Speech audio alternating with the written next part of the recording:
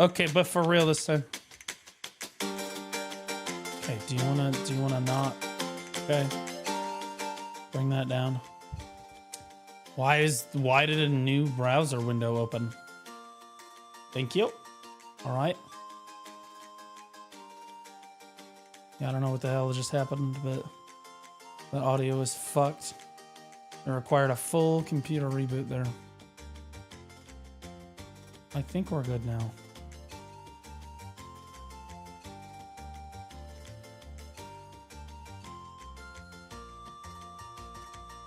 Now I have to reopen all of my tabs. Oh my god. There we go. You are first, Danny. What up, brother? All right. Let's see. Trying to reopen all my goddamn tabs so I can actually see stuff.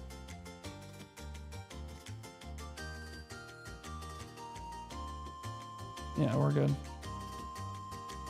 Wait, why does my Twitch stream say it's not live? Why is my Twitch stream not live? Are we live on the wrong? Oh my god, bro. We're... All right, hold on. We're live on the wrong channel. I have to disconnect my Twitch account, reconnect it. Hold up, boys.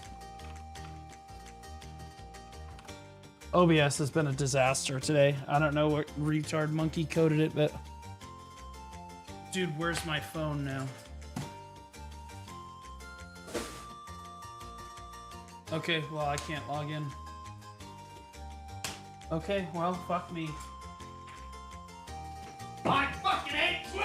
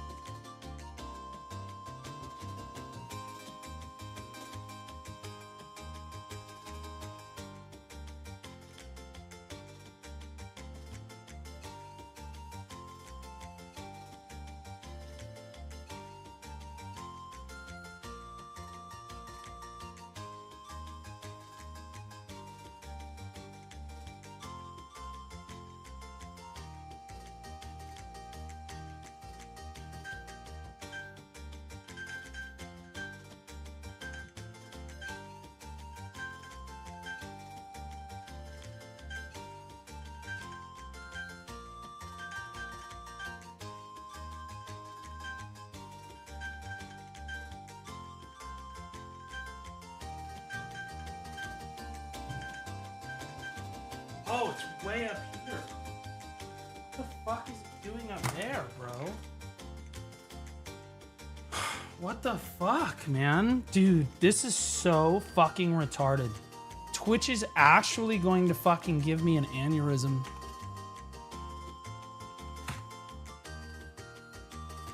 You wanna log in? You good?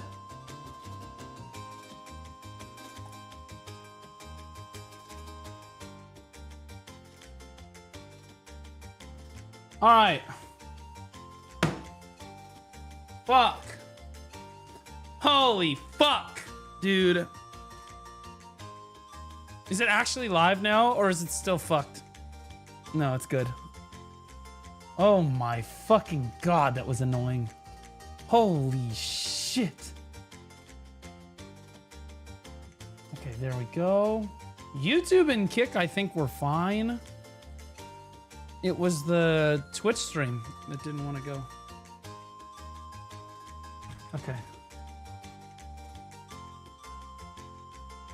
What up, guys? How you doing? Yo, what up, Foibes? Slay, yas. Foibes, you dressing up in some definitely respectful, very chaste Halloween outfits today?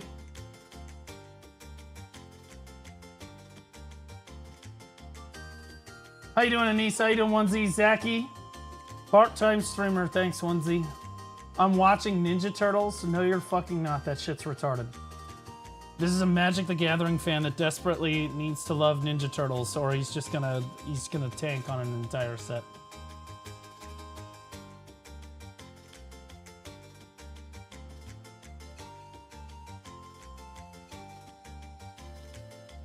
All right, what up? Crispy, how you doing? BDO Vampire.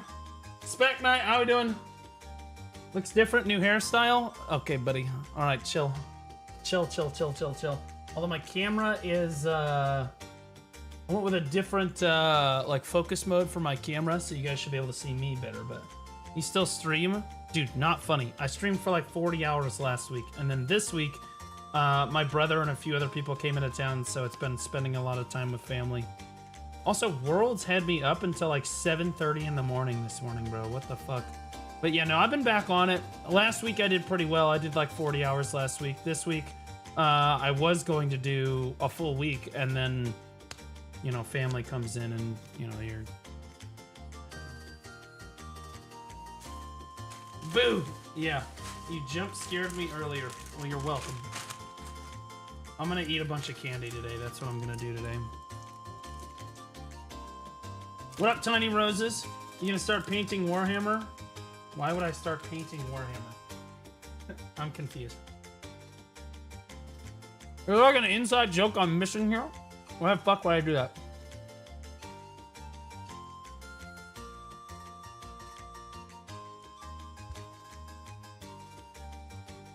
Because painting Warhammer is awesome? Dude, painting sucks. Like, every art class I've ever been in is the standard meme of like, okay, so first you're gonna draw a small... All right, class, today we're gonna learn how to draw an owl. Okay, you're gonna draw a small oval, and then you're gonna draw a big oval, and then you're gonna draw the rest of the fucking owl. Like, art teachers all fucking suck. They don't know fucking... You know why? It's because art is a talent, bro. It's a talent. Or it's something, or it's a skill you can develop over time. It's not a class you can just take and you're like, oh, now I know art. Like, no, dude. And no one wants to study art history. That shit's boring as fuck and nobody cares about it. What'd you think about the reels from yesterday's BDO GM account? I didn't see them. Should I look at them? Are they like a disaster or something? Oh my god, this art on the launcher is crazy.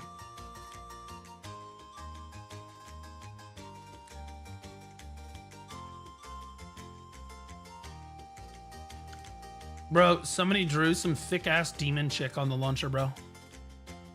Like demon and angel chick. We've got the MasterCard tournament coming up here. I dropped out of art. I'm from Austria. Good eye, mate. Had to be done. Had to be done.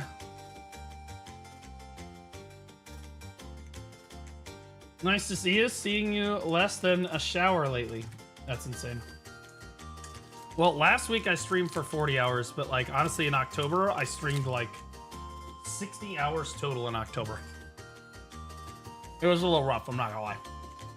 This is a tough October for me. This is a tough September for me. It's hard. But this week, I'm finally past it, I think. This week though, it wasn't burnout or like dread or anything like that. It was, I have family in town, so I have family. But like last week, you'll notice we were back to like a normal stream schedule. That was the plan this week too, but yeah, family comes in, you gotta spend time with family. It is what it is. Anyway, they'll be gone on Sunday, so we'll be back at it again with the white vans next week. We'll be back at it next week. It'll be okay.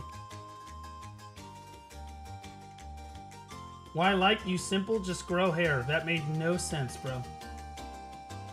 That's Australia. No, I've heard...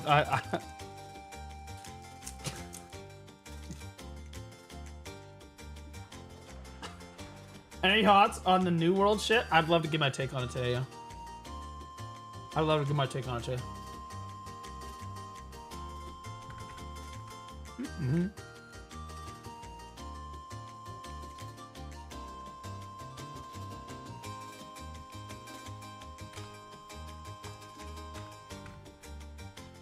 All right. Wow, dude, I have not sniped an outfit off the Central Market in 2 weeks. Straight up. I have legitimately not gotten an order on an outfit in over 2 weeks.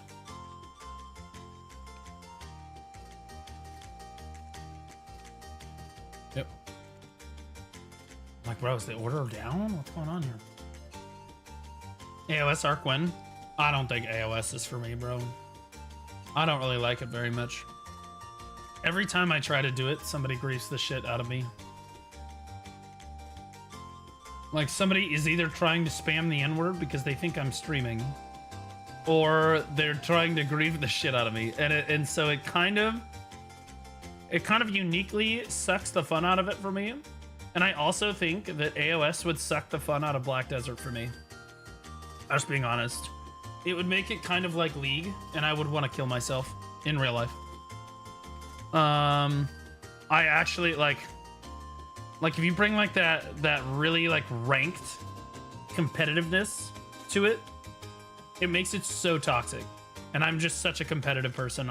There's just no way, bro. You know what I'm saying? Whales aren't whaling. Well, I mean, that's a good thing. I'll be honest with you. I think it's a good thing that I haven't gotten an outfit in a while. There's more orders and less sales. That's good.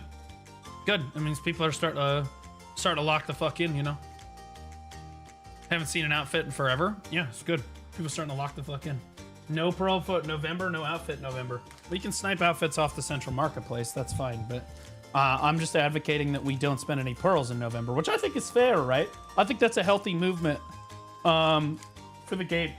Mainly because if the devs don't want to listen to us, fuck it, I'll do no Pearl December. You think I won't? It doesn't rhyme. It's not as catchy, but you think I won't? Starting no Pearl November early. Yeah, I haven't spent money on BDO since August. So, none of September, none of October, none of November. Probably none in December too.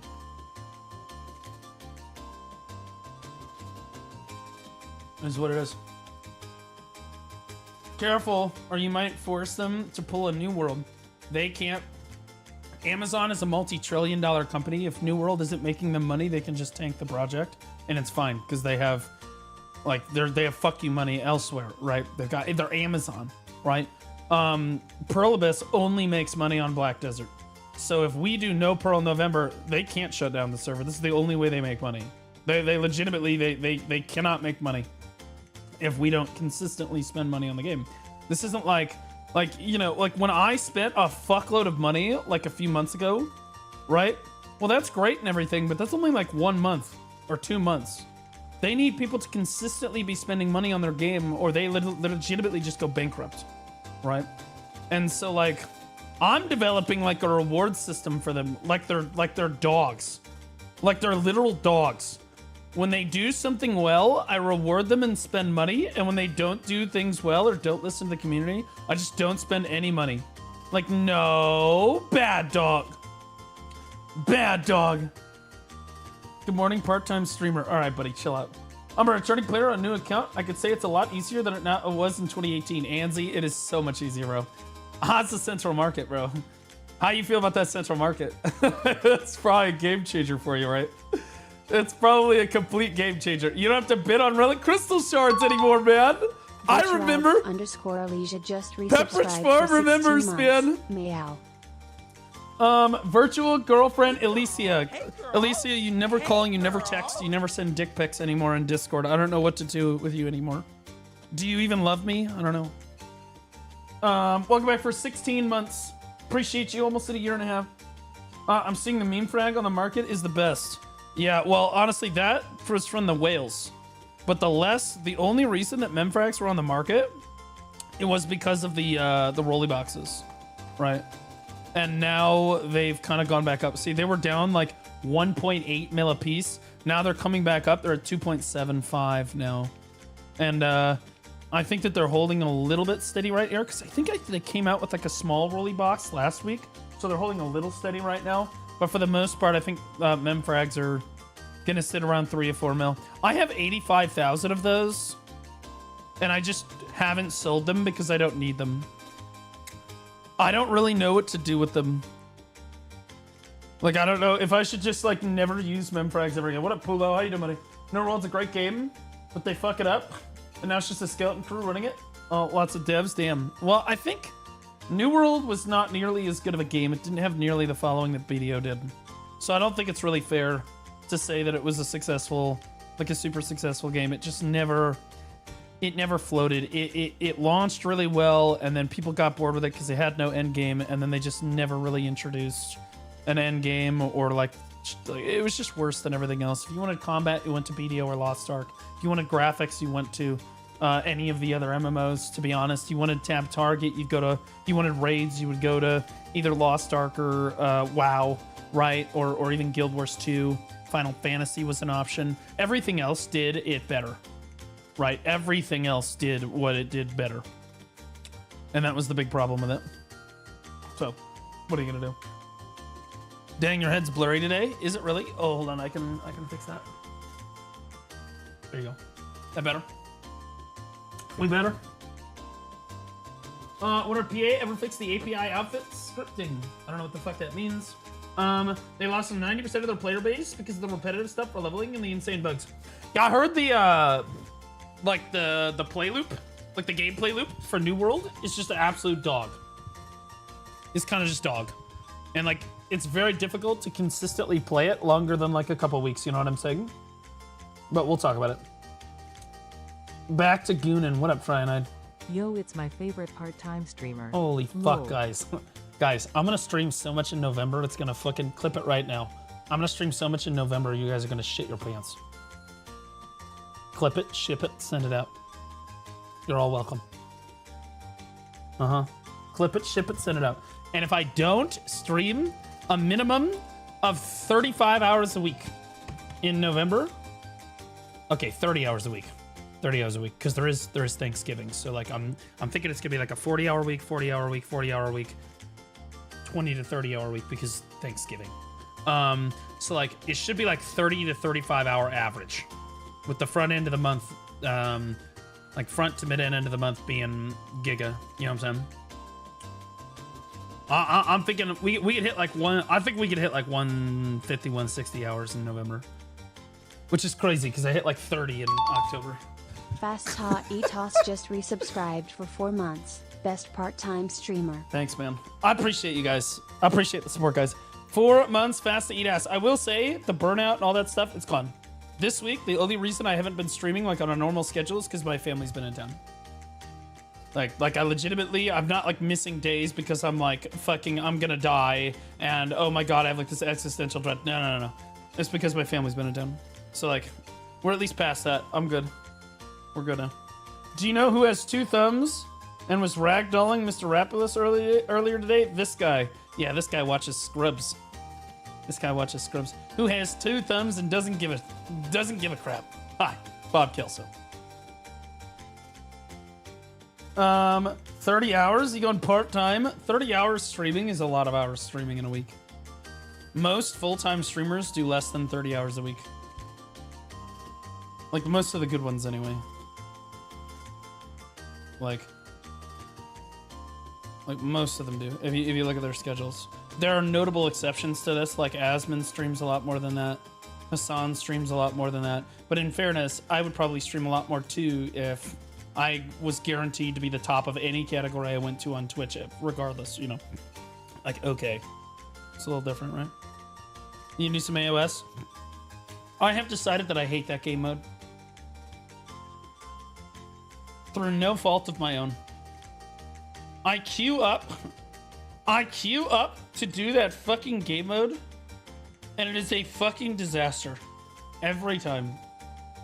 Every time. Either somebody goes, yo, Real Blue Squadron, Edward. And I'm like, dude, I'm not live. They're like, never mind. Or they're like, yo, Real Blue Squadron, and then they just run it down. Right? Or it's my fans of the enemy team, and they're like, ha, I want to kill Blue, and I just get run the fuck down. For like no reason other than they just want to kill me. Saiz, welcome back for 22 months, man. I appreciate you. What's wrong with the N-word? Nothing, theoretically. You know, it is just a word after all, but also you probably shouldn't use it because you might get killed if you use it, and you might deserve it. So there's that, you know. But, you know, if you use it when you're playing League of Legends, not the end of the world. If you... But if you use it in any other context, it's probably bad.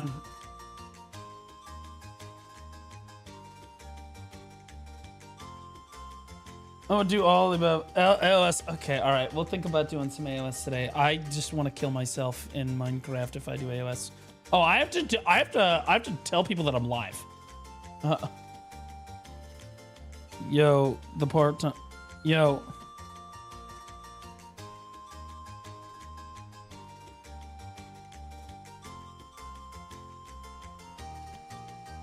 There we go. Let's get the links. Hold, pause. Where are they? There they are. Copy that. Copy that. Boom. There it is. There it is. Oh, okay. Shh. God damn it.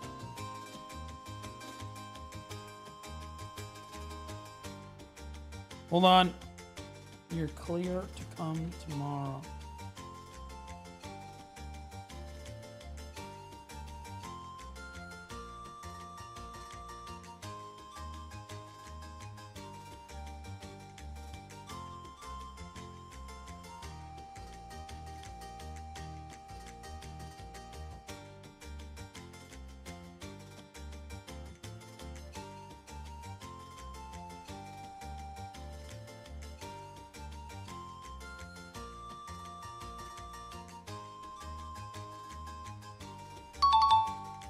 Saw678 just resubscribed for 3 months. All right. Sup, bald batty. Why in the fuck? I'm working on it.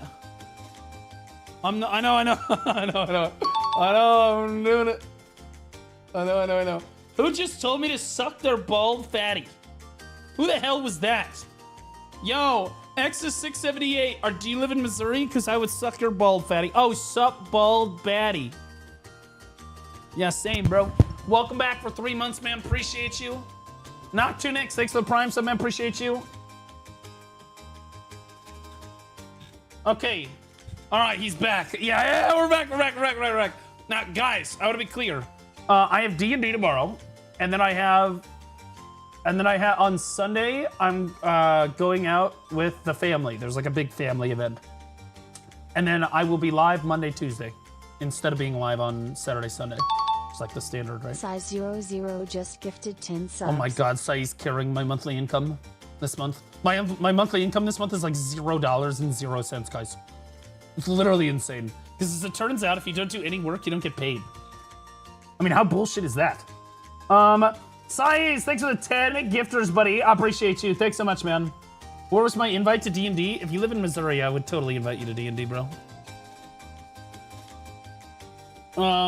So for Halloween, you're dressed as a pool ball. Yes. I'm cosplaying one. My name is Dave. Bro, I feel bad because I normally love like reading like the trick-or-treaters and stuff because it's fun. I have a ton, there's a lot of like kids and teenagers in my neighborhood. And so usually there's like crazy shit going on outside like it's cinema. You know what I mean? Like teenagers are chasing each other around on the street, and the kids are all dressed up in their Halloween outfits, and they want to give you like they want to like give you jokes and stuff. It's fun. But today I just don't have the time, I don't think. So I put a shitload of candy out on the porch with a sign on it that says take 3 because I'm that guy. Size00 just gifted Oh my God! 10 subs. Oh, thank God! We're gonna be able to pay rent this month. We're only like $900 off our mortgage payment this month. Size, thanks for the 10 gifters, buddy. Appreciate you. On God, I expect to get paid for zero effort.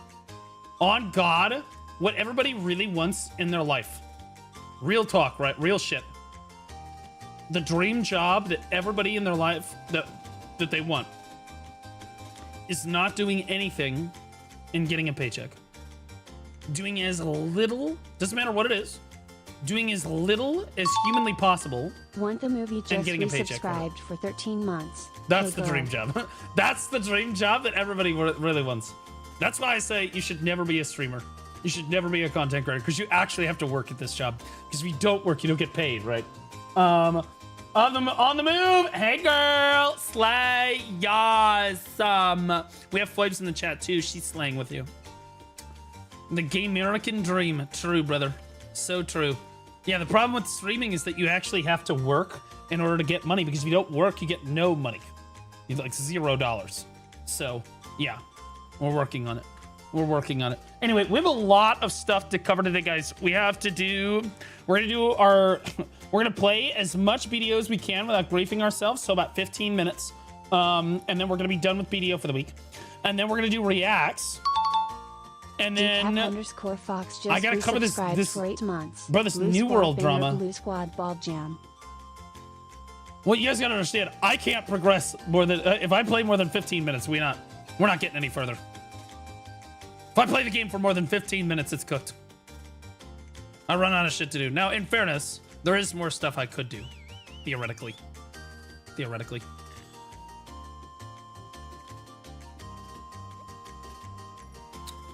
Go AOS. Yeah, I could do some AOS with you guys.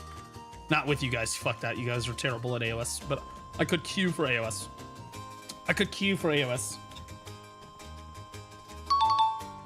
Treagle just gifted 1 sub. Oh, Treagle, thanks for the gifted sub, buddy. Appreciate you. Thanks so much, man. Decap. Thanks for the 7 months, man. Appreciate you. Hey, Baldy, found the go live button. Bog. Fuck you, Falco. I heard the ZeniMax was thinking of closing ESO. Dude, if we lose 2 MMOs in 1 year, I'm gonna start sweating. Although BDO can't close because Pluribus needs us. Otherwise, they go bankrupt. They legitimately can't.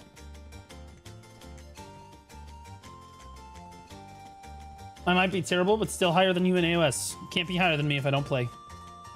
So, I discovered some new Gunner content in BDO. Make your maid the same class and height as your character, and then use the bag emote. Every day we stray further from God's light. Actually crazy.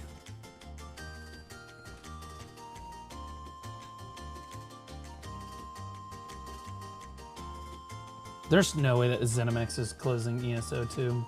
Do you still have hope for Chrono, or do you think it'll be dead on arrival? No, I think the Chrono Odyssey is going to be a smacker. It's going to be a smacker. But it's not going to come out until like 2027, though. On God, for real. I think, because they're like, they basically said, okay, we understand that a lot of people didn't like the beta, and they're actually changing everything. And so it was already a good, like, foundational game, but if they fix all the stuff that people told them, that game's gonna be really good. Like, straight up, though. It's a wild statement. No, it's gonna be really solid. No, I think that Chrono Odyssey is gonna go hard. It's the next big MMO for sure. 100%. Now, whether or not it's gonna have the wheels on it to go like longer than about 2 years, I don't know. We're gonna find out because it'll depend. None of us have ever seen what the end game play loop looks like in that game, but I will tell you that it's gonna captivate a wide audience of people. People are gonna like that game for sure. There's hundreds of thousands of people will play that on release for sure. I mean, whether they stick with it long term depends on the play loop, right? And we haven't seen what the play loop looks like quite yet. But I do think the game looks really promising. If they can hit a really good play loop, I think it's gonna smack, right? The Gunner statement. Not that I think Chrono will be good. Oh, okay. Here's the maid. Okay, hold on. Dude, what is this, brother?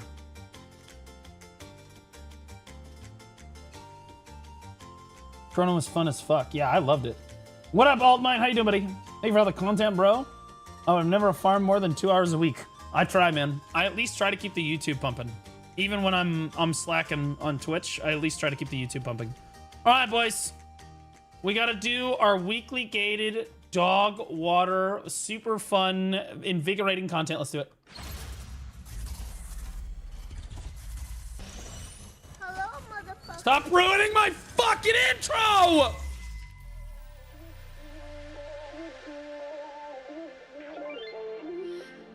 God! Slap bald cock, peepaw slap bald cock. You peepaw wonder slap why I bald don't cock, stream peepaw so slap much. bald cock, peepaw slap bald cock, peepaw slap bald. Fucking idiot. Yes, wonder why I don't stream as much? Because you keep ruining my intros. It's your fault. It's your fault, chat. I'm pulling a Hassan here. It's chat's fault. Fuck it, I'm just pulling in every major streamer right here.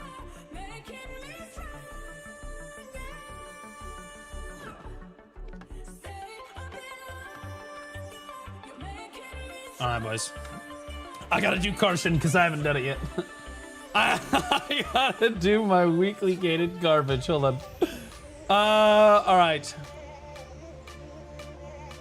Oh my god, I popped. Okay, fuck it. Alright, we're gonna run her down. We're gonna run her down, boys. Get her done. Hey, girl. Hey, girl. Why can't I go in here? Oh, I have to do V Carson. There we go.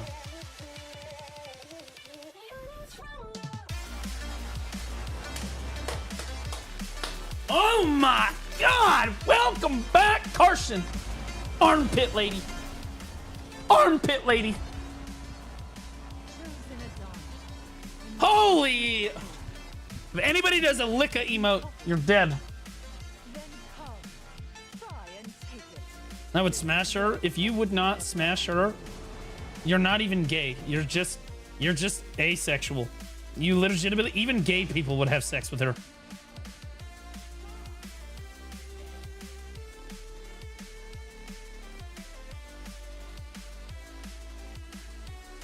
Straight up though, for real, for real.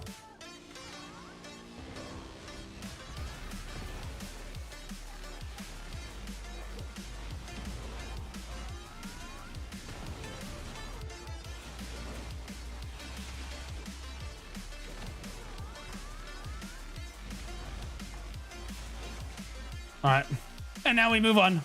Oh. Pump the arms. Here we go. Bro, I still hate how small these platforms are, man. He lives, I do live, Terratus. I'm a cutie pie, but spelled incorrectly. She's pegging us. Honestly, if you were the real I'm a cutie pie, I would have expected no different.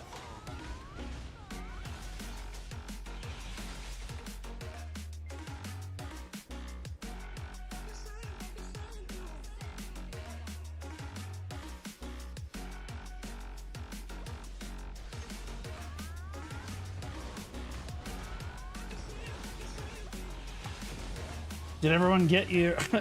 Did everyone get you a shot collar? No, I have no shot collars. Although I hope my future wife gets me a shot collar.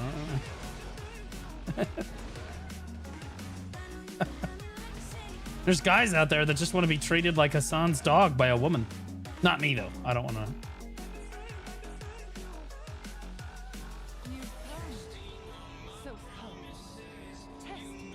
Pushing for 9K college edited blue, gonna be a grind. Dude, that shit's terrible. That's, no. Ecology is so AIDS. I hate the knowledge grind. I hate it. Yo, did anyone watch Worlds last night? I know that none of you, you're all BDO gooners and stuff, but like, did anyone actually watch Worlds last night? Crazy, bro. Crazy work.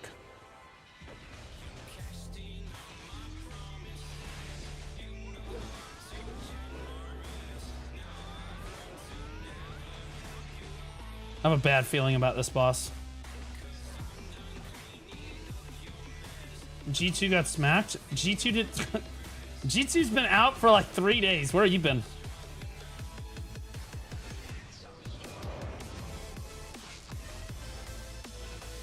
G2's been out. They got absolutely booty clapped. They suck. EU sucked this year. Like, actually blue cheeks this year.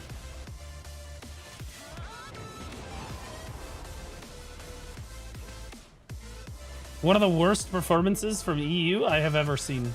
Normally they're a lot better than that. They couldn't beat shit this year. Other than NA, what that's not saying. We're like the bottom of the barrel garbage. FlyQuest is actually just bots. Like straight up. Literal bots.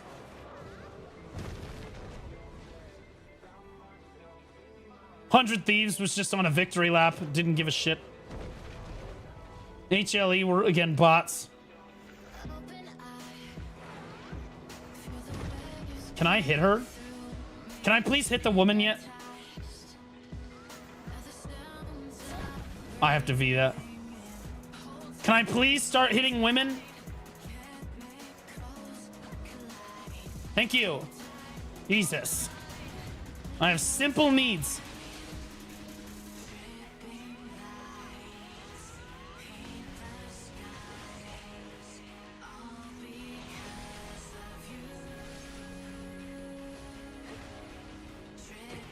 Okay, so now she's gonna do the thing. Yeah, now she's gonna go Prage. All right, everybody. No one should be getting off to this right now.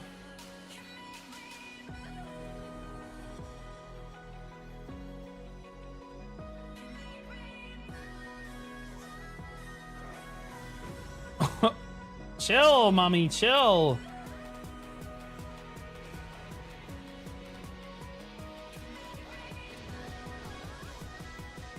Bro, we are just chilling right now. We are big chilling. Can I hit her again? I can hit her again.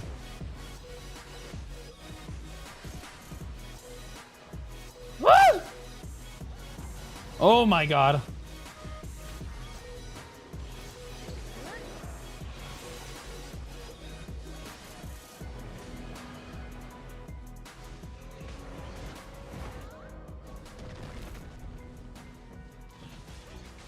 Bro, she's always an iframe.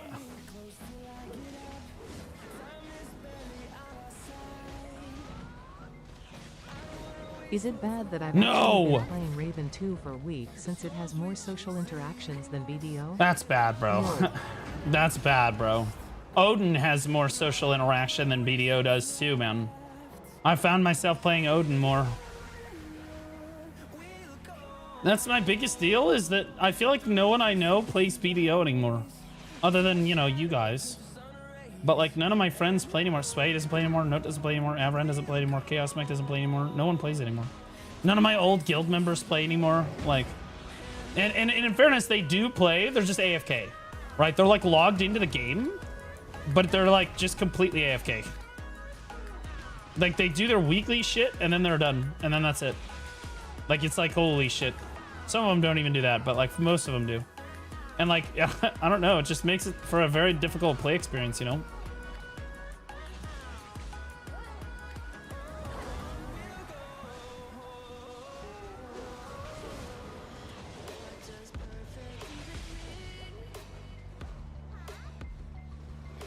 Trying to get my frontal guard back. Oh my god, that's why.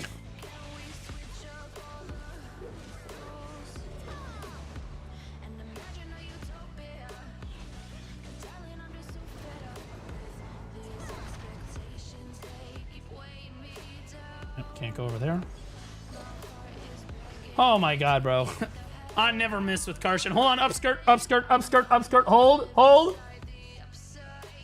There it is. Crazy work. Crazy work. These devs are insane, bro. These devs are fucking just as shameless gooners as we are. It's actually just insane. It's actually just wild. Anyway. Yeah, I mean, like... I'm not really motivated. I've never really been motivated too much by gear, but you know, gear's always been like a thing that you do want to sit there and grind for. But like, I've always been motivated by things like treasure items and stuff, but I feel like I can't grind like as much as I want anymore. I think that's a big reason why a lot of people have stopped like grinding infinitely. They grind until their aggress is gone and then they stop for the week. They grind until their aggress is gone and then they stop for the week. That's what they do. Okay. Dude. Yeah, so I'm I'm 0 for 8 on these, by the way. On God, 0 for 8.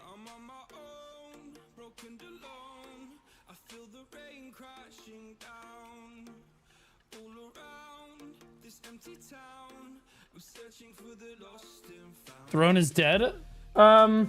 Yeah, I think that Throne really tried to go for like a resurrection arc with the Hyperboost servers, and they fumbled it, and that was it. And people just wrote it off. So like when you say Throne is dead, I would say that it is like genuinely. Normally I'm pretty kind about it, but I think it's really struggling right now. Let me look at Steam charts. Throne and Liberty. Oh, well, honestly, they're doing good. They're doing, honestly, but see, this is their only client. They're doing okay. So Hyperboost servers did okay. Hyperboost servers did okay. You can see before they got down dangerous low. And then Hyperboost servers kind of brought back a decent amount of people, so. All right, did better than I thought. Look at New World on Steam charts. Well, obviously New World is... Obviously, New World is going to be at, like, yeah.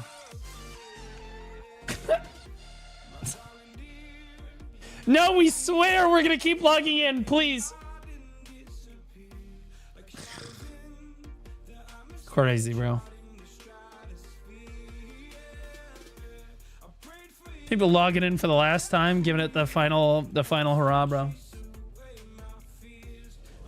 You guys see this?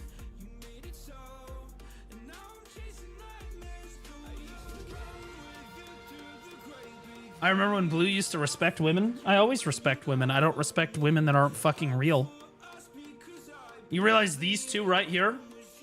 You could get in there and lather up. Okay? It's not gonna matter. You can say whatever you want about them. It's not gonna matter. They don't have feelings. They're not real, dude. Okay? They're not, it's not real fucking life. But if it's a real human being, yeah, you need to respect them. If they're not a real person, you can be as disrespectful as you want, bro. It's a fucking video game character, man.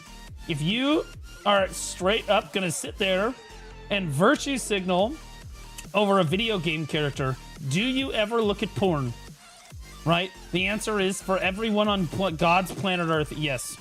Have you ever thought disrespectfully about a woman before? You chauvinistic pig. You chauvinistic piece of shit. Shut up. At least these women aren't real. Okay?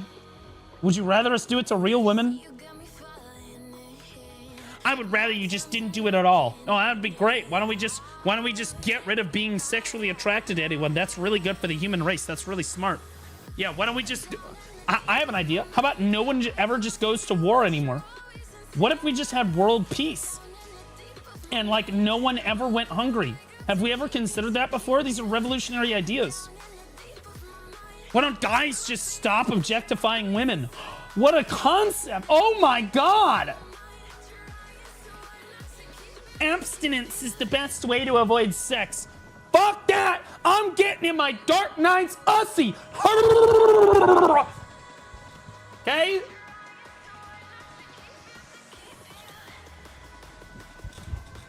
Like, straight up. Did you buy a costume for your attendant? Nope. I haven't even done the attendant yet.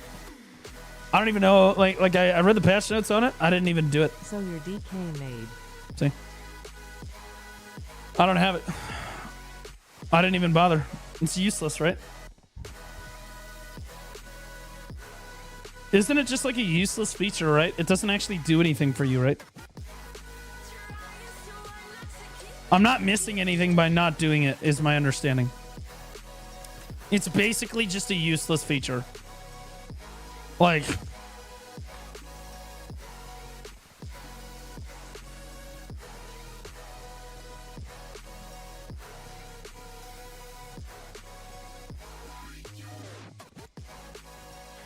The maid is fucking stupid. Yeah, the maid is retarded. I was expecting to be able to make a racist. Like, because if you can't even do that, like, very basic thing with your AI made, like, why are they even here? I don't even understand. I expect to be able to... I expect to be able to make my maid racist and also have e-sex with me in, like, low-key. I was genuinely hoping that they were gonna have like proximity chat or something on, and so you could walk around like Heidel and listen to people talk to their fucking maids like a freak.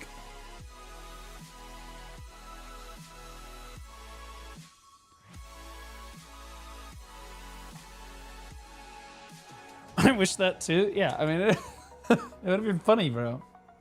I was genuinely wondering, like, if we could have I just wanted to be able to interact with her, right? Like, memes aside, I wanted to be able to interact with my maid because that would be cool. That would be a genuinely good feature in the game. It would be. But what we got, you know, what we expected and what we got. And in fairness, had they literally just said, oh yeah, the reform. Oh, I forgot. Oh, dude, I just did that whole boss with no reforged stones. How do I even get to the window?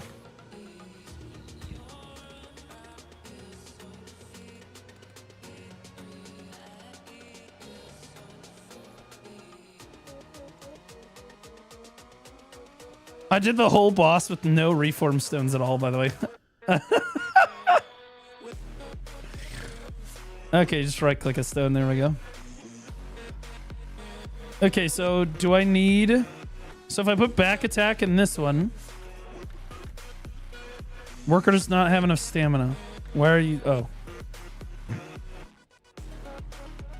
How do I just add? Oh my god, you only need one stone.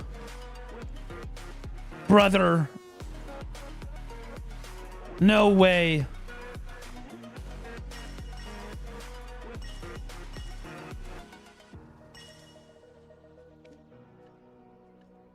Oh, okay. All right, never mind. All right, never mind.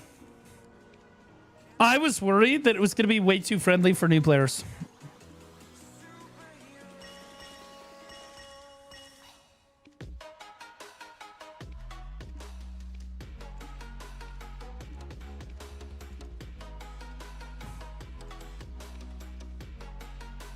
Wow, nice Mr. Clean costume. Thanks, man. I appreciate you. Honestly, W right there. I'm taking that win. Mr. Clean's smoking hot, bro. I bet if I ever get a female that watched me, I bet that she would fuck the shit out of Mr. Clean. 000 just resubscribed For real though, for real. for 8 months. Blue, where's your skimpy Halloween outfit? I want to assess This is my skimpy Halloween outfit. Grigor, welcome back for 8 months, man. Appreciate you.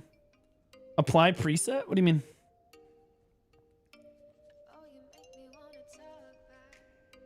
Set effects, crystal effects, artifact effects.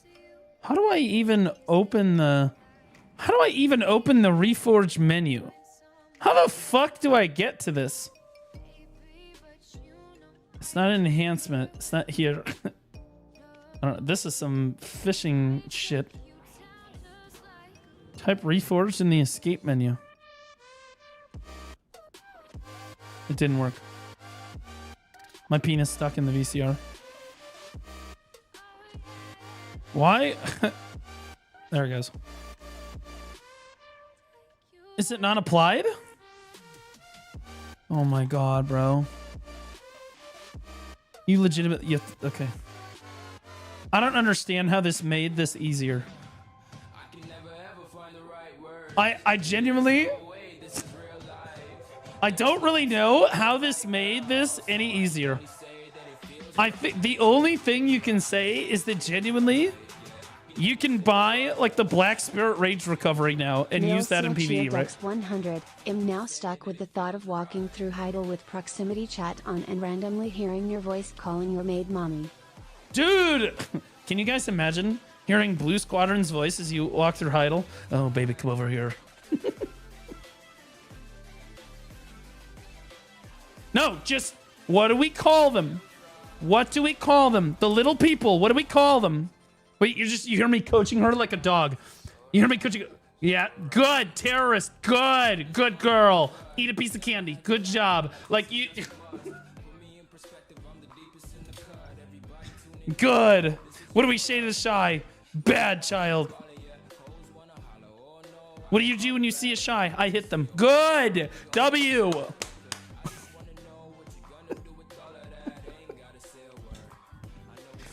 I am the terrorist.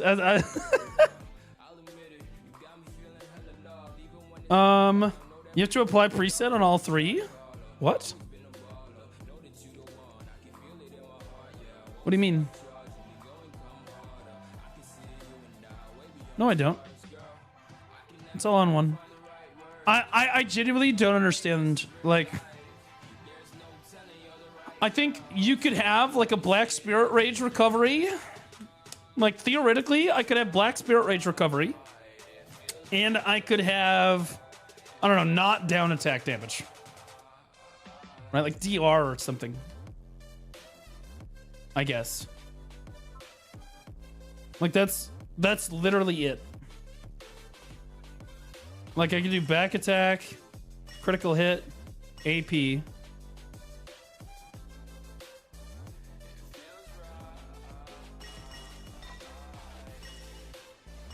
Like, I don't... So the problem with this is that you have to... They're trying to force you to use the all-in-one preset because they know it's a disaster. Real talk. They actually know that the all-in-one preset is a complete fucking disaster and that they fucked it up. But, like, statistically, they can show that people are actually using it if they force you to use this menu. Like, tinfoil, I think that's what's going on right here. So, like, in PvE specifically... Blue wins the Calvion Ball, December. Okay, well, this is cooked, bro. I need 3 of these. I guess I need. I guess I need 3 DR stones. Do I already have these? I do not.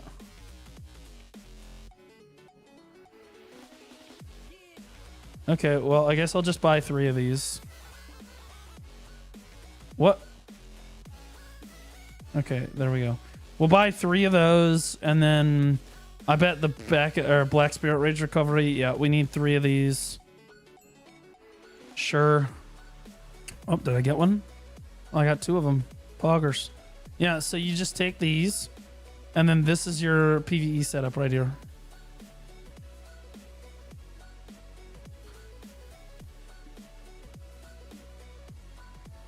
Thank you to whoever just sold those to me, by the way. It was like almost guaranteed that person was like, oh, I'll sell them to Blue.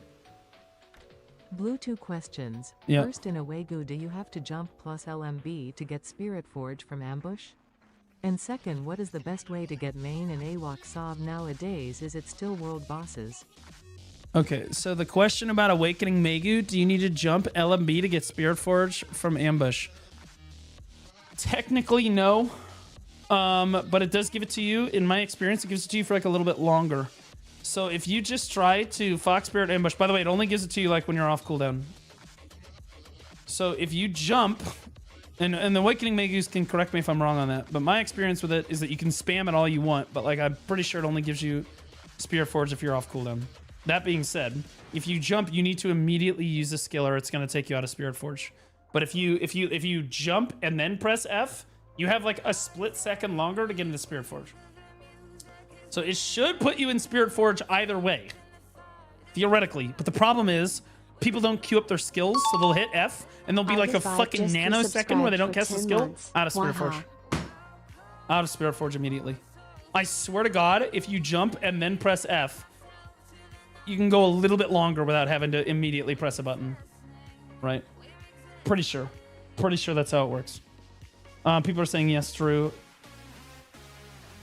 The non-dented chatter is back. Welcome back, Zem. Wait, what do you mean welcome back? Wait, your first time chatter. Pause. Argos! 10 months, man. Appreciate you, man. Thanks so much, buddy. Thank you, thank you, thank you. Let's do this. And this. Okay, so now we have full PvE setup. Oh my god. These developers are so good. Thank God. I was concerned. AP, back attack damage, critical hit damage, Black Spirit Rage. I need my last DR. Forget about the second question. Oh, my bad. I'm Dory. Second, what's the best way to get main and Awakening Sovereign nowadays? It's still world bosses. If you're talking about best way or least expensive way, best way, normally people have to do Black Stars because it takes way too long to do the world bosses. Most efficient silver way, world bosses. But like most people just do the Black Stars because it takes you like 6 months of doing world bosses every day. So most people just end up doing the Black Stars. It's not as efficient. That's what most people do. It's kind of like this Karazad versus Debo argument where everybody's adamant that Blue Squadron was wrong, but now that they have all this evidence that I'm right, I'm like clearly right. They're all on copium that I'm not right. But the reality of the situation is both ways are viable. One is silver efficient. One is what people Happy actually do in Halloween. practice. Are you cosplaying as a pregnant woman with a bald head? Oh wait, no. It's just our favorite baldy cutie. Pog. Bro, that was fucking hurtful, bro. What?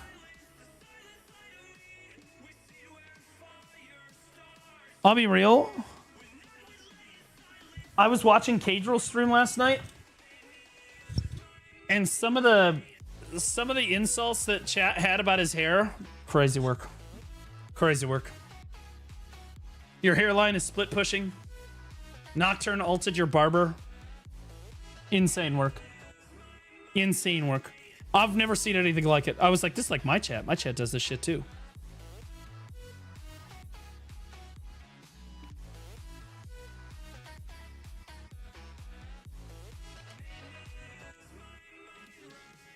How do I edit?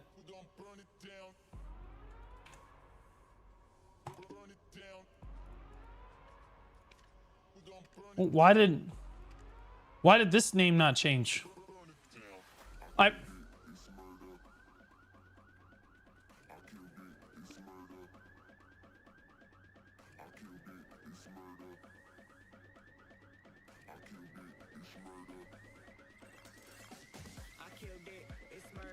Perfect.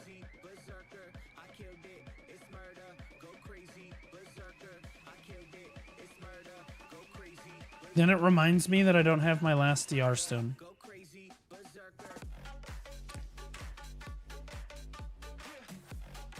Whoa, it's Rapalissi? Is Rapalissi? Oh, Rapalis! I have something to say to you. I'm gonna be honest with you. Chat, I'm about to catch him in a scam. I'm about to catch Mr. Rapalis in a honest to God scammer. This guy like sold me Bitcoin. Hold on. Hold on.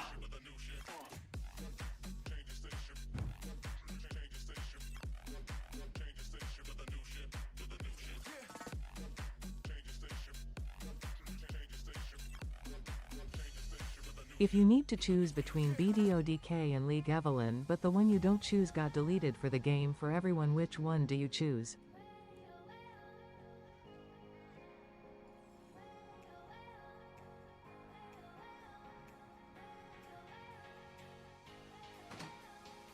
I choose Evelyn because I would still find BDO fun without Dark Knight. But the same cannot be true for League. Okay, so guys, when I went to Europe, Mr. Rapalis thought he was gonna offer me a token of friendship. I shit you not, token of friendship. And this guy goes, "What's your favorite Yu-Gi-Oh card?" And I go, "Dark Magician." But my brother really loved Blue Eyes White Dragon. And so like those are like the two iconic cards that I remember. And so I went, and he handed me a Dark Magician in a hard case and a Blue Eyes White Dragon. Okay? And I was like, oh my God, that was so thoughtful and cool. It was amazing. Anyway, I got back into Yu-Gi-Oh recently. And so I've been playing it more. And you look closely, this dude gave me a fake Blue Eyes White Dragon. It's fake. But it says water type up here. It's not even close. The dude actually handed me a fake fucking card. Actually fake as fuck. It's not even close. That was my personal one. Personal? Bro! It even looks real on the back. Bro, this dude thought I'd not notice. Then the worst part is like, go to look at the other one, the one that's in the hard case, right? Not even Dark Magician. It's not even Dark Magician. I can't even read it because it's in Japanese.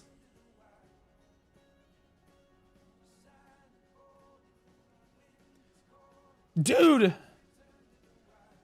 He scammed me. I don't even know what this card is.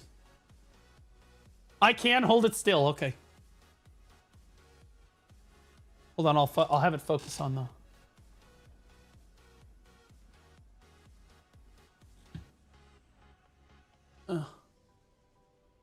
I don't know if you can read it. It's too close. It gets too blurry when you get close. Can you just read like the title of the card? Can anyone tell me what that says?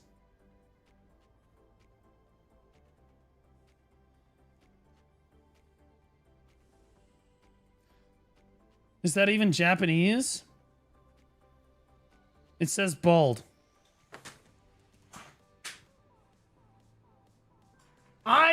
I'm just saying, I expected more from our friendship. I went to look at this. What do we learn, Tap? Don't give things to Blue, he's gonna roast you. You gave me a fake card! It's not even real!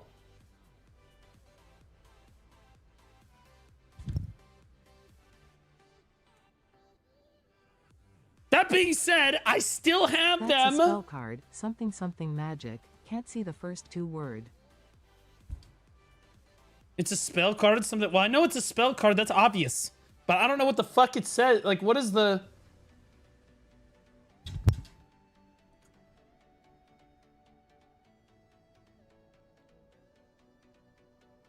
Anybody read Japanese in my chat? Yo, somebody get a Meiwa main in here. Fucking weeb freak. I'll have this translated in 2.5 seconds. Anybody know where Pinks is at?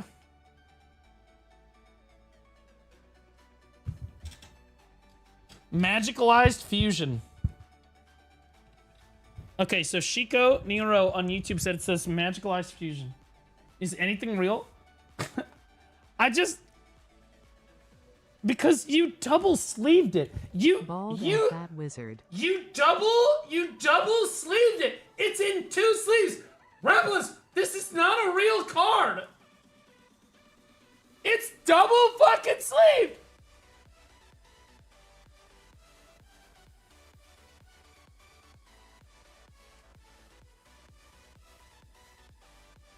Scammed me.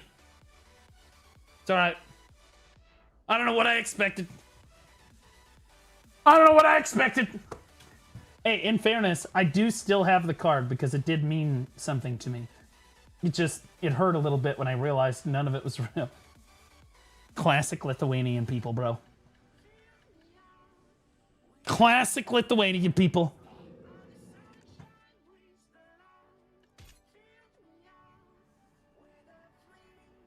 Sent you the card on eBay in English. What? Yeah, that's my brother. This is the guy. This is, by the way, I didn't even notice. I literally got it out. Oh, wait, where'd he go? Okay, I don't know what I got the card out at my house, and I was showing my brother. I'm like, yeah, it's like a really thoughtful guy for the video category. Gave me these Yu-Gi-Oh cards, and he's looking at it. He goes, okay, well, the blue eyes is fake. I said, no, it's not.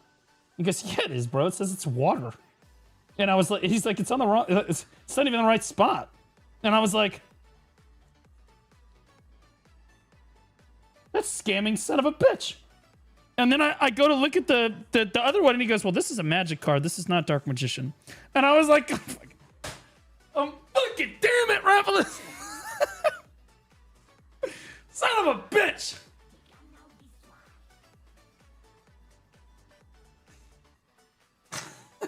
If it makes you feel better, I do still have them. They did mean something to me, but they are only sentimental value.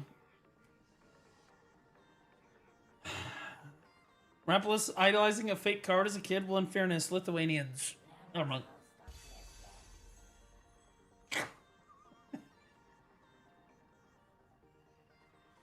I don't know. Maybe he had to proxy all of his cards when he was a kid. Careful now. All right. Chill.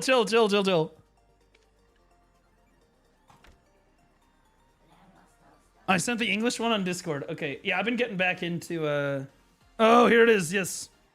So this is Magicalized Fusion spell card.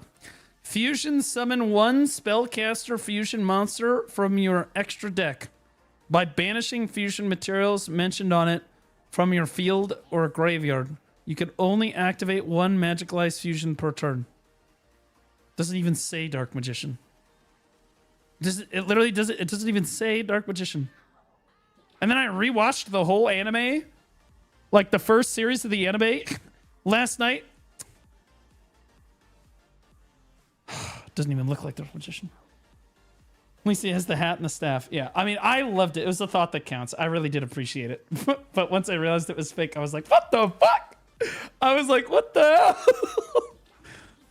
All right, guys. Are you guys ready? Because there's no way that we pity this. Because there's like, on God, there's no way that we pity this thing, right?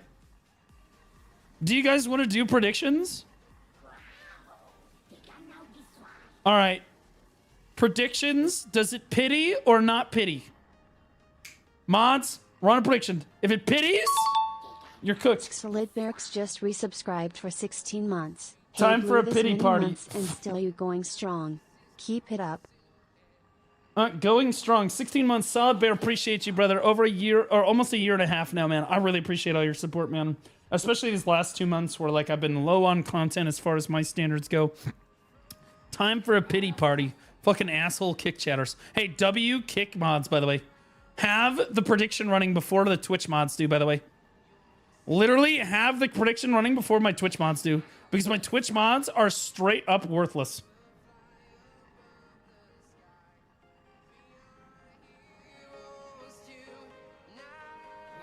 Do you see mods in here? I do have mods in here. I'm a Harvard donkey. Run the prediction, Ray! Bro. Guys? Thank you. Thank you. I'm playing PoE. Utaru? I was going to say something really mean, but I want you to understand that even though you were raised by Al-Qaeda and your parents were named Osama bin Fondlin, I still love you. Okay, I'm not going to judge you by the sins of your parents and their parents and the rest of your extended family.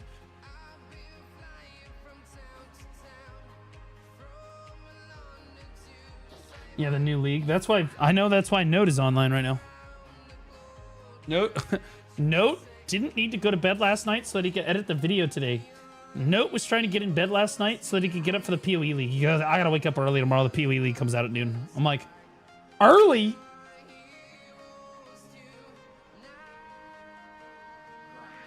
All right, here we go, dude. There's no way that this fails, right? We have legitimately... We have legitimately failed this 8 times in a row on like a 20% chance. Your cam is still defocused. Is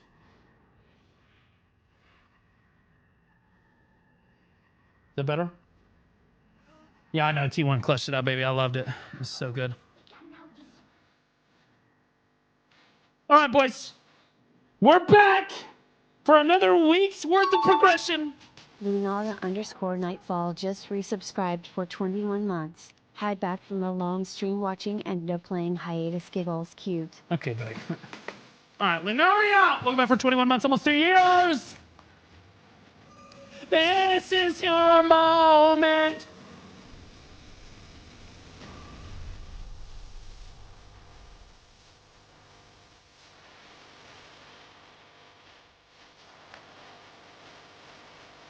Okay, all right, it's okay, it's all right, it's all right. We're not gonna pity. We're not gonna pity you. We're not gonna pity. We're not gonna pity. We're not gonna pity. We're not gonna pity. We're not gonna pity. We're not gonna pity. We're not gonna pity. We're not gonna pity. We're not pitying. We're not pitying. Oh my god, do I pull the stack out if it fails again?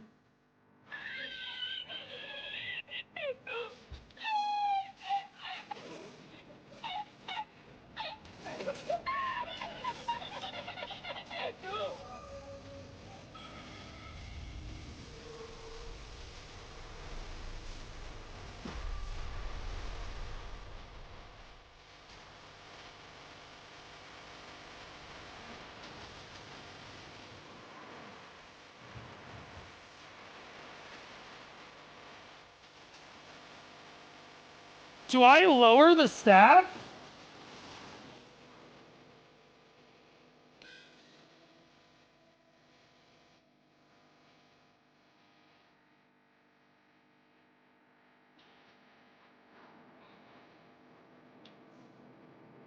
I'm not putting the 54 in.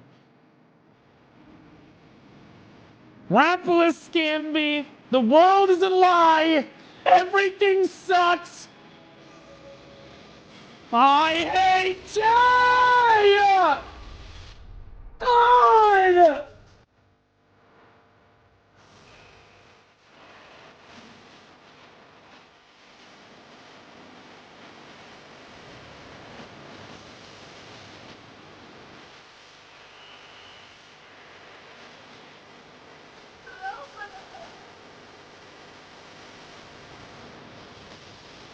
Bro, this game sucks.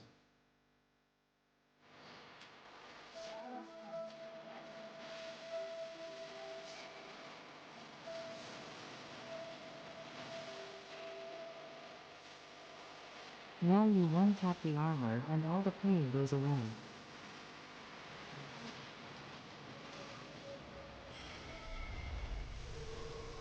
They ask you how you are, you say that you're fine. You're not really fine, but you just can't get into it because they would never understand.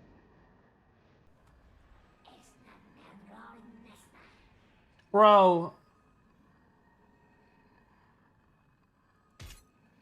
Deserve for mocking Rapolis? I didn't mock him last time. I prayed to him last time. He didn't help me either. Some friend.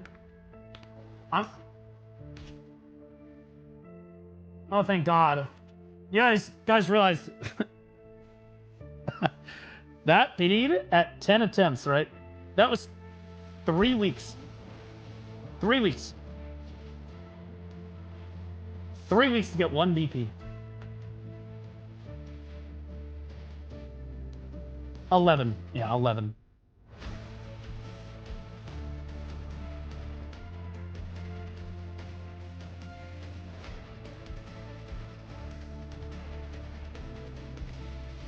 Blue, I can't hand out points.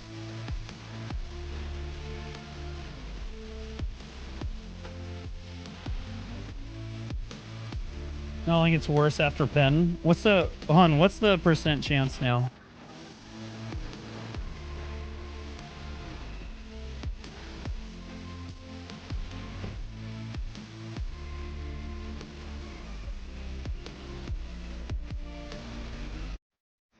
That's definitely pitying. Dude, 22 clicks? Oh my God. Dude, that's gonna take me like almost 2 months, dude. Like straight up, that's gonna take me. It 22 is like the average, right? Like,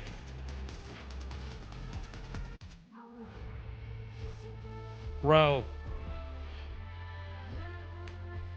I pitied Hex last week. No one cares. You're a fucking virgin lawn maid. Dude.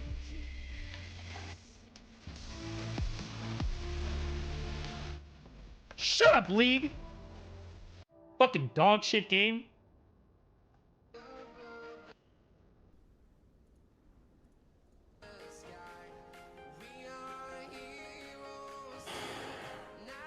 Honestly, obliterating not looking too bad now. I'm gonna have to do my weekly.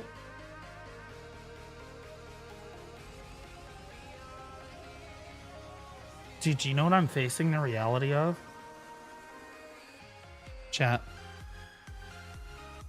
I'm facing the reality that it's actually better for me to go for deck sovereign than keep enhancing my armors.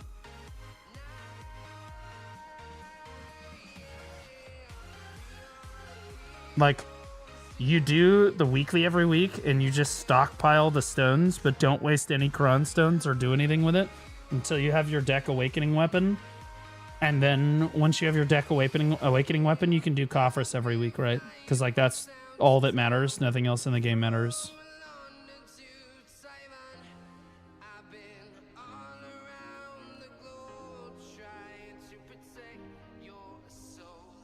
Why watch this stream when the Justin Bieber is live?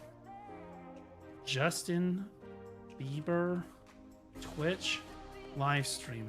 I'm cooking my Google searches.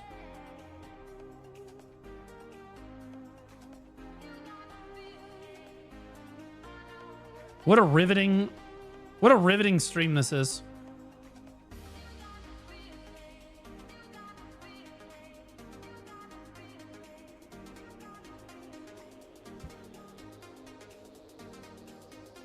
Time to swipe for +1 AP. I'm not swiping. I don't care enough. I do need to hit deck though, so I do need to tap this. I'm 55 fails deep on this, dude. And I might not even be halfway. If this was my last deck, I wasn't even halfway at this point. Just to be clear, guys. I was not even halfway at 55 attempts last time. Not even close. I hit it at like 128 or some shit. Grinding arc? I tried that, but if you run out of Agris, grinding is worthless, and you should just not do it. Everybody knows this. Is known. J-Dare! Thanks for the raid, buddy. Appreciate you. We're just getting rolling today. Appreciate you, man. What'd you get up to today? Mons, can we get a shout out for Jowdier? Thank you, Mons. Thank you, Mons. What did they do today? Let me see. Let me see this.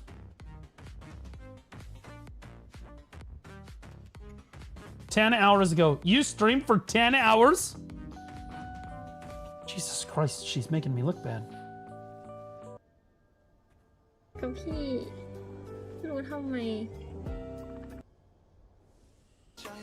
Well, you just got about 40 follows immediately. นี่จะตีหู IX เหรออาจจะยัง All right, guys. All right.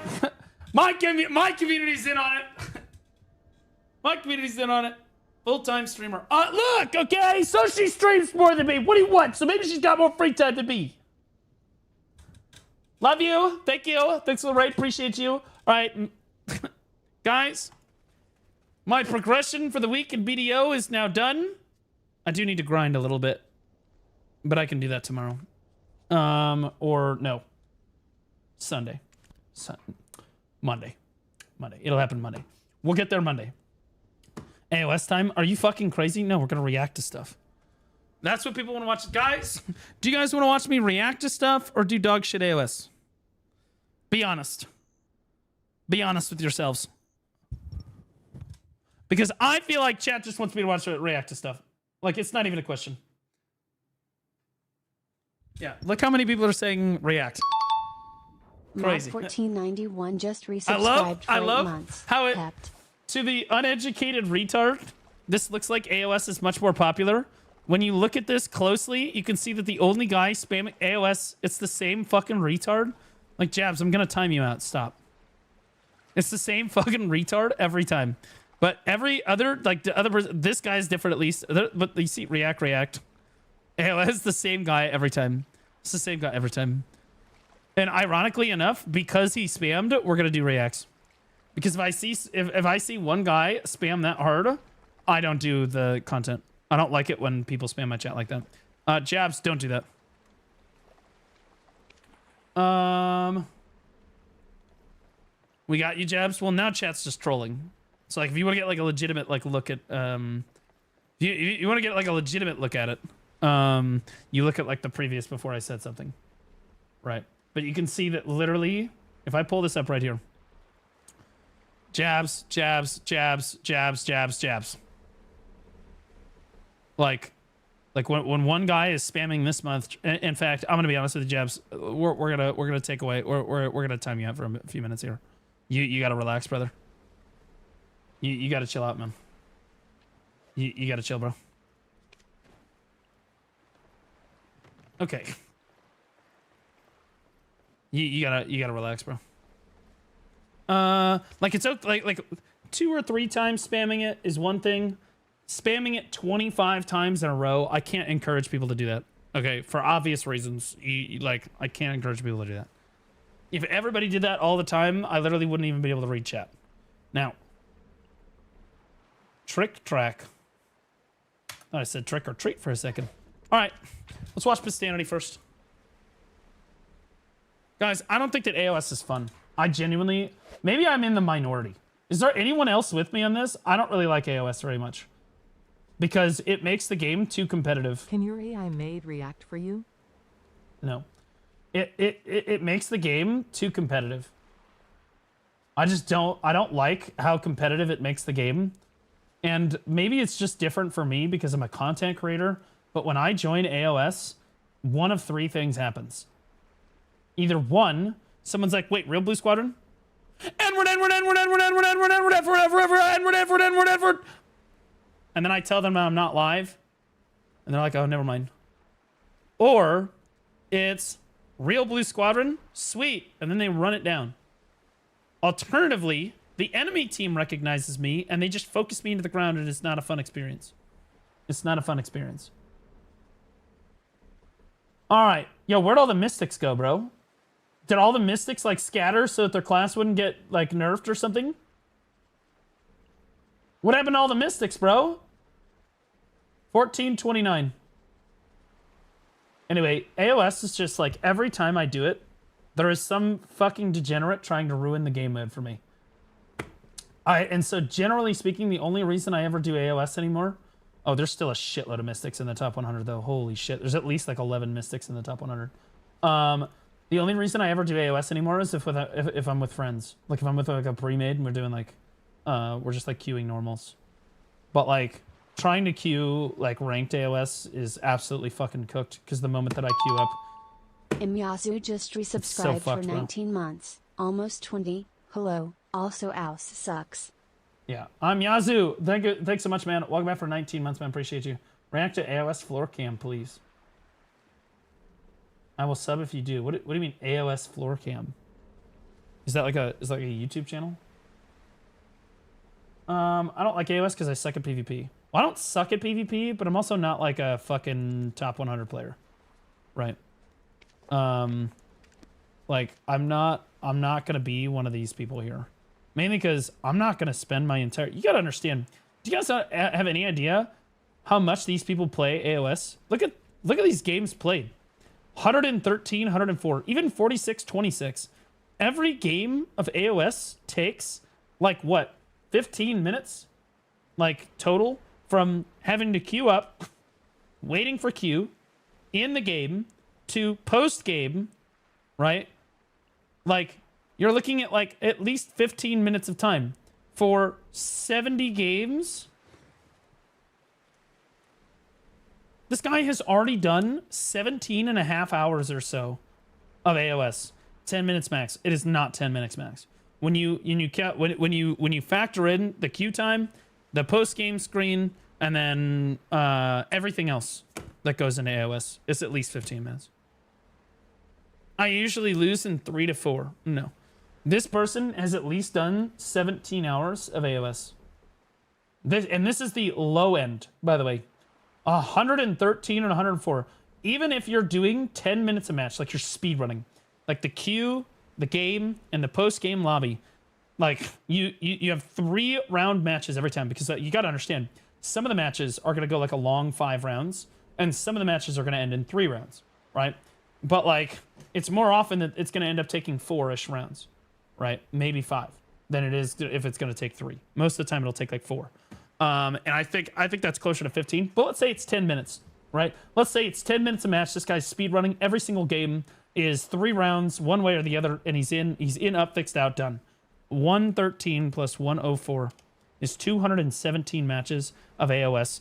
That is 2,170 minutes of AOS.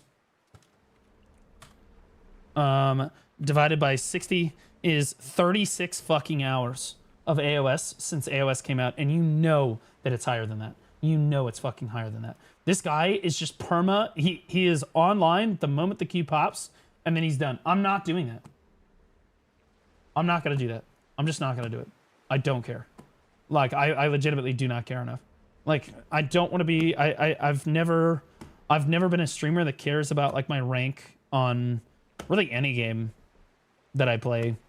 I've never been a streamer that people watch because like I'm some fucking god tier Armin, whatever. I'm an entertainer.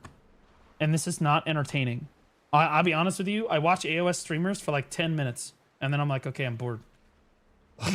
Like, it's not entertaining content. For me to do it, and I understand why the reason you guys want me to do it, is because if I do it, it will be entertaining. Because I will be cussing people the fuck out. Because I will be running down my own teammates, like mentally and emotionally. They will get run the fuck down. And it's not even, it's not going to be a fun experience for them. But it would be fun for you guys. And it would be entertaining to watch me mauled. But I don't really want to subject myself to that. Because for the same reason that I don't like streaming League of Legends, like, and someday I might stream a lot of League, but I don't necessarily really like doing it. Like, sometimes I get in the mood to do it, like play League, but League makes me really competitive. And AOS also is gonna make me really, this is gonna make me really competitive. Like, I'm gonna get fucking mad. And I'm gonna try to grind it, right? So you guys asking me to do this, you guys have no idea what you're asking for. Because if I start doing this, I'm going to do this. This is going to be the only thing I do. You're not going to get reacts. You're not going to get patch note rundowns. You're not going to get podcasts. You're not going to get any other, you're not going to play other games. You're not going to do anything. You're going to get AOS. That's what you're going to get. And I'm not, and I don't want to do that. I don't want to do that. It's not healthy for me. It's not healthy for my career. And you guys want a little AOS. You don't want me to do it like crazy. And I don't want to do that. Like, because in order to get anywhere, in order to get notoriety in AOS, you have to like get top 20 on your class, right? Which I can do if I grind, for sure. I can be top 20 Dark Knight. It's a joke. Nobody plays this fucking class. Except for the Succession losers, right? I think you should play 5 Hearts Under One Roof. This is doable. This guy's got a 47% win rate. I definitely can hit yellow. There's no way, right? I could totally do this, but I'd have to grind like a million fucking games because it's a fucking grind, right? And I don't really want to do that. I don't want to do that. Because you guys got to understand what you're asking for. If you want me to get into the top 20, it's going to take me fucking... Like, these people already have 120 games, or 130 games almost. Like 130 games. Do you guys have any idea how many stream hours that is? That's all of my stream time. All of it. You get nothing else. You don't get anything. Nothing else. Like, I don't want to do it. And I know that mentally... I can handle it, but it's going to feel like shit. I'm not going to want to stream anymore. Like, because for the same reason, I don't want to stream League of Legends. The exact same reason I don't want to stream League. The exact same reason. Is because I get way too competitive when I do it, and my mental will just explode. Because chat will be like, jungle diff. I'm like 11-1. We have like every neutral objective, and my team loses, and chat's just like jungle diff, and I would literally kill someone. In Minecraft. I would... You guys don't understand. You don't understand the demon that you're dealing with. I would legitimately kill somebody in Minecraft. I would run somebody the fuck down. Like I would run them down. Like, mentally, they would never watch the stream. I would lose viewers. Oh my god, I would lose viewers. I would lose viewers so fucking quickly. Like... yeah, it's gonna be funny. No, I assure you, it is not going to be funny. All right. So, I'll think about it. Is this AOS? I must have clicked on this to link it to my Reacts thing because it says I've watched like 2 seconds of it. Now, so maybe we do like 5 AOS games total this season. Maybe 5. Maybe 5. But I'll be honest with you, even then I'm just going to get stream sniped, so I'm not really super interested in doing it. Please, Spistanity, no Jinne. Show armpit. What? Bro, what? Bro, you need Jesus, brother. Let's move this up here.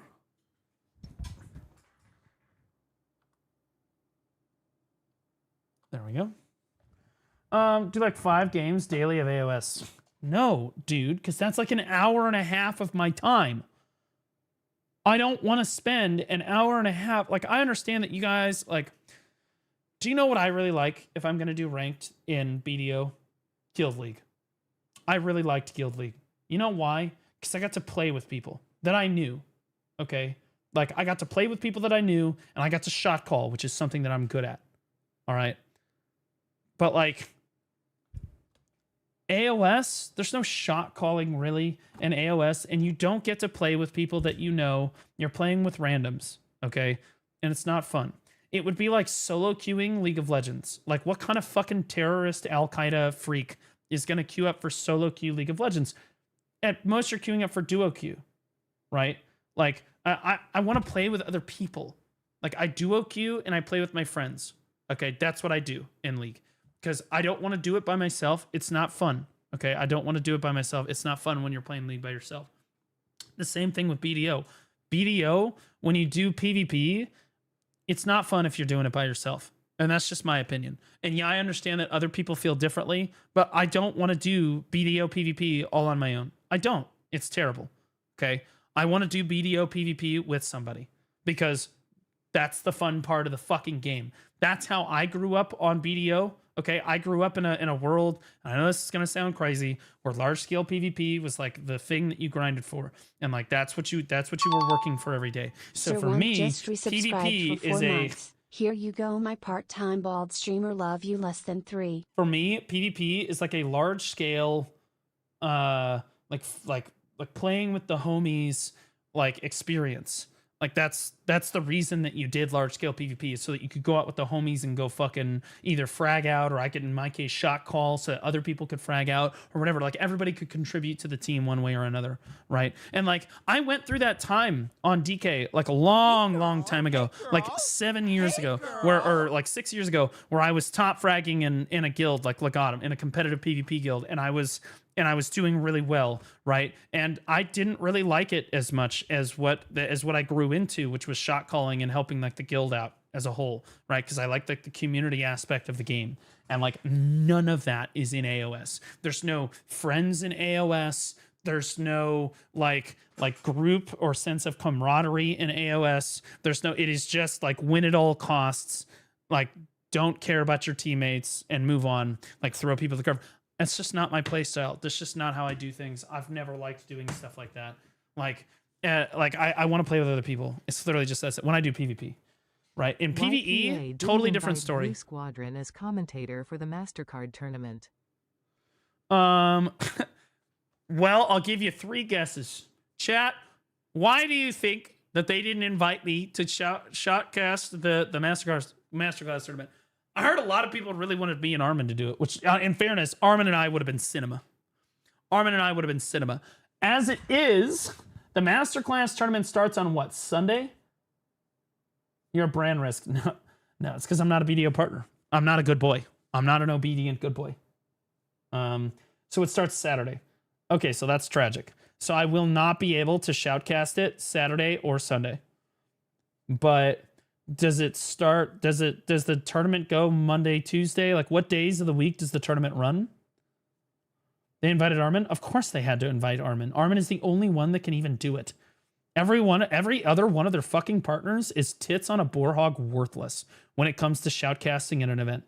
I'm just being honest. Okay, except for maybe C-Zane, who at least C-Zane's like a homie, right? Like he seems like but like he's not a hype guy. He's not somebody like C-Zane knows a lot about the classes, but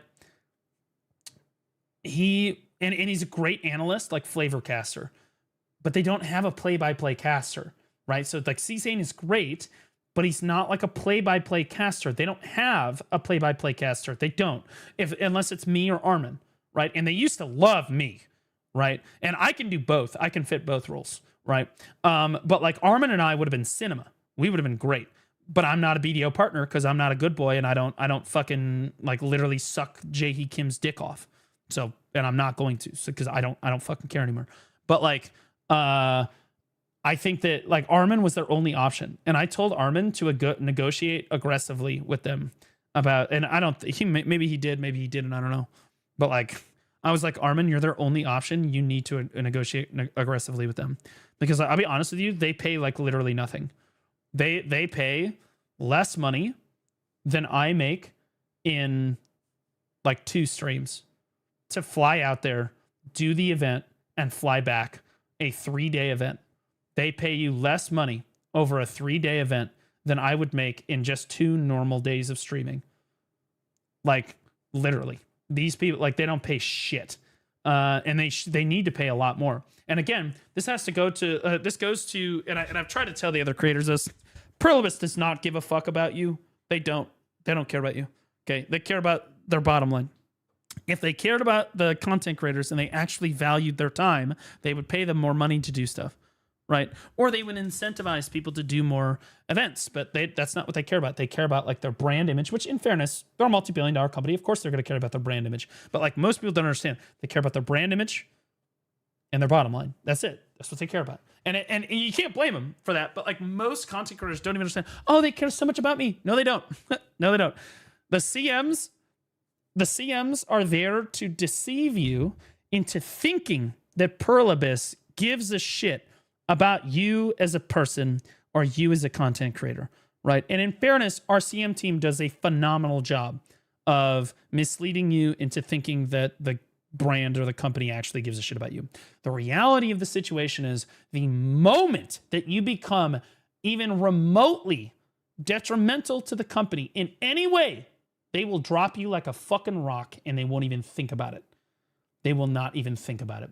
If it came out tomorrow that one of their big name BDO content creators in their partner program had somehow piloted or RMT'd or cheated or whatever, they would drop them like a fucking rock. They wouldn't even think about it. They're not your friend. They're not here to like fucking be Care Bears. It's a business transaction. And that's how you should always think about it when you're interacting as a content creator with Pluribus.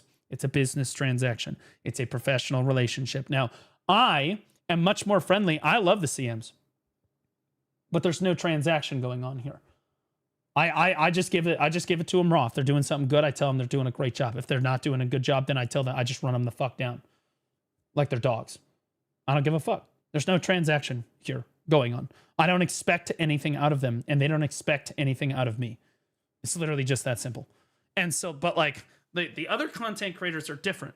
And I think that a lot of them, because I got DM'd not too long ago by a content creator who I'm gonna remain nameless. That this person's gonna remain nameless. But they came to me and they said, Blue, congratulations. Because the CMs care more about what you and what you have to say than me, and I'm their BDO partner.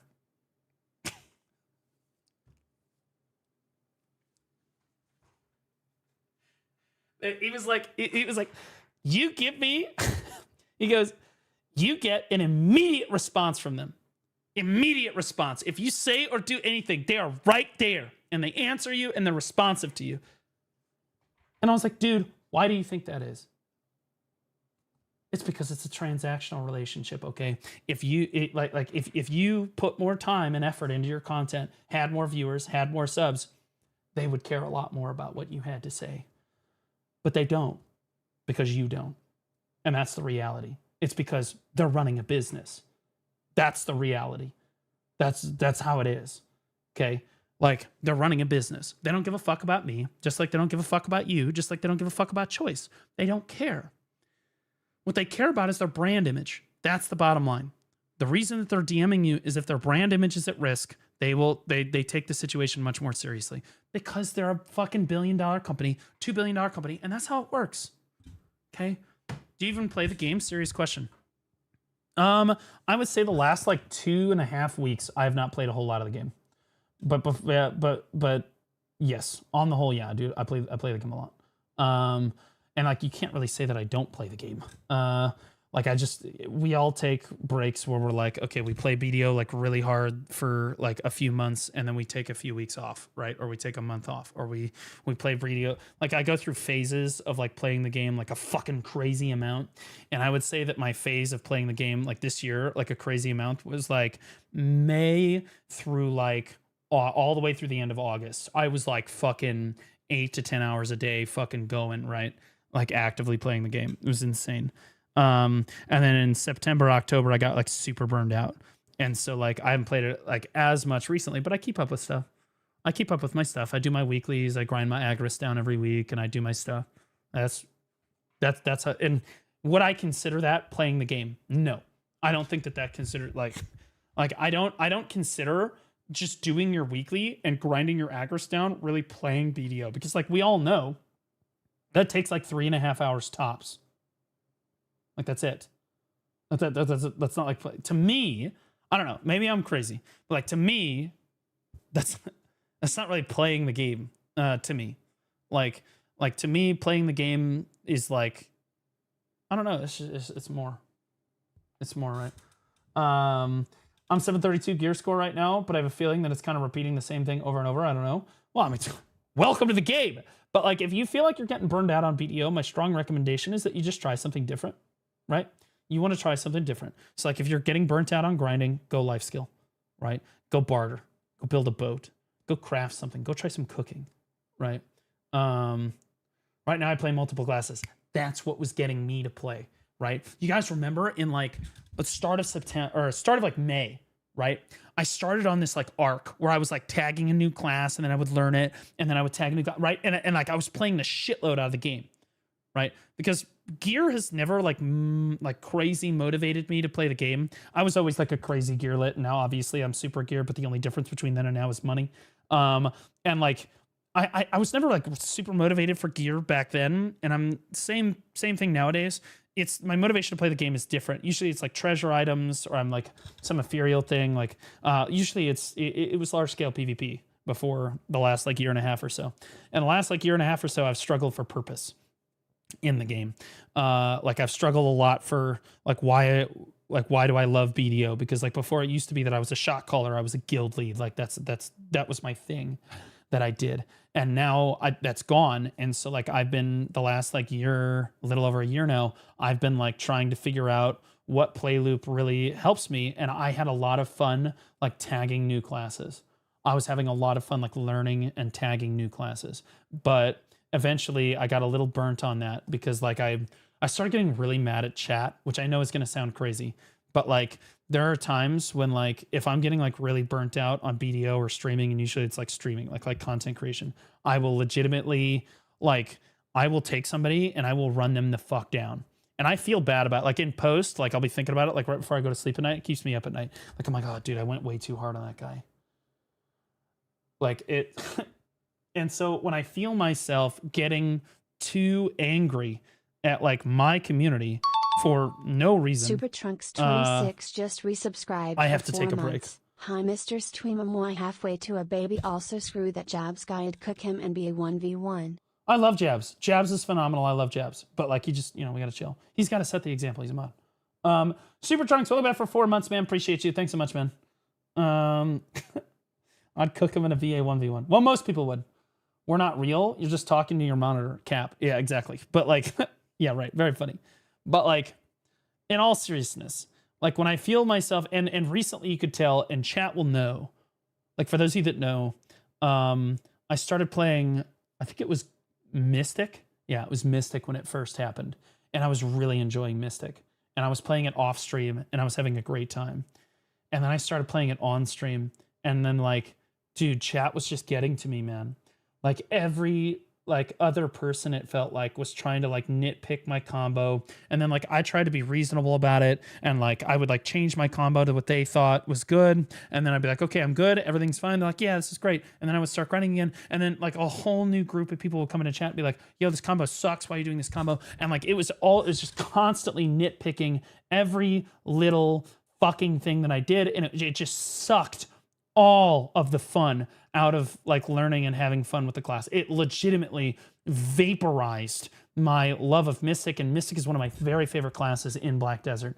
Like I, it was so brutal. That's how new players that play BDO feel, to a much less extent, to a much less greater extent, because they have a lot less chatters to do this to them. Maybe they have like 1 or 2 people to do this to them. This is like hundreds, right? And then I was like, all right, fuck it. I'm just going to go play Guardian, right? Fuck it. Unfortunately, that's for every streamer. Not true.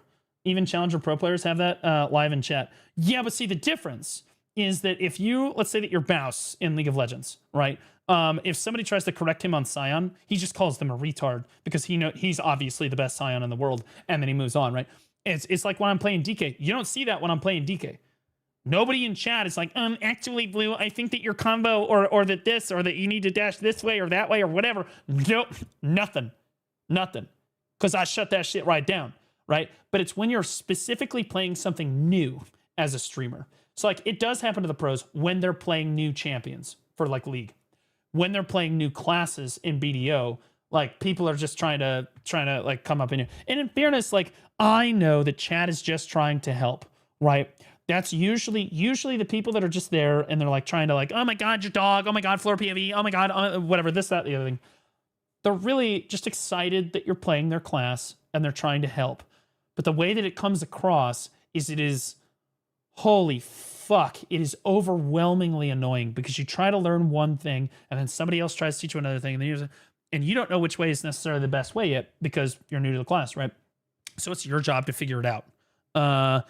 And most of the time, this doesn't get to me. Like for Megu, this did not get to me. But it wasn't nearly as bad because nobody plays a Wegu.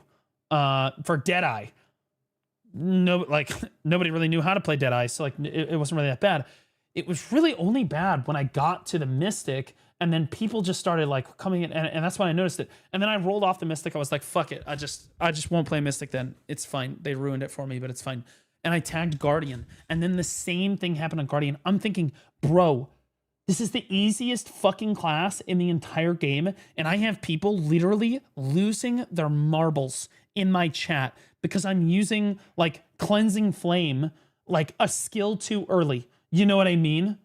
Like, oh my God. Like these people, they just lose their minds. And like, I started getting so fucking mad with people. I cussed out. I remember, I think it was Jude Lux. Because see, I remember your names. When I go in on you like really hard, what I would feel unnecessarily hard, I remember. I remember your name. I remember what I said. I remember all that shit. So in this case, it was Jude Lux. And that person has been in my chat for years. And they kept trying to correct me on like the Guardian thing. And I ran him down, man. I ran that fucker down. Like I pulled him up and I ran him into the fucking ground for like 30 minutes. Like straight up half an hour. I just ran him the fuck down. And like that was the moment that I knew I was like, I have to step away. And that's why I've been like the last like 2 months, I've been like not streaming nearly as much, is because I've been trying to get my mental back on my head so that kind of thing doesn't happen. Like, cause you can't just obliterate people's fucking like livelihood. Cause like it gets to people. You don't understand. Like when you say shit to people, yeah, I understand it's like kind of parasocial, but if your favorite streamer like completely obliterates your will to live, it feels really bad. Even if you don't have like a parasocial relationship, it feels like super, super fucking bad. And I know that because I've been a chatter in that situation before, and I don't want to do that to everybody, right? Now, it's one thing if I call somebody like a retard. I'm not talking about like when I'm doing like gear advice, I'll call people retards and I'll say that like your evolutionary challenge, whatever. That's like, whatever. I'm talking about when I go the fuck in on somebody. Because like sometimes I go fucking in on people. And so like I had to like get my mental back on my head. Now I feel like my mental is back on my head. So chat's not getting to me now. So if people want to articulate like, oh yeah, you're not using this skill right on Guardian, or you're not using this skill right on Mystic, I wouldn't take it personally, like whatever. But like, I think it's because I just went so hard. I had not had any vacation time, zero. I had been grinding my fucking balls off as a streamer, as a content creator, making a fucking retarded amount of money. But like I had been grinding from, I think it was about June or July of last year, July of 2024, all the way through September of 2025. It was just a straight motherfucking grind. There were no like, oh, I get to spend 2 weeks off or I get to do whatever. No, it was just a fucking grind constantly. We're rolling with sponsorship. We're doing whatever. And like eventually, and I went super hard on BDO in those final 3 months. And I think it all just culminated at the end. So like now my head's on straight. I feel a lot better. I feel refreshed. I feel like, I'm coming back, whatever. This week I haven't streamed a crazy amount because my brother came into town and we've had family in and we're doing family stuff. We're doing brunches. We're doing all this stuff. So like family's got to come first. But like my head's back on my shoulders now and I don't feel like I'm like abusing chat anymore because I don't want to feel like that, right? You guys are here for me, okay? I don't want to like shit down your throats all the time. Only some of the time. Only some of the time. Are you hearing me, degenerate? Type of crash out. No, because that's like a fine crash out. Are you hearing me, degenerate? Like that's, yeah, like that would have been fine because it's a shot calling, right? That's like whatever, right? I want you to shit down my throat. If you're a woman, never mind. What will be the next class? Yeah, so I think that okay, to bring this full circle, somebody had just asked, all somebody asked was, do you actually play the game? The answer is absolutely I do. But the last like 2.5, about 2 weeks, I have been very intentionally like breathing, like taking a breather from the game because like I'm trying to get my mental back on my head, and some of that is just unplugging from as a content creator and as a player, right? And so now I'm kind of trying to slide back into it again. And yeah, the game is frustrating sometimes, right? The game can be frustrating, and my biggest frustration with the game right now, and like maybe I speak too forwardly about this because I feel like the community agrees with me on this, but maybe it's just my opinion. I feel like I want to play the game more, but I feel punished when I play the game more. That's what really upsets me, is that I don't really ever, in my BDO experience, I've never really felt punished for playing the game for like 40 hours a week.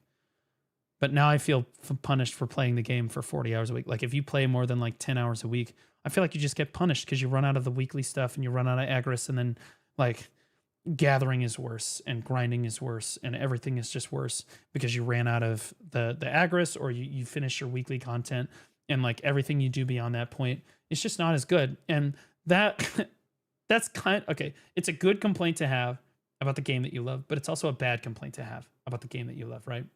It's a good complaint to have because you want to play the game more, but you feel like you can't, right? So like the complaint is that like we want to play the game more, which is like not a bad thing to say, right?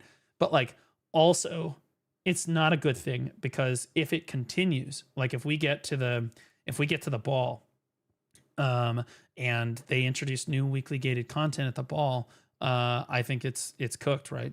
And Armin, you're doing this right now, but like, hear me out, Armin. What if they only allowed you to do 10 AOS games a week when the AOS season came around? And hear me out, because it's going to sound crazy. Like they would never do that. They said, what if they came out and they said, I'm just rage baiting. I just joined the stream. I have no idea what you're talking about. Well, we're talking about, like, somebody had asked if I still play the game and stuff. And obviously I do, but it's a lot less the last few weeks, but I'm not going to get into it. I'm not going to retrack on that. But like what I said was, I feel like you're punished for playing the game for more than about 10 hours a week. And that feels bad because we want to play the game more, right? And I feel like we're headed in this direction where they're going to weekly gate all of the content in the game. And that's scary, right? So right now it's kind of a funny, like good complaint to be able to say, yeah, the primary problem with BDO right now is that we can't play the game more. That's funny. But also, if they keep weekly gating stuff, because hear me out, I think they're headed in a direction with PvP where, especially things like AOS, where I think that they look at people like this. I think that they look at people like this. Like this fucking loser degenerate Calb here. This guy's a retard. I'm just kidding. I love this guy. This guy has played 227 games on just one server. The Lord knows how many games he's played on EU and SEA.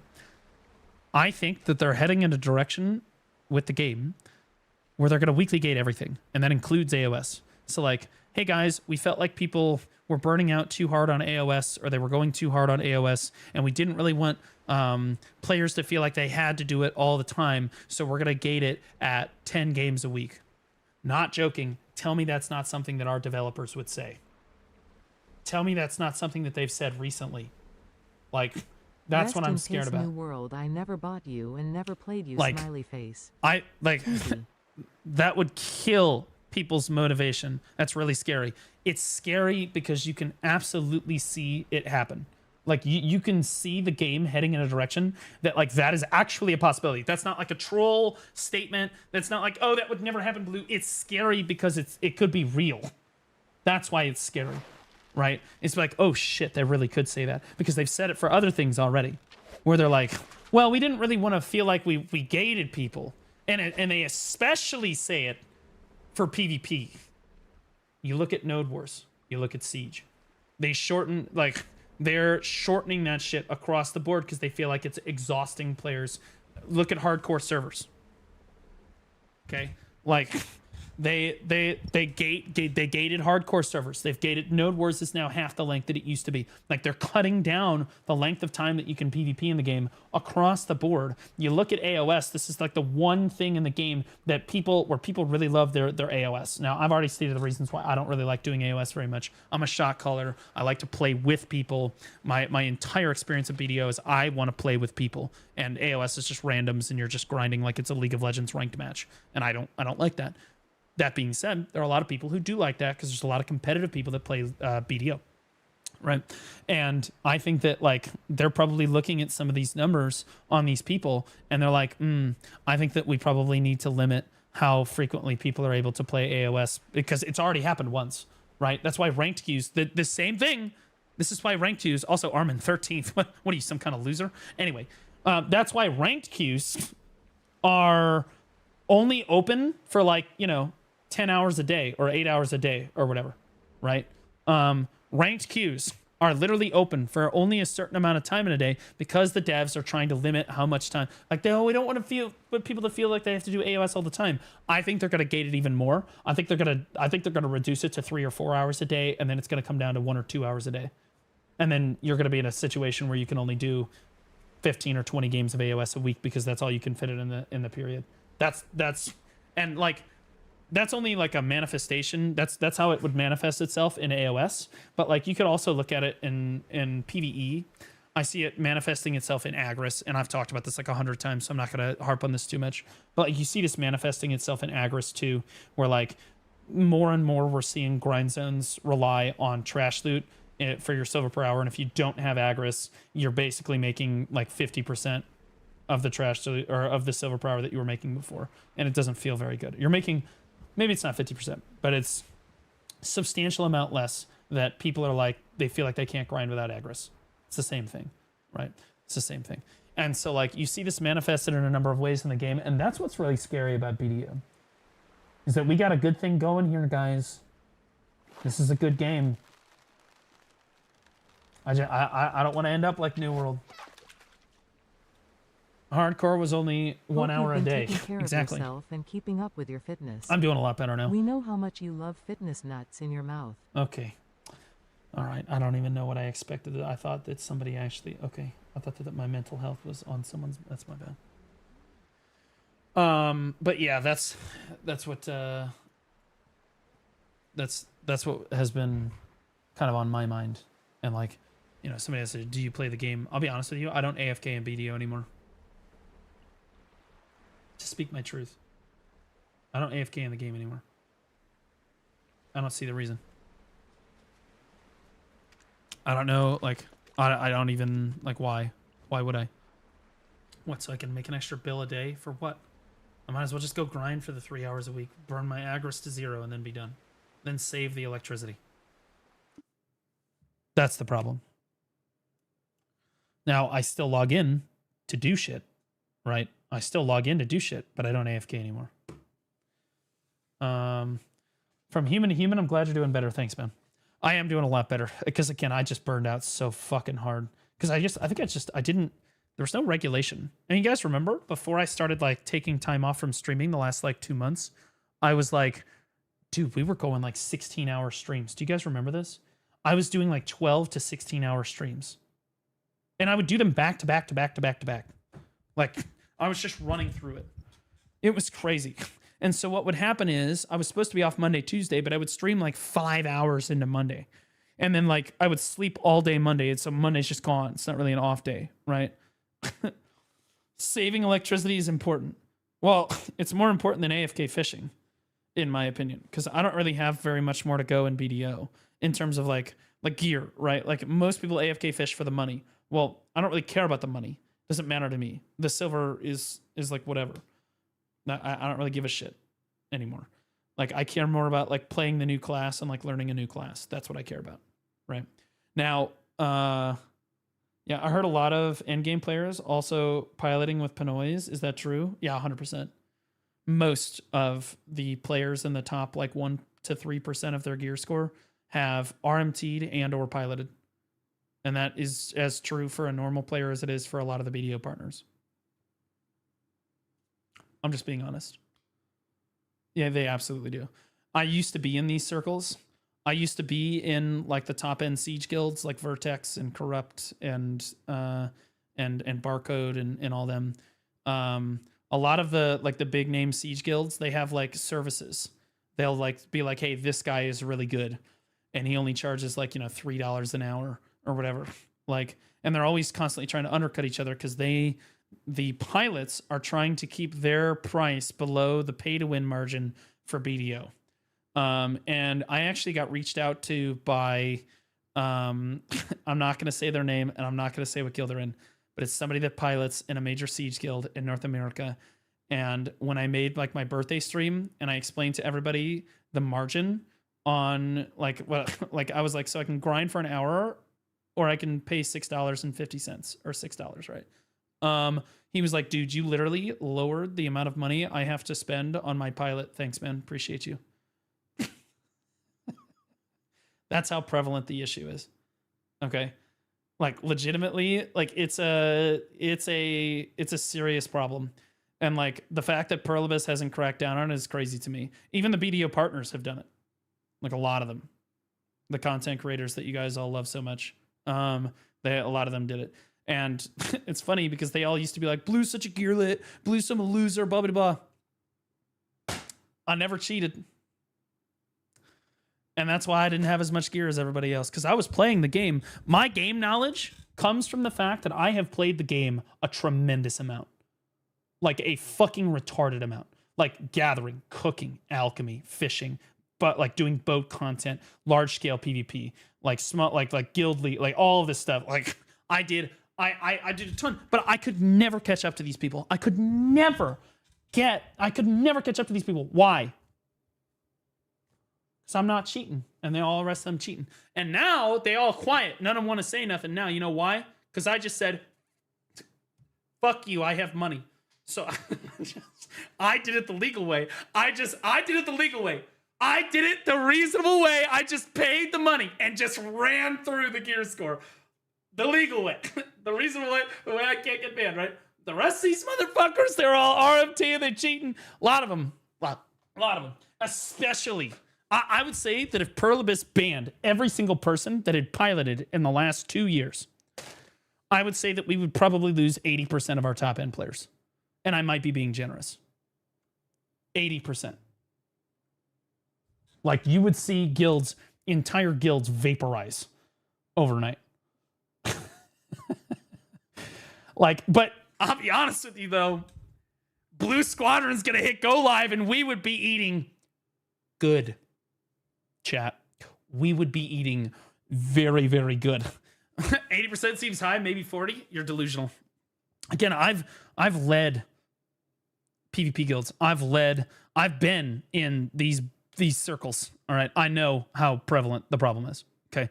Like, have you ever noticed, you guys ever had somebody in your guild, okay, some person, let me open up my pen real quick. You ever had somebody in your guild, just offhandedly, you've been in a PvP guild or in a PvE guild, where they're like, I'm going, hold on, I got it.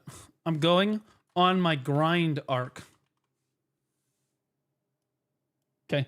And then in 30 days or less, they quite literally, like, you are gapping this person in gear score. You're like 30 or 40 gear score over this person. And in fucking 1 month, this person goes from 800 to 830 gear score. That person is piloting. They are not playing the game that much. Newsflash. That's just the way that it goes. My favorite retired streamer is finally live. What up, Malta? How you doing, buddy? Like, this is not, like, there are people that legitimately are like, yeah, I go on my grind arc. There are. But they're rarer. They're rarer. And to be clear, there's a difference between going on my grind arc and gaining 50 gear score in a month. There's a massive difference. Massive difference. Typically, the people that are actually going on a grind arc are like, they're grinding for 4 to 6 hours a day. And like, you can see they're in Discord more frequently. They're at every single node war. They're at all the GVGs. They're like, cause they're online and it's them. Right. And then like the majority of the people that are like, I'm going on my grind arc, they just disappear. They don't increase their playtime. They don't increase their time that they spend with the guild or the time that they're in Discord. They're just suddenly much higher gear score. Those are the people that are piloting. And that is the majority of people that go on grind arcs. I'm just being honest.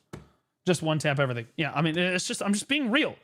I'm not going to say this isn't necessarily true, but it sounds like insane quote for someone who can't comprehend the fact that people play the game more than you. I swear to God. User at Santee. Okay, so this guy.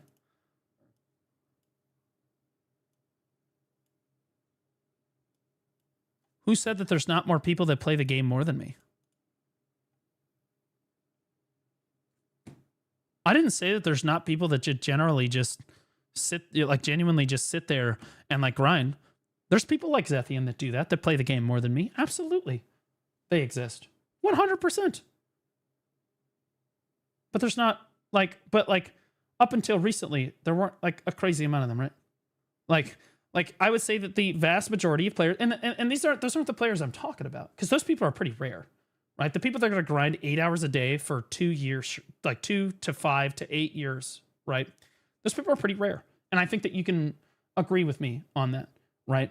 And to be clear, when I say grind, I mean like play the game actively for 2 to 8 hours a day, right? Play the game as a full-time job for multiple years at a time. Those people are pretty rare, okay? Most people are going to play the game as a part-time job, right? And then they're going to pay for the pilot. That's what I'm saying, okay? I'm not saying that there's not people that don't play the game more than me. There's people in chat that play the game more than me, right?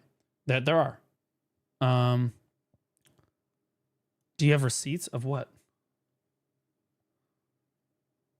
What about that? You have no idea how many people actually pilot. Oh, he asked, do you have receipts of people piloting? Well, Santee, there's no real, like, hold on, I don't know, it just sounds bizarre to me. People just play the game a fuckload to get a high gear score over the years. It's not rocket science. It is, okay, so you got to understand, there are people that play the game a fuckload over short periods of time, and you're confusing those with people that play the game over years, right? So we're talking about two different people, Santee. Number one, how the fuck is Malta going to have receipts of people piloting? Okay. I've been able to prove that people are piloting just by like the languages and stuff that they're using. And I'll be like, hey, your pilot is at a grind zone and he's like spamming DFS in guild chat like a retard, but he doesn't realize that he's in general chat and he doesn't speak very good English. And I know that you've spoken English your whole life. What's going on?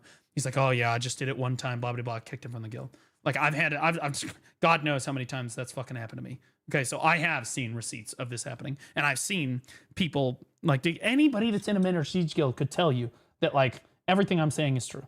Okay, now that being said, we're talking about two different people here. What you see, okay, on the surface, what you're seeing is people that play the game a lot. Okay, we'll put it in the middle. People play a lot. Okay, that's what you're saying. And you're right. People do play a lot. But what I'm saying is that in order to maintain top 1% gear score, it's not that just that you play a lot. It's that you play a lot forever.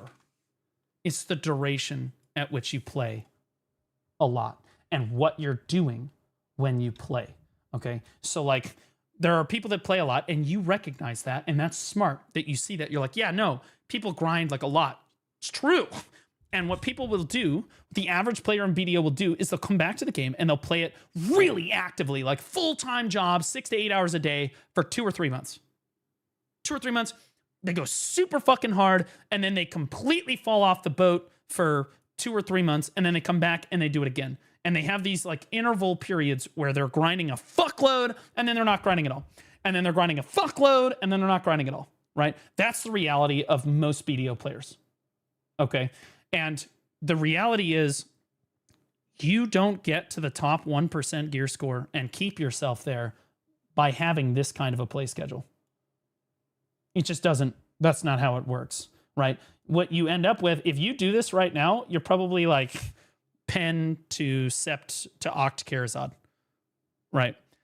Anyone under oct Karazad, right? But if you want Zethian gear, if you want my gear, if you want like fuck you gear, you want top 1% gear, because that's what we're talking about. You don't get intervals. You play all the time, or you spend a retarded amount of money. And most BDO players, let's just be honest, don't make the money to spend that much on their gear. Okay. And the simple fact of the matter is, these players, although you're seeing them like they play intervals, and that's why you think you're like, yeah, people just play a lot. I don't understand how this is a hard concept. It's not a hard concept. You're just not thinking about it like critically, like I have, or like other people have, right? Like these people, they do play a lot for short periods of time. But the problem is they end up in this endless cycle where they play a lot, and then they feel like they catch up just barely, and then they fall off the wagon, and then they're really far behind. And then they play a lot and they catch up just barely, and then they don't play, and then they fall behind, right? But what you see is these people that like they come back to the game and they haven't played in like 4 months, like since Adania came out, and suddenly they're deck sovereign, right? Or they just start tapping stuff left, right, and center, and suddenly they're making a bunch of money. Yeah, they're piloting. These people, like, it's not normal. It's typically not normal. Now, there are people that do it. No question. We have people, like, you see them, typically you can tell, like, the life skillers that do this, that play the game like a shitload, that, like, grind. Byrog Han is a perfect example. But usually you can just open the rankings leaderboard, and anybody that's in, like, the top 5 on these life skills, these people just play the fucking game like a retarded amount. These people just play the game like a retarded amount. These people are going to have retardo gear. Like, these people are going in, right? Those people play the game super actively. That's a good example for life skilling, right? For PvP, it would be like the guild leads are constantly like doing shit. And it's funny because the guild leads don't really necessarily get to play the game. They have to do all the HR issues, set up the fights, and do all the shit that nobody else wants to do, so that everybody can have a good time, right?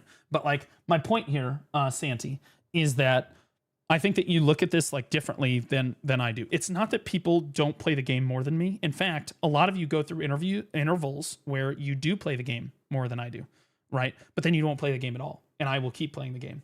And it's like a tortoise and the hare situation, right? It's like a tortoise and the hare situation. And theoretically, the tortoise should always win that. And the tortoise always loses in BDO because the hare is cheating. Okay? So like for someone like me who played the game very actively, very consistently for many, many years, and just consistently was only top like 30 to 20% gear score, like it's just the truth. Like I'm just like, this is the experience that you have. So does that make sense? I'm not trying to like I understand. I'm not trying to like shit on you, but like I'm just trying to make sure that you understand. War games moment. The only way to win is not to play. Well, no, I mean, you can win in BDO just by playing. But like the truth of the matter is, most people are not going to be able to grind 6 hours a day for 30 straight days. And if that is happening, they're cheating in most cases. Okay? Because anyone that's actually tried to grind 6 hours a day maybe makes it like 2 weeks. And then they're just completely burnt, like super hard, right? Like making it a full month is extremely hard. 2 weeks is not, you're not even halfway. right? Like you set these goals for yourself, and you make it 1, 2 weeks, maybe even 3 weeks. And the people that can do that, they exist, but they are rare. And what BDO would have is like, oh yeah, these people are everywhere. No, they're not. Those people are rare, and the people that are like look like they are the pretenders. Like also, you ever seen people that like you never see them grinding, but they're at like every GVG? I would use family as an example. Like these people have like infinity gear, but they're just like you don't ever really see them doing it. Yeah, what do you think's happening? What do you think's happening? Cough, cough, Zethian. Well, Zethian's also a special case because Zethian gets paid to grind. I get your points. I see things a little bit differently. That's fine. Yeah, it's no big deal. But like Zethian is a little bit different because he gets paid to do it, right? Zethian is he makes thousands of dollars a year, right? Some would say tens of thousands of dollars a year to sit there and grind. You probably would grind more if that was your job too. Right? Okay. So like Zethian is a good example, but he's also not a good example, right? Because he also gets paid. He has a lot more incentive to go out and do it, right?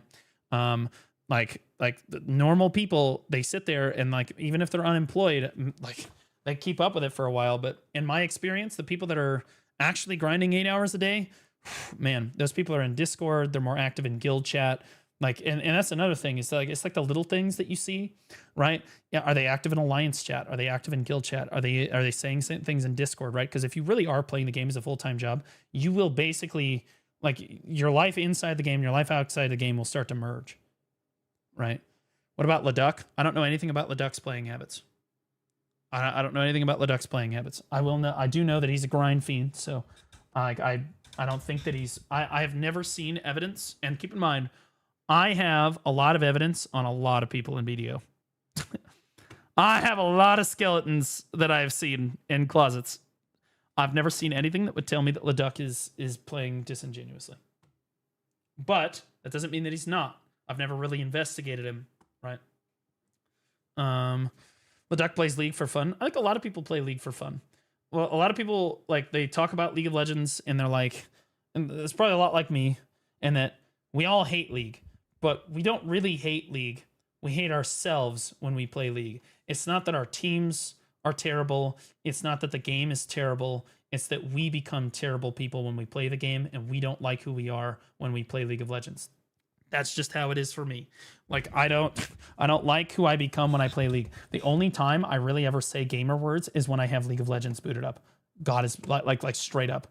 I just like gamer words are not even really in my vocabulary really outside of League of Legends. But League turns on and there's like it's like the demon inside. It's actually just crazy, dude. It's like it's inside me and I don't even know it's there. It's scary, dude. It's super scary. Like it's so scary. But you know, hey, it is what it is. Champion_unknown just resubscribed for 13 months. Paid mod Pinoy reporting for duty. Aren't you like 620 gear score, dude? Yeah. You're paying your pilot too much money, bro. What about choice? We're not going to talk about that. Anyway, like, I'm just trying to state the reality of the top end situation in Black Desert, like overall, and what it feels like from a player that has played at the top end for years. Like and been in those circles, and like I wasn't even top gear score. Now I am top gear score, and nothing has really changed for me. My motivation to play the game has not changed because of my gear score, and if anything, I grinded a lot more because I had gear. I've got like, and if you look at me, like traditionally, prior to the last, like, see, when did I get my gear? In like June, right? So June, July, August, September, October, right? But if you look at June, July, August, right? I grinded, like chat knows, I grinded a fuckload in June, July, and August. I even made an alt channel and started grinding on the alt channel sometimes. Like I grinded a fuckload. It made me grind even more because I had gear. I loved it. So like I'm not grinding less because I have more gear. That's not, it's the opposite. But like it's more that I just feel the burden of the weekly gated stuff. Is it lonely on the top, Blue? Yeah, but it's only because I feel like because they've weekly gated stuff, I feel like my friends have stopped playing the game. Like all of the people that I used to be in guilds with and all the people that I used to do stuff with, like if I open my friends list here, and I have a pretty big friends list, like, oh my God, look at all these online people.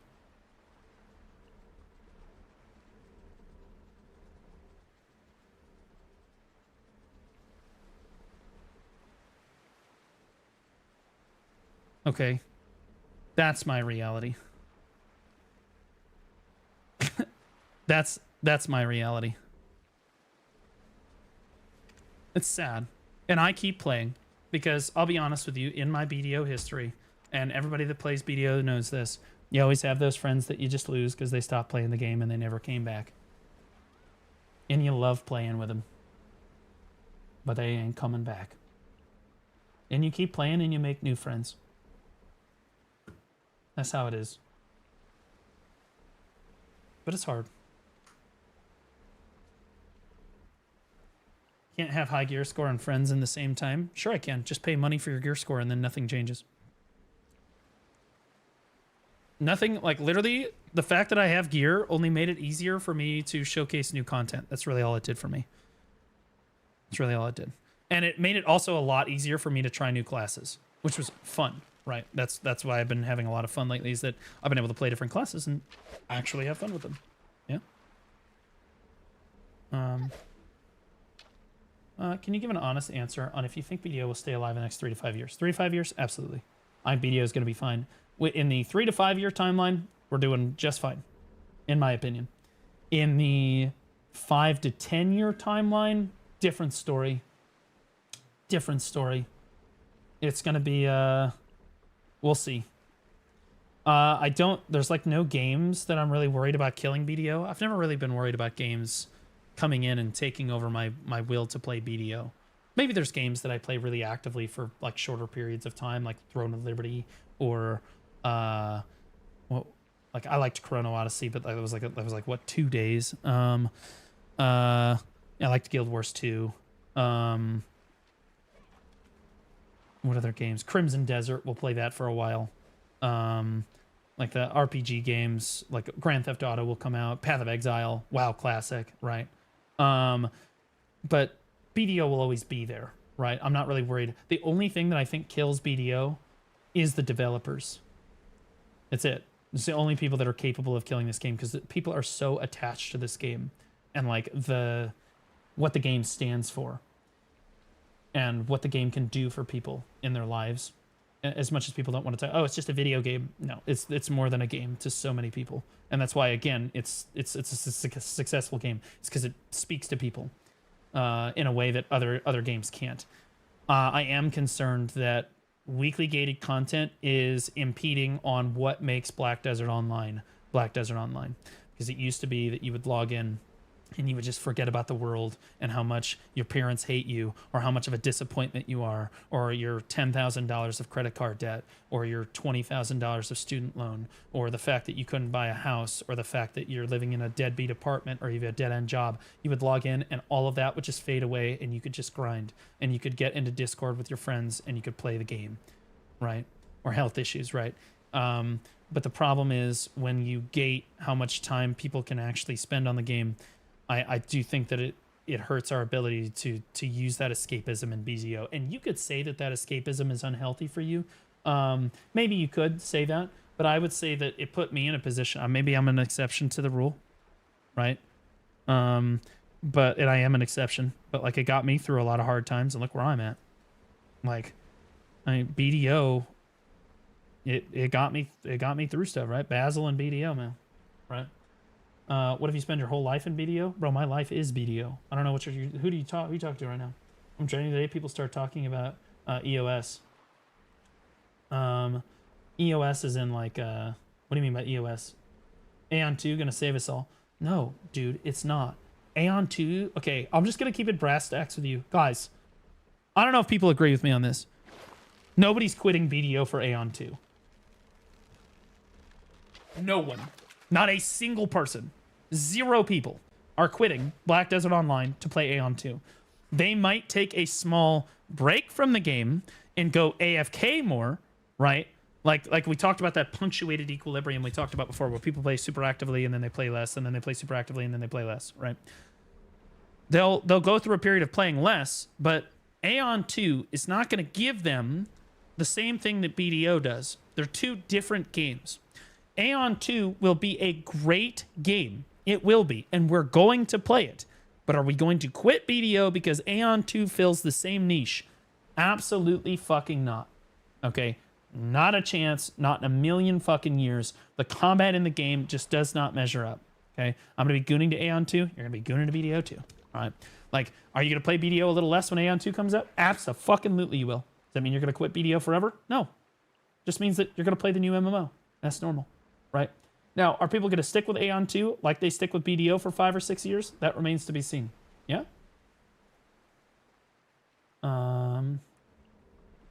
But random, but are you an Anno enjoyer? I don't know what Anno means. Sounds like a These Nuts joke. I'm too invested in BDO. Will is not even coming to the West, and it will die in that short time it has ahead. I think that Aeon 2 is actually going to be quite successful as a game. But you can't look at it like it's World of Warcraft or like it's Black Desert or like it's Guild Wars 2 or like it's Throne and Liberty. I think it's going to be an extremely, extremely successful mobile, like desktop hybrid MMO. And I think that moving forward, Aeon 2, if it is successful, other companies will look at Aeon 2 and all future MMOs will be modeled off of what Aeon 2 is doing.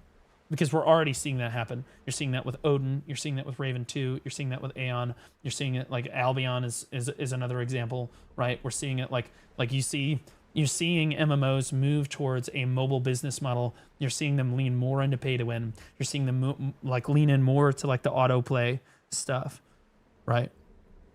Like I think that like the age of like the MMOs like BDO, like World of Warcraft, like Guild Wars 2, I think that's over. Like those MMOs are basically gone. Right. And I think the new age of MMOs are going to be like Aeon 2. Now, it could not be successful. Maybe I'm wrong. But I think that, like, and I will say NCSoft really fucks up their monetization, like, really hard. But I think the first time you see something, because I think the gameplay of Aeon 2 looks pretty solid, to be honest with you. Like, the dungeons, the raids, the skill effects, the graphics, and basically everything that the game has looks really, really good. It is not live action combat, or it's not action combat like BDO is, and that sucks. But like, I do think, wait, what is this? How are you? I'm doing great, Sinka. Auto slop. See, you say that, but I think that's where MMOs are headed, and you're not wrong, right? But I think that's where MMOs are headed. I think MMOs are headed towards kind of an auto slop game, and you can honestly, the chief example of this is Black Desert. Like, rewind the clock 5 years. Any of us that were playing 5 years ago were probably playing more actively than we play today. Right? Look what's happening. It's happening in front of you. It's happening right now as you speak. Right? They buff AFK fishing, and oh, how the people rejoice. Oh, how the people rejoice when they buffed AFK fishing. Oh, people love their fishing. There is no current release date for GTA 6 for PC. People forget that the PC release for GTA games is almost always a year or two after the initial console release. That's true. It's because BDO sucks now. BDO does not suck now. BDO is frustrating now. BDO sucked last year at this same time. That's when BDO sucked. Right now, BDO is a fun game, but it's very frustrating. Very frustrating. Because people want, like, normally people would be playing for a lot more actively, but they feel like they're being punished, right? Would you describe it as tedious? BDO is not tedious. It's not tedious. It's not a good descriptor word. Lost Ark is tedious. Throne and Liberty is overwhelmingly tedious.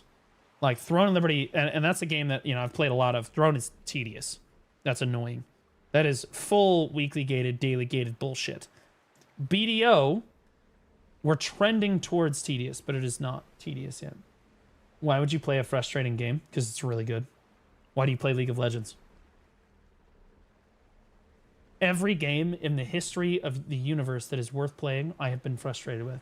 StarCraft 2, League of Legends, Black Desert Online, World of Warcraft, like any of these games, even Path of Exile.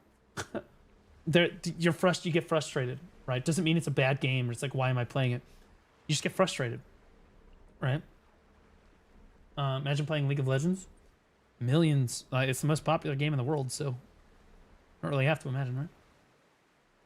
Chaos Zero Nightmare is a solution. I don't even know. I've never played Chaos Zero Nightmare before. All we need as BDO is a small $10 fee for selling our trash loot to an NPC. No, I think that BDO, like, because again, we're seeing it's being more and more monetized, and there's less and less active gameplay. Is what I'm explaining. And so I think that's the scary thing about BDO. This is a fun game, and like, I do miss aspects of it.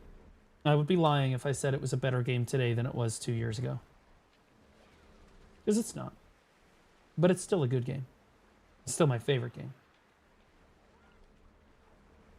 Waifu maids failed. Dude, waifu maids were the most... Bro, AI maids were one of the biggest upsets I have heard in... like, content that they've come out with. That they've released. Like, that they promised us... This is one of the most under-delivered pieces of content I have ever seen them actually release.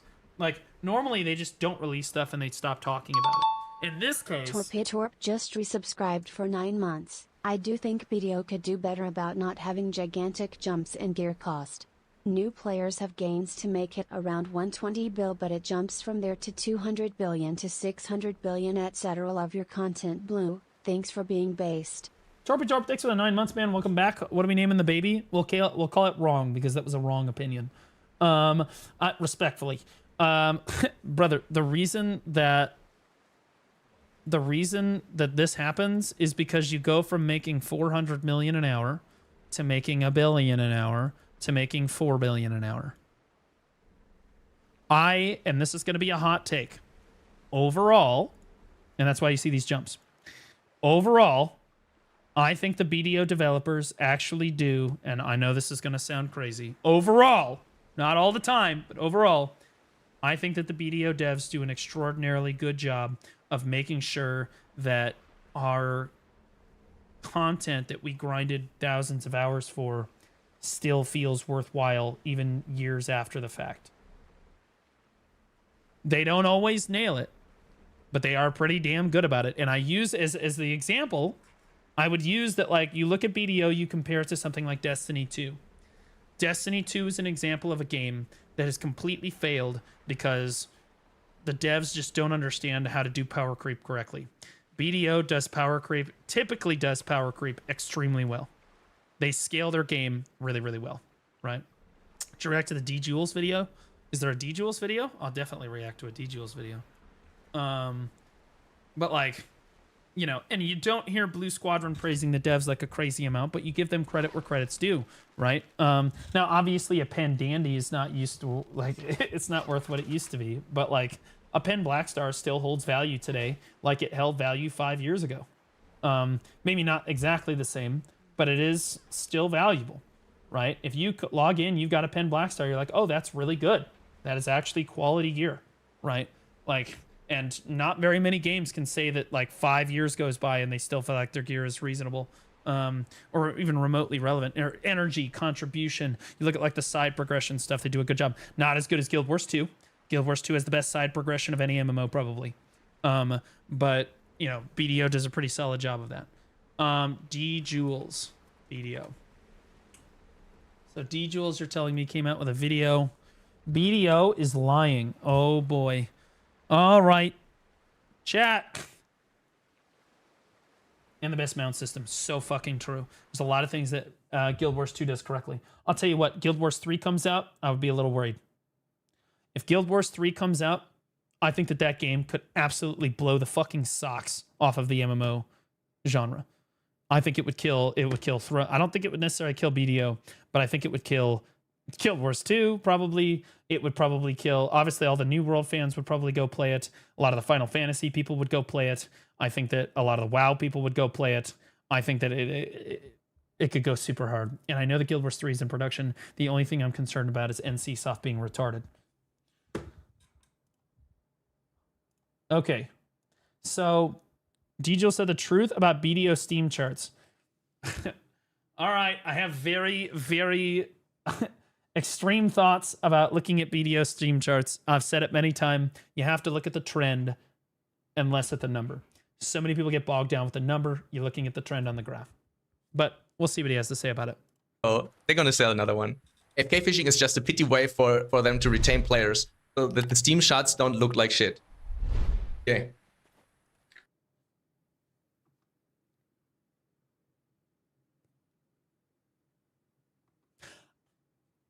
I mean, he's right. I mean, you know, like, I mean, he's right, Like, let's say we have a fantasy game, yeah? Let's say we have a fantasy game. J.E. Kim, is that you?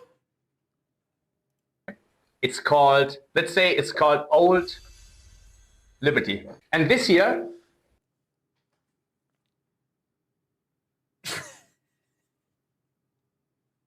God, what game could he be talking about? is all people playing the game. Total players. Mm-hmm. Is this EU handwriting? What the fuck did you just write on that whiteboard, homie? If I clip this out of context and I asked like somebody, what is that word right there? They're probably gonna say like project, right? No one is guessing players. Okay, we gotta work on the handwriting. And in fairness, as somebody that's an ex-teacher, writing on a whiteboard seems kind of awkward at first when you do it, but it's actually not bad. What is a player of a video game? So let's say you downloaded Battlefield 6 when it got released, yeah? Bought it, you downloaded it, you played the game for 3 hours. Then your mom had the dinner ready, and you had to stop playing. So you quit video. Hold on, I'm gonna move you guys.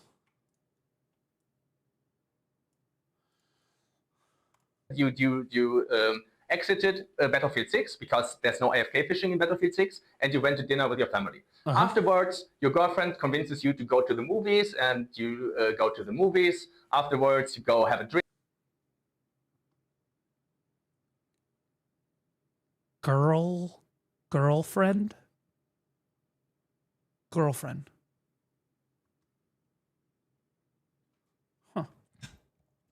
You have a nice evening the entire time. You're not locked into Battlefield 6. The next day, the next morning, your girlfriend leaves early because it's a Saturday shopping day with the girls, whatever. And you are like, oh, she has a penis. Oh, okay, all right. Hey, I go play Battlefield 6 again. Yeah, because now you have time again. Now, you weren't locked into Battlefield 6 for 15, 16 hours, but you were still a Battlefield 6 player. Yeah, you would, for example, participate in, I don't know, when something new gets released to the game, you're loading into the game. In an mmorpg, for example, you are part of a guild. You are regularly doing your chest runs in Cutlass Keys. You are doing your Gorgon raid. You are doing your World of Warcraft ID. Dude, I think D-Jules has gotten hotter over the years. And I mean this as a completely ungay, not homosexual person at all. I think that he's actually more attractive here than he was like 3 years ago. I'm just being real. Anyway. You do whatever you do in Lost Ark, you do your raid and so on. Yeah. So how many of these people, let's say the game is released in different regions, how many of these people are logged into the game at the same time? Maybe like this, concurrent players. Maybe like this many? Because most people who are active players are not logged into the game at the same time. So every game, when this is 20,000, let's say that is 20,000 people logged in, doing something in New World right now, then the game needs to have a multitude of these 20,000 to hit 20,000 concurrent players, because the majority is not in the game right now. The game is released in North America. Okay. He's not the best with words, but what he's saying is, based on a chart like this, okay, if you look at the average like game, like period, and this is like this pie chart represents how many how many people are actually playing the game actively, right? He's saying that in Black Desert, in a normal game, it's reversed. I'm fairly certain that's what he's saying. In a normal game like Battlefield 6, most of the players are active. Right? Most of the players are active. And like the vast minority of players are sitting in like lobbies, like not doing anything. Right? But in Black Desert, it is reversed. Right? It is reversed. You have your inactive and your active. Right?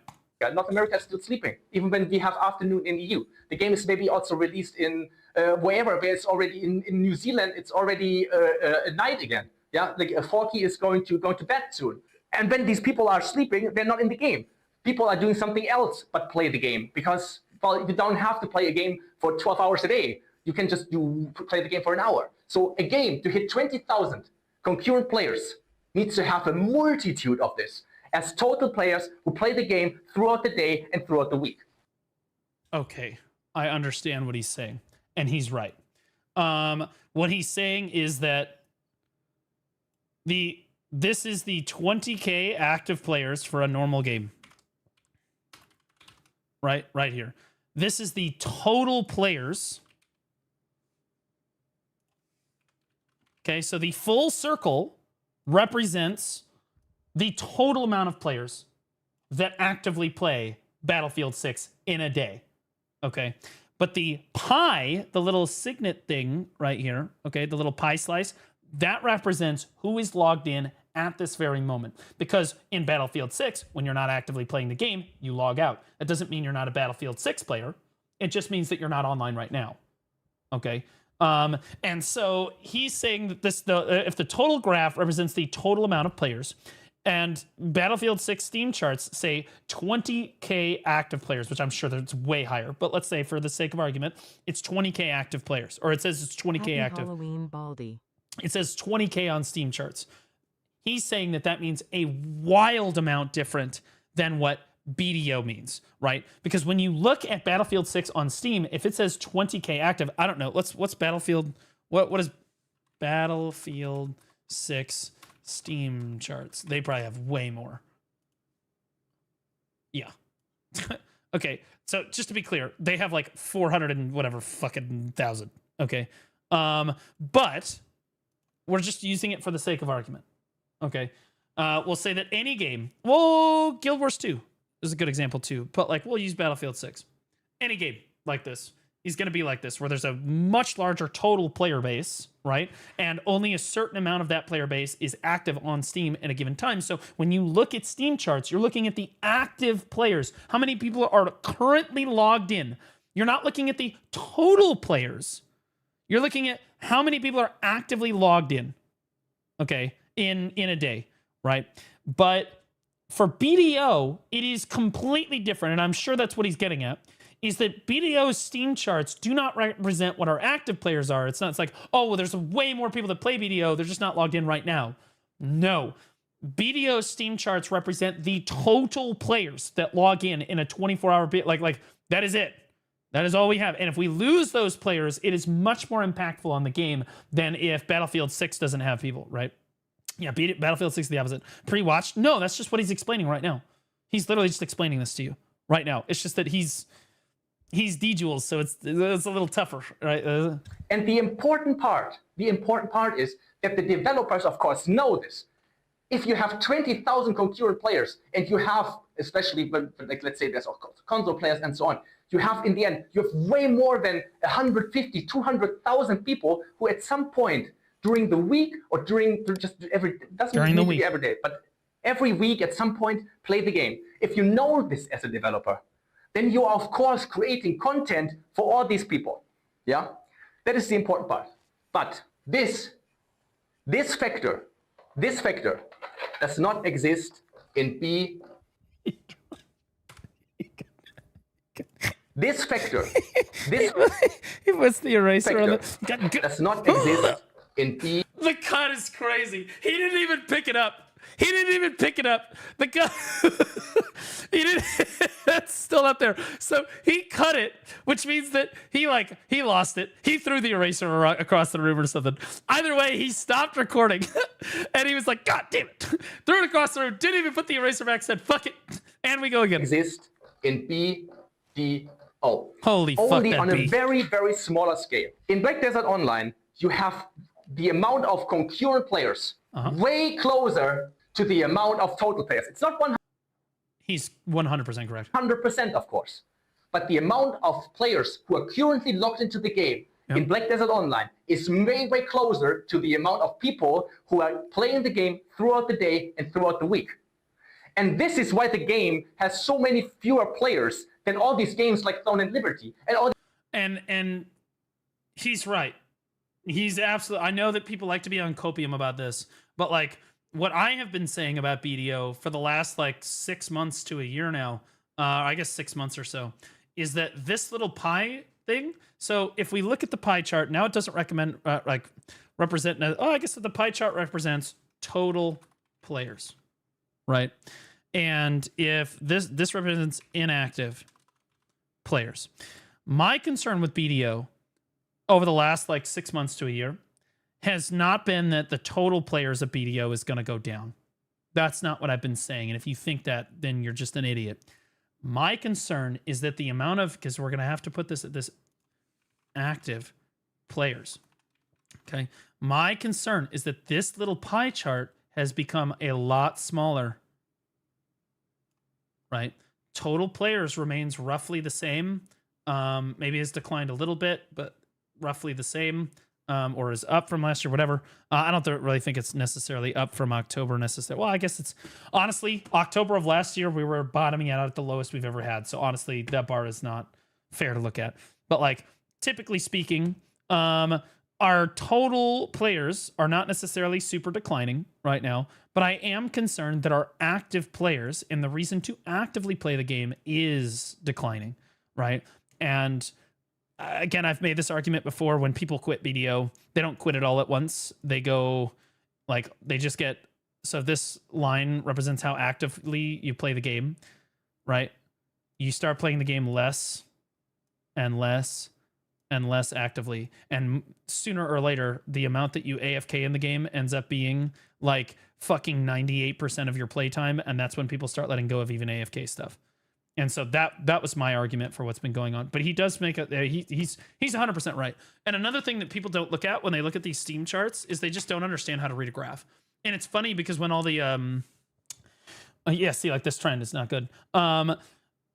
It's funny when the view botting shit came out. Everybody remembers when the view botting shit came out, and I got a crazy amount of hate over calling out the streamers I called out over the view botting shit. And how many people told me I didn't know how to read a graph? They said, oh, he doesn't know how to read a graph. He doesn't know what he's fucking talking about. Ex-teacher, by the way, used to be in medicinal like research, published papers in science, but that's fine. Yeah, as it turns out, I was correct. And when it looks at, when it comes to reading a graph, most people's skills at reading a graph are rudimentary at best. Okay, rudimentary at best. Most people do not understand. When they look at the Steam charts, they're like, oh my, oh number big. They don't they don't understand, right? Like what they're actually looking at. Because the number on Steam doesn't really mean a whole lot for BDO, mainly because one, what G Jules is saying, a lot of them are inactive players, but two, and more importantly, we have the client, right? There's a client too, so you can roughly double the numbers here, but like we don't really necessarily know how many people are on the client. But like you're looking at a trend. It's a trend. Okay, you're looking at the trend on the graph. So like if we lost 10% of our players here, and then we lost 7% of our players here, and now we're losing again in November as we start November. So we lost 10%, we lost 7%, and then we lose again in November. The trend is downward. You can see the trend of the graph is down. The number doesn't matter, but I think you get the trend. So you look at the overall, like, are people quitting BDO? Yes. How many people are quitting BDO? Who knows, right? You're looking at the trend on the graph. About 7% in the last month have stopped playing the game. Right. And you can tell it's already going to start trending down. November, I don't know. Now, last year at this time, you can see, like I said, this was the lowest. This was almost the record low for Black Desert Online in its history on Steam. We had there's only one other time in history where we were barely lower than this. And the reason for this is that they changed Node Wars. They ripped PvP. They got rid of one-sided decks, and then they changed Node Wars. They destroyed PvP in the game. Right. Then in November, December, somewhere in here, the expansion released in November. The expansion released in November, and then we had the Calpheon Ball in December. And then at the Calpheon Ball, they promised us that they were going to bring Node Wars back, and they were going to bring PvP back, so a bunch of people came back. Then people started losing faith over time here, and you can see that this was the Heidel Ball right here. We still lost players at the Heidel Ball, but then we had the expansion again, and that brought a lot of people back, but now we're minus, right? And so, like, it goes through, we typically go through the same cycle, but people just don't understand how to read a graph, and they definitely don't understand how to interpret data. The average person has no idea. Part of the reason I am good at content creation is because I can read a fucking graph and I can understand what the data and what the information is telling me on that graph. And when I look at BDO's graph right now, I see a relatively normal trend. If I'm being honest, I think that we're seeing like a relatively normal trend in decline in player base through September, October, because that's, you know, the ball happens in June, July. We get an expansion, we get all the content, and then people start leaving the game. Now, are we going to continue declining in November? Because that's pretty November decline, not good. If this trend continues in November, that's not good. Okay, especially into the end of November, that would be very bad.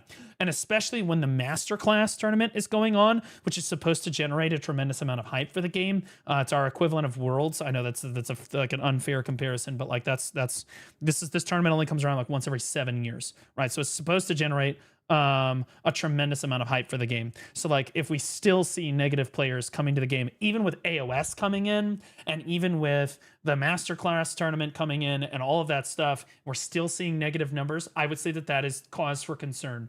As somebody that BDO is his job. Honestly, I'm thinking about quitting. I'm quitting video. I think he meant BDO. I'm on console. I'm 780 gear score and the gear is inclined if you don't pay money. I've been playing since beta on console.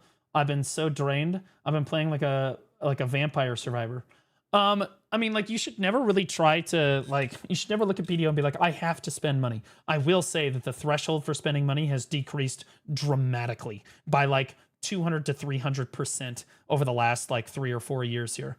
Compared to like the pay to win margin, compared to what it was before. But you shouldn't feel like you necessarily have to spend money on the game to progress. Like you don't feel that way, especially in a console setting. Bro, just handle it casually. Most of the console players are, yes, they're hardcore players from a console perspective, but if you compare them to some of our hardcore players on like PC, it's not even a contest, right? Typically console users are less serious gamers. They're like, you know, they sit down, they play at their PlayStation or their Xbox for a few hours. They've got lives, they've got girlfriends, they've got wives, whatever. They've got shit going on in their lives, so they can't afford a PC or whatever. They do enjoy BDO, but they can't play it as much as like a PC gamer who's just going to sit there and no life, unemployed, play the game like forever. Now, there are exceptions to this on console, but like, you should not feel like you have to spend money on the game. Now, that being said, this is what he's trying to explain. It definitely gets in deeper than this, what he's explaining, but he's absolutely on point with this explanation. When you look at Black Desert Steam charts, it is a categorical representation. Just resubscribed for 3 months. Hi, Blue. Back to lurking for me. Yo, Amish Space Pirate, welcome back for 3 months, man, at T2. I appreciate you so much, man. Thank you, man. Appreciate you for that extra support, buddy. This is our total players. This is our total players. Okay, like on Steam, this is our total players. This is not our active players. If you look at Guild Wars 2, it's definitely a lot more, because there's not much AFK activities to do in Guild Wars 2. So you are logging in to play the game, and then when you're not playing Guild Wars 2, you log out. Right? So the Guild Wars 2 Steam charts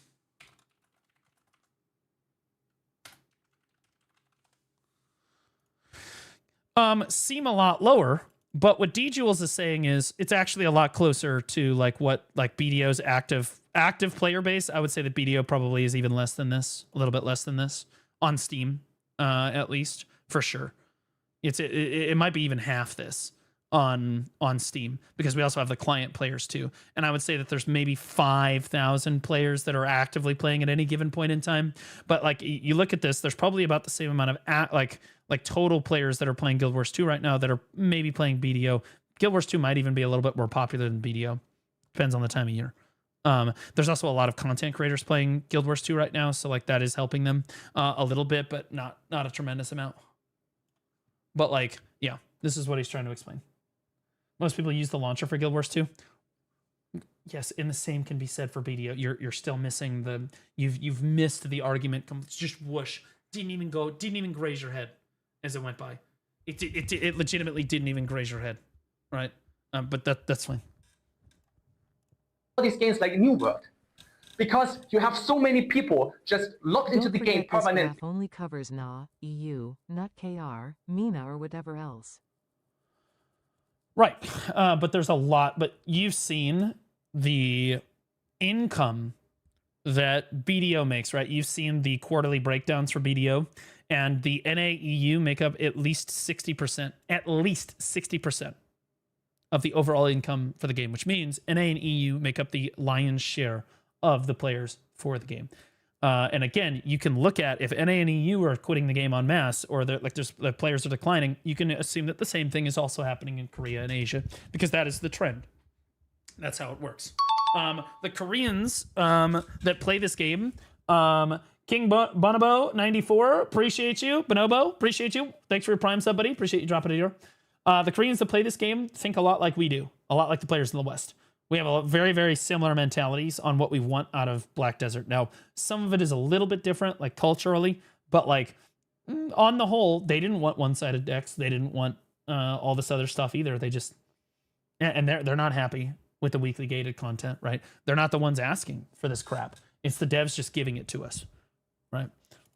And what Parnabis did throughout the years is, when they saw that the players quit the game, think about it. How much more pay to win did they make the game in the past year? Probably about 100% more. It's about 100%.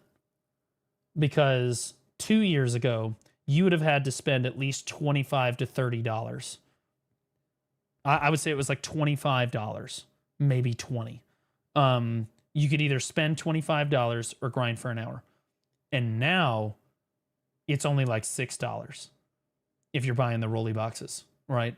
So it's actually like 300%. Like it is way, way more pay to win than it used to be. Now they do give players, if you want to look at it from the other perspective, they do give players more stuff than they ever have, right? Like in terms of pets and maids and stuff like that. But in terms of like the pay to win, we're talking about pay to win specifically, it's definitely a lot more pay to win, right?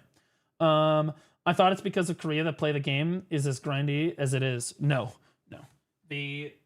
Most of the Korean players think a lot like we do in terms of like what they grind for, what they get out of BDO, and what they put into BDO, and why they play the game. It's actually remarkably similar across the regions. Their revenue is not going up. How is that possible? How do you make a game more pay to win, but your revenue doesn't skyrocket? Like, look how... Because you've lost players. You've lost active players. How pay to win they make the game? Why does that happen? Well, they have less customers. Yeah, it's a pretty simple answer. So what did they do in late 2024 to fix their Steam numbers? They buffed the shit out of AFK fishing. So what they actually do, what they actually did throughout the years is, when the player numbers drop, buff AFK money. Let's call it better, buff.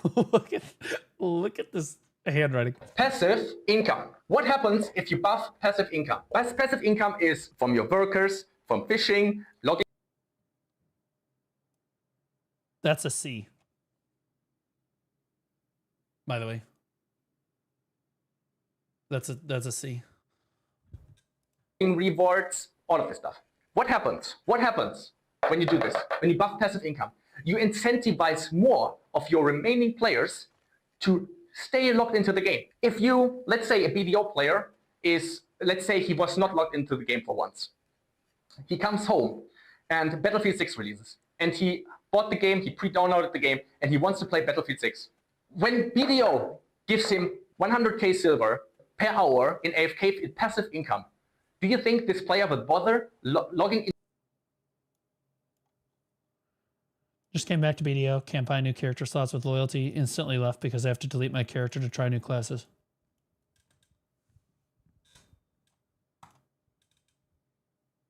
I hate it when I'm right.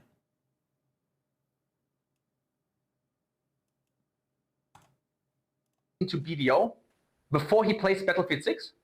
Probably not. But what if that player knows that per hour you get, I'm just pulling out a number, 250 million silver per hour. Now you maybe take the 2 minutes of loading into BDO, set up your AFK fishing, and then play Battlefield 6. How willing are you to leave your PC on overnight? Depends on how much silver you make overnight. When I played the game actively, I always left my PC on during pouch events. When there were certain fishing events, I left my PC on. But when there was no event, I didn't, because it wasn't worth it. And what Polybus did throughout the years is they buffed the passive income so that more of the existing remaining players log into the game. And that is why people believe that the player numbers of BTO are actually stable. The worst part, the worst part is he's 100% right. The worst part is that our developers actively try to gaslight us on this issue. Do you guys remember the dev note, like 2 or 3 dev notes ago? Maybe Note can find the clip or something in post.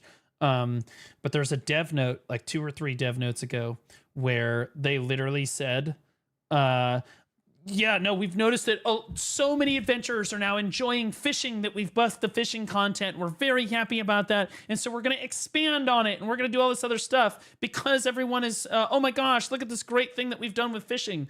Because they are gaslighting you. Because, see, they know, right? They're not retarded. They know that the reason that everyone is AFK fishing is for the money. But they need to gaslight their player base into thinking that people are genuinely enjoying fishing, and that's the reason that they do the content. Mark my fucking words, okay? God is my witness. My savings account, I put my savings account on it. Every dime in my savings account, I would put on this statement, okay? If they buffed AFK horse training to make more money than AFK fishing, like significantly more money than AFK fishing, everyone would stop AFK fishing and everyone would be horse trading, and it would happen almost overnight. It's not even a question. It's not even remotely a question. Of course they're going to do it. Okay? Because people are just going to do what makes them money, right? But what is really annoying is when our devs are just, you know what? I'm going to pull it up. I bet I can find it. I bet I can find this fucking retard. BDO dev talk, and it was, oh god, bro, is it this one? 6 months ago. It is launching. Shut up.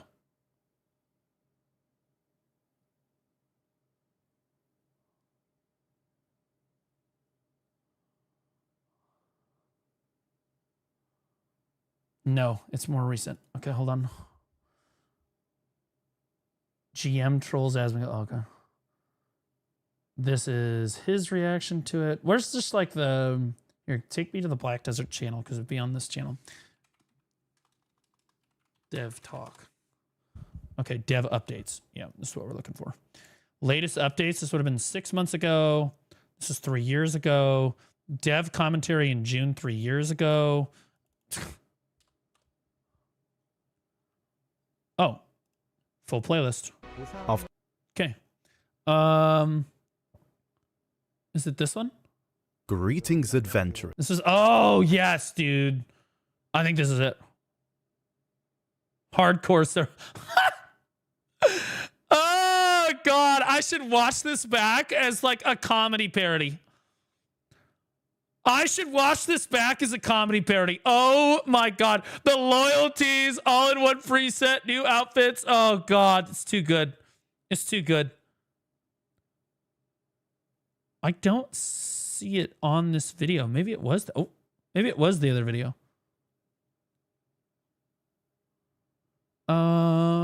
Maybe it's that one. Hello, everyone. I'm This is 1 year ago. I don't feel like it was that long ago. Maybe it was.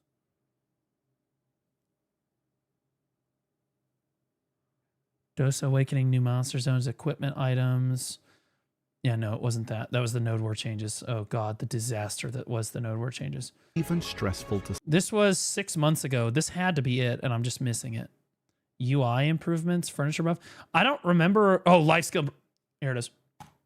Now, let's talk about some upcoming life skill. We've been steadily patching all life activities. Compared to around in particular, has really taken more adventurous...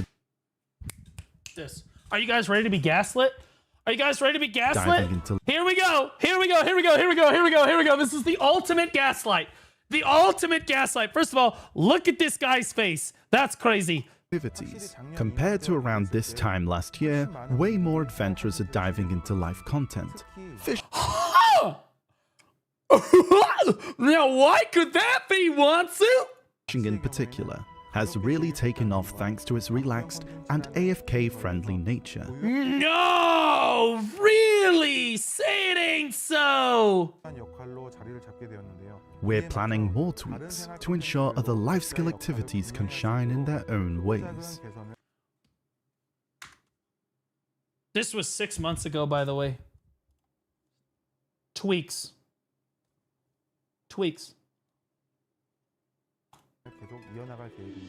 Today, we'll share a few of those updates with you. First up is training, a popular AFK option alongside fishing. Really? Popular AFK. Again? We've been thinking about adding fresh features to training and ways to boost your earnings. Right now, when you capture a wild horse, it's still dog shit. I just want to point out, I love it. We want it to be able to compete with fishing, but we're going to buff the active aspect of horse trading instead of the passive aspect of horse trading. Okay, well then it's not going to compete with fishing. Do you know why? Because people don't fish because it's an enjoyable experience. They're not fishing because the content is good. It's because they're making silver, Wansu. Yeah. And I think that they know that. I think I'm past this our devs are fucking retarded arc. I think that they genuinely know what the fuck they're doing, and they're doing it intentionally, and it's all just an elaborate gaslight. It's all just an elaborate gaslight.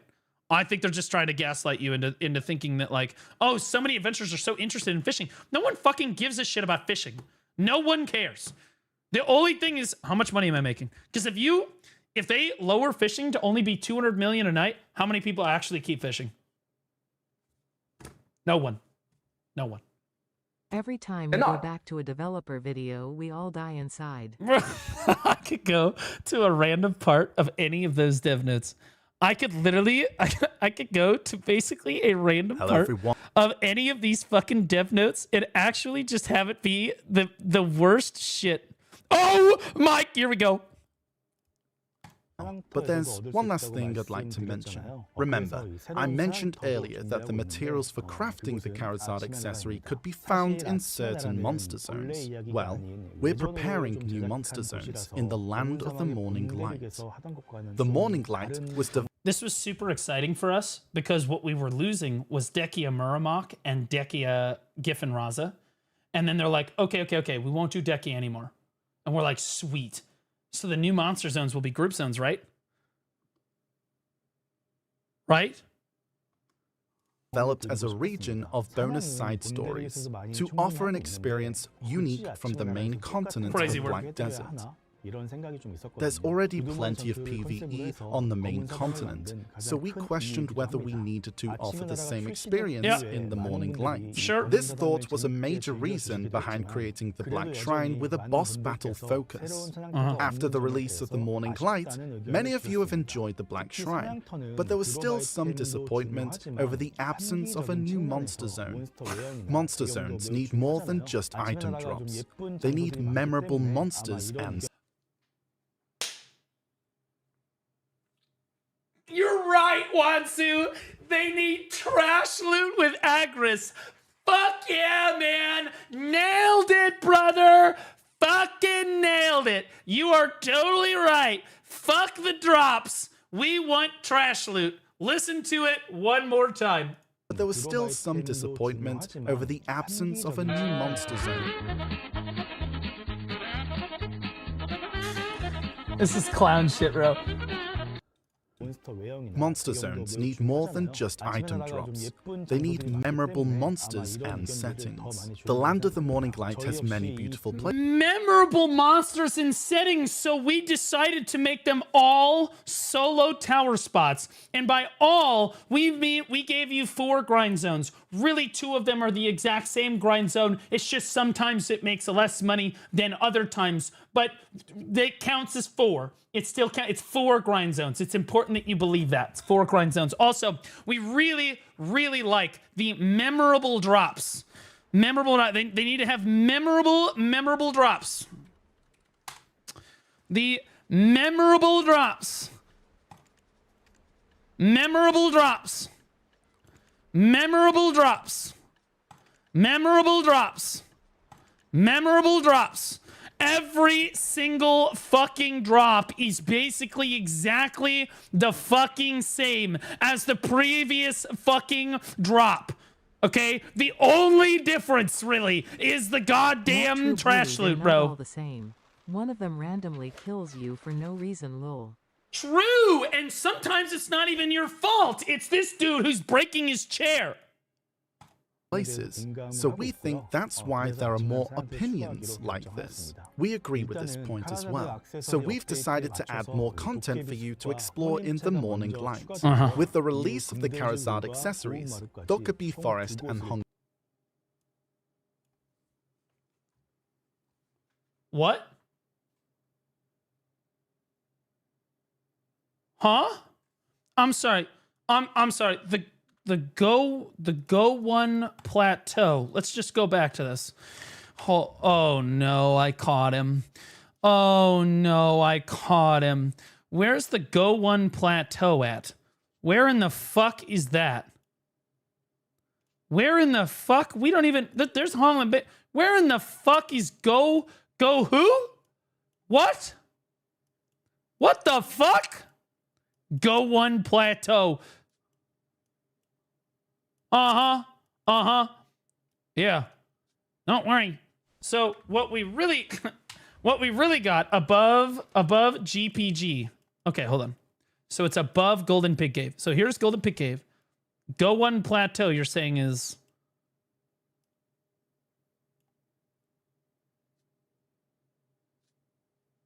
Oh my god. It's Gowan to never be released. It's no. It's Pig Cave.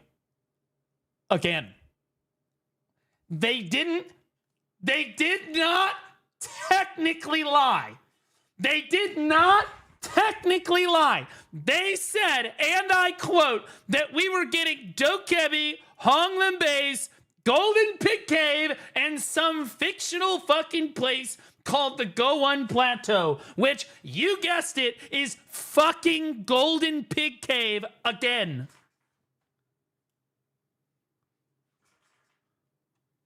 Which makes sense because some of our dev spirit animals are pigs. Not saying him specifically, but he might. Hongland Base will be introduced first, followed by Golden Pig Cave and Go 1 Plateau as new monster zones. As if they're different places on the map! As if they are literally different places!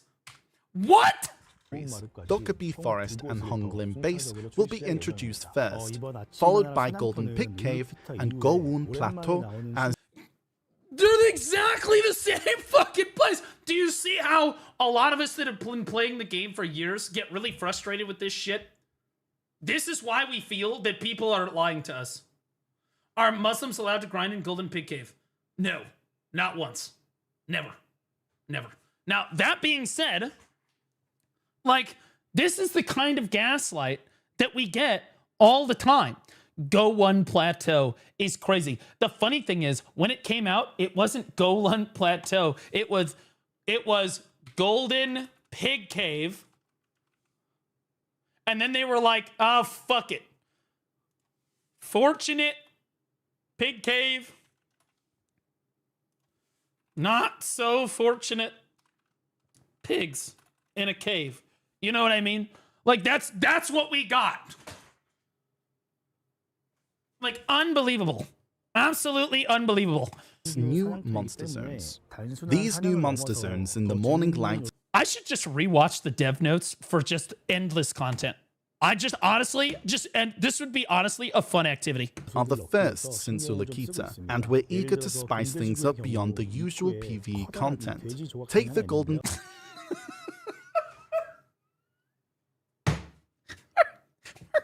Spice things up. Honglim will be completely different than the Dekia spots that you were grinding previously.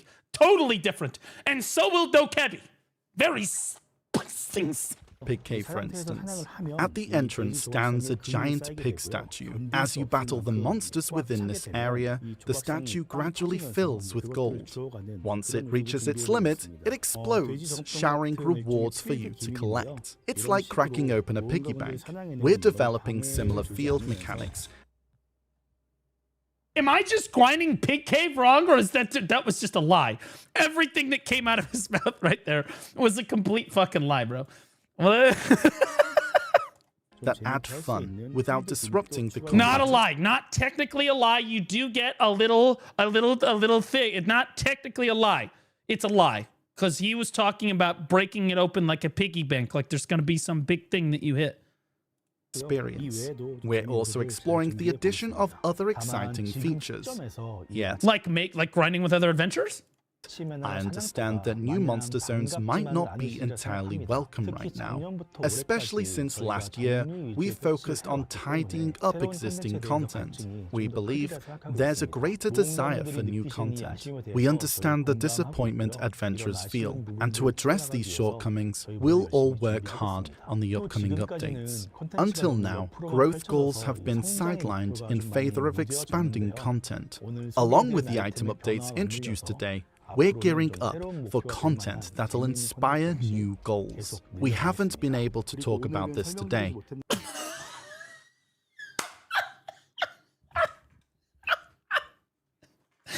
That's the hardcore server. That's the hardcore server. Expectation, reality. Okay? Expectation, reality. Oh god, it's too good, man. But we are working on content like hardcore server that adventurers are waiting for. This is exactly a year ago. This dev node happened 12 months ago. They came out with hardcore server and never talked about it again. Not a single time. They didn't even mention it at the Heidel Ball. Not in a dev note, not at the ball. The CMs have been fucking puckered up tighter than a goddamn I was gonna use a different analogy. We're gonna use one that's safe for Twitch. Puckered up tighter than your head gasket on your car. It doesn't ring as much as the schoolgirl. It just doesn't ring as well. Appreciate your patience. This is it for items and monster zones. Now, let's take a look at Dosa's Awakening. Somebody got fired over that. The long journey's end. How lonely it is. Oh no, it's still lonely, you fucking retards. Let's finish the D-Jules thing. Then I want to watch these. We're going to finish the D-Jules thing. Hold on. They're dropping players left and right. Why do you think Polybus designs content like War of the Roses? 600 players. War of the who? War of the what? 600 players for an entire region. Bi-weekly content, heavily rewarding. Do you know what happens if you put that content into New World? But if you put that in Throne and Liberty, there's more people, there's more than 600 people right now doing chest runs on my New World server. I have played sieges in Throne and Liberty when I played the game. Throne and Liberty had more active sieges than BDO by about 4 times. There were about 4 to 7 times as many people in the least populated siege in Throne and Liberty that I had ever done. Like, legitimately. Like, you're talking in BDO, siege, maybe a few hundred people, server-wide in all of North America. Few hundred people, maybe. Maybe. Okay? In Throne, thousands. Thousands. Like... had more players than these 600. The first siege that I participated in Throne Liberty had 2,000 people. They make content on just his server. On just his server. He's talking about, he's not even thinking about it like I am. I'm thinking about it like every siege in BDO. You Calpheon siege, Valencia siege, Balanos siege, fucking Medaya siege, all of them. Put all of those together across all of NA. Okay? Throne of Liberty has more people on one of its channels during one siege than all of North America, all of BDO does across all regions, like, or across all of its, Calphion, like all of its channels, right? Like, unbelievable. Like, 10x the amount of people, bro. It was 600 players. 600. And they get away with it. There's no more complaining about it. Why? Because 600 players is plenty for some BDO regions. Maybe BDO EU could... 600 players is good eating. Could fill that more often, because it's actually probably the most popular region still. But 600 slots actually a lot in BDO. Because there's just so few people left playing the game actively. And you just think that they could... And he's using PvP as an example, but for the retards in my comment section, because I already know, like, nobody... Okay, all right, so, but, like, it's the same thing for PvE too, okay, all right? Before I get some autistic screecher of a comment in YouTube or even on my Twitch chat, like, I know it's coming, all right? I already know that it's about to happen. I'm trying to head it off at the pass, okay? But it's the same thing for PvE. Player numbers are actually stable, but the game is slowly but steady dying. And is that a problem for Perlibus? No, it's not, because the solution or the light at the end of the tunnel for them is, I think it's the 19th of March 2026. Because when they release Crimson Desert and the...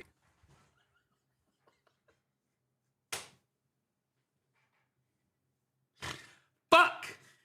God damn it! I was hoping that maybe I was different, right? Like, maybe my breakdown is wrong. Maybe I'm different. Maybe I'm not like the other girls. Nah, his assessment is the exact same as mine. It's so fucking cooked. And the worst part is that I think that what Perlibus is going to realize is that Crimson Desert is a massive success for 2 to 3 months tops. And then it doesn't make them any money at all. And what they're going to realize is that, oh shit, we need BDO. Oh my God. No, fuck. Look in game.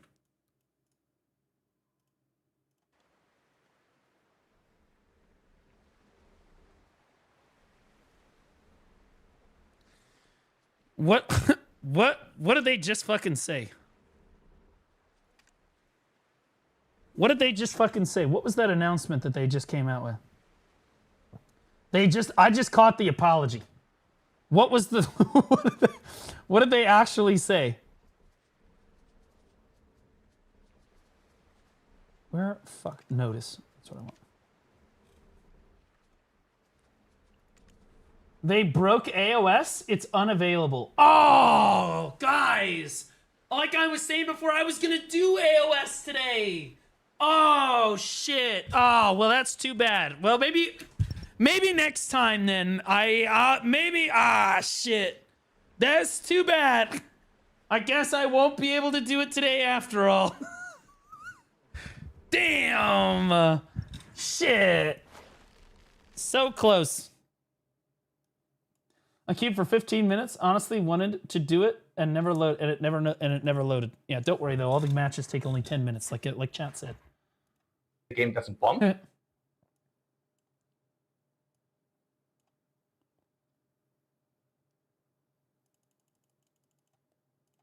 Based. Just saying. I'm just saying. You don't listen to me. D-Jules makes a lot of good points, bro.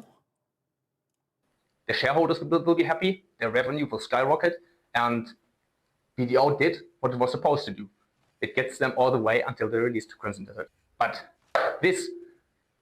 I don't think it's necessarily that bad, but I do think that they 100% put, like, BDO... The BDO devs that used to work on our game are working on Crimson Desert. Guarantee it. They brought in new people to work on our fucking game during Crimson Desert. I was on Copium before that it wasn't happening. Now I know for sure. And I guarantee you, when our devs come back, they're going to be like, what the fuck did you do? They're going to be like, what in the fuck is this shit? Right? Like our old devs understood PvPers.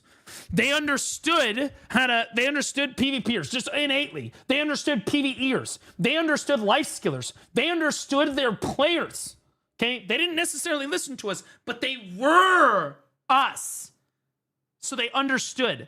Our new devs, Came in, they had no BDO experience before, guaranteed they got trained in a number of weeks or a month or two working with the previous devs, but they don't understand the heart and soul of the game. They don't understand their players, and that's why we have had one disastrous update after another. Like, you take a look at the AI maids.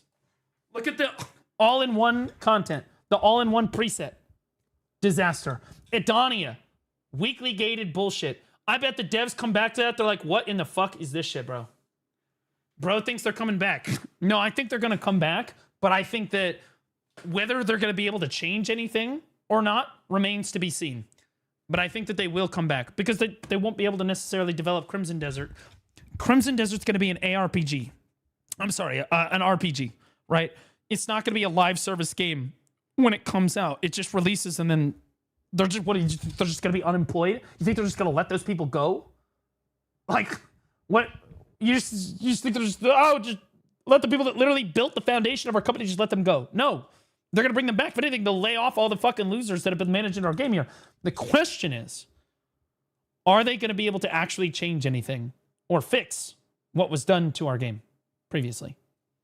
Don't know. Don't know. But I will, it's absolutely their focus. Yeah, there's no question. There's no question that they took our best devs and they put them on Crimson Desert. And you can see that because look at how Crimson Desert is designed. Look at if you, like, you're a warrior, you look at the skills, you're like, oh, that's my warrior skill. Or you look at the bosses and the different mechanics and stuff that people can do in game, right? It's just like, it's like they took BDO's PvP system or their combat system and they expanded on it. They're like, what if we went like more pro wrestler with it? You know what I mean?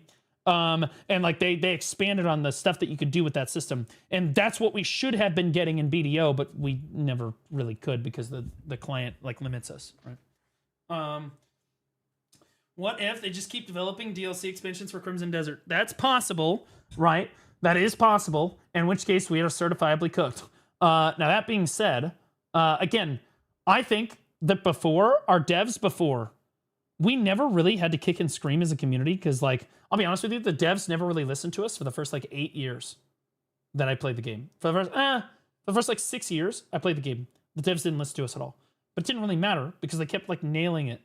Most of the time, they would be, like, the progression, right? You know, you think back to 2018, 2022 BDO, they nailed it, right? Seasonal was a great addition to the game. They like T1 Node Wars and like capped PvP was a great addition to large scale PvP. Like they understood, right?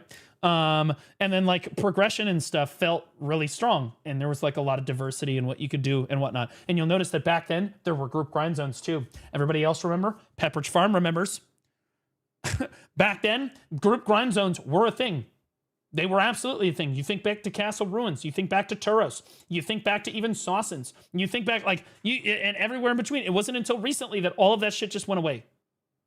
All of that shit is just gone now, right? And so I'm concerned that so the previous devs, they understood, and did they fuck things up? They absolutely fucked things up. 100%. I'm not saying that the old devs were infallible, but they got it right like 80% of the time. And the community was okay with that. The new devs get it right less than 50% of the time. AI maids. All in one preset. Edonia weekly gated content. Missing Guild League. Guild League just didn't happen this time. Hardcore servers. Like these people, they don't get it. They don't get it. And that would be okay if they listened to their player base. But they learned from our old devs, and the old devs were like, the player base is going to kick and scream, but as long as you know what's best, they will accept it, and it will be okay. And for them, that worked because they were at least close enough to what we wanted that it was fine, and it was workable as a community. Now, our current developers, they're so far off the mark that if they don't listen to the community, people quit. And that's what we saw last year. The new developers came up with a new Node War system. They don't understand what the fuck is going on. They have no idea what a PvPer actually wants in the game. And it's just a disaster. It's a disaster, right? And so we lost like fucking 40% of our players, all in like the span of 1 or 2 months. And that's catastrophic. That was catastrophic. Like that was really bad. And so like, and you see us trending down this. Do you think that the devs of 4 or 5 years ago would have given us the same Adania weekly gated crap that we have today? Or do you think it would have been better? I think it would have been better, personally. But you guys can let me know what you think. I personally think that they could have done it better. Like, can't wait for Old Liberty. Half the player base is just AFK fishing. I would say probably more than half. More than half of the Steam charts are probably AFK fishing. Here it is right here. This is the video. I encourage you to go to interact with it. I'll put it on all 3 platforms here. We have fucking interns on BDO while our real devs work on Crimshit Desert. Well, I think Crimson Desert's going to be a great game. I do. But you realize that a big game like Crimson Desert takes many years to develop. The timeline doesn't fully fit your tinfoil narrative. No. You're right. You're right. It takes many years to develop. I think that we lost our BDO devs probably 3 or 4 years ago. And you'll notice I state for the record that Crimson Desert was supposed to release 3 or 4 years ago. Remember? I remember Crimson Desert was set to release like 3, 4, maybe even 5 years ago. And they had a catastrophic delay. Something went wrong. They wouldn't tell anybody. They said, we shit needs to be fixed. Guaranteed, they didn't like the direction that that development team went in. And they said, fuck it. The only people that can make this are the people that made our previous game a success. And then they fucking pulled those people in. Guaranteed. That's what happened. Right? And suddenly, Crimson Desert looks like a much better game now. Are you pooping? No, not yet. Why? I'm not rooting for Crimson Desert. It's literally a simple RPG. I am. I think it's going to be a really good game. They're ready for tons of good RPGs out there. What do we care when it's not even an MMO? Because I play things that aren't MMOs too. I can play 1 MMO at a time. Okay, sometimes I can manage 2 MMOs at a time. 2. All right. Right now it's like Odin and BDO. Right. But I play a lot of different games. Like League of Legends. Sadly. Yeah, fuck me, I guess. But yeah, like did they ever mention about the Medaya region? I remember them promising Elvia grind zones for the Medaya region. Yeah, they definitely talked about it and then never gave it to us. Is another one of those things. If I go to any of these dev updates, I could go all the way back to the Magnus. Okay, this is 2 years ago. Wow, he lost weight between this one and the. Look at that, right? What the fuck is this? Oh, the Abyssal Legacy new skills. So this is just all the Magnus stuff.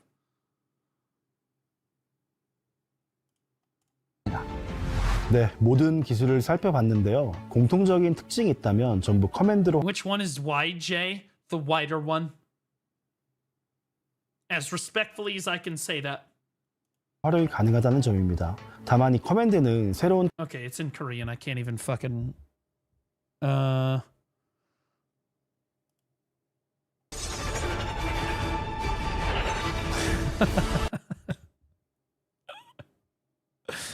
This is the War of the Roses, bro. This is the War of the Roses update. I don't even want to. That's going to make me tilted. Soul, Dosa, dev commentary, Land of the Morning Light, Megu, and Wusa dev commentary.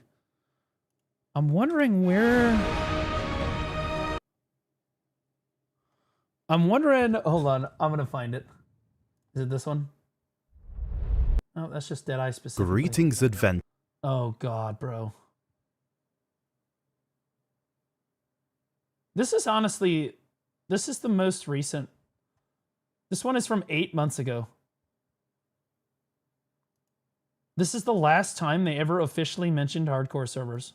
The hardcore server is a game within a game, a special mode within Black Desert. Once the hardcore server opens, you'll be able to create a dedicated character, and once you're in the server, you'll follow the server's own set of rules. Since this server uses exclusive characters, no prior preparation is needed. It operates on a monthly season system, open 24 hours a day, but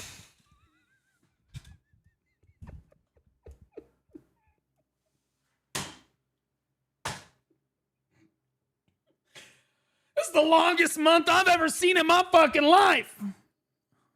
Jesus Christ. At this rate, we're going to be playing Deadeye and hardcore servers in 2032. You can only play for 2 hours per day. This is coming.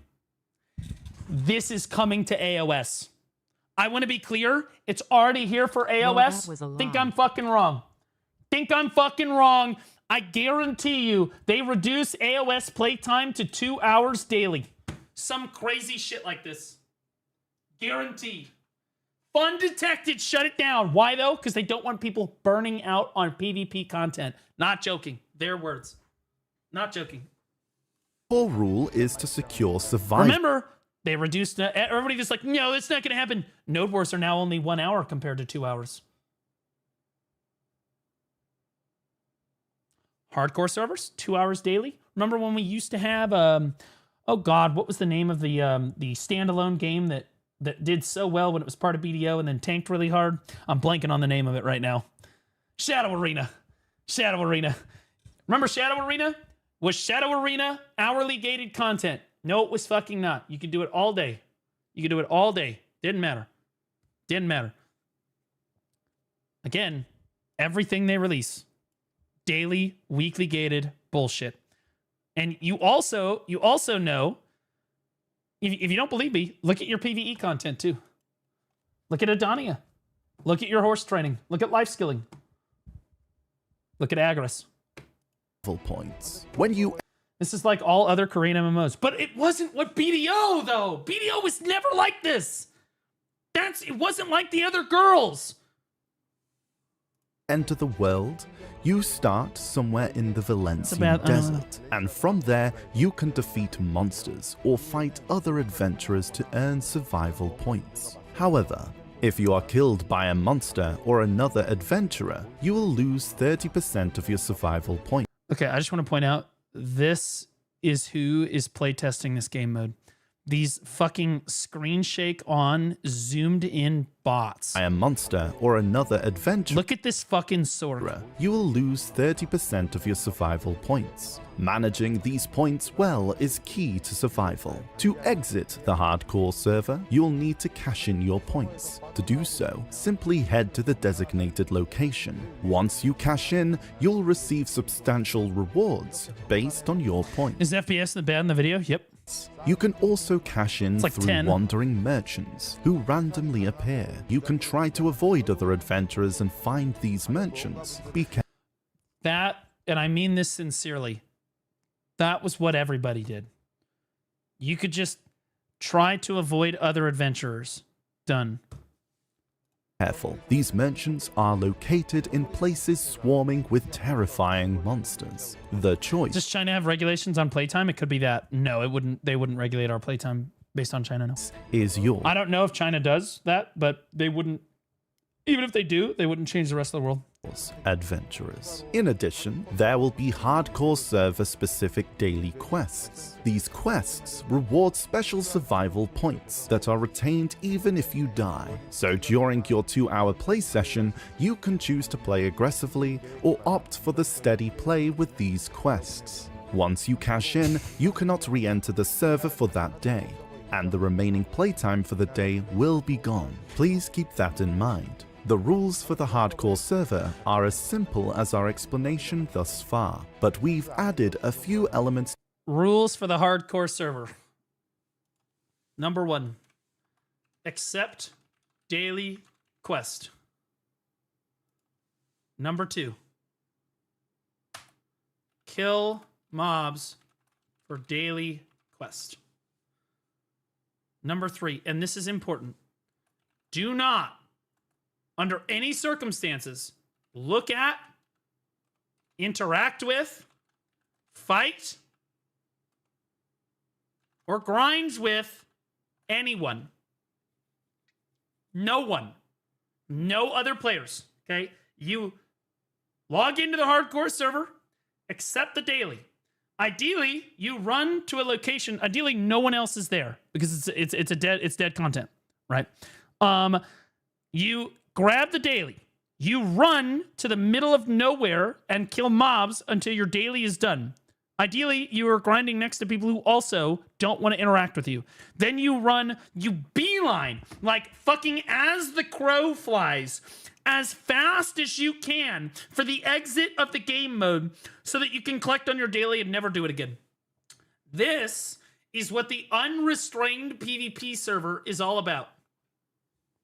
To make it a unique experience. First, characters on the hardcore server start with no equipment other than basic gear. You'll defeat monsters, gather loot, and quickly— Hardcore MMOs,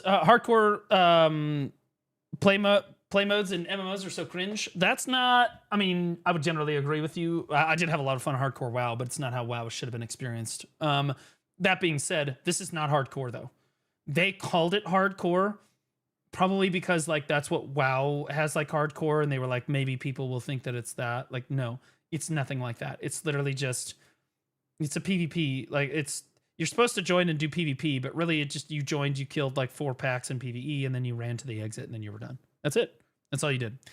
That was the hardcore. That was the, and I quote, unrestrained PvP server, guys.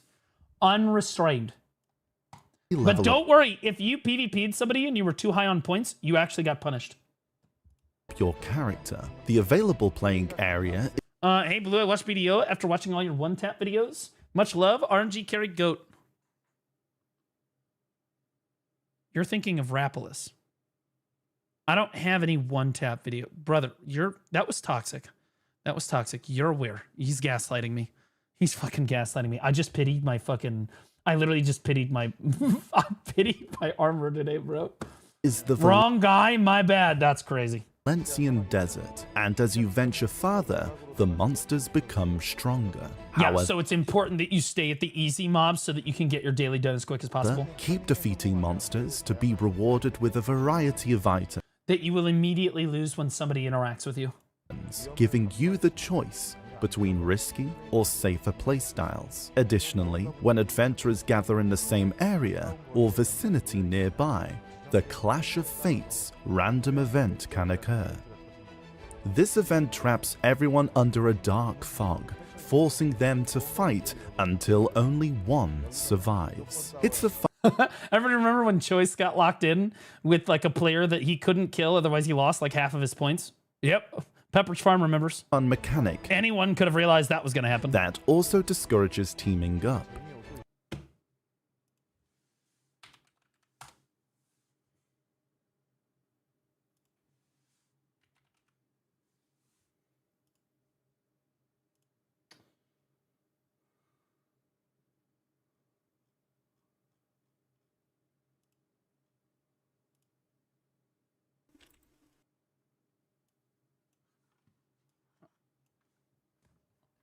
Okay.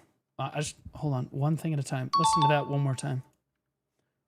Survives. It's a fun just hold on. Mechanic that also discourages teaming up.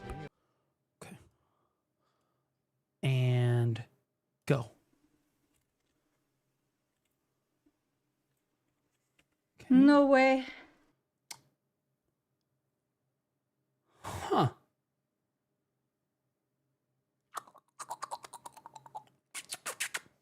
Interesting. No. Just a coincidence. Oh my god. Oh my god. Oh my god. Oh my god. Oh my god. To the safe zone. Just a coincidence. To the safe zone.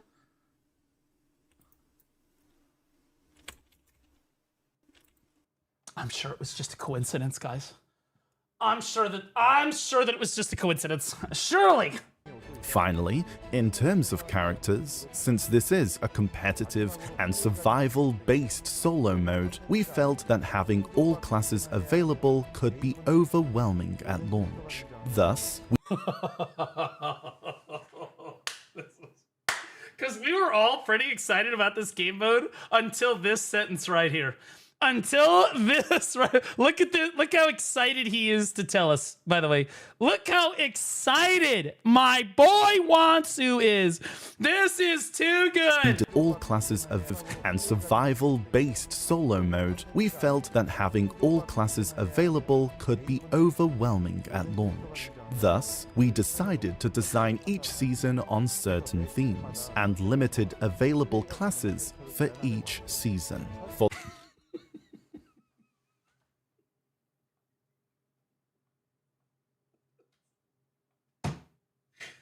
I mean, like, it's like that Gru meme, right?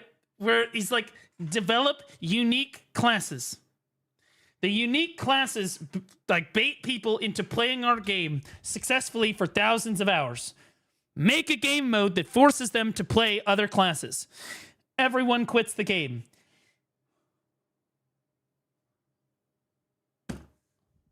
Store brand who ate Faker was super excited for gold. What? What'd you say, Jester? Wait, what? The store brand who ate Faker was super excited for Goldstein. What, Goldstein? I don't understand what you're trying to tell me, but I'm pretty sure it's probably racist. the first season, a nostalgic throwback to the early days. Only Warrior, Sorceress, Ranger, and Berserker, the 4 original classes, will be available. That was an update on the hardcore servers. What do you... Dude, they're so fucking... And keep in mind, they said 1 season per month. We've still only had 1 season. We still only had 1 season. Look up Faker from League and add 400 pounds.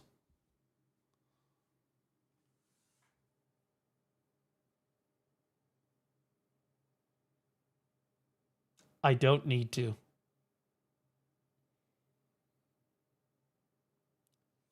I mean, he's not entirely wrong.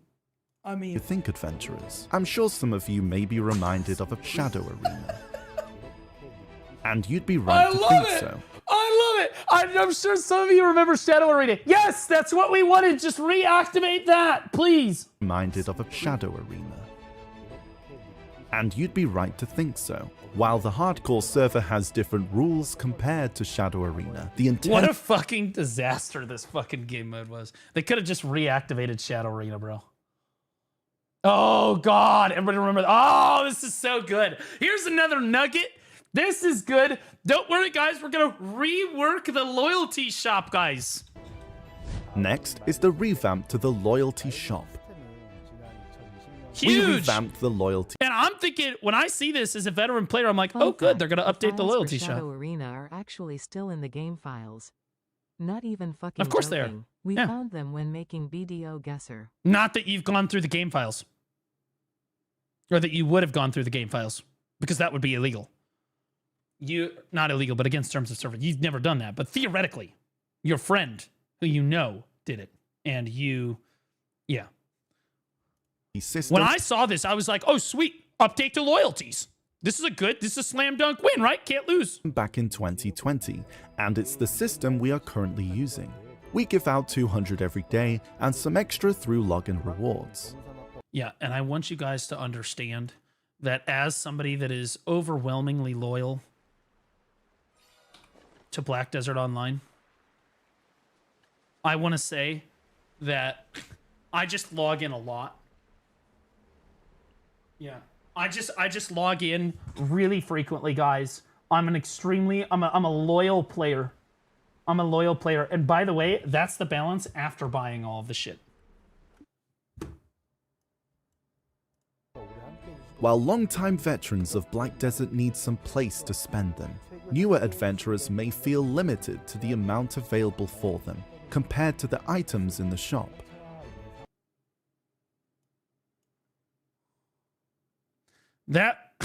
Hold on. That rework destroy many return player loyalty stash that had tons of loyalty that we saved up. I made it work. See, the trick is to be able to speak like a retard. And the only way to really be able to speak the language of these people is to also yourself be retarded. You must enter the belly of the beast, if you will. And so that's where we got. Yeah. So, the Black Desert needs some place to spend them. Newer adventurers may feel limited to the amount available for them compared to the items in the shop. So, we're planning to reset the current loyalty and Look at this guy's face. Do these people look like they are happy to be working on Black Desert Online? Do you know what I'm saying? Like, I still can't tell them apart. They're both Wansu. He's mirrored. He's mirrored. It's like a mirror image. Vamp it in such a... I mean, Valender, thanks for the brand new T1, man. Nothing makes me wetter than a brand new T1 sub. Appreciate you, brother. Thank you, thank you, thank you. Yeah, we're just going through the dev notes right now to see what the shit that they didn't promise us. way where you can earn it via various methods. Uh-huh. The shop revamp isn't due anytime soon though. We'll run an event for 2 months for you to spend them.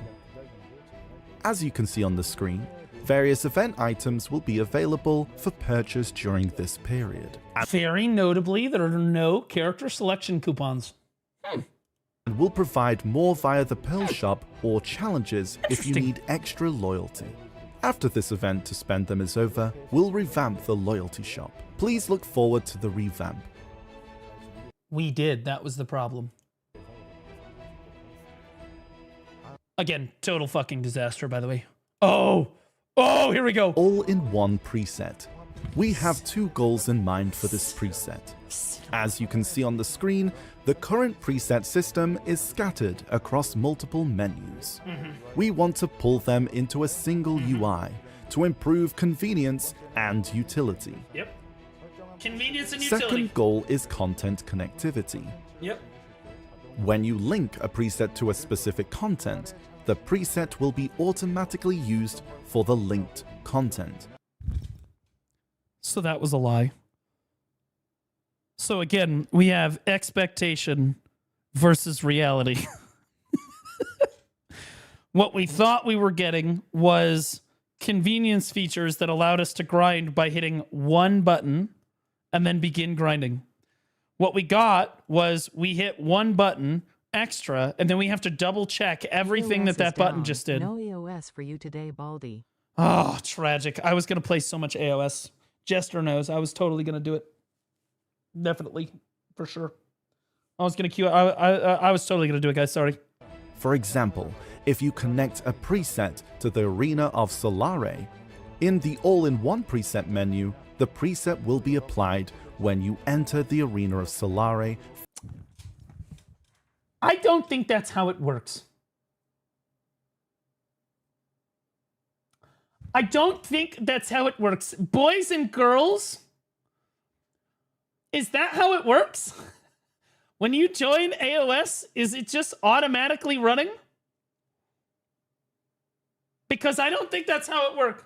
I'm just definitely going to hit mobs. Yeah. True, 100%. Yeah, true. In my dreams it is. Yeah. And when somebody hits you in PvP, it automatically swaps to your PvP preset, right? Right? Surely. And the PvE ones, it definitely doesn't just make you use more buttons, right? Right? Like you don't have to just double check literally everything that you tabbed on with the all-in-one preset to make sure it actually worked. Right. Surely. Monster Zone. When updated, this will make enjoying multiple content so much more convenient. However, see, the way he's explaining it, the way the PvEers, okay, so PvPers and PvEers, thinking 2 different things here. PvPers are like, holy shit, when I PvP, people are going to hit me and I'm immediately going to be in my PvP preset. W.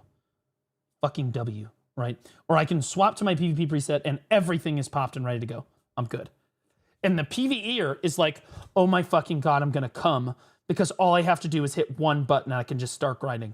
It's going to pop my tent buff. It's going to pop Bell's Heart. It's going to pop, tent. It's going to pop Bells. It's going to pop Agris. It's going to pop my consumables. It's going to turn my pets on Agile. It's going to have everything, my skill preset, all of it. We're going to go. We're gaming.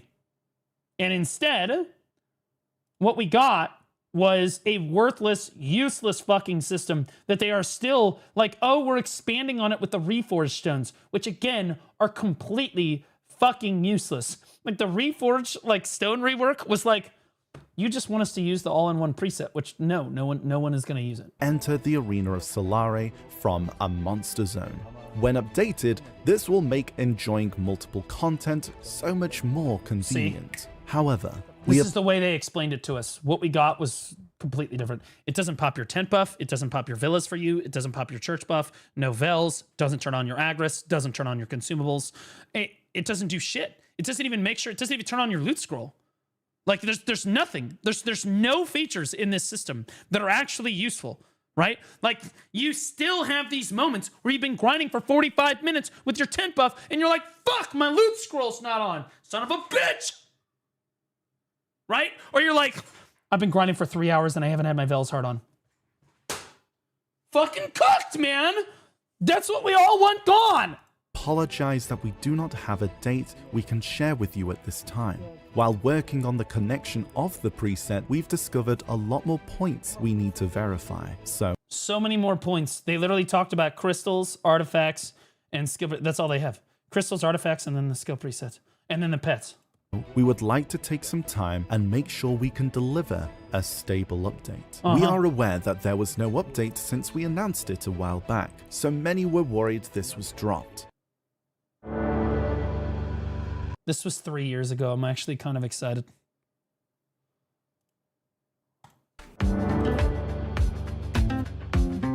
첫 번째 소식은 칼페온 엘비아입니다. 지난 검은 사막 연구소를 통해서 순차적으로 공개되었는데요.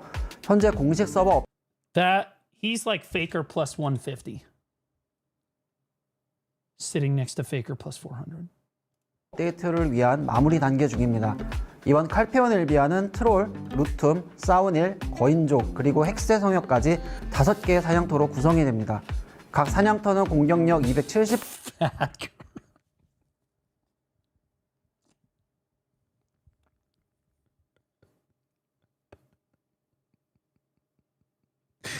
It's not funny. It's not funny. It's not funny. It's not funny. Oh God, guys. Oh, look at, thank God we got this content. Woo, baby. 고드라이드 무기는 Explain it 새로운 to me, 무기나 baby. 정령 무기 형태는 아니고요. 기존 검은별 무기의 새로운 버전.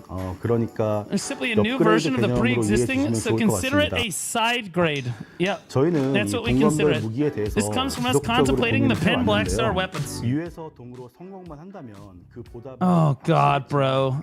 God-eye disaster. Total disaster. 대단을 만들어 드리면 어떨까?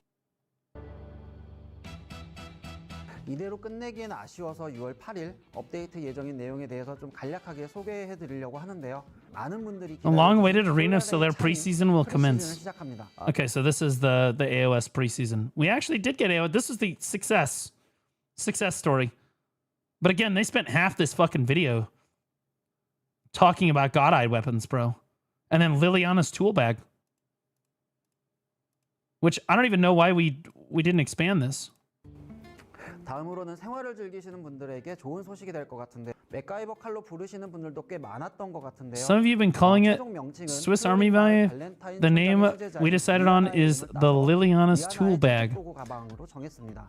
이번 리아나의 채집 도구 가방은 의미 그대로 저희 검은 사막에 존재하는 각종 Dude, they showed all of the accessories, bro. 이번 리아나의 채집 도구 가방은 Yeah, dude. What Life Skills thought that we were going to get was that you could just equip all of your fucking, literally just throw all of your life skills into a fucking tool bag.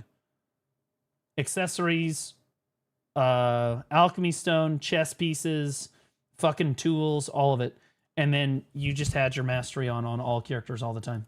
의미 그대로 저희 What we got was putting your tools into a tool bag. Sick. Fucking absolutely fucking sick.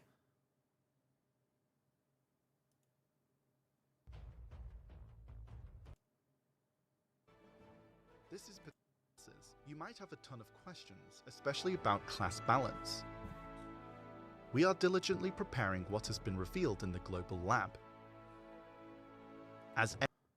How is Big Daddy? Shut up, Davina. Stupid bitch. That's how I'm doing. Every class needs careful adjustments. It's taking a little longer than expected. We will make sure that everything is thoroughly tested and polished before it's rolled. Look, that's what she said she wanted, okay? Like, literally, she just, that's what she tells me she wants. Nobody ever, there it is! Bro! Bitches are crazy, man! Bitches are crazy, dude. On the surface, it's all respect me, and I'm a strong, independent woman. I don't need no man. And then all of a sudden, you get behind closed doors, and I'm like, don't you fucking treat me like I'm your slave. Like these freaks. These literal freaks. Like, and you wonder why men get so confused. We don't even know what the fuck to, like, what? Like other guys, bro, we just tell each other how it is. Like. Rolled out. Today, besides the ongoing balance work, we'd like to share some extra content we've prepared, including adjustments to number of hits for each class's skills.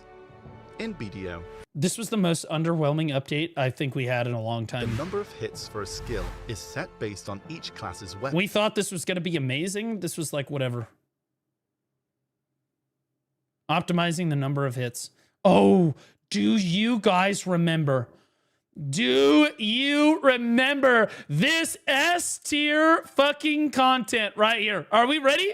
About the revamp of 200% Black Spirit's rage skills. They're a type of ultimate I skills forgot this intended happened. to make you feel like a main hero in the game. Flapjack556 just resubscribed for 10 months. Almost 1 year. Here's to many more. Happy Halloween, chat. Yo, Flapjack. Thanks so much, man. 5 months in a row, 10 months total, buddy. Appreciate you, brother. Appreciate you. In classes, these skills are powerful, but they may not seem effective or cool to use. What you can see now is warrior. No. That's the only reason people ever use 200% is if they look cool to use. That's it. That is the only worthwhile use for a 200%. Is 200% Black Spirit's Rage Awakening skill, Grave Digging. What did he just call me? Looking at it now, it feels lacking compared to Warrior's current state. Some of these skills that have this lackluster feeling will be revamped for certain classes. The classes listed here will be revamped. Useless. Dude, they spent so much time on this 200% rework. Some classes may... This was the most worthless fucking dev time I've ever seen. In fact, they had to make Honglim base like use 200% or no one used it at all. They released it and no one even play tested it. No one even gave a shit. You used it like one time and you're like, okay, whatever. And then that was it. You never used it again. You know why? Because 200% is fucking useless.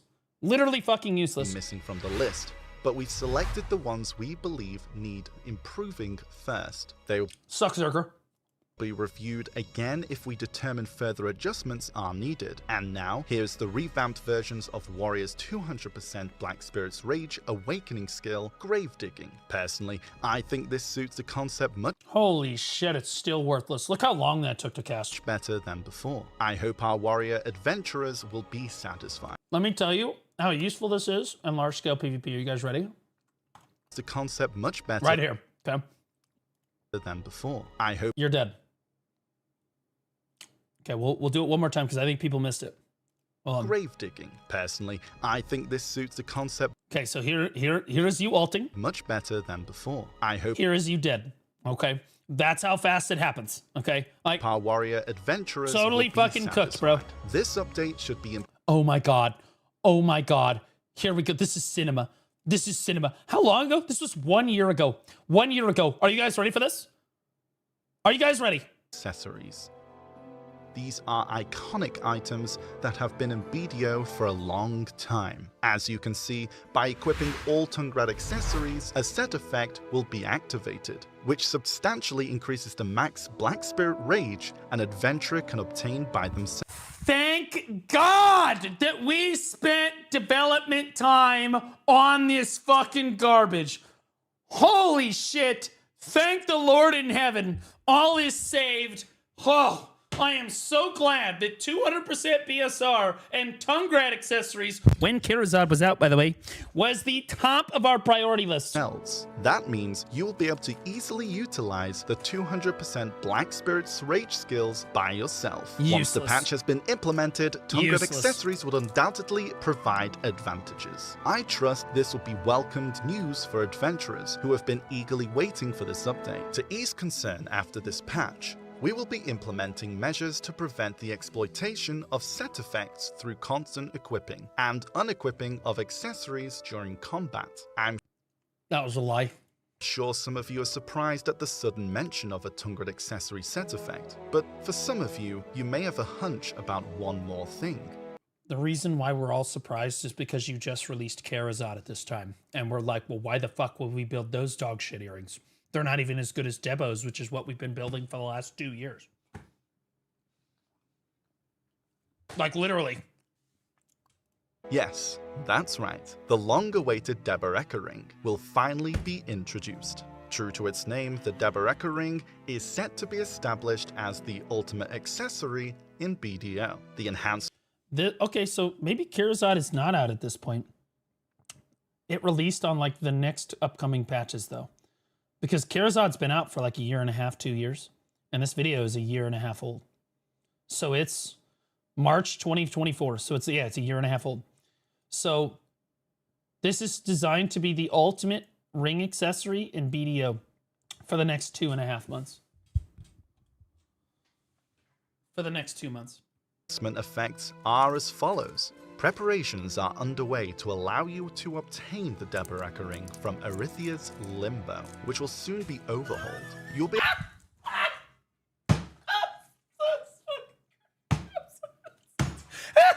That's a nugget.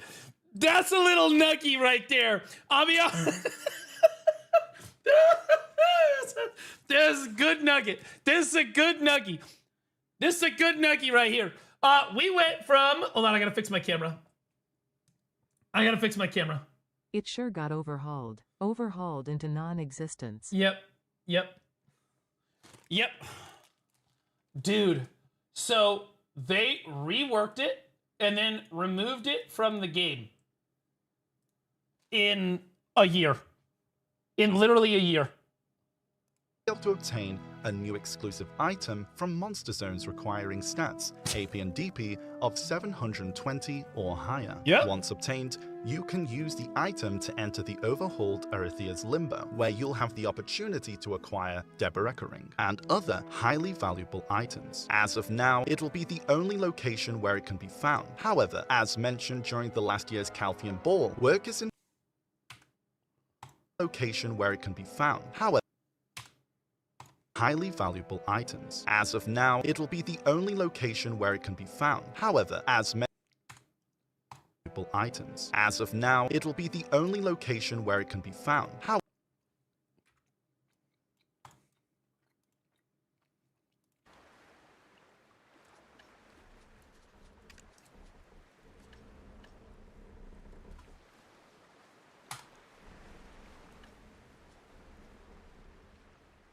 However, as mentioned during the last year's now, it will be the only location where it can be found. However, as mentioned during...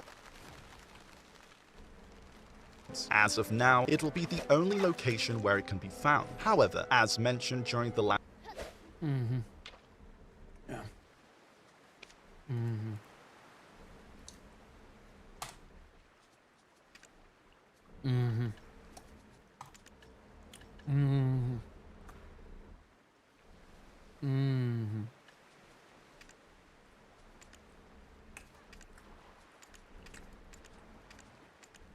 Man, bro, all we drop is Debos now.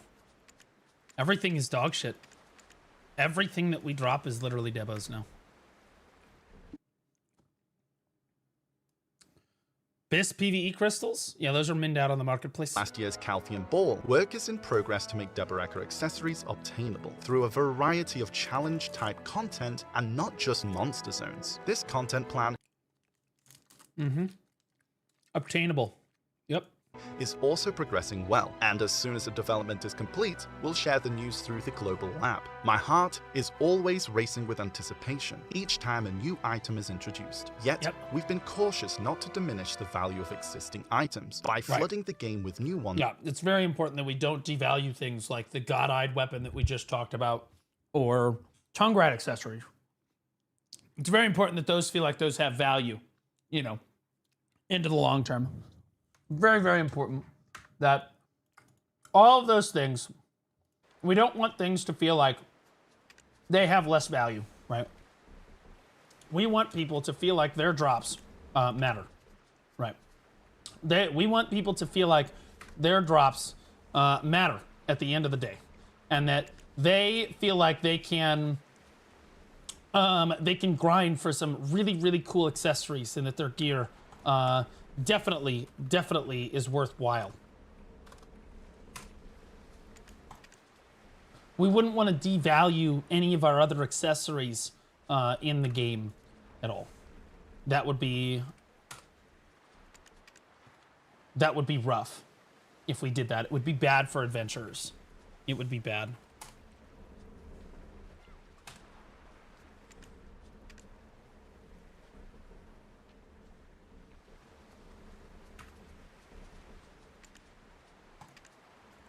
Holy shit!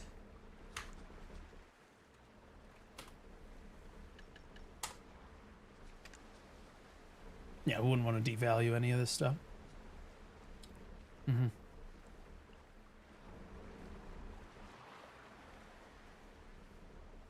Check Fallen God! Fallen God based a duo! Inside voice. The only one yelling here should be me. Okay, just calm down. Calm down, buddy. Inside voices. Inside voices. Too often. Even so, it seems that this is the right timing to introduce such a range of new items. While this time we're adding just a Dabareka ring, starting from the updates in summer, other new items will be prepared, along with a range of fresh content.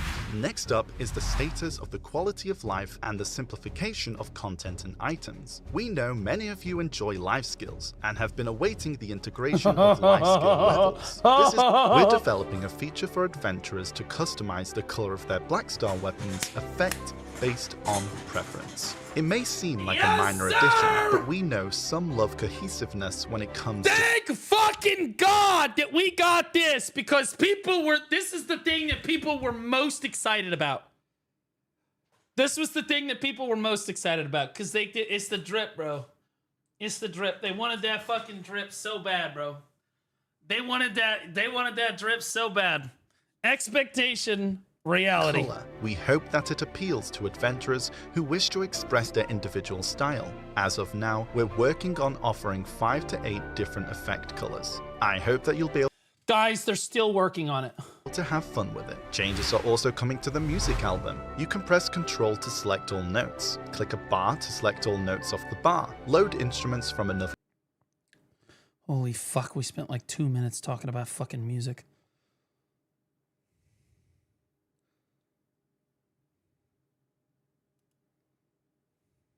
currently in development. Alareed's just resubscribed for 15 months. Are we watching retro announcements? Yeah, yeah, we are. Thanks, Despins. What's up, buddy? Welcome back for 15 months, bro. You played Awakening Witch? I heard she's pretty solid on this AOS. And by solid, I mean like still dog shit, but not like less dog shit. Bro. Oh, man. These are cinema, bro. I should do this more often. You just come back, you click on a random one.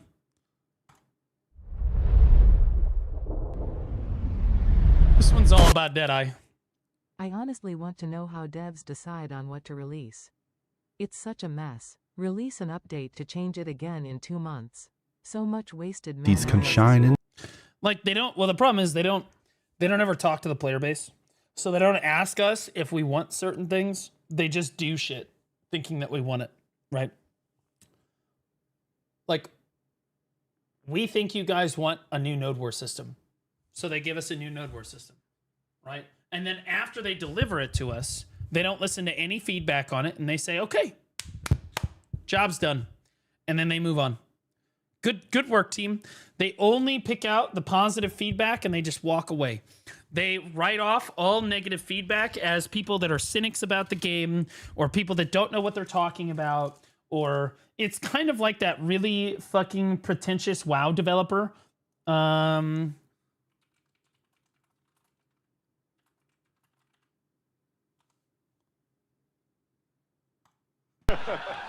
Have you ever thought about adding servers for previous expansions as they were then? No. And by the way, you don't want to do that either. That's our dev team. That's it.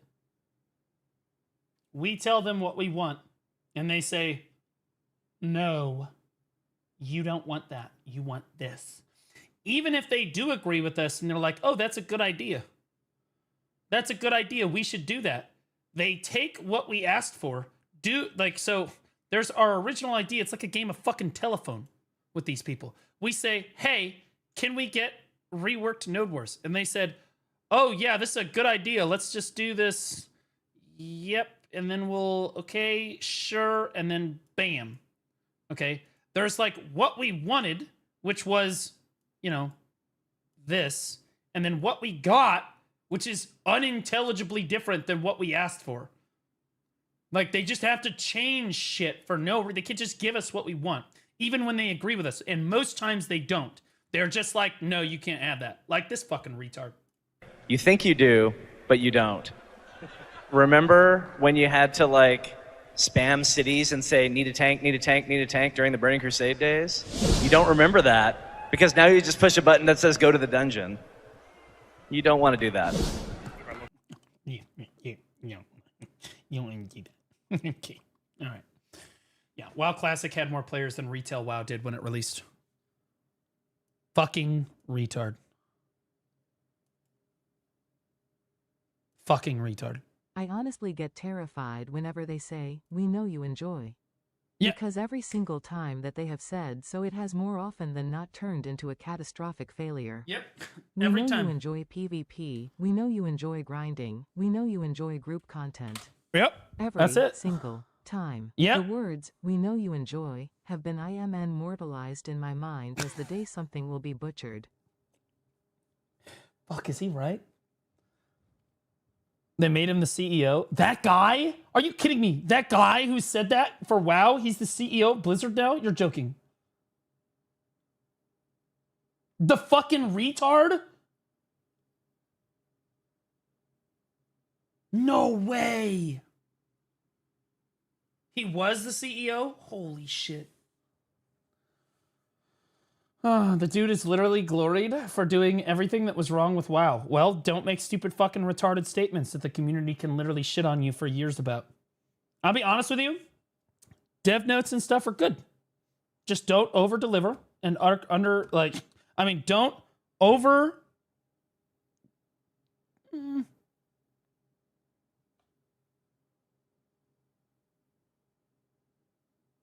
Overcommit and under deliver. Overcommit and underdeliver. Do not overcommit and do not underdeliver. Overpromise. Yeah, I thought about that, but it didn't feel as good, right? Do not come. Okay, I don't know why. I don't know what I thought. Okay. All right. This is Christianity for the week. I'm sure it's just going to be a bunch of AOS fucking montage clips, but see what these are. Is that... This isn't the right music for Warrior. This is a Sork main's music right here.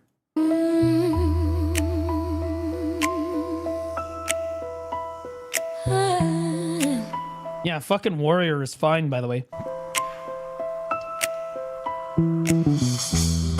Bro, that guy was just literally CC'd for, I swear to God, 16 seconds. 16 seconds. President, not CEO. Sorry. Well, still. Even still. They promoted that retard. That's why Blizzard is in shambles. by the way. He can run away, not really much to worry about. His team did die, though. Goes with the CC on a CJ, reckless, no connection. Had to pop the iframe head chase right there since he was worried about the quiz grab. Oh, shield charge, going forward. Gets a CC on a quiz with a stiffen. Secondary follow-up, doesn't have a KDFL. Gets a reckless on a CJ. It's a triple CC. What the fuck was that? And pulls it back into a 2v2. Holy shit. What was that? Spiritus, CC on the circuit behind his S-block, has a secondary CC available. His team is there for the damage follow-up. Gets a grab on the quiz. He's literally 1v9ing for this win on a warrior against 3. Bro, is this guy playing against bots? Just resubscribed for 4 months. I made it. Hi Blue, I like the shirt today, looks awesome. Bro, these people are literally bots. This warrior is actually just smurfing. It's Cupid, welcome back for 4 months, man. Appreciate you. Thanks so much, man. These people suck. Free meta, what am I watching, bro? This is a fucking masterclass on warrior.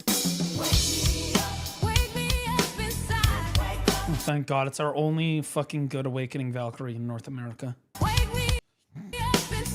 heal on you. Come back. What is this, the Christian version of the Evanescence song? Oh, baby! Like what? I feel like I'm in a church, you know, like... Put a DP buff on you, too. Jesus Christ, I expect some fucking fat black woman to come out and start fucking praising Jesus. I don't... KD, make it here. KD. I'm gonna re-KD. Re-KD. Dumping PA, though. Oh, you got dumping. I covered all of them. Help me! Something! Thank you. That was beautiful, Corgi. That was beautiful. Alright, you made up for what you did. I didn't do nothing wrong earlier. I didn't do nothing.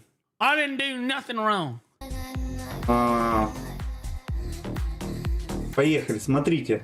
Вот у меня 66 Holy fuck, the life of a life skiller, by the way. миллиардов. Я иду вниз. Whoa, what is that? Счет.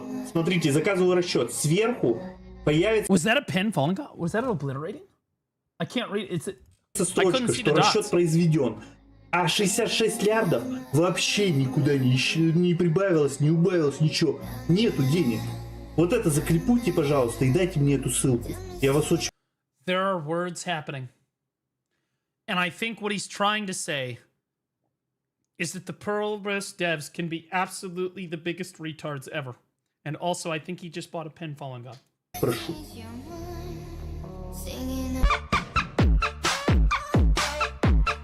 This shit's fucking ass, dude. I'm gonna be honest with you. As far as fucking skins go, this shit is just total ass. Like, what the fuck? This is like the most low effort dance I've ever seen in my entire life. Like, look at this. Look how fucking garbage this is, dude. Bro, we can't, like, bro, get a pull in front of her, you know? Like, anything. Anything else, honestly. But tango, I'd be down with anything. It's so ass, bro. That's ass.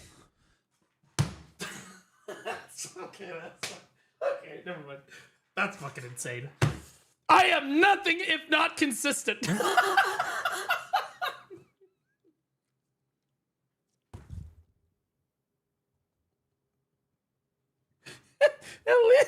Bro, at least it's a different shirt. You know what I'm saying? At least it's a different shirt. Pre-watched, bro. It's my own clip, and I didn't know because he hadn't zoomed in on the fucking thing. That's the same reaction I had when I saw the dance. This was planted. True. I'm not buying it unless a fucking pull appears and she starts. I am nothing if not consistent. I am nothing if not consistent. All right. Also true, my bald brother. This is Hexiverse, guys. This is Hexiverse. Stripping. Yeah, he's also E-buff. I'm stealthing. On the strip. Sky's setting on the ground. That's great. Yep. Damaging, KD. Nice. Londo grab for like... Meow. Meow, meow, meow, meow, meow, meow. Oh, fuck. That's our best Dark Knight. Oh, Jesus, bro. Like, dude, you make... Like, that's literally our best DK. That's like the guy that people go to for PvE on DK. Holy shit. The dude is meowing into his camera. Meow. Meow. Meow. Meow. Meow. Meow. Meow. We're never escaping the allegations, bro. I guess it fucking works. What the fuck? Stop it. I am not. No. I thought about it for a moment. I was like, maybe I should meow when I inhale. No. The meowing sounds like when Note plays League. True. He does do that. Yeah, for those of you that don't know, Note, my editor on the main channel, and Note, you leave this in the video, you understand? You cut this from the video, I'm going to know. You cut this from the video, I'm going to know. Note, when he plays League, like hums to himself, and it sounds like he's meowing, and I swear to God, he does it for like 20 minutes at a time. It's actually just insane. It's crazy. And the last time I was playing with him, I was like, dude, what are you doing? He's like, nothing, I'm grinding bot, what's going on? And he's like, I was like, no, dude, you're like mumbling to yourself or some shit. He's like, oh, yeah, I'm just listening to music. And this is Solari Pass.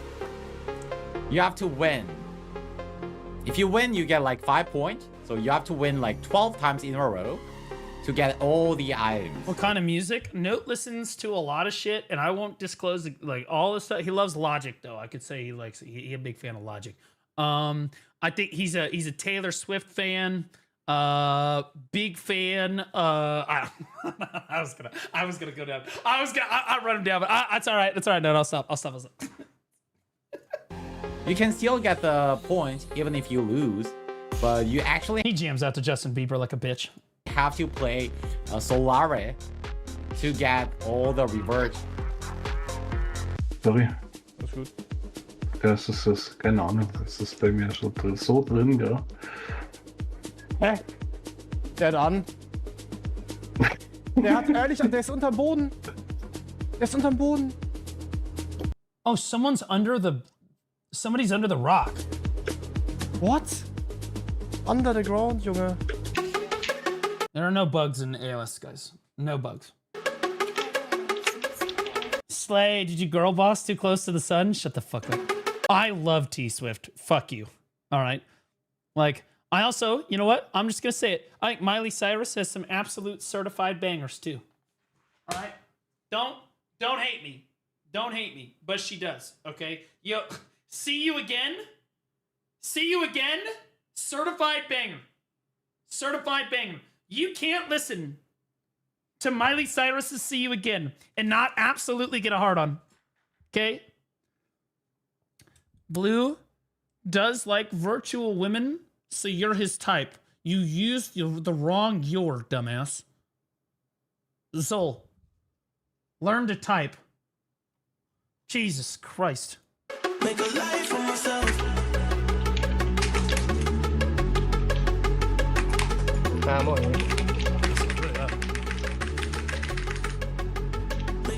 Average Dark Knight main, by the way. Listen to this keyboard. Listen to this dude's keyboard.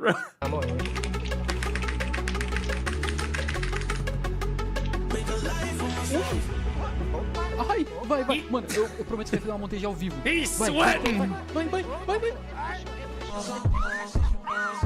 Now, to be clear, that was pretty boss ass fucking DK play though. Que loucura, mano.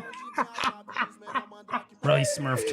Ai, que loucura. That being said, suck DK's like A tier in AOS, bro. That shit's really good. Yeah. A to S tier. Very, very good. I got Caruso. I'm being health. We're winning. Like right now, you try to get Chip. Go catch Evan. Get out now. Get out. No. Get it out. No.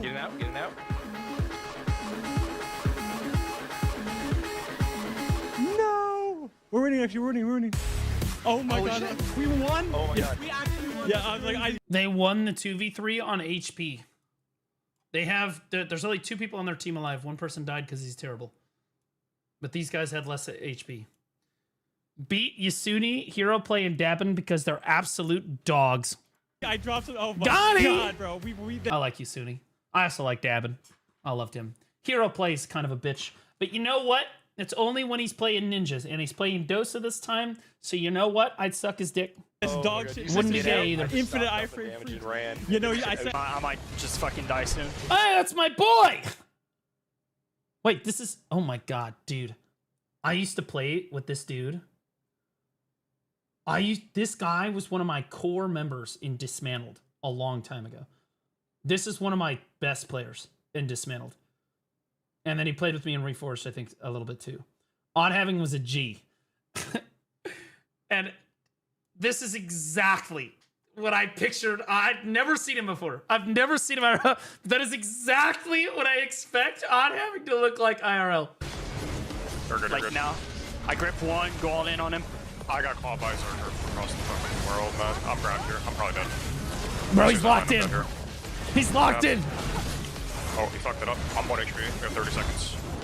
Oh, big. Okay, but you just play slow. Just play slow. I got grip. I'm fucked. Get behind that bitch. Nice. Get behind that bitch. What is fucking suck? Nova doesn't take damage. There we go. Also, they just killed Lactate Milkshake. Yep. These are my people. I remember Lactate. He's been lactating for years. Back in the T1 scene. Nice.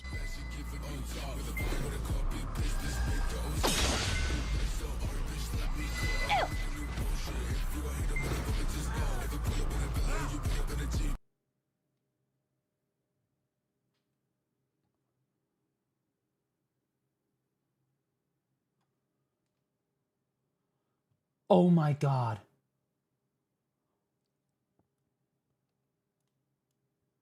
He's on the enemy team. Welcome to the Thunderdome. Oh shit. Bro, he is legit on the enemy team. That's why his health bar's red. So he spawned in the wrong area because he grabbed him right before he went in. Wait, what the fuck?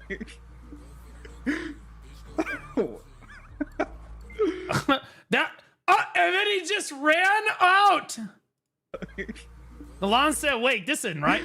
Hold on, I'm gonna get the fuck out of here. Hold on, let me just get the fuck out of here. No. Just ran out. 130. Look at the prices. 130, 124. It's almost perfect. A seal. It's not important. Why is every one of Kandaya's clips that makes it to Pistanity just him selling fish?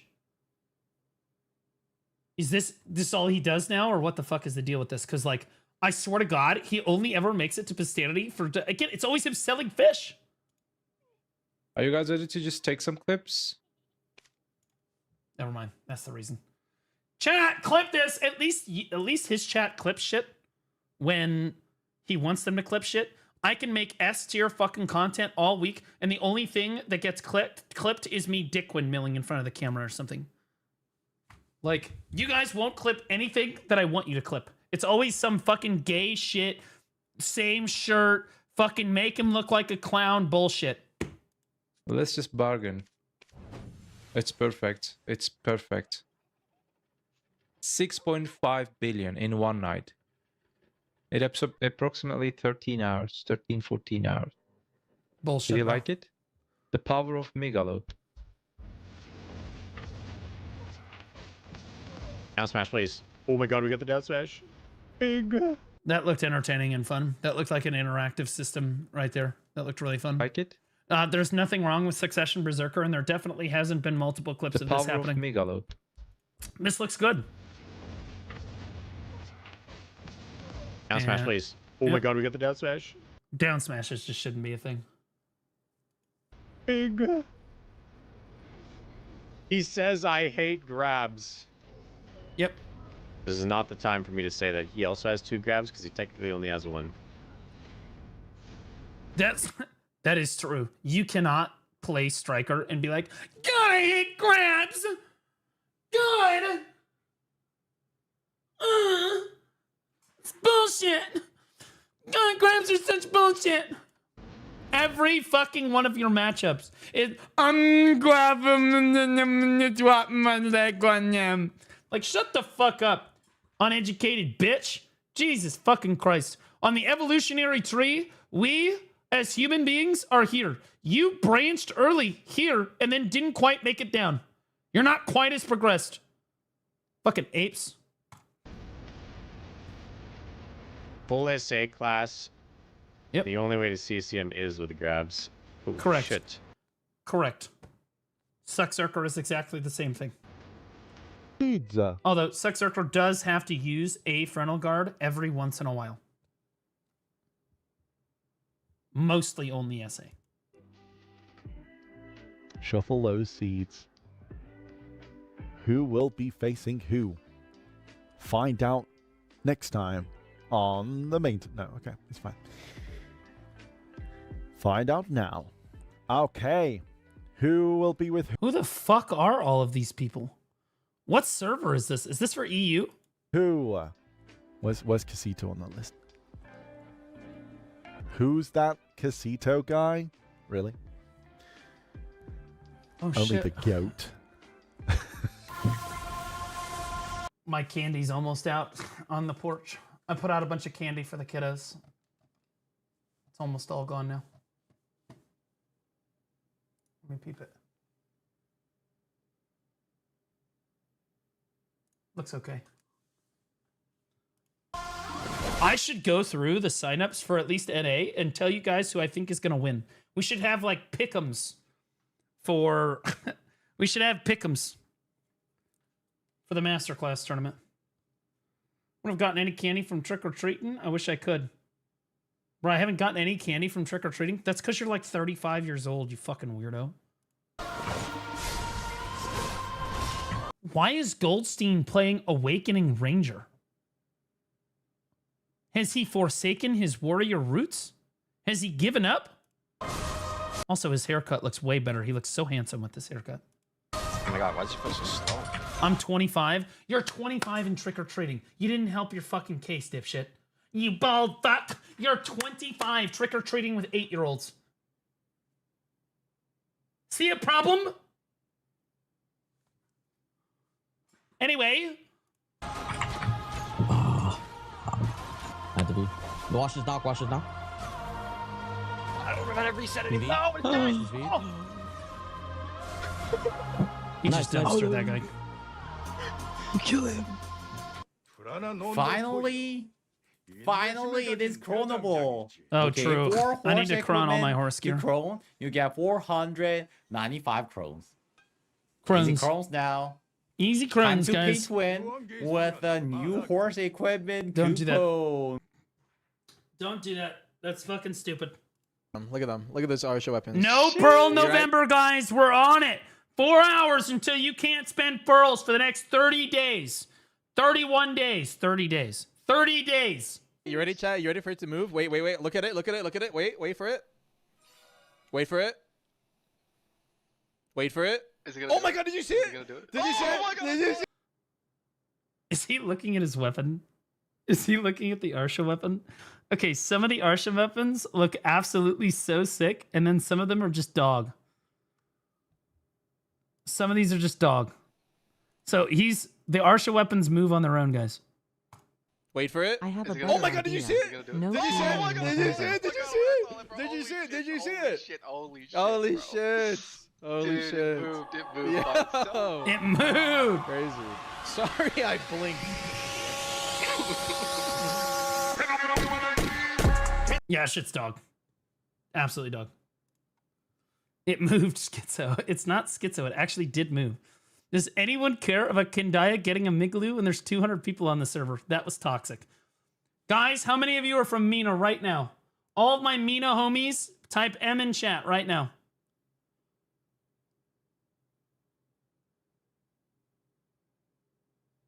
Never mind, that server's fucking dead.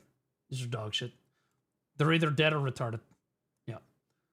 All right, now, chat, those of you that are actually here, okay, that definitely are not bots. No bots right now. Okay, actual people, type W, bots type L right now, so we know. Actual people, W, bots L. See, we have a few people. Good. Yeah, see, and that's how few people are on the Mina server. Perfect. Nice work. And here's YouTube for reference. You notice that most people on YouTube are also real people. For sure. It's important that you believe that.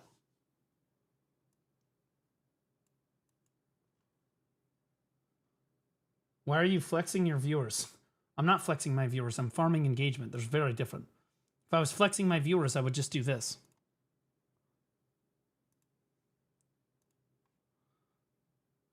Well, honestly, God, I hope GNA's over the top of me right now. God, I hate GNA. Never mind. I was really hoping that GNA was going to be sitting there with 1,100 fucking viewers and nobody in chat. Ah, damn it. I was really hoping that that moment was going to happen right there, but sadly, not quite live yet. It is what it is. You know what I'm saying? Like, 15 minutes has gone by and the last chatter is a bot, like a night bot or whatever. That's crazy work. All right. Now we have something to talk about. Let's see. Where is it? Where is my reaction submissions at? Oh, I already clipped it. What is this? Wait, apparently there's a Crimson Desert preview too? What the hell is this? Crimson Desert exclusive preview from IGN. What? First, this just dropped. Shout out Diego in chat for letting me know. Holy fuck, this guy's fucking setup is crazy. Look at this dude's swag. Holy shit, the lighting. Look how organized it is. Man, I look bad.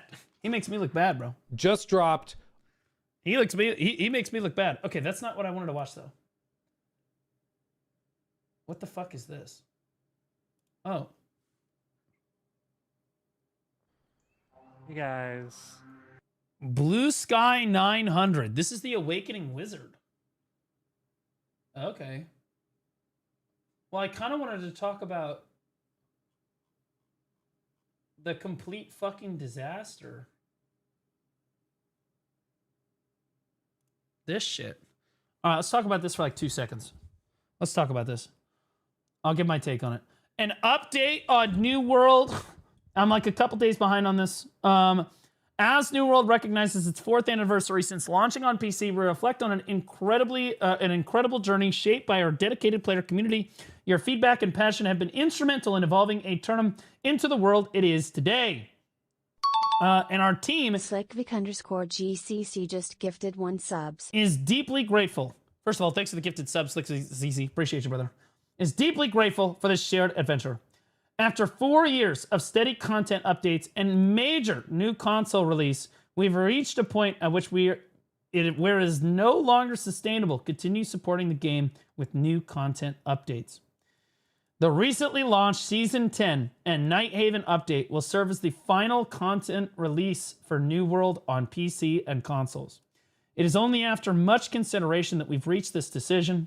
To thank you, the New World community, for your support over the years, we have made the Night Haven release available to you for free. To ensure all New World players can experience this content, we also have made Rise of the Angry Earth free for all PC players. Fuck console players. In the coming months, we will provide more details on what to expect and other essential information. Rest assured, our intention is to keep the servers operating through 2026, allowing our community time to continue their adventures in Aeternum. Additionally, New World Aeternum will still be downloadable for PlayStation Plus members, Extra and Premium. Players of Aeternum, your dedication and enthusiasm have made this New World adventure an unforgettable journey.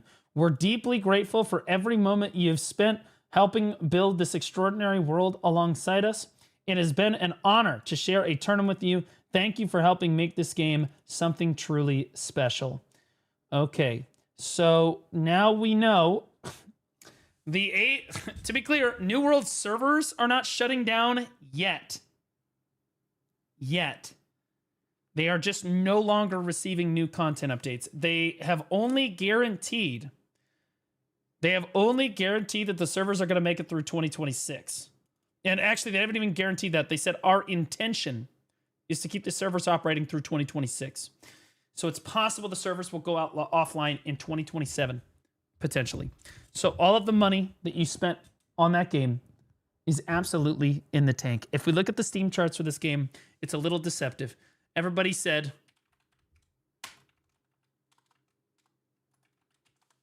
everybody said, no, we're serious. We'll log in. No, we'll log in for real, though. For real, though, we'll log in. We'll play the game. Please don't shut it down. Please don't shut it down. Reality of the situation. Reality of the situation. I think that the new content drop happened, and then there's also people logging in for nostalgia purposes. Okay. They didn't remove the purchasable content. I think they just want to milk players until the last second. Yep. Like, almost guaranteed. But, like, you look at these player charts here. You know, 8.3K peak, 6.3K an hour ago. Right? 913K. If I look at all time, look at that. It's a blip. It's a blip. One of the most successful launches for an MMO in an extremely long time. Tanked immediately because the devs refused to do what the player base wanted or to develop late game content that players really wanted. And like, obviously you can talk all day about what made New World go downhill. I'm going to be honest with you. I'm just glad it's not us, guys. I'm just going to be keeping it a buck, guys. I'm glad it's not us because New World gets like 50K peak on its expansion and then tanks down. It's like 9K average, 21K average during new expansions. That's where we sit normally. Anyway, right. Yeah, exactly. It's not yet. It's not us yet. But I think that this is the direction that MMOs are kind of headed in. And if you guys are wondering why I've been trying to branch out my content, why I'm working on the new content that I'm working on, and why I'm pushing into that sphere of streaming and just like making content like that, it's because of shit like this. It's because I do think that it's possible that we could be on this list in the next 10 years. This could happen to us. As the only reason it doesn't, like as Pearl Abyss starts to make money with other games, whether they release Stoke AV or whatever, Crimson Desert obviously will only make them money for a few months. But then if they try to, they said they're going to try to make that a live service game. So like, I'm hoping that this isn't us. I'm hoping that it's not Guild Wars 2. How scary would that be? How many of us play Guild Wars 2? How much money and time have you spent on Guild Wars 2? Right? Throne and Liberty. Right? Like Throne and Liberty's another big one that like New World shut down, and a lot of people were immediately like, oh my God, what does this mean for Throne and Liberty? And my understanding is, so there's this thing. Amazon mass layoffs are hitting New World. In a sweeping layoff, Amazon is getting rid of 30,000 plus people today, and in the future they will remove more and more to replace them with AI. New World is feeling these layoffs. Some people are missing from the Discord, and artists are posting on Twitter talking about being laid off. We don't know the full extent of the layoffs yet, as they are going out this morning. I'm worried for the future of the game. Edit update. The Amazon employees subreddit is saying the entire Irvine AGS studio is just gone. Irvine AGS. So this is just Amazon Game Studio in general. Please bear in mind that Amazon Game Studio publishes Throne and Liberty. They publish Throne and Liberty. They don't make Throne and Liberty, they publish it. Amazon Games jobs listing do not have the Irvine site listed. Probably confirmation that New World is cooked. The AGS LinkedIn page also no longer exists. I think we might be cooked. Oof. They just cooked them. Another big one is Lost Ark. Yeah, Lost Ark I think AGS publishes Lost Ark. And so I think that their plan is to continue publishing these games, but you see Lost Ark is not doing very much better than New World is. Look at where Lost Ark's at, guys. Like, in fairness, Lost Ark does have its own client, right? Tariffs hit Amazon hard? No, it didn't. It's a multi-trillion-dollar company. Lost Ark didn't give a fuck. I mean, Amazon didn't give a fuck. We're waiting for an update. Doesn't matter. So are we. Right? Show BDO. Well, I'm pretty sure Lost Ark does have its own client too, right? Lost Ark does have its own client too, yeah? AGS sucks though. Actually, I think that AGS's community management teams and like managerial staff and stuff was actually exceptionally good in all of the games that I have played with them in. They've been very good. And then publishing, I'll be honest with you, their servers were also really stable. I'll be honest, like super, super stable. Now, yes, this is only for NAEU, but the same could be said for New World, but New World is not popular. It's not a thing in Korea in the East, right? Lost Ark is a thing in the East, right?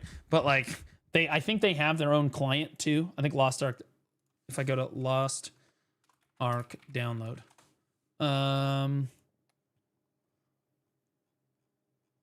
where the fuck do you download this fucking game? What are we talking about? Why play now? Oh, so it's only Steam. Never mind. It is quite literally only Steam. Okay. Never mind. It's a little rough. It's a little rough out here. But ooh. Lost 13%, lost 31%, and a minus in November. Okay, we're fine. We're fine. We're fine. Everything is fine. Now, at least Lost Ark does have, like, it's got Korea, it's got Asia, right? It does have a player base over there. So you are talking about, like, you know, there's other places in the world. But Lost Ark is not doing a whole lot better here. They are struggling. And to be clear, I know that this looks, we watched a video on D-Jules earlier. I encourage you guys to go check it out. I would say that, I'll be honest with you, this is super deceptive. I think that we are struggling too. Worse than the numbers would let on. Because as D-Jules correctly represents in the video, when you look at Lost Ark doesn't really have AFK things to do, right? So when it says that there's 9,293 players, that means that 9,293 players, give or take, are active players. They're raiding, they're running around, they're doing stuff with people. Usually you're not just standing idle AFK fishing and shit in Lost Ark, okay? Not really a thing. BDO, this represents our total player base. Total, well, I say total. We obviously have our client too, right? But like, and so you shouldn't necessarily look at the number. Let's say the number's twice this, right? Let's say it's like 35,000, right? Even still, the number is massively overrepresented, and anyone that plays BDO knows that that's the case, right? Probably about 60 to 80% of this number are basically just AFK, right? Are not actually playing the game actively. They're just AFK fishing, right? I think that if Lost Ark's cumulative players were all logged in at the same time, like, they would probably dwarf BDO. I think that the Lost Ark community is larger than Black Desert's, in my opinion. Just because, I don't know, just what I've seen. Stream broke. What? Oh, okay, now we're good. I thought the stream went down. I'm like looking up. I'm like, what? No, we're good. And again, so like, I think that if the number of players that actually logged into Lost Ark in a week, right, were represented on a pie chart, and again, D-Jules kind of goes through this. Right now, what we're seeing is a slice of the pie chart, right? The 9 to 11,000 peak here is a slice of the pie chart, okay? The total amount of players that consider themselves Lost Ark players is astronomically higher than this number here, right? They just only really log in for minutes to hours at a time during the week to do their content, and then they log back out again. BDO is completely a different game. So when you look at the Steam charts for BDO, it's extremely misleading. One, we have another client, right? And I would say at least 50% of our players probably play on the client. And then we also have the majority of this number is AFK people. So I actually think that our numbers are a lot closer to what Lost Ark looks like right now than you might think in terms of like active players. Active players, right? Check by the graph that it really doesn't have the same problem anymore. I don't know what he's talking about. I believe you heard that New World is shutting down. That's what we're talking about right now. That's what we're talking about right now. And New World, obviously, we know that New World has not been doing well for a while, right? But like, and to be clear, people look at Guild Wars 2 because they have really, really bad Steam charts. But Guild Wars 2 is a bad example of Steam charts because most of the player base for Guild Wars 2 does not play through Steam. Like, the majority of them do not play for Steam. The same cannot be said for BDO. I'd say it's about 50%. It used to be higher. Like we used to have 60 to 70% of people playing on the client with only 30% or so playing on Steam. But then we lost a lot of our client players about a year and a half ago when that node war change came through. We lost a fuckload of these were mostly client players through here. And nowadays, like at least in my community and whenever I take a poll, it's about 50-50. Fenrir just resubscribed for 14 months. Yo, OG Fenrir, welcome back for 14 months or a 0 grams. I'm just going to call you 0 grams Fenrir. If BDO had no AFK, the amount of people on Steam and client would be 4K. Yeah, so it's pretty easy to tell this. Anybody that's on Copium, think about it in-game, guys. Think about how many grind zones we actually have in-game, right? If people were if there really were 10,000 people actively playing BDO on the North American and EU servers, don't you think that the grind zones would be filled up immediately? It would be much, much harder to find a grind zone because there's not very many grind zones, especially in Adania and these other spots like Honglim. It would be like impossible to find a spot at Honglim, right? But because there's just not that many active players at any one given point in time, you can go to any server you want. At any point in time, there are just dead servers. There's no grinders, right? There's no grinders on some of those servers, right? And so that's how you know there's only a few thousand active players at any given point in time for us, right? What about live skilling and semi-AFK cooking? Well, it depends. Are you talking about gathering and fishing? Or are you talking about gathering and hunting? Those are active life skills, and that is lumped in with what I just said, right? And they're also less popular than grinding. And if you're talking about AFKing, again, that's what we're just talking about here. BDO is basically a fishing simulator with a combat system. No, we have great graphics too. We have the best sex honeys in the entire world for MMOs. What do you mean? Tigris is packed at the moment. Correct. But Honglim is not. Right? It's pretty easy. Think about it, guys. How easy is it for you mid-game players in the audience right now? When you show up to Honglim base on a normal server, not on Arsha, on a normal server, how hard is it realistically to find a grind zone? How many times do you have to swap servers before you can find an open grind zone? Right? Not very often. Usually you just walk in, boom, the grind zone's there, and you're done. Right? Like you're just ready to go. So like we don't have that kind of active player base. And what D-Jules was trying to get across is that this number is extremely deceptive. What I was trying to get across is that I think in the last year or so, it's not like we've lost like total players if the pie chart represents total players. Right? And then WDYM Blue? I can't autopath my barter routes for 5 minutes with O running into a flock of AFK fishing boats, lol. Yeah. Okay, so yeah, he's trolling. So this represents the active players in BDO. Oops, I made the arrow too long here. These are the active players, guys.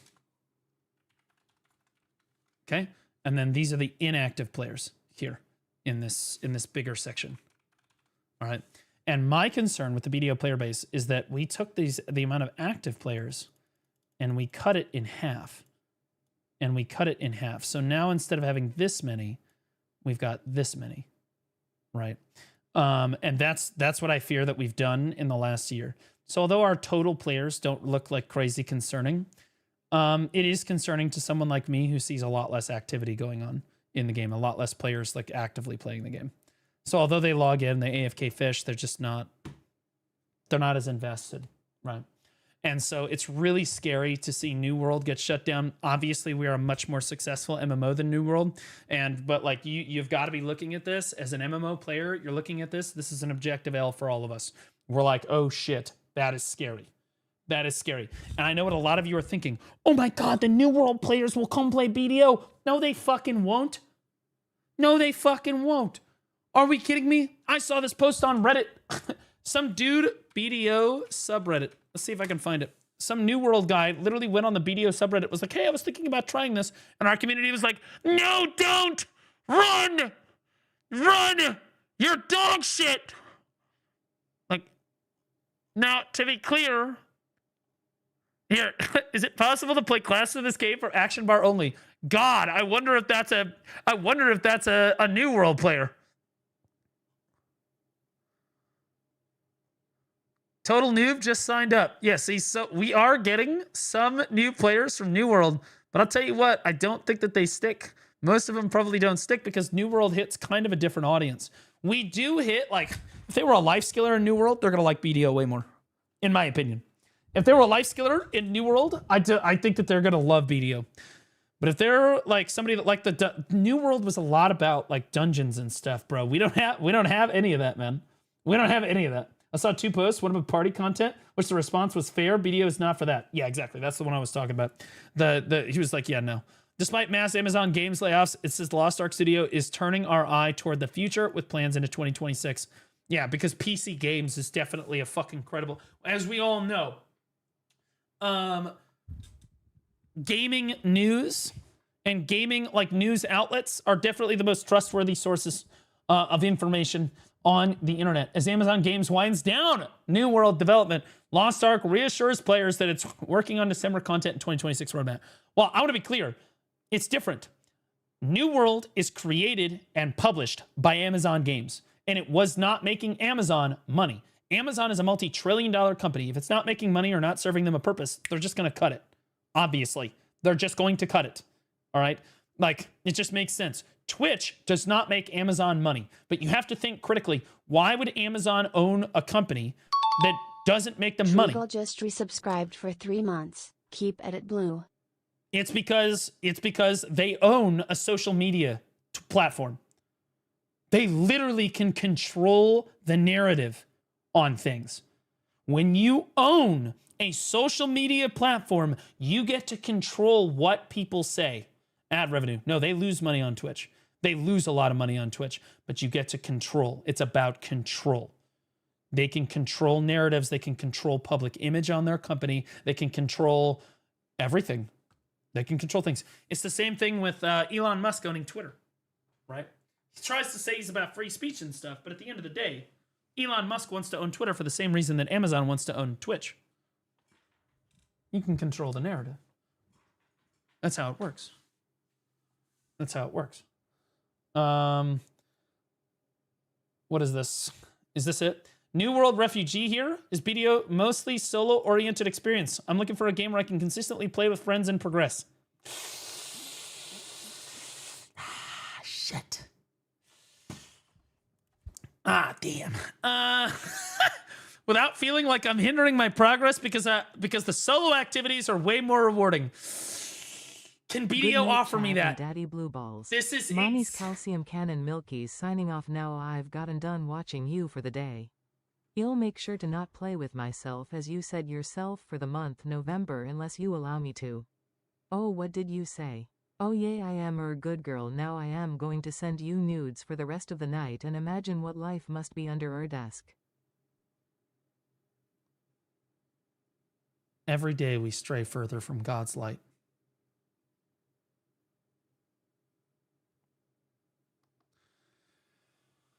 What the fuck? You need so much Jesus. Please do not send me nudes. Okay, do not send me nudes. Okay, don't do it. Do not do it. Okay?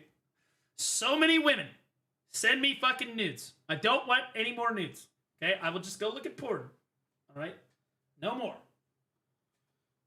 No more. Cap. See, you say cap. But I will tell you this. The annoying thing about women trying to send you messages on Discord that are less than appropriate or professional is that I literally have to ask for people's IDs. I don't know about you guys, but the way I handle that is if anyone sends me anything, I do not respond unless I have ID, like literally your photo ID and confirmation you are who you say you are. I refuse. Refuse. Because I can get in a lot of trouble. My entire career rests on I'll be damned if I'm going to throw away all of my hard work and entertainment for some fucking woman over the internet. Respectfully. It's not happening. I don't care. It's not happening. Okay? Are you serious? Yeah. I've got ID pictures, okay? Like that if anybody starts sending me that shit, I say you need to stop doing this. I'm not looking at any of these until you send me photo ID. I want confirmation of who you are and how old you are. Because otherwise, I can get in a tremendous... Look at every other content creator. What is the one thing that brings people down the most commonly? I'm not going to say it's women, but if we were being honest, okay? It's kids, yeah. It is kids. But like, I'm not worried about the kids, right? But like, yeah, I'm not a pedophile, okay? I'm not. But I also don't want people accusing me of being one, okay? And the easiest way to get accused of being a pedophile is if somebody starts sending you inappropriate messages, you don't properly verify their age, and you get fucked. That is how that works. That is how that works. Like, I miss the days when somebody on Twitch could just say the N-word and that was the cancelable offense. Like, he said the F-word. Nowadays, everybody's got to fucking touch children or something. That's the cancelable offenses nowadays. Like, what the fuck are we doing?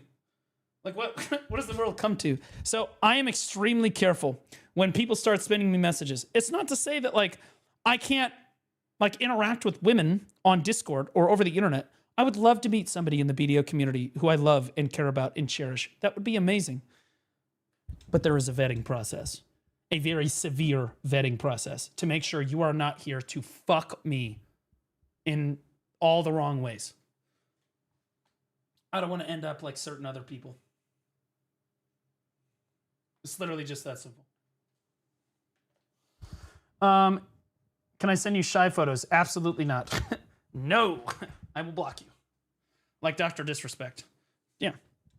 Well, Dr. Disrespect definitely is a lot more sussy of a guy than me.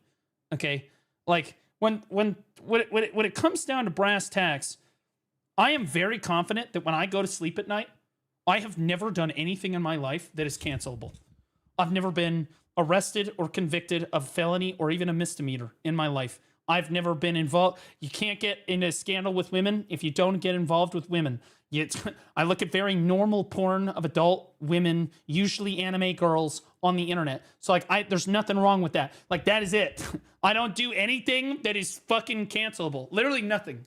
Nothing. So I'm not concerned. The only thing that I look at is looking at the future. I'm like, okay, so the only thing people can get me for is if they fuck me over in the present day, right? So like, if they start sending me messages, I don't do the diligence on verifying the age or whatever, right? And then they try to turn around and try to fuck me, right? Like, so I just go through the steps because I haven't done anything in my past this bad. I just need to make sure I don't do anything like now and moving forward this bad either. That's not to say that all women are bad, right? But you do need to be careful, and I am extremely careful. I am extremely careful. Ibuprofen all night, huh? What the fuck does that mean? Oiled up stream when? Still waiting. You know what, Literovex? I will do an oiled up cam stream when you do an oiled up cam stream. Deal? Yeah, I'd shut up too. That's what I thought. That's what I thought. No, thank you. I mean, what do you mean, I mean? He did that as a teacher too, to check birthdays. Well, you always check, like, you gotta, you gotta verify who you're talking to, right? You gotta verify who you're talking to. This is not like a, it's not like a, I understand it can be like silly, like, haha, he checks. No, guys, it's my fucking career. And if it was your career on the line, you would also check. If you cared about your career. I would also expect that, I'm also concerned that women are just after me for clout. That's also another thing, because there are other people in the BDO category who in the past or even currently have been, I don't know, the word I'm going to look at is taken advantage of by somebody that maybe might not have the best intentions. Crazy. And I would also like it if my community told me, I expect you guys to tell me if I'm getting fucked over. I want to know. You're like, hey, Blue, this is affecting your career. You should stop doing this. This person is not legitimate. You know, like I expect my homies to tell me. Okay? Like, all women are dangerous? That's not true. That's not true.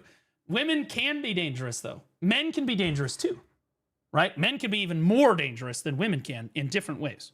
But, like, as a guy, you know, I have issues. That's not to say that women don't have their own issues, if not more so than guys do. Look at what Emmy's going through with Mizkiff. Holy shit. That shit is popcorn ready content. What the fuck? Look at that. Look at that. I don't want that to be me. I do not want that to be me. Where to watch the BDO Masterclass 2025? I'm going to stream it on my stream, or you can watch it on their main stream. I'm not going to be live tomorrow with it because I have D&D tomorrow. But I'll be live probably, and I don't think I'll be live on Sunday with it because I have family stuff going on. But basically every other day that Masterclass happens, I'll be streaming it. Show dog, please. My doggo is right here.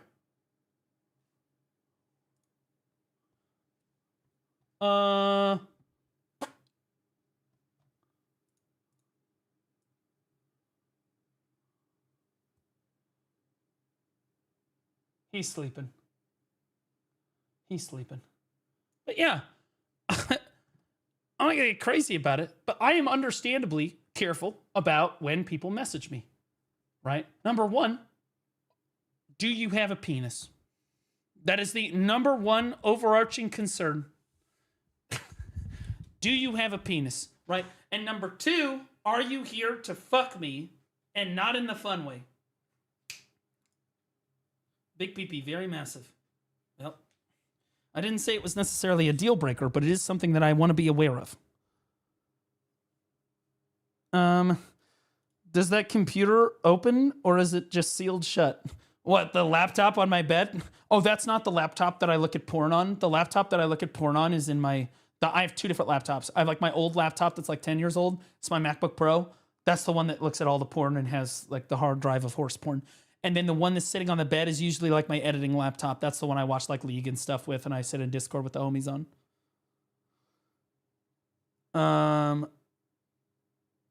Hunter Biden laptop is crazy work.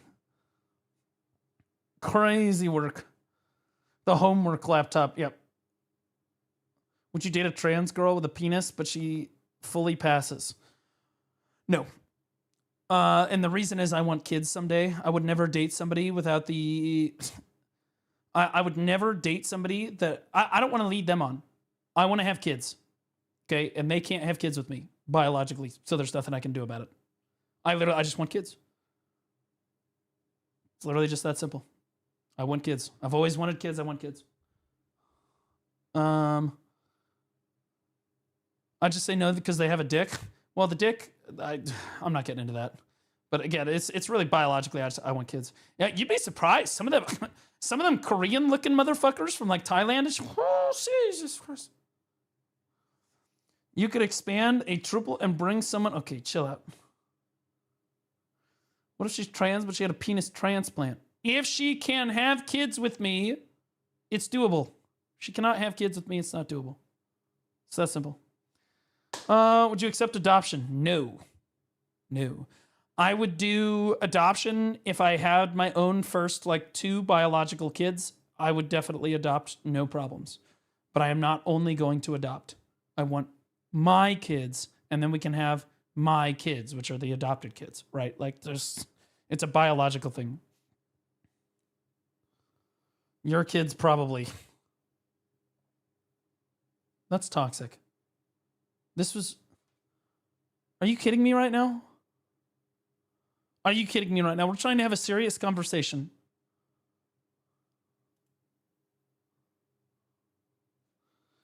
Is there a reason why you want kids, or is it just a biological need? It's a biological thing.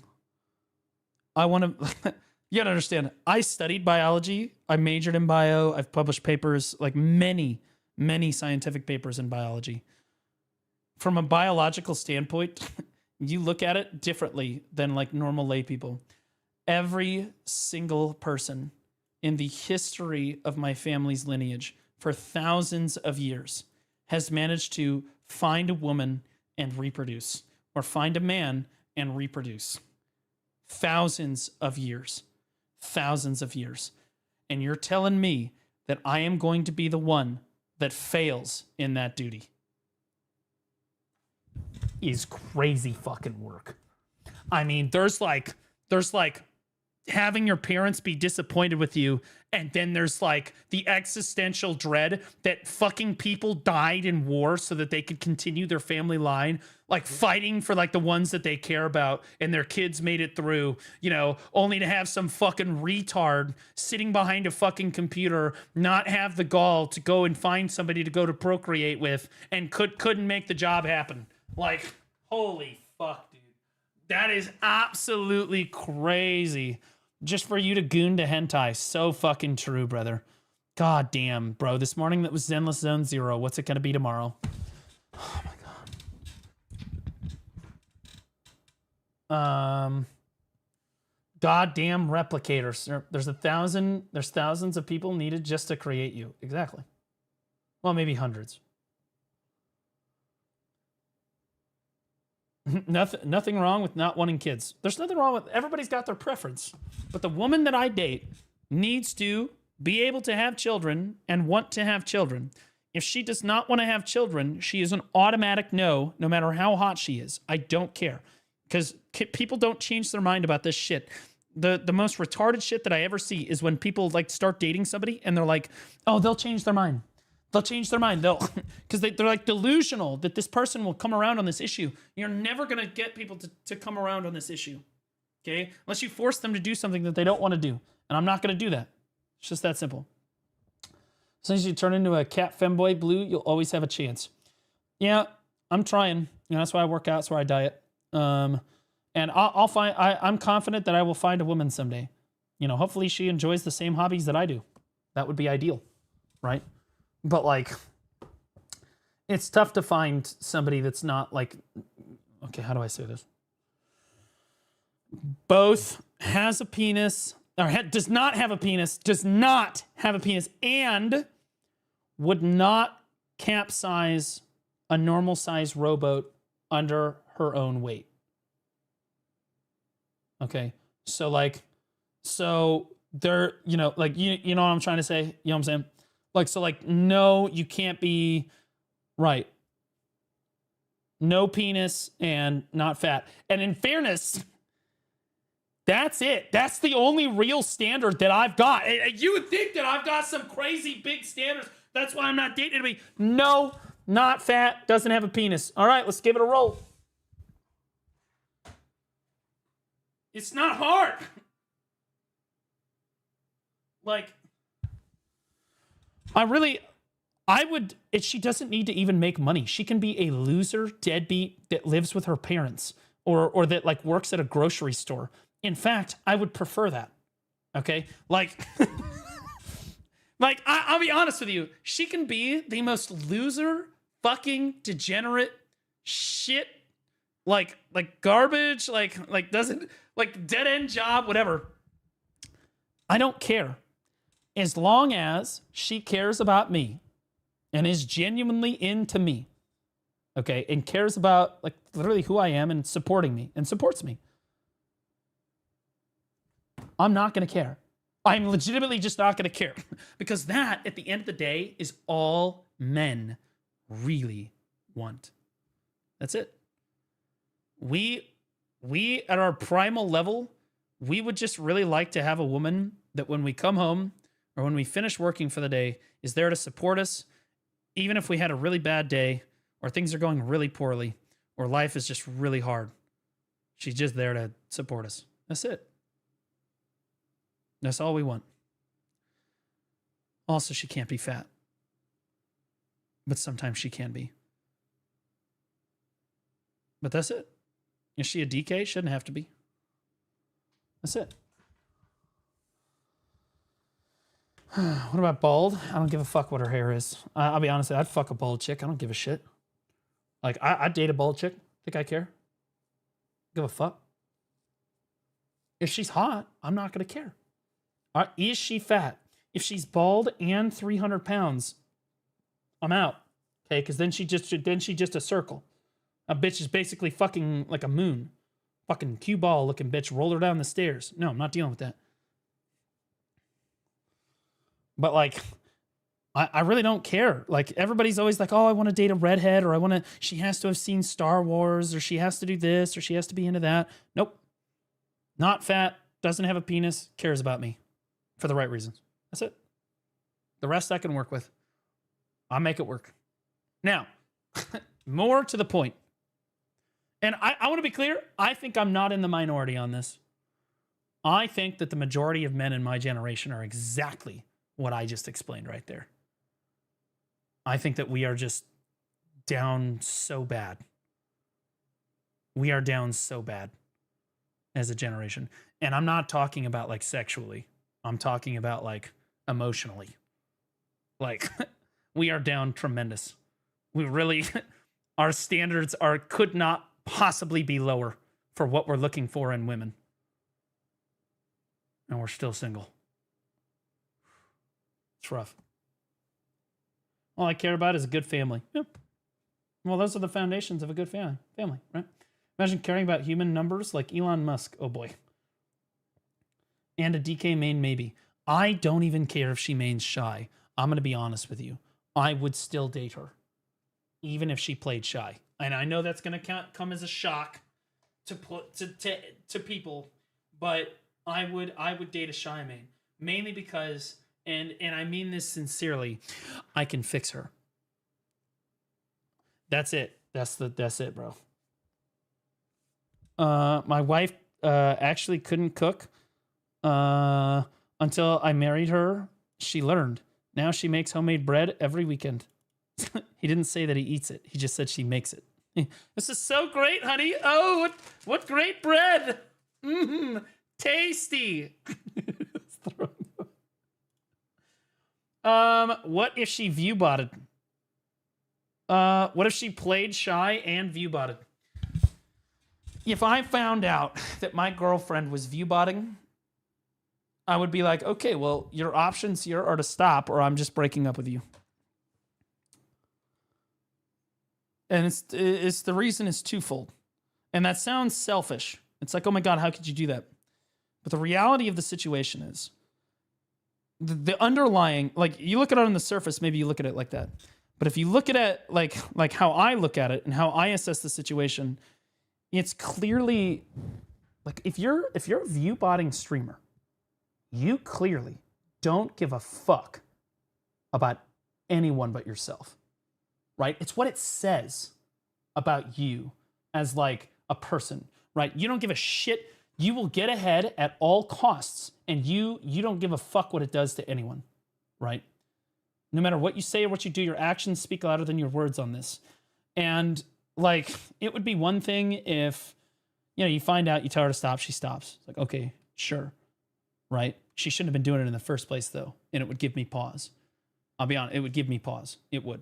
Like, I would be like, I don't know. Because it also reflects, like, they're not thinking about how it reflects on you as a streamer, like how it reflects on myself, right? Or on who the other person, because the relationship goes both ways. You should be thinking about your partner to some extent, right? The world just does not completely revolve around you anymore. You have to think about your partner, especially when you're in a workplace with each other. Right? Like, it would be like if you were working with your wife and she was actively trying to get you fired. Don't you think that would be kind of a problem? Like, don't you think that would create some kind of friction? If somebody was view botting in the BDO category and I was dating them, not only would it look tremendously poorly on me, it would devastate my reputation as a content creator. So it's jeopardizing my career, but it also looks devastatingly bad on her as well. And on top of everything, it's what it says to everyone around you, that you're just shitting down everyone's throats and you don't give a fuck about anyone but yourself. It's not who I want to be in a relationship with. It's just the truth. That is not someone I would want to be in a relationship with. So I understand it sounds like super petty. Oh, you break up with someone over something like that? Yes, I would. Absolutely. Absolutely, I would. I would give it to them straight. You either stop what you're doing right now, and I would explain it all to them, like I just explained it to you guys, or I'm done, because you clearly just don't give a fuck about me, or anybody else for that matter, or anyone else around you, because it shits on everyone else so that you can get ahead. That's just not what I'm about. If you want to succeed in this industry, the only way to do it is authentically. Because eventually, if you are not authentic, if you are not being 100% with people, they're going to find out. It's going to come back on you, and you're going to get fucked. Doesn't sound petty? Well, it might. It might. What if she responds and says she's not viewbotting? If she says she's not viewbotting, I would literally... I am smart enough, okay? I am not going to accuse my girlfriend of viewbotting unless I fucking know that bitch is viewbotting, okay? I'm just gonna be honest, all right? If I look at your analytics and I have deemed you a viewbotter, you're a fucking viewbotter, okay? Because it's not something that I just throw around and I'm like, oh yeah, that person's a viewbotter and this person's a... No! I do extensive research to make sure that I know what the fuck is going on. And if I find out you're a viewbotter, I don't give a shit if you say you're not. I know what you're doing. And if you lie to me about it, I'm gonna get more pissed. Like, it's literally just that simple. Would you rather your girlfriend be a cheater or a viewbotter? No, neither. I'm just not gonna date somebody like that. I've had people try to cheat on me in the past. Bye. Like I give a shit. It's like buying a car. You have to be willing to walk away. Hate to say it, but that's just the way that it goes. And that is as true for the women as it is for the men. Women, if the guy is cheating on you, you need to be willing to walk away. Okay? This is the same. It's the same thing for men. If she's cheating on you, she's gonna cheat again. She a cheater. That's how it works. Fundamentally, she a cheater. Davinia, you catfishing? She's the ultimate catfisher. What if she's AFK streaming? Also a deal breaker. Then you're just worthless. Then you're not cheating to get ahead. Well, you are cheating, but you're also just terrible at making content. Like you're terrible at the job. It would bother me that I was dating someone that sucked at the same job that I do. Right? Have you ever been really good at something and then you look at somebody like, can you imagine dating somebody that sucks at that same thing and they're trying to make a career out of it? Holy fuck. Like coding, right? What if you're like this like you're a really good coder, right? S-tier coder. You've got degrees in it, you got certifications, whatever. And then your significant other just is pirate software. Okay? And you're looking over at this like, oh no, she's retarded. You know, like it would bother you. Like straight up. It would bother you. It would bother you. The whole world about you and you is about shaping your personality. The whole world. What is this? Well, no, it's not about you. That's the thing. The whole world is about you and you only. It's about shaping your personality. No. Maybe he was saying that in reference to something else I said, Stan. But like, again, that's not what it's about. It's about a give and take, right? It would be the same thing. She'd be like, yo, like you need to be able to take time off streaming so that you can come hang out with me. That's part of the give and take, right? And she also needs to understand that like sometimes you can't do that. You have to be live. Like, sorry, honey, can't hang out today. I have to do my job, right? So there's like a give and take both ways. It's not about you. It's not about you. But that's the whole point, is that it's all about her. And I'm not dating somebody who's it's all about her. It's just not gonna happen. It's not gonna happen. What if she had a dog allergy? Well, as long as she's willing to take Zyrtec and shit, it'll be fine. Now, if she does what one of my previous ex-girlfriends did, or one of the girls that I dated for a little while, it's me or Basil. Her shit was out on gone. Okay, bye. Because no, like, sane person gives you that kind of an ultimatum. No, like, it's not even about, like, I care about Basil more than you, because I do, just to be clear. But even if I didn't, it's about what it says. This constant need for attention, this constant need for verification that you are important to me, it's never going to be enough. Get out. So that's just the way that it goes. You didn't take care of me in October. Jello salad, I don't know who the fuck you are. Be cool if she played BDO dev, perhaps PA will begin to listen to Blue. Oh, true. If I dated a BDO dev, guys, we would be so in. I would be more in than everyone else. I digress. Very happy here. Married. Play with him in BDO and other stuff. Okay, well, if you ever get divorced, let me know. That being said, anyone that is currently married in my generation, Anyone that is currently married in my generation, you guys got the last chopper out of Vietnam. You guys got the last chopper out of Vietnam. Because I don't know if the rest of you feel this way, but that's how it feels for me. The rest of us got left behind, and we're in the trenches taking grenades, guys. Like, straight up. We're in the trenches taking grenades here. It's rough. It's rough. You guys locked it down, and like, Jesus, dude. Holy shit, dude. I'm with you. Bro, that's just how I feel, man. They got on that last chopper. We was all like, oh, shit, bro. I envy no one that is still dating. Like, dating is fine. It's trying to get into the dating sphere is really hard nowadays because you just don't meet people anymore. The only way to meet people is like online in most cases. I started going to church, not because I care about Jesus, but because I'm trying to meet some fucking women that aren't hookers. Okay? That aren't literally online prostitutes. All right?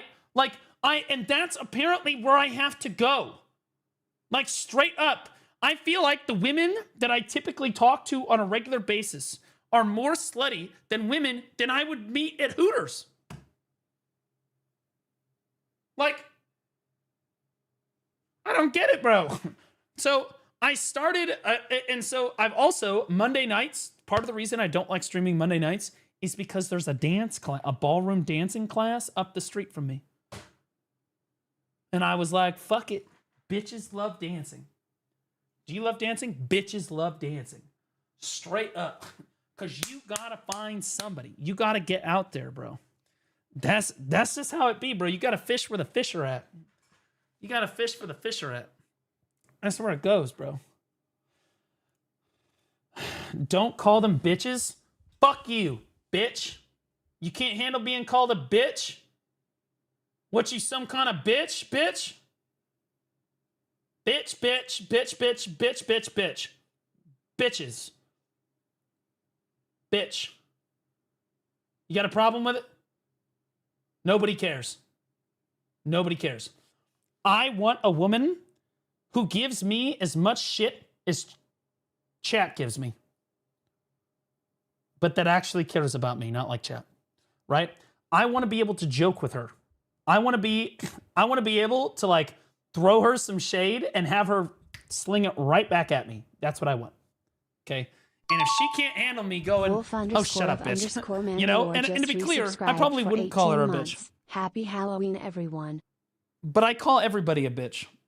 I do. I do. It's a term of endearment, right? Davinia comes into my chat, and I'm like, what's up, bitch? Or more Mosh, she'll be here, and I'll be like, she'll do something stupid, like Rayrar will do something stupid on Posterity, and I'll be like, you dumb bitch, right? Like Laz didn't click the Cronstone button. I'm like, this dumb bitch, right? I want somebody that laughs at that. That's what I want, all right? I don't need somebody that's like, that insulted my virtue. Because, sweetie, I understand what women are like. We get into the bedroom, what virtue? Fuck are we even talking about? Stop pretending like you can't make fun of me and I can't make fun of you. Okay? That's how it works. That's how life works. I'm just tired of it. I'm tired of society doing this too. I'm tired of society constantly getting upset about everything that you say. Oh, you can't say that. Oh, you can't call them this. You can't cuss. Or you can't make fun of women this. Or you can't make fun of Jewish people that. Or you can't make fun of Muslim people this. Or you can't make fun of black people that. Nobody fucking cares. Okay?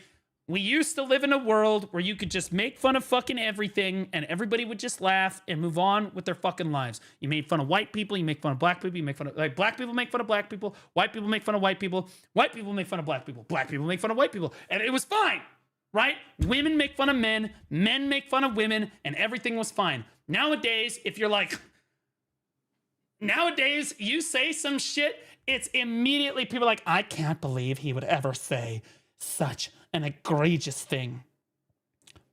And every time I hear somebody say that shit about like my Dark Knights, like, oh my God, he over-sexualizes his DK. I'm like, I would, God damn! I just double the fuck down on those motherfuckers. Because I don't give a shit. Because I am so tired. I am so fucking tired of virtue signalers that need to constantly get insulted about everything that you say. It just drives me fucking nuts, dude. Like, I'll make a joke. I'll be like, guys, most of the people that play BDO are men, and that includes most of our women. And some fucking virtue signaler dipshit will be like, that was offensive to trans people. And I'm like, no, it wasn't. You just took it offensively. Because if you played BDO enough, you know what I'm talking about. Holy shit, bro. Like, holy fuck, man. Like, dude, if you take something offensively, it's because it's your fault. Not the person that made the joke. Nobody cares. You will never, and this is where it stems from. I said it before. You will never get acceptance from anyone but yourself in life. And if you can't accept yourself, that's when people commit suicide. That's when people are depressed. That's when people get anxiety. That's the worst part, okay? Nowadays, it used to be, the movement was, you need to accept yourself. You need to be enough for you. When I was growing up, that was the message. You had to be enough for you. You can't make anyone else think the way that you do. That's just the way that it goes. But if you don't accept you, then no one will. It's just the way that it goes. It is what it is. Nowadays, you can't. Nowadays, the movement is everyone else around you has to accept you, and then you can work on self-acceptance. No, that will never work. These retard virtue signaling people, it will never fucking work. You will never convince someone that like transgender shit is normal. You will never convince people that racism doesn't exist in the world, or that like they are racist innately, right? You'll never convince people that Jewish people are good or bad. You will never convince them that Muslim people are good or bad. You will like, people make up their minds on stuff. The only person that you truly have power over is yourself. So you need to be enough for you. Because if you're not, that's why people kill themselves. And we used to live in a world where that was the case. This is peak BDO content. I don't even understand. It's the way that it goes. I think the real deal breaker is when someone sees your fridge, they just run the fuck out. My fridge is actually super organized. Really clean. Really clean. My favorite streamer, this is content. Well, I like to think that if anyone ever heard me say the F word, let's say you guys heard a conversation and I said the F word. I want my community to go, that's my streamer. That's my guy. That's what I want, okay? Because I don't want softies around me anymore. They're everywhere. I don't care anymore. I don't care anymore. I don't give a shit. Like, that's my fucking streamer. I don't care. I genuinely don't give a shit anymore. I'm just tired of being policed all the time. I'm tired of people telling me that they've been insulted by something that I've said or whatever. And I'm over it. I don't care anymore. It's part of the reason I'm not a BDO partner. I just don't care. You can't say that. Why not? Fuck you. I'll say it anyway. That's the same reason I'm not a BDO partner. I just said I can't do it anymore. Fuck it. Once the Miz Kip viewers that are still around based. Oh my god. Bro, Miz's viewers, I swear to God, they don't give a fuck what he does.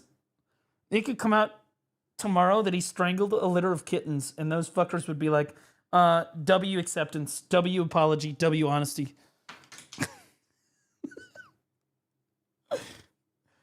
That's kind of based. I was like, crazy, bro. This is the current state of MMO genre does to us. Yeah, it is what it is. I mean, it's just where I'm at mentally. It's just where I'm at mentally. And this all started as a conversation about women. And women are great. We love women. We do. But women are difficult. Women can be really difficult. And so can men. And we used to be able to talk about it. We used to be able to make jokes about it, about how difficult women could be. We used to be able to make jokes about how difficult men could be, and everybody just lived happily ever after. Now we're all worried about our feelings. And I'm trying to make an environment where we're not worried about our feelings so much anymore. You should play Odin. It's the shit. I do play Odin. I got guild bosses tomorrow. All right. Okay, so getting back on topic. New World Refugee here. Is BDO still solo-oriented experience? I'm looking for a game where I can constantly play with friends and progress without feeling that I'm hindering my progress because solo activities are way more rewarding. Can BDO offer me that? Who's gonna tell him? It's got 46 comments and 39 upvotes. BDO is very much a solo experience. I do it because I'm not immersed. I've been in an MMO life skilling. Every morning and night, I tend to do my farms in order to grow strawberries, and then I go back to the ocean side in order to earn profit and buy a carrack to get into bartering. While you might be able to quest next to somebody sometimes, you would get more from them talking in your ear as they do their own single-player adventures more than anything. Yep. Oh, God. Was watching Blue Squadron earlier, and he joked about BDO, hearing people wanted to group content, so they added maid companions. Oh, fuck. I did not know that this comment was here. They added maid companions to the game so that you have a maid which you can walk around with as your group content. I was joking, but also, was I actually joking? Somebody linked me this, by the way. Somebody linked me this post. Like, was I actually joking, though? Like, straight up. Because that's like, I was being real with it, bro. That's my streamer. Yeah, most of your experience will be solo. Yeah, and that's why I don't think that we're going to pick up a lot of the New World refugees that come over.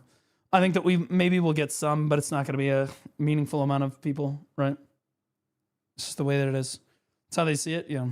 Anyway, that's my thoughts on the New World drama. Now, we have a super upbeat, because you guys know me, I am the positive PMA fucking, we're gonna suck BDO's donkey-sized penis. This is the PMA stream of a lifetime. We're going to talk about the state of BDO, a discussion on a game that I love. This is from Blue Sky 900.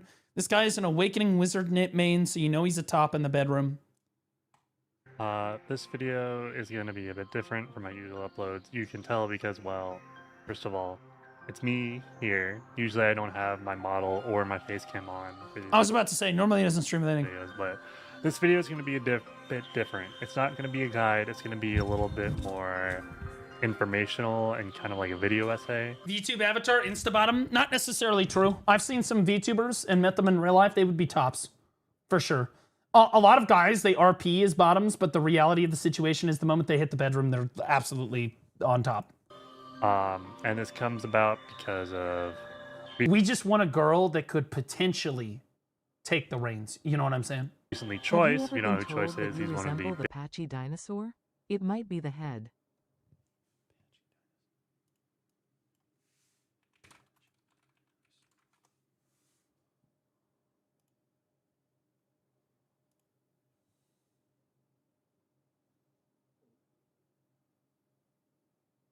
Hey, Lucy, how many shorts have you put out today? How many shorts you put out today? Huh? Huh? For those of you that don't know, Lucy's supposed to be editing for my Clips channel. And instead, Pixel Astra is hard carrying it right now. How much work have you done today? Huh? Yeah, that's what I thought. Oh! Oh! There it is. Lucy. Oh! Look at that. Look at that. Get to work!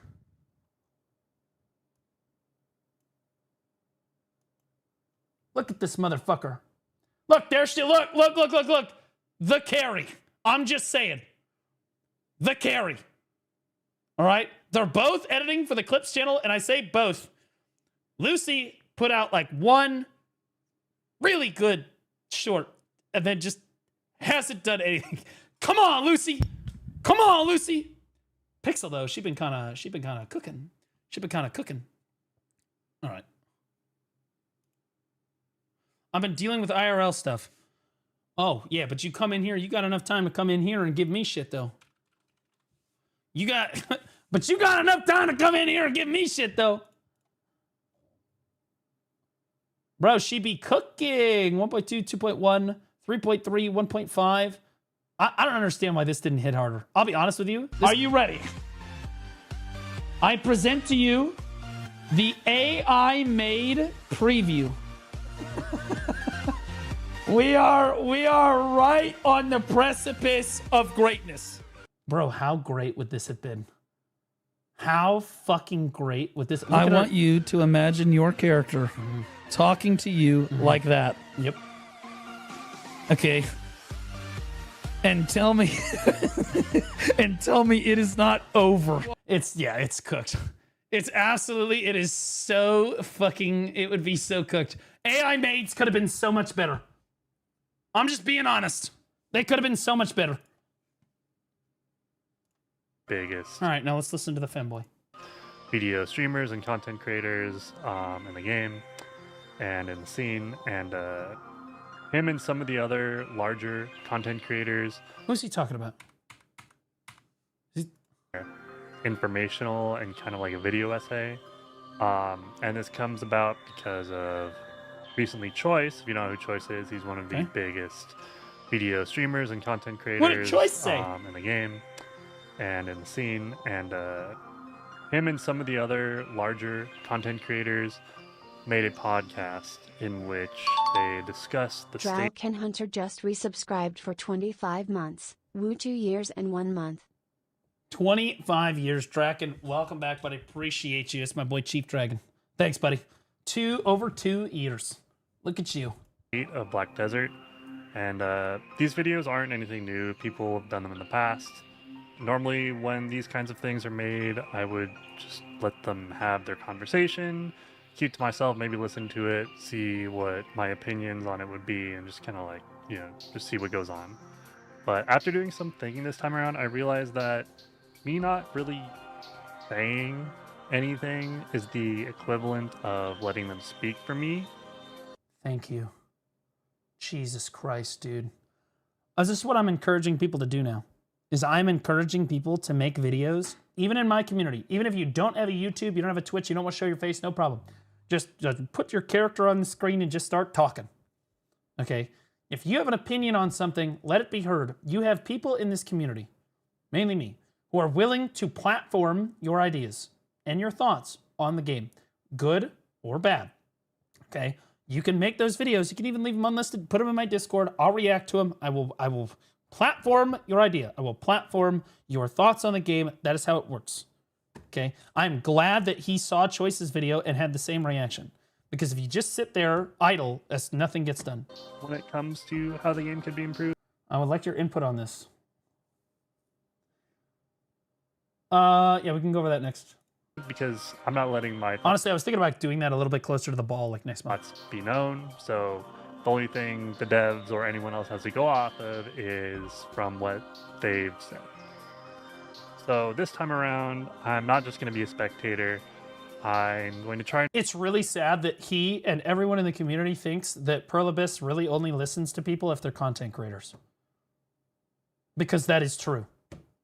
And it's fucking annoying that they can't just listen to their players, like actually listen to their players, whether it be on the forums or, God forbid, Reddit or Discord or whatever, or any feedback that they get. Dead_diva_ trash just resubscribed for 3 months. Dead Diva Trash, thanks for the brand new T1, brother. Nothing makes me wetter than a brand new T1 sub. Thank you. Appreciate you. All right, let's do it. Be involved in the conversation, which is why I'm making this video. So in this video, I'm going to discuss how I feel about all those. I came back to the game after hearing they would be updating the new Node War PvP stuff at the ball before AFK fishing. Is there any point to trying to wait for some update at this point? Pretty much just grinding Nagas and not seeing any progress. Do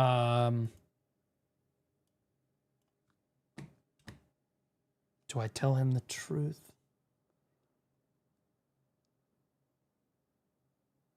Sincerely, there is no Node War update coming. You will never have one-sided decks back. You're not going to get 2-hour Node Wars. You're not going to get none of that. You're not going to get a rework Node Wars. You're not, no. The update to Node Wars would be that they're like buffing the health on the Flame Tower or something. Okay. There will be no PvP update. Okay. Like it doesn't exist. Their definition of a big PvP update is adjusting the fort health. Aspects of. I'm not telling you to leave the game, but I am honest. And that's the truth. I'm just being honest. Like, tell me, PvPers, tell me I'm tell me I'm lying right now. You genuinely believe that they're working on some big fucking Node War update. You're crazy. The game that were discussed in Choice's podcast. And his video will also be linked in the description, by the way. So if you want to see exactly how they feel about it and how they feel about the current state of the game and stuff, you can check all that out as well by checking down the description and clicking that link. And as always, I will have... Who's on Choice's podcast, by the way? Hold on. We're at 158. Well, let's get things started. Jinne, Verdict. Okay, Grimkill, Hugh Hotbar, and Namiko.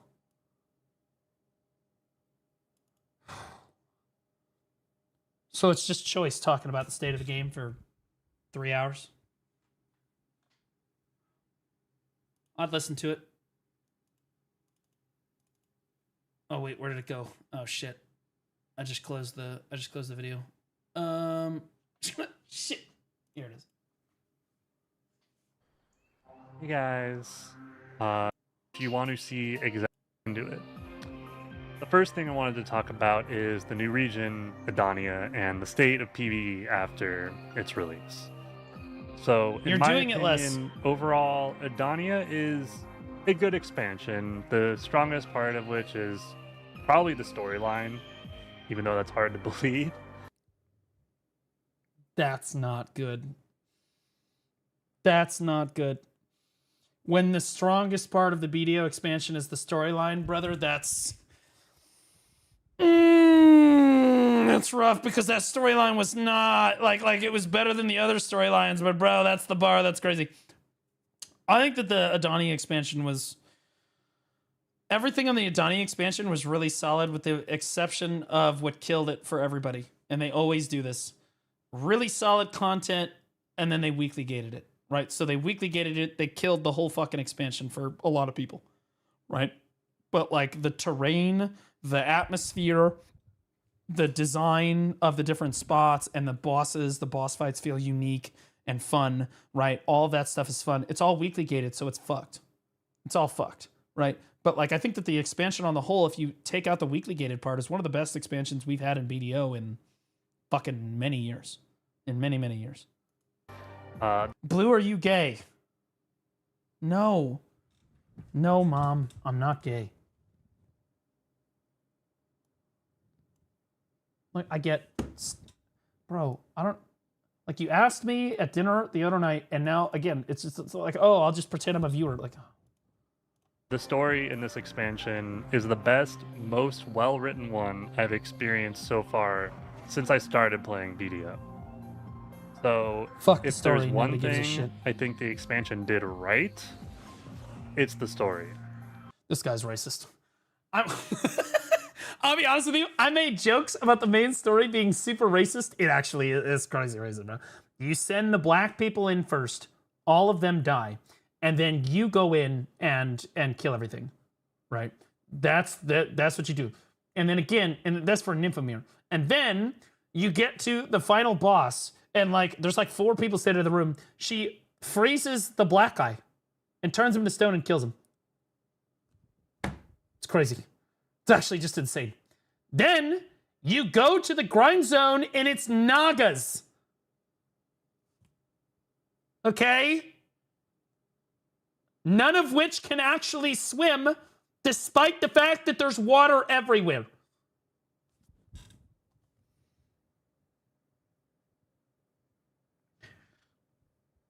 Oh, hell no. Bro, That shit is crazy, bro. It's crazy work, bro. It's crazy. I mean, they opened themselves up to so many jokes. It was insane, right? Yeah, no, I can't grind there anymore. I have Naga fatigue. It's too easy. You get off your horse there, you're like, yeah, I think some Naga stole my horse. Bro, it's too easy. It's too fucking it's too easy. I don't understand what they were thinking, bro. I actually don't understand what they were thinking. As the grind spots go, they really aren't.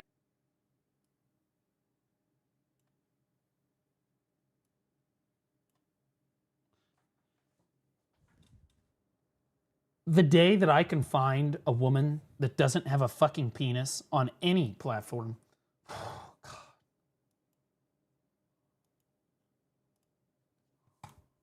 Anything to write home about.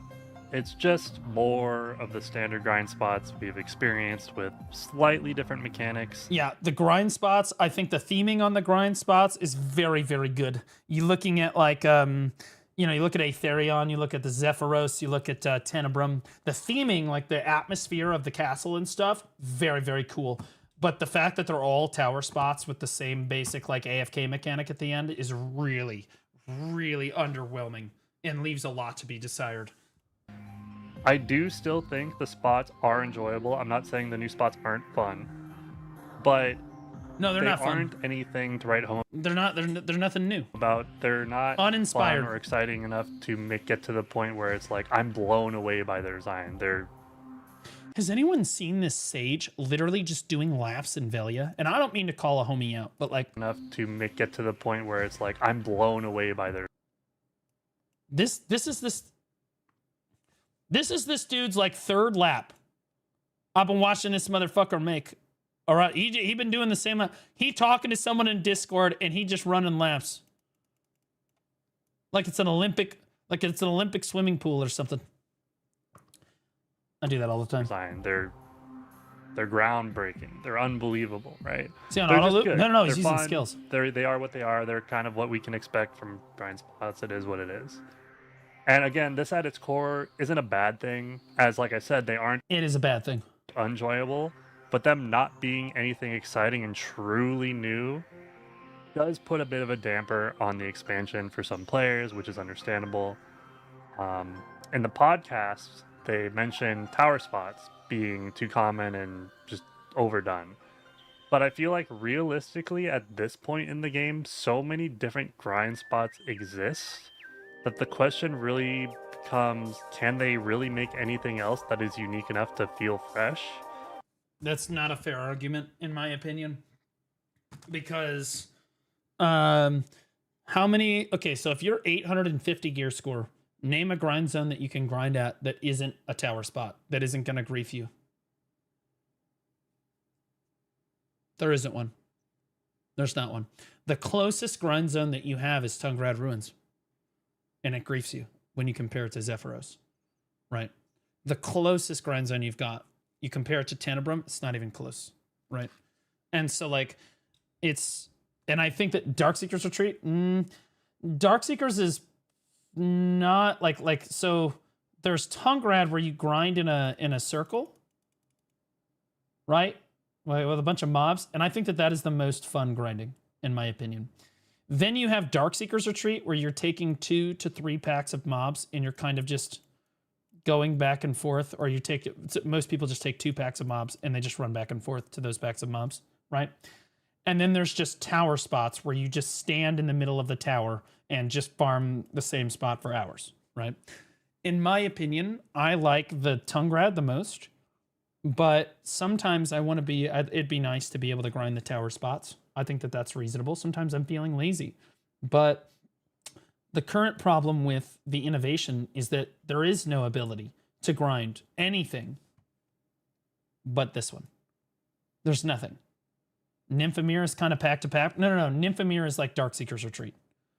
Nymphomere is like Darkseeker's Retreat, and I'll be honest with you, still feels kind of like a tower spot, right? Because you still have, you're just grinding around a very small, like 2 to 3 packs of mobs. Usually it's 3 packs, and you're waiting for the packs to spawn, and you stand there, and it's all relatively in like right at the same spot, and then eventually a boss spawns, and then you kill the boss, and then you have an AFK period or whatever where you kill the little fishies, and you don't really have to do very much, and then you go back to the thing, right? So like it's the same shit. And Aetherion, Nymphomere, Zephyros, and Tenebrum are all basically the same thing. It would be like saying that Tenebrum is not a tower spot. Tenebrum is also, in my opinion, I think that this kind of grinding, like the Starkseeker's Retreat grinding and tower grinding, are basically the same thing. For all intensive purposes, it's the same thing.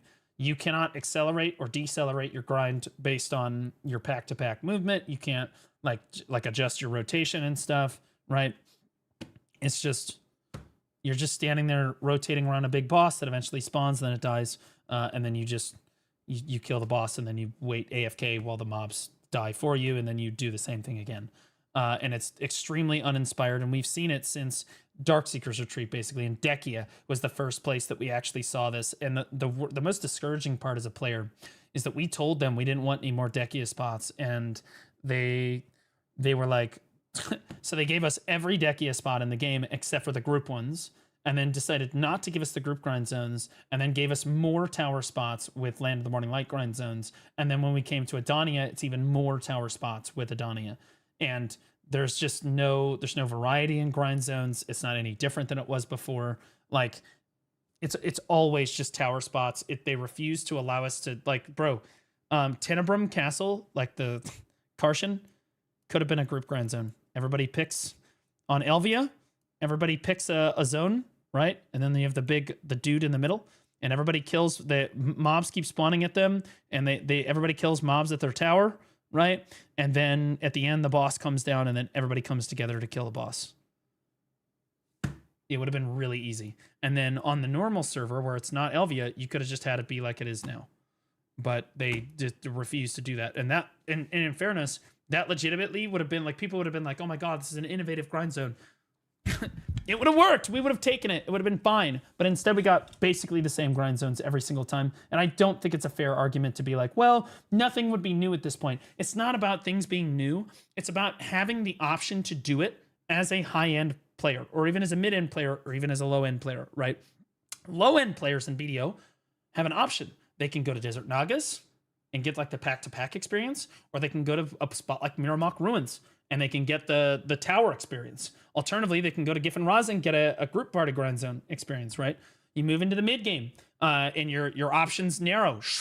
You lose your group grind zone ability. No group grinding in the mid game for the most part. You're going to Honglim base, but you have the option to go. You still have some pack-to-pack stuff like Elvia Orcs. Technically, you have Giants, right? And maybe Baragi Den and stuff like this. But like you're starting to, your circle of what you're able to do shrinks. Then as you level up even further, now you're at Ulakita, and you're at Fortunate Pig Cave and Unfortunate Pig Cave and DSR and Tungrad and stuff like this. Okay, well now it's narrowed even further. Now you only have one spot where you have pack-to-pack, and everything else is basically maybe two if you consider Pig Cave pack-to-pack, but even that is more like Darkseekers. But you could say that's pack-to-pack. I would be willing to give that, right? But again, your options narrow with what you're being able to do. And then you get to late game, and it's only the new grind zones, and that's only tower. There's no pack-to-pack. There's no group grinding. There's nothing. There's no variety. It is just the same thing every single time, right? And that's the big problem. It's not that it needs to be like this new innovative grind zone. It's that the people that used to grind at these areas, they want the option to do more than one thing. And to be clear, we're not advocating to get rid of tower spots. We're advocating to add more than just tower spots. Because there's always some fucking dipshit in my YouTube comment section that is like, oh, well, I actually love tower spots, so I love the design direction.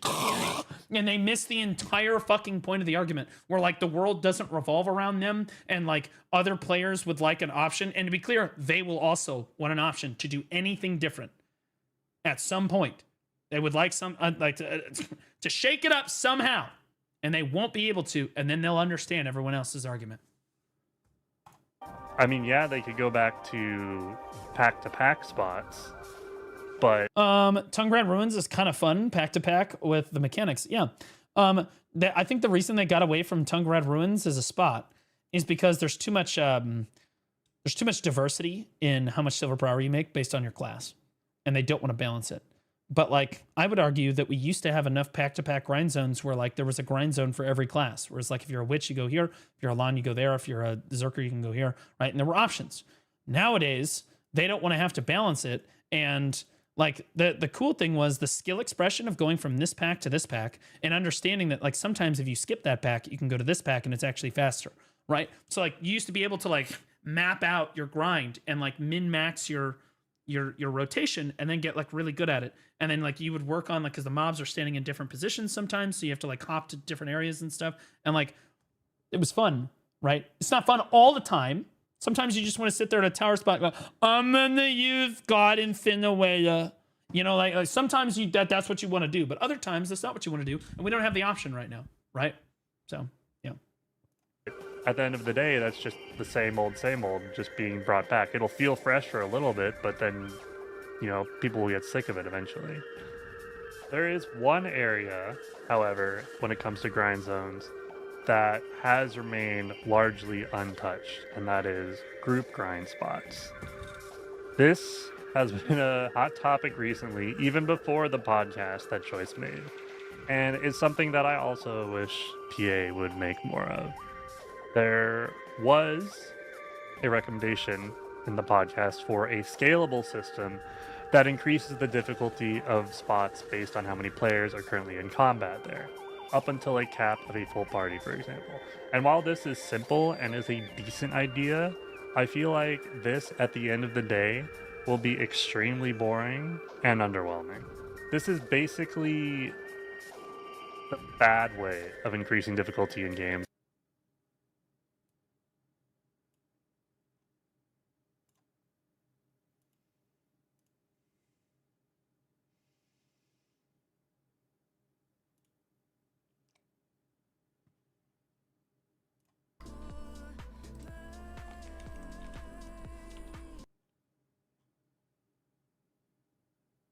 You stream less than I do. Stream more. People like you. You're good at it. It's toxic. That being said, chat's going to say the same thing about me right now.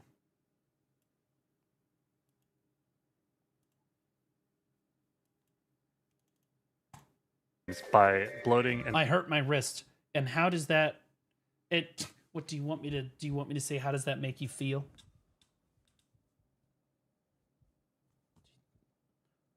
Okay. I could say that I was stabbing myself in my free time and my chat would be like, part-time streamer, lol. Okay, they don't care. They don't care. That's the way that it goes. Any stats, and I feel like it should not be done. We really don't. I understand. And to be clear, I'm going to be back at a full-time schedule this coming month here. After my family leaves from out of town, like this week, we'll be back to it. Because I was back to it last week, and I'd be back on it this week too. Spots do scale. It should be through the addition of... I'm working 12 hours a day with science camps, XD. Do more. Hey, I was working 90 to 100 hours a week to get here, okay? That's what I was doing. I get it. Girl, you don't have to explain to me. I understand it's hard. It's fucking hard. It's really hard. If you want to make it in this industry, you make it work. It's the way that it goes. It's fucking hard, though. I got sympathy for you. Other people don't give a shit. They don't care. I respect it, though. Mechanics that actually change how the spot functions instead. AOS ranked shut down for the day. Yeah, I know. But if it makes you feel any better, Perlibus is sorry for the inconvenience. However, even this could be problematic as these spots with multiple... Will do better? Yeah, so will I, Mushi. And to be clear, I give you shit, Mushi, you got to throw it right back at me. You should have been like, where you been? Part-time looking ass? That's what you say to me. Okay, you got to throw it back at me. Are essentially Dekia spots, are they not? The player base did make it very clear that they do not like Dekia spots, so I feel like the developers probably would shy away. Yeah, we don't necessarily want Dekia spots. We just want group grind zones. Doing that? It's not hard. I do feel like, though, if it meant more groups... Are you doing the yard tournament tomorrow? Asking for a friend. Pearl Abyss would not allow me to do the yard tournament if you paid me money. Or if they, like, there is... They would not allow me into that bracket if you paid them. Like, straight up. They not a chance. Not a chance. Now, I was in their last yard tournament, though. I was in it with Laz. I dunked on Laz. That she sucks at fucking yard. She dog shit. slots became available, players would probably put up with more scaling spots and then kind of going back to the whole Dekia system, just because that's how badly some people want group spots. I do have more I want to say and discuss on group spots, but that's not really relevant for this current. Kitty K say I wanted to know. It's not PA hosted. I'm hosting it. It's funded by one of my mods. What time is it tomorrow? I have D&D like all day tomorrow. Is the problem. So 2 p.m. Eastern. That is 1 p.m. Central. Yeah, that's right in the middle. That's cooked. I'm sorry. I would go. I promise. If the D&D session doesn't happen, like it's delayed, I'll come down and get on. Also, yeah, W mod.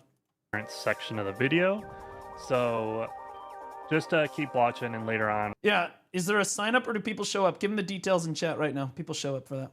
People roll We'll up for come that. back around to this, and we'll see how it plays into some of the other stuff I'm going to move on to discuss. So moving on to the next topic I wanted to talk about is the bosses in it. Dude, this, I'm sorry, this Sage though? Discuss. So moving on to the next topic. There he is again. Dude. Topic I wanted. Bro, he's still going. He's still going. This dude is just going in circles. To talk about is the bosses Let him have in fun. Adania. Can I post a link? Yeah, post a link. The general consensus here is that the fights are way too easy, and I do agree with that. I enjoy it when games... Did he just say the Adania bosses are way too easy? Hercules right now.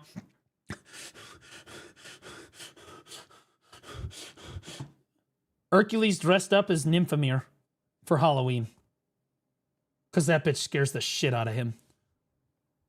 Games are hard and have challenging things in them, but I'm not dumb. I know that I'm most likely in the minority when it comes to wanting things that are actually really hard to complete, especially for things like progression. But the crazy thing is, there's a solution. I have a hot take. I think that the Adania bosses are right on the money in terms of like difficulty. I think that it requires you to show some competency on your class, but it's not overwhelmingly difficult.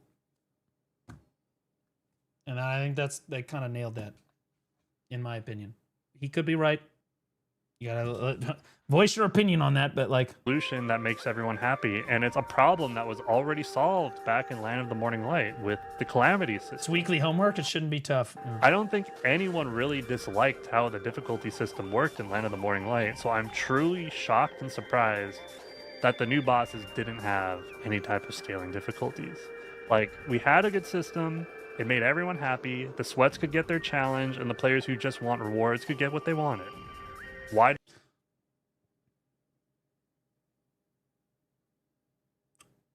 I don't know. I think it's more concerning to me that you can't do any boss that you want. I think that it should be scaling difficulty, kind of like... I think I know what he's saying. I think that they should be like this. I think that when you go to do your weekly, you should be able to do like C7 or C10 Karshan, right? Alternatively, there's like a C10 Jordine and a C10 Encelar and whatever, depending on which boss you want to do. And then you get your, if you want to make it based on gear, that's fine. But like you should let people do whichever boss that they want. Like, I don't know why, like I never get to do another boss ever again. Why did we not just do that again? It just makes no sense. I don't know why the bosses are the way they are right now. It feels like maybe they were just rushed out, or I don't know. There's also been talk about the story versions of the fights themselves being way too easy for how these characters and beings were built up as essentially demigods, like these crazy powerful things that no one can beat. They're just insanely strong.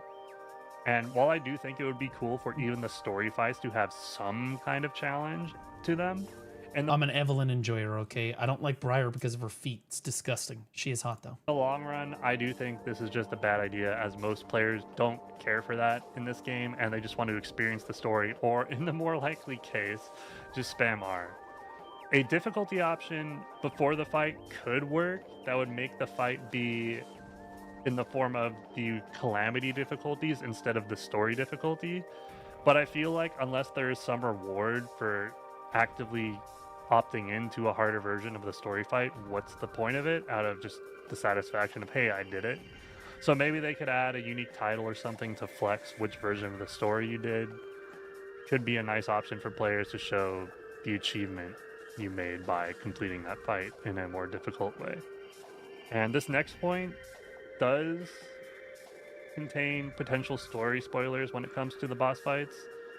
So skip forward maybe like 30 seconds to a minute if you want to avoid the spoiler. Yo, does anyone But give a shit? Adania Part 2 No, we're will good. most likely have the gods of BDO be the main antagonists, as at the end of... We're gonna fight Lakari? That's on theme. Black people were already persecuted during the Nymphomere questline, so... Of Part 1 story, it is revealed that all the gods in the world have submitted to Hadum and likely have been corrupted, which means they're all evil now.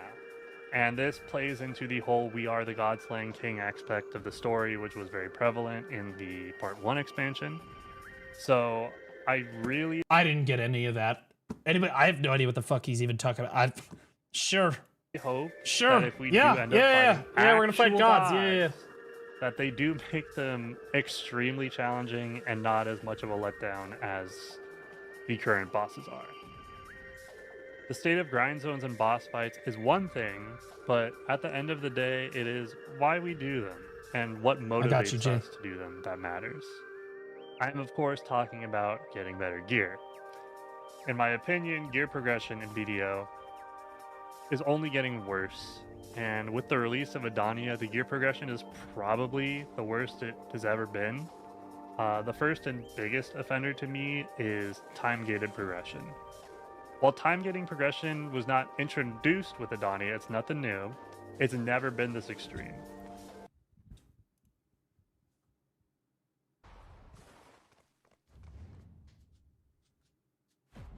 If they time gate the rest of the content in BDO after this, I might actually quit BDO, because this is actually beyond infuriating. With how much effort I put into this game and how much time I spend on it, to just be completely hosed by RNG is just... And there being no recourse for it makes me not want to play the game. This is why I've quit other games in the past, too. I quit playing MMOs for years.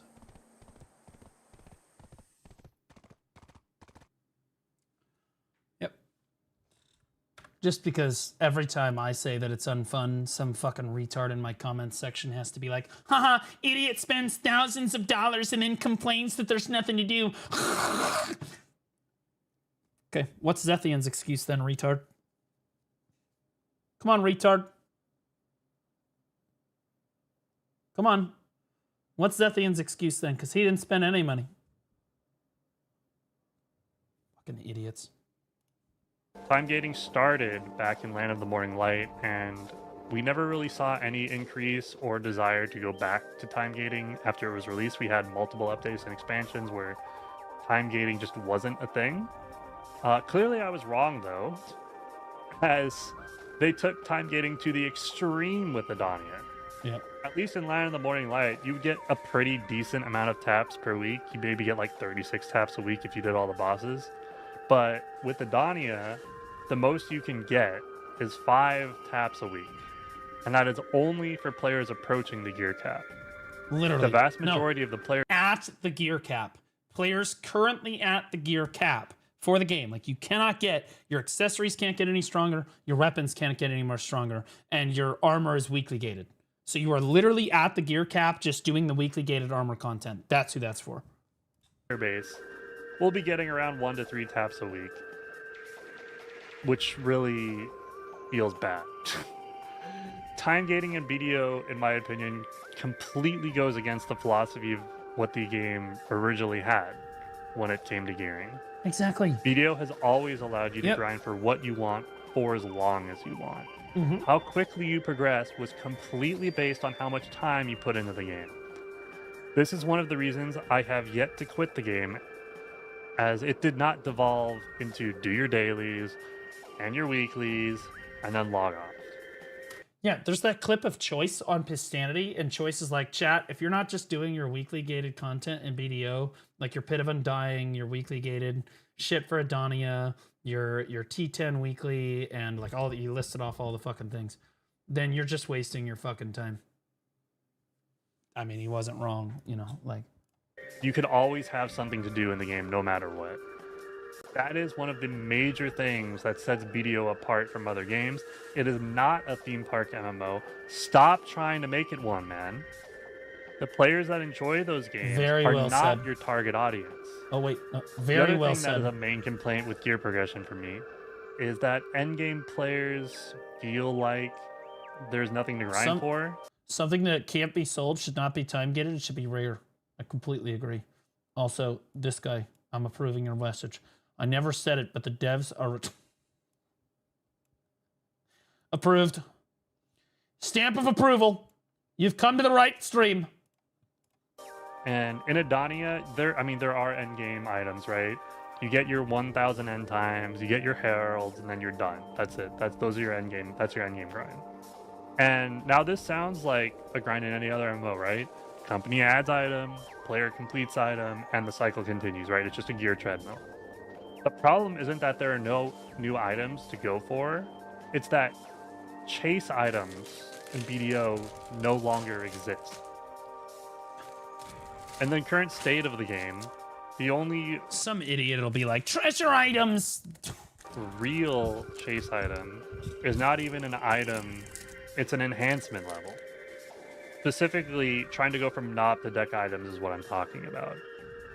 Simply chasing an enhancement is significantly less fun to go for, in my opinion, as now you are no longer grinding for the dopamine of a rare drop, but just for raw silver so you can buy crons, so you can do your taps. This makes grinding more boring and feel more monotonous, in my opinion. In the past, our chase item was Deboreka accessories. These accessories were... That shit was worse. Well, it was better, but only because it wasn't weekly gated. It was better because it wasn't weekly gated, but that shit was ass, bro. You were making 300 mil an hour, but it was not weekly gated. Extremely difficult to get. And also, when they were still chase items, were not required for anything in the game. They were just bonus stats Also you true. get to do what you could already do, but slightly better. Yep. Of course, at their Very core, MMOs are geared treadmills, so eventually Debos would have to stop being these chase items, right? And they would become the norm and be required for content in the future, right? That's fine. That's how MMOs work. That's what I expect. That's what I never want to hear anybody in my community ever say this line. As a new player, I'm stuck farming for Fen Deboreshka and AFK fishing. I'm not geared enough to do anything else. And people wonder, I love it. Do you guys see the problem? You guys see the problem with this statement, right?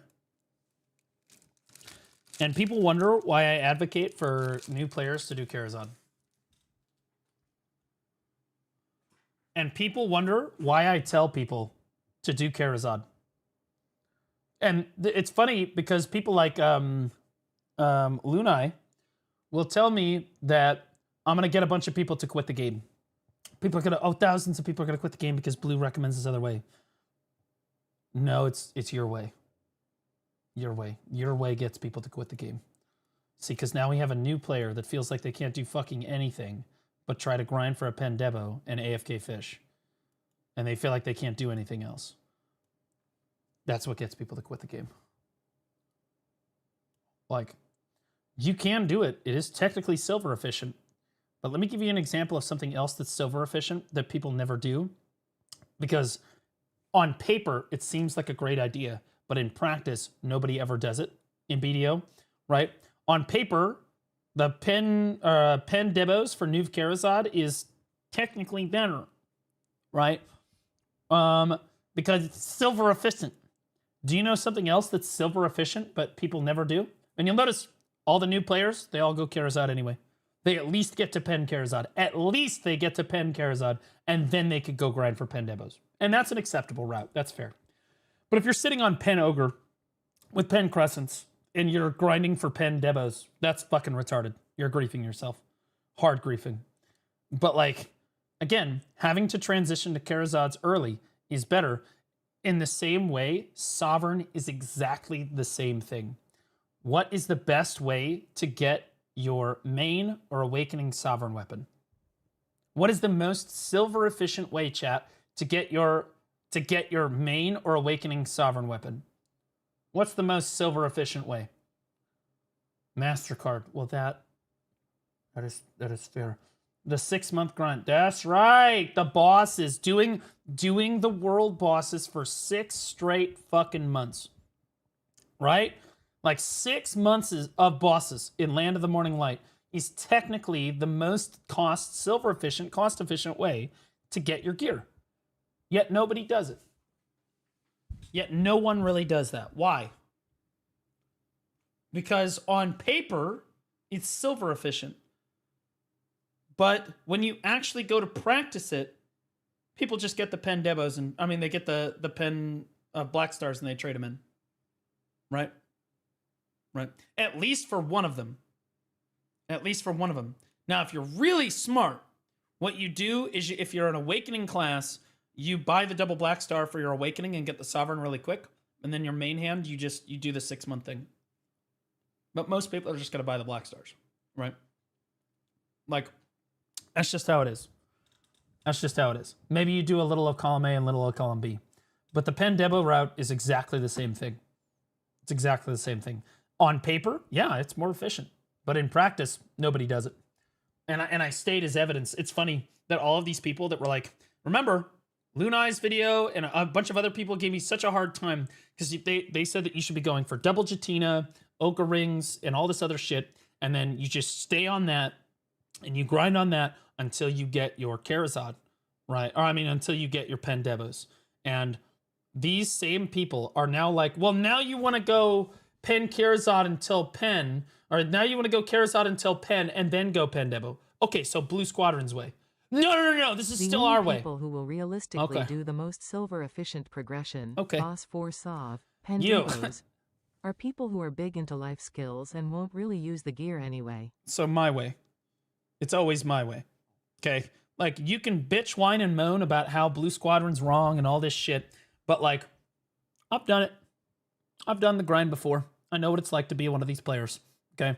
And at least getting to pen Karazad before having to go for pen debos is basically absolutely required in the game. You can't even get Jordine. You can't even get to Jordine because you need red gear, or you need like the orange gear or whatever. So, you want to grief yourself for your armor, then sure, don't go Karazad. Fuck you then. All right, that's what it is. You just do it my way, right? At least my way, at least get to pen Karazad. At least get pen Karazad. And then if you want to grind for pen debos at that point, it's much more reasonable. Anything before that is griefing. But everyone should expect. But the problem is no new chase item was added to the game to replace these. That Sage is if still you think going in the end circles. time or Herald grind is enough to replace that type of grind, you are horribly wrong. Let's do some math. My current average for end times is I get around 6 per hour with where I grind at. Oh God. So yeah, the end times, I just gave up, bro. I'm finally done. I have all 6 of my Jin crystals, my Jin crystals done. And I'm just ordering on the marketplace. I'm just ordering end times to get the rest, like to get like for my upgrade my accuracy Jin Karazad crystals, and then my DR and my evasion crystals. Because fuck it, bro. If we assume I want around 1,000 what's the link for this video? I got you. end times for what I want to make, that means it would take me around 167 hours of grinding. If we go back in time to when debos were chase items, You would get a demo. You know what? I'm gonna pin. I think that moving forward, what I can do is I can pin whatever video we're watching. I can pin it in the chat while we're watching the video. Not a bad idea. Maybe once every 3 hours. So if we grind for the same 167 hours, that means I would end up with 55 Deberekas. This is enough for maybe 1 or 2 pen attempts. So this means the entire endgame item grind in Adania in the past would have gotten you a couple attempts at best of getting a single chase item that endgame players were going for.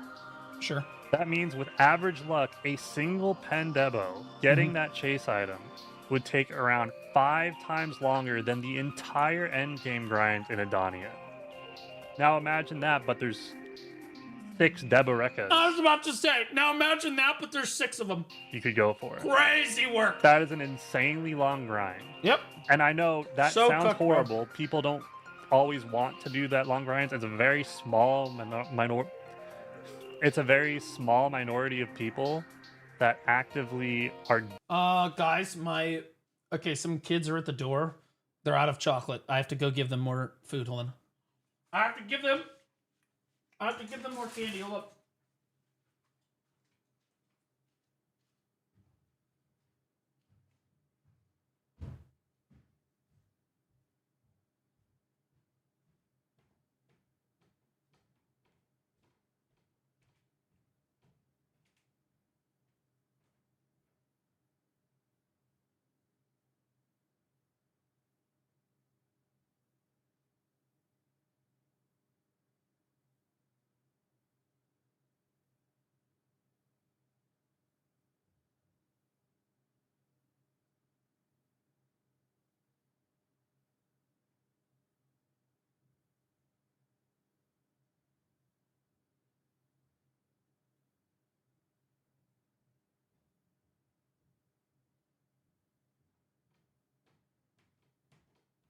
His kids, meaning strippers, he hired for Halloween.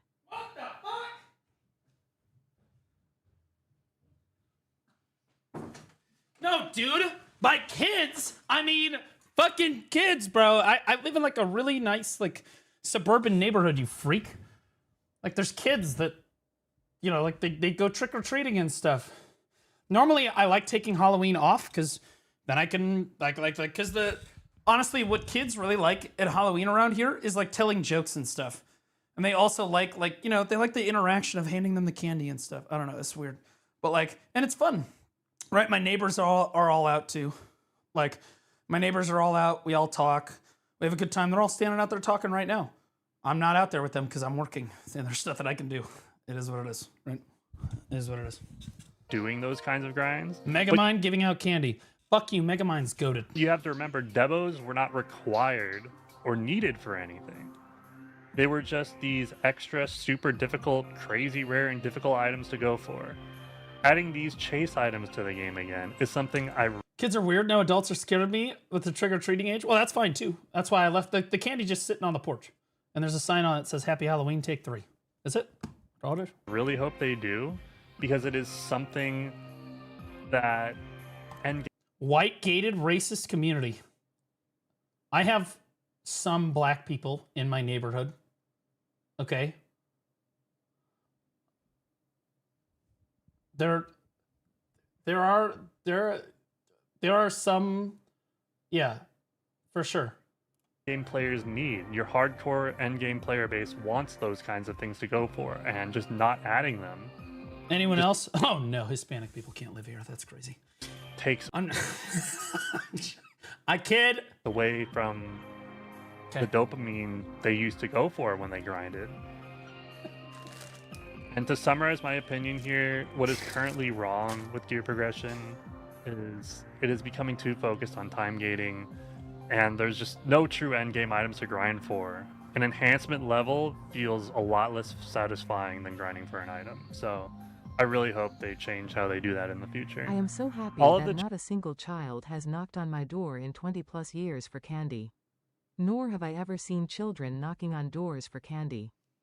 Well, the adults are with them. It's not like the kids are walking around unsupervised. The fuck are we talking about? Changes I have discussed so far hint at PA trying to turn BDO into your typical mainstream theme park MMO. This is not what BDO was originally designed to be, and is for me, as I am sure is for many other players, the reason that I enjoy the game and have yet to quit it. Like I said earlier, every time I have quit an MMO, it has been because it always devolves into dailies and weeklies, and that's it. I feel like I'm just doing chores. Yep. Yep. Exactly what Zethian said. Exactly what he's saying. Yep. The moment that it feels like it's a chore, you stop playing the game. That's why Lost Ark players don't play fucking Lost Ark. They go back to Lost Ark, they do the new fucking raid content, they play for a while, and eventually it becomes chores. They log out, they don't go back until the new content comes back out, and then they do it again. There's nothing else to do besides Same that. shit. It sucks. We all hate chores. There is no way to play the game beyond those things. BDO is different. It is not a theme park MMO.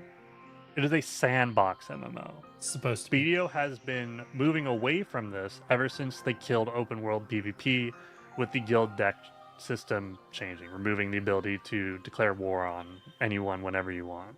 Something I often say they have done is made a sandbox and then decided they want to take all the sand out of it. So all we have now is just an empty box. Nothing fun in it to play with, right? And as much as some may hate to admit it, it was the old... It's not true. They give you like a toy to play with once a week for 30 minutes at a time, and then they take it away.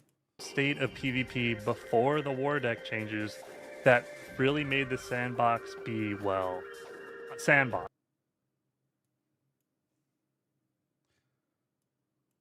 No! No! No PvP!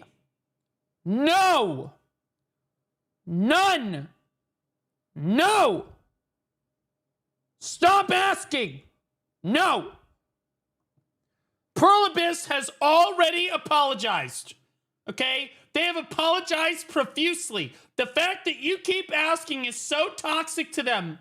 Okay? Jay is wiping his ass with measly $50 bills. Do you have any idea how much less money he is making now? God! So privileged. It's only 50s now. It used to be like hundreds. They already apologized. What more do you want? They're sorry for the inconvenience, but also no PvP! No! 9! We've heard this somewhere before. It made it so that you never knew exactly what would happen at your grind spot. It made players actively go out and grind together to help defend their spots. It let players create their own conflict. Because they test the time gate on ours. And inter-guild storylines. Players actually were able to interact in the open world with each other. Bale_Lee just resubscribed for 18 months. Sorry for the inconvenience, Blue, but I am back again. But I forgot the milk. Dude, you leave for 3 months. Holy moly. Welcome back in a year. To be honest with you, it's better than most fathers. Welcome back, Bali. Appreciate you. Appreciate all the support, buddy. Thanks so much, man. One full Now, year. while I personally would love to see the return of open world PvP in its original state, I know that I am massively in the minority here. I get it, and I do think No, he's overall, not. He's not in the minority. He's not. I have not heard a single person other than I have seen one comment with like 5 upvotes on it in one of my videos that was like, I love that BDO is now doing weekly gated content. They loved it. And the reason was they were like a dad or something and they don't have time to no life the game and they don't have any extra money. So like it helps them keep up with people that can no life the game. And so it's great for them. And that is a terrible, terrible take. But they did have it. That's it. That's literally the guy. Changes with the war deck system. Blue Sky VT. Wait, did you change your name?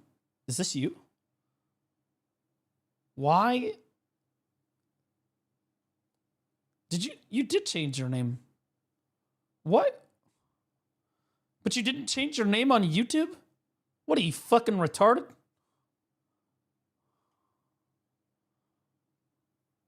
So, like, you changed your name on one platform, but not the other ones? Yeah, sorry, guys. Yeah, it's Blue Sky, VT, V before the T. We're probably for the best. However, the fact that that is all they did is remove that is the problem. You're not the minority, bro. You're the majority. They took the sand It's the super out of the majority. sandbox and didn't give us any new sand to play with. With open world PvP dead, the sandbox isn't there anymore. Players are no longer interacting with each other outside of... Everybody points at open world PvP, but the real reality of the situation is it's Node Wars that need to come back, and then open world PvP will come back because Node Wars is active. That's how it works. If there were enough Node War guilds, there would be beef, natural beef that happens between those Node War guilds. And if there were plenty of Node War guilds, there would be open world PvP that happened as a result of those Node War guilds beefing with each other. And you're like, oh, well, they just will refuse the deck. No, they won't. No, they won't. Because if there's enough PvP guilds, if there's enough Node War guilds, what we will all do is we will collectively, if some fucking guild is being a bitch, we will literally just be like, yeah, you don't get to be part of the fights. We legitimately will not let you participate in the content. We will zerg you off of every fight. Every time you drop, we'll zerg you. You're not allowed at Siege, whatever, until you start accepting war decks. And that would fix the problem. And then people would be, and we would all, it would be like Emperor Palpatine. And at last, we will have peace. Okay, like that's... content. That's how it would be, They need to add more sandbox elements back into the game to bring back that original feeling of the world being more interactive, more alive. There will never be open world PvP without Node War guilds.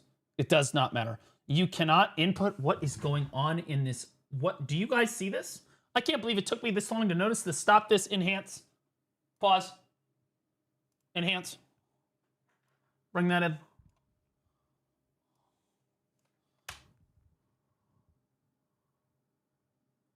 Girl!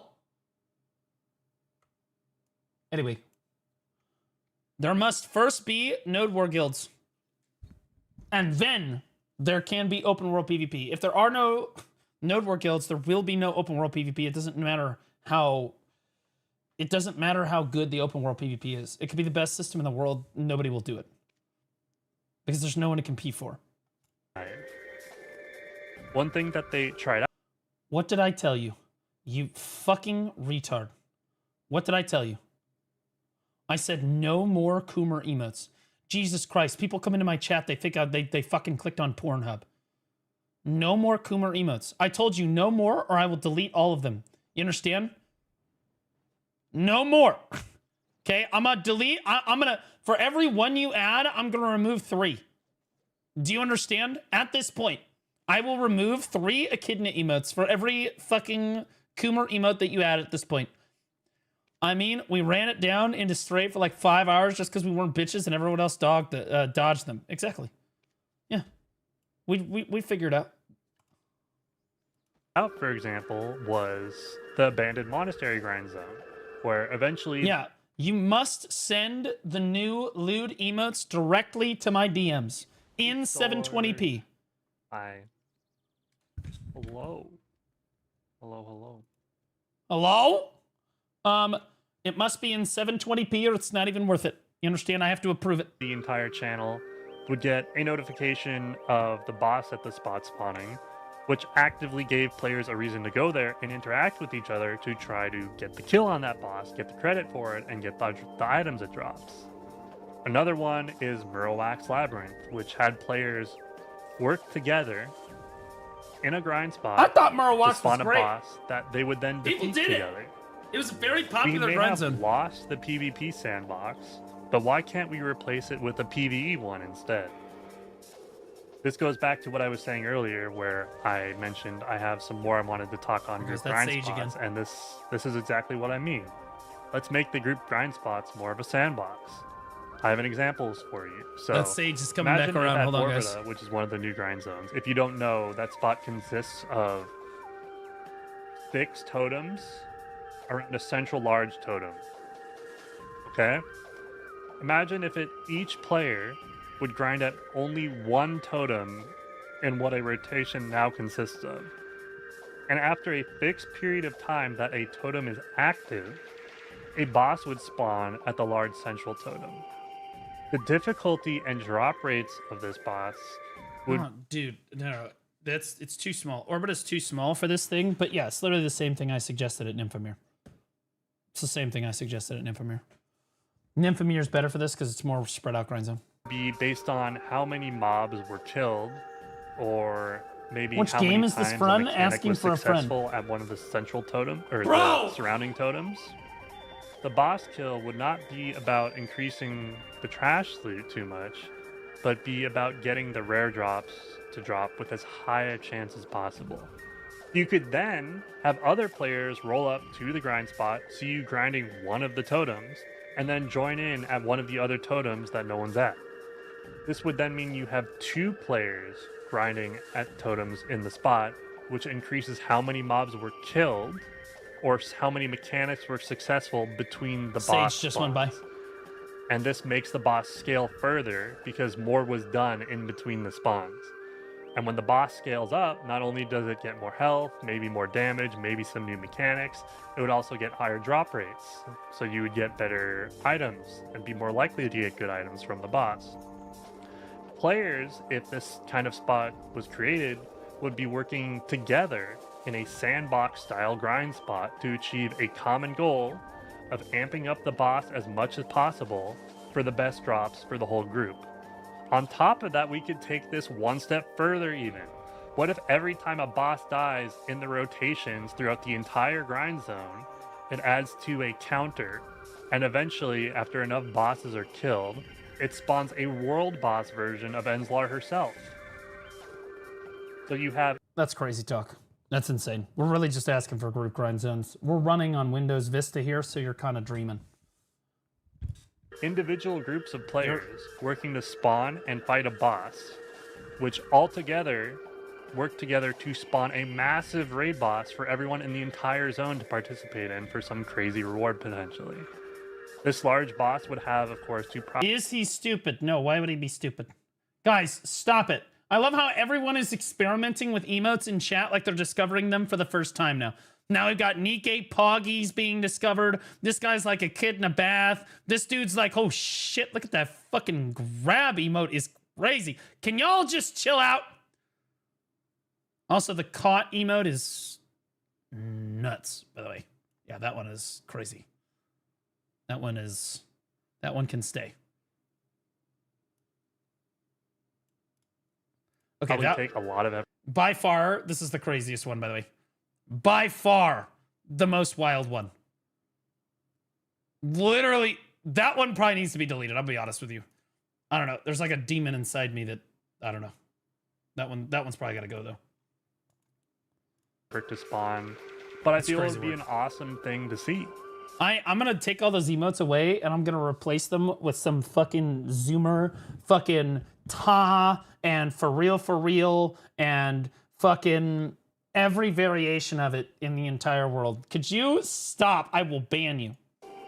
If they do extremely sandboxy trying to things watch a like what video! I just described, I feel like the open world of BDO would be returned to feeling how it used to feel when PvP was what made sandbox work. But now we have PvE doing the job instead. The Licka? These kinds of crazy interactive grind spots where players can hop in, join in for the grind, and change how the grind works and how it functions would be an awesome way to see the sandbox of BDO return.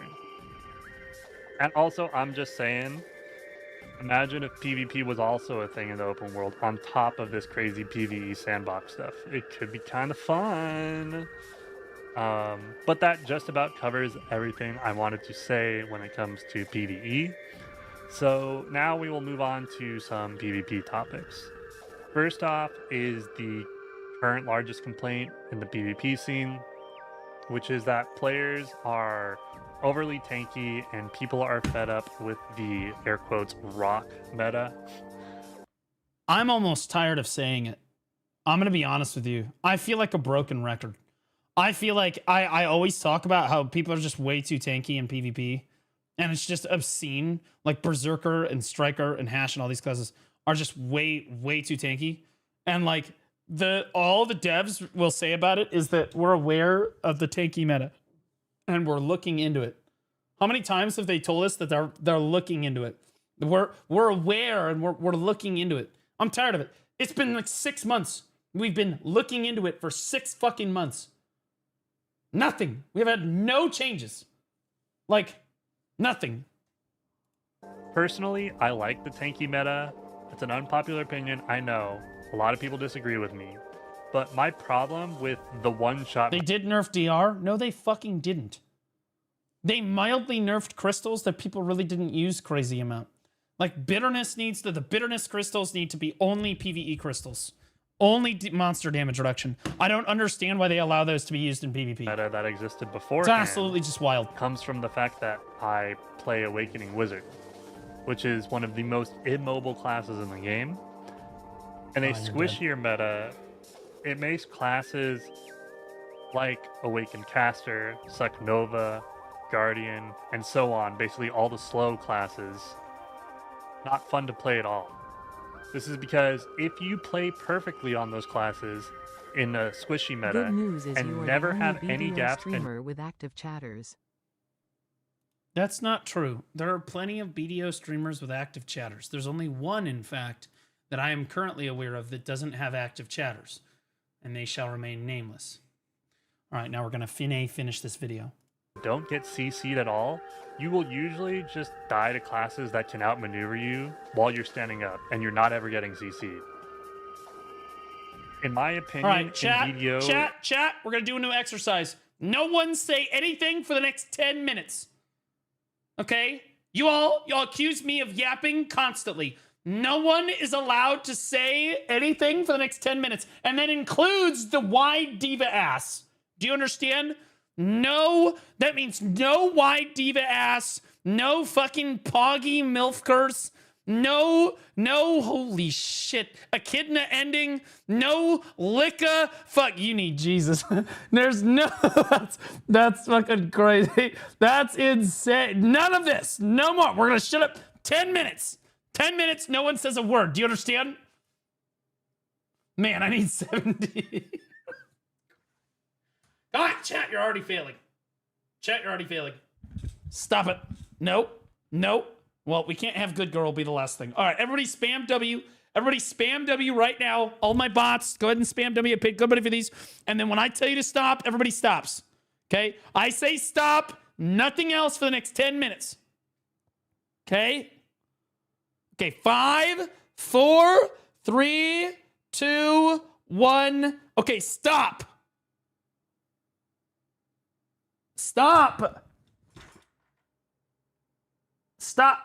No, the first thing I look over, I say stop. First thing I see is caught. You guys, all right. It's so fucking cooked, bro. Okay, praise Jesus. Fucking even YouTube is appreciating the 7 TV right now. Kick, not so much. They haven't said anything since gaming journalism. Skill expression in PvP can be broken down into 2 things. First is being able to convert a catch with something like a stiffen into a full combo. The second is being able to properly stay protected and not get CC'd through proper stamina management, cooldown management, and positioning. I feel that in the perfect state of tankiness in PvP, you would not get killed as long as you are standing up, or in other words, not CC'd. The second someone outplays you and catches you is when you should then become vulnerable to actually dying, if that player knows how to convert that catch into a combo. So I implore you, PA, if you're going to take a look at the tank meta, do not make it so we just die while standing up. In fairness, this is what rangers deal with on a daily basis. If you're a ranger, honestly, everybody wants to fuck you anyway because you have some thick-ass fucking thighs and people trying to get up in there like a licka emote, you know what I'm saying? But rangers die from standing constantly, so I mean, it is what it is. Makes the less mobile classes innately more difficult and less... Also, DK does that too. ...fun to play. Instead, I suggest changing how down attack and air attack work, or maybe even adding a new form of AP called AP against CC targets or something like that. Do you mean like down attack?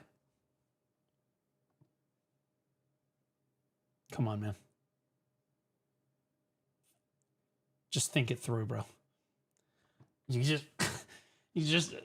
think just think it through, man. You gotta think it through. Now, in fairness, you could be talking about CC again, or I mean, like damage against like stiffened or stunned target. Basically, make us less tanky, but only when we are CC'd. Players should be punished for messing up and getting caught, not for playing. I'm surprised Blue no Lost Ark with these echidna emotes. Buddy, it's this guy right here. This dude is the biggest Lost Ark advocate you've ever seen in your entire life. This guy is like fucking Amazon Game Studios, like greatest recruiter for Lost Ark right here. He tries to recruit everybody, and so he puts a bunch of lewd emotes in the chat with Lost Ark to try to lure you into that shit fucking game. Got him. Their class correctly and leaving no openings. Dying while standing up is one of the most frustrating things when it comes to PvP and BDO. Another issue in PvP is the disparity in guild strength as well as the number of guilds that actively try to participate in Node War and Siege. That is the primary problem. Particularly in the uncapped forms of it. One easy way to fix this is to simply remove the alliance system. Alliances were designed to bolster. No. Removing alliances will not remove the disparity between guilds. You misunderstand the problem, brother. My brother in Christ. I'm going to listen to your thoughts on it. But you are right. A big problem is the disparity in guilds. And I've talked about this on stream before, so I'm going to give like the punctuated version of this. If you're a perma-saw class that can't be caught, when else are you going to die other than standing? If you're like Deadeyes will die from standing. DKs will die from standing. DKs can't SA trade for a shit. You ever tried to SA trade on a DK? It's rough. Okay, so the problem is in fact that there is a massive disparity between the top level guild, right? The rank 1, rank 2 guilds. First and second place guilds on a server, and then everyone else. Okay, and the gap has widened tremendously. And honestly, it's really it's like the top 5 to 10 guilds, right, and everybody else. But really, it's like the top 5 guilds, and the gap is tremendously huge between the top like 3 to 5 guilds and everything else. And the reason that gap is widened, you have to think critically about this subject. So previously, before we got the new Node War system, when a player would want to do Node Wars, they would start in T1 Node Wars, and they would learn what a recovery center was, how tempo worked, how to spawn at a flag, where flame towers were supposed to be built, and just like the basics of Node War, and understand how to move as an offense ball and pressure people as a guild. Now, because of the new Node War system and the developers forcing new players to do the new system instead of like doing the old system, which is what everybody else does, you have players getting into Node War and they are taught a completely different system, one that they will never use again, and it isn't actually useful for really anything other than RBF. It's basically a glorified RBF. There's no sense of urgency. Structures just can be built wherever. Half the structures aren't even there or buildable. It's a complete fucking shit show. It's basically like two virgins having sex in the dark for the first time, right? And then that player who is like just trying to stumble through it and figure out where the hole is, then turns around and graduates to a brand new Node War guild, and you know they join Vagabonds or something, and they're immediately met with like Johnny Sins fucking Lana Rhodes on like a fucking Saturday with cameras around. You know what I mean? Like it is a like catastrophic knowledge gap between the T1 guilds and the new guilds. Okay, so like they're learning two different systems, and it used to be that the T1 system indoctrinated players, and they started to understand basic systems about node work. There were like 30 to 60 T1 guilds. It was actively thriving. They would set up teams. They would fight each other, and no, they weren't very good at macroing. They weren't very good at placing flags or understanding how to do team fights, but they would try. And they would develop basic skills like understanding how to command a gather to places, how to use the elephant properly, how important recovery centers were, and how to generally build a base, things like this, right? None of that is gained knowledge anymore. When a guild wants to move up to like capped node wars outside of T1s for the very first time, there is a catastrophic knowledge gap between what they're supposed to know and what they now have to know. But from what they know currently, what they have to know. And it used to not be this way, not nearly as egregious. And there used to also be a lot more players to teach them how to actually play the game. Right? Players like myself or Loads or Roots or Soggy or anyone, and like any experienced veteran node war guild, because there used to be dozens of different leadership cores that you could go to and ask them, hey, how do I build the base? Hey, how do I get involved in this team fight? Hey, how are we supposed to regroup here? Where's the flag supposed to go there? Things like this. How's the cannon team supposed to operate? What are we supposed to do with this cannon? Right? Because we never used cannons before, right? And so like we would teach the incoming players how to play the game. And that is all gone now. So what you have is the leftover remnants of people that understand innately how to do large-scale PvP, like Loads, like Digi, and Vaga with Cho, and like all of those higher-end guilds, right? And Corrupt and whatnot, but Corrupt's not really a guild anymore, right? But like you have those higher-end guilds that already know stuff, and then there's no new guilds anymore. Every time a new guild tries to come up and get involved and that you see new leadership cores, they immediately die out. Why? Because the learning curve is way too steep. It is not what they were used to in the T1 system. It's not what they're used to at all. The politics are from the politics to the base building to the structures that you're building to where you're placing them and how you're supposed to play the fight. Everything is completely different. And then they get to Siege and they're like a fish out of water and it's the same fucking shit. Okay, and these players really never truly have like a transitionary period to actually learn how to do all this stuff. The amount of knowledge that someone like me has compared to like somebody that's, even if there's like a T1 guild that's been doing T1 node wars for 6 months at this point and they're just graduating to cap PvP, I would fucking bulldoze those people in like 15 minutes with a guild of equal strength. And loads of money would too, so would Roots, etc. Because we understand how to place the flag. We understand how to use the elephant properly. We understand how to call for protected area. We understand how to organize a cannon team. We understand all of this, how to use a flex team properly. All of these different things are integral parts that it used to be that our T1 node war scene would teach you at like a rough level. They would teach you these things at like a rough level. You're not taught these things anymore. Happy Halloween, Todd. Love you, buddy. You're not taught these things anymore. And what Perlibus thought they were doing is they thought that's like, oh, well, so many more players will get involved with node wars because it's easier to approach. Like that was their thought process on making the new node war system.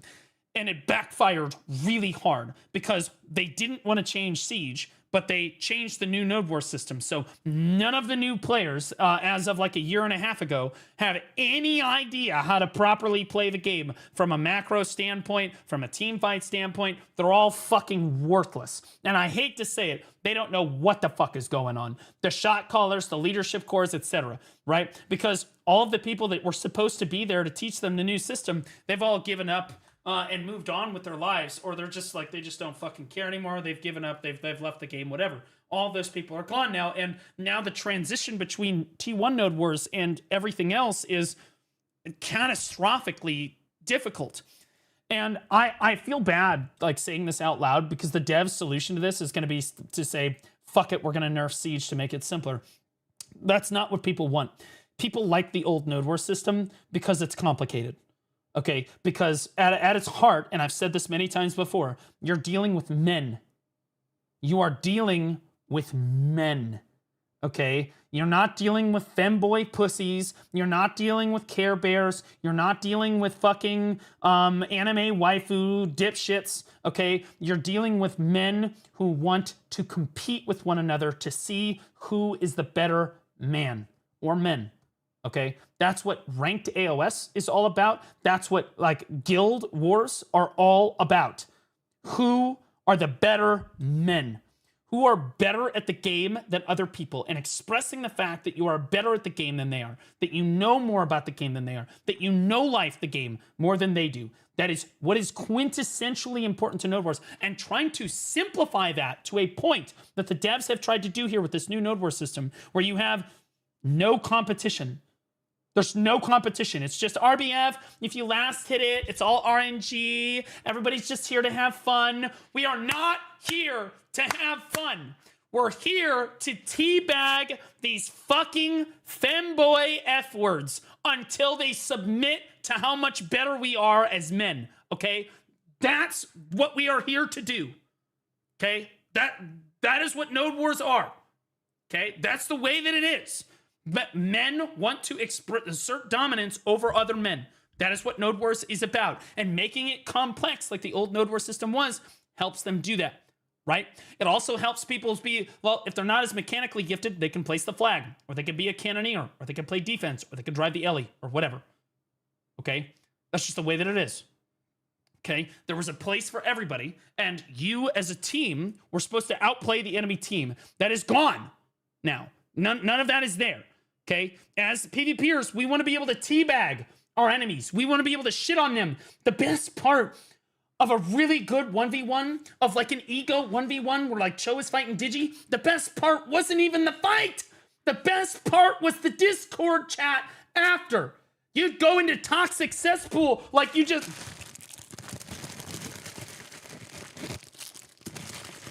You just sit there eating, bro. It's crazy. People love it.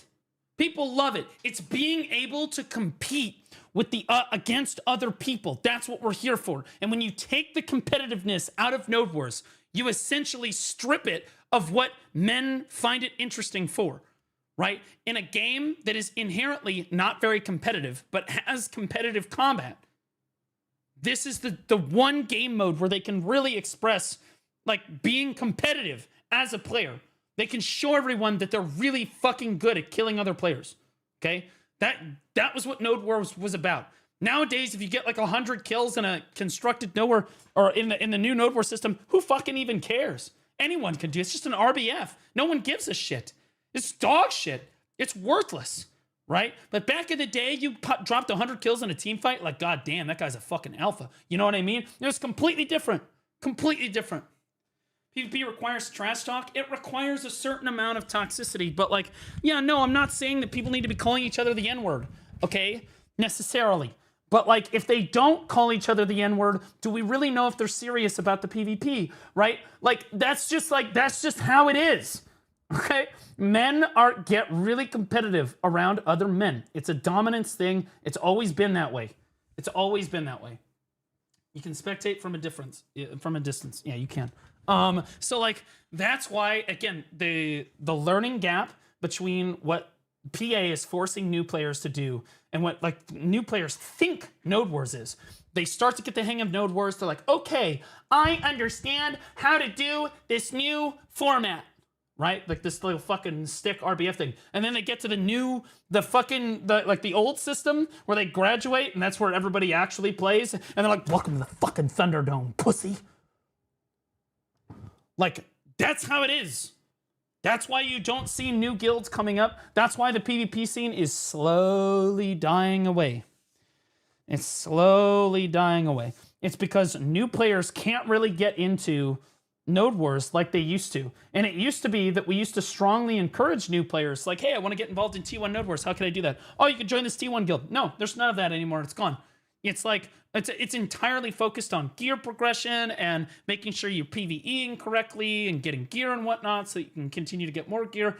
The game is completely different than it used to be. And like, in some ways, that's fine. But if you're talking about ways to fix the PvP scene, number one, you need to uniformly create Node Wars. Not this hybrid shit where, oh, we're going to let the community figure out what they want to do. No, retard. Pearl Abyss, retard. Are you listening? No, you can't give players that power because then you end up with some retard like Loads who is like, yeah, I'm just going to fuck over the entire PvP scene for the whole week. If you guys don't let us into the fight this week, like the setup, like team fights for the week, we're just gonna go ahead and set it on the the new Node Wars system so that no one gets any fights. So you either do what we want, or we are literally just gonna make it so that no one gets any fights at all.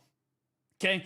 You can't give people that kind of power, number one. Number two, players, it was already complex enough as it was. And ironically enough, you trying to come up with this new system that was simpler made it more complicated for new players because now they have to learn your retarded fucking system and then graduate and learn the old fucking system that's actually real. Okay, so it all needs to be uniform. Fuck the hybrid shit. You can't give players a choice. Rip the old or the new system out of the fucking game. Like T1 Node Wars need to go back to constructed the way that it was intended to be, so that guilds can figure out how to start building bases and fighting with each other and interacting with other guilds and interacting with each other in ways that is positive. Okay. Right now, it's just a clusterfuck. It's two virgins in the dark for the first time trying to feel each other out, okay? It just doesn't fucking work. It doesn't fucking work. Anyway, I feel strongly about it. Player numbers so that guilds could more easily meet player caps and nodes. Now, you're talking about a different issue. There would be, I agree with you. Right now, you're talking about the fact that the alliance system needs to be removed. I do not feel that the alliance system needs to be completely removed. It does need to be reduced down to the maximum guild size. The problem right now is that alliance size is 150. Okay, so the maximum alliance size that you can have is 150 people, guys. But the maximum guild size is 100. Okay, is 100. Which means that in order for a guild to be competitive in Node Wars, they must, count you must, ally with another guild.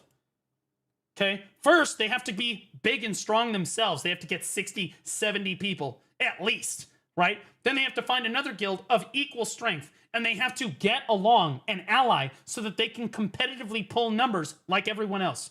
This is a dog shit system. I don't know who thought this the fuck up, but it's some retard behind a desk going, oh, good idea. Okay? Like, this worked when they tried to change Node War the first time 3 years ago, 4 years ago, and that was a complete fucking disaster then. And then they reverted the Node Wars change, and they said, fuck it, you can have your old system back. And then they didn't revert the alliances. So, like, now their fear as a company is, well, now we've got these 150-man communities, and we don't want people to feel left out. Fuck you! They'll figure it out! Like, no one cares! If the maximum alliance size is over the maximum guild size, because right now maximum guild size is 100.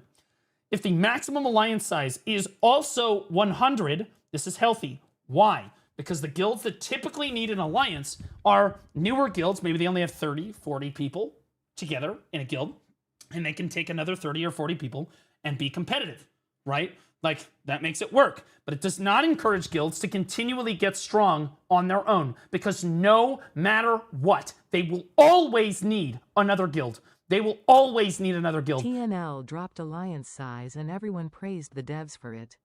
Wake the fuck up, PA. Same shit. And so what you've effectively done is, on top of discouraging new guilds to come up and actually be a thing, right? Because the new guild is like, now it's like, okay, well, we have to recruit 150 people or we literally can't be competitive in Node Wars. Because that's the bar, by the way. You have to have 150 people in your alliance or you just can't be competitive at all. Okay? You just can't do it with 100. You have to have alliance or you're fucked. Okay? So what they've done is they've effectively made it so that people feel like they need 150 people in their guild if they're going to be competitive. Instead of, if they just dropped alliances down to 100 people, right? Maximum guild size is 100. This encourages people to continue grinding to try to make their guild bigger and stronger, right? And the maximum alliance size is also 100. That means smaller guilds are encouraged to partner with other small guilds in order to learn the game and improve as a guild and as an organization. Also, you end up with, when you have smaller guild size, you end up with more players or more guilds available in Node Wars. Okay, and I know that's going to sound crazy, but if there are 150-man alliances, okay, if there are only 1,000, okay, I'll break it down so it's really easy for people to understand. If there are only 1,000 available players on the PvP scene, and they are all divided into 150-man guilds, okay, how many fucking guilds can realistically can that make up? Like 6 guilds, right? That's going to be like 6 guilds. Now, if there are 1,000 people on the PvP scene and the maximum size is 100 for alliances and guilds, well, then now you have 10 guilds, okay? And this is just a microcosm example, all right? But like, essentially what you do is you effectively increase the amount of guilds that are participating in Node War by about 30 or 40%, which increases the amount of fun that you're having at Node Wars by about 150%. Okay, and anyone that's done Node Wars knows that I'm correct about this. Okay, if you have like a strong 2v2 or 3v3 team fight and you get those consistently each week, the game is a lot more fun than if you only get to have one team fight once a week and like that's it, and it's always the same guilds every fucking time, same guilds, same team, same node every fucking week. That is so fucking boring. Okay, so you end up with more guilds, you end up with more fun. But when you decrease alliance size, you need to do another thing that's very important, and I'm hoping that you're going to talk about it. The maximum man size for Node Wars currently is 100-man Node Wars. This is fucking dog shit. Maybe you can have 1 or 2 nodes that are 100-man, but aside from that, most Node Wars, the best Node Wars I ever did, were 25-man Node Wars to 45-man Node Wars at most. Usually it was 40. I'll be honest with you. Almost every node in the game should be 25-man to 40-man cap every fucking time. With the notable exception, maybe you have 1 or 2 100-man nodes, maybe you have 1 or 2 60-man nodes, whatever. But like, for the most part, most of them are 25 to 40 men. And the reason is, number one, your servers are dog shit, Perlibus. Dog. Okay? Literally dog shit. Okay?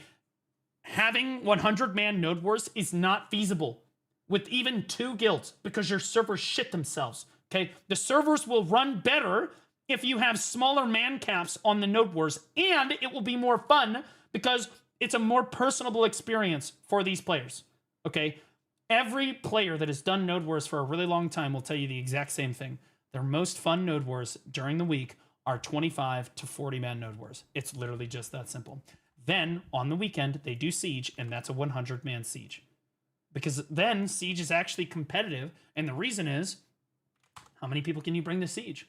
Right now, everyone brings, everyone tries to bring 100 people to Siege. Why? There's 150 people in the Alliance. But if you only have 100 people in your guild, the amount of active players that you have in your guild really matters. Because bringing 87 people to Siege is a lot different than bringing 70. Okay? Massive difference. Okay? So you have more strength, like you have more like expression in guild strength as well for Siege if you do this. Completely agree. Alliances need to be brought down in size. But also, man cap for Node Wars also need to be brought down in size comparably. I think that you're just relating 2 issues that are, admittedly, yes, they are issues. I agree with you, but they are unrelated. Work, but it was introduced at a time when PvP player base was much larger, so you had the numbers to allow it to not affect participation as. The top guilds have a monopoly. They control all the Node Wars scene. Yeah, see, this is somebody that doesn't actually do Node Wars or understand really how Node Wars works. No, I mean, in a sense, yes, they know the most about it, and yes, they have the most strength, right? But the reality of the situation, at least for NA and EU, and even SEA, is that the strongest guilds, you're right, they do control the Node Wars scene, as they should.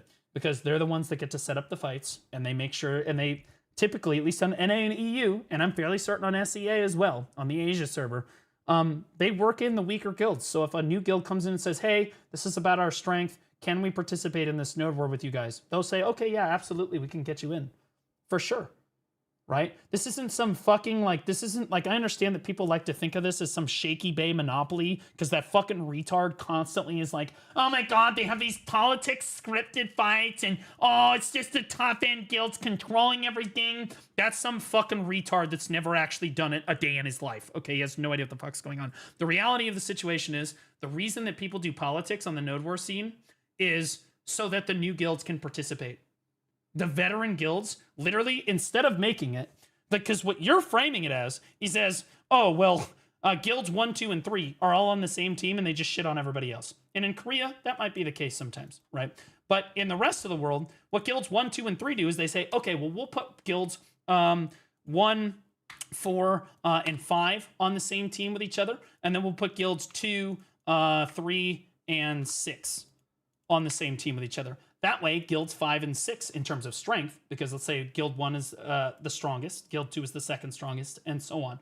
Guilds 5 and 6 get to participate this way. They're partnered with a really strong ally. That means that they can actually have fun and participate in the node war in a meaningful way, right? Whereas if they just dropped and there were no politics done and there were no teams formed, 5 and 6 would never show up to node wars again, right?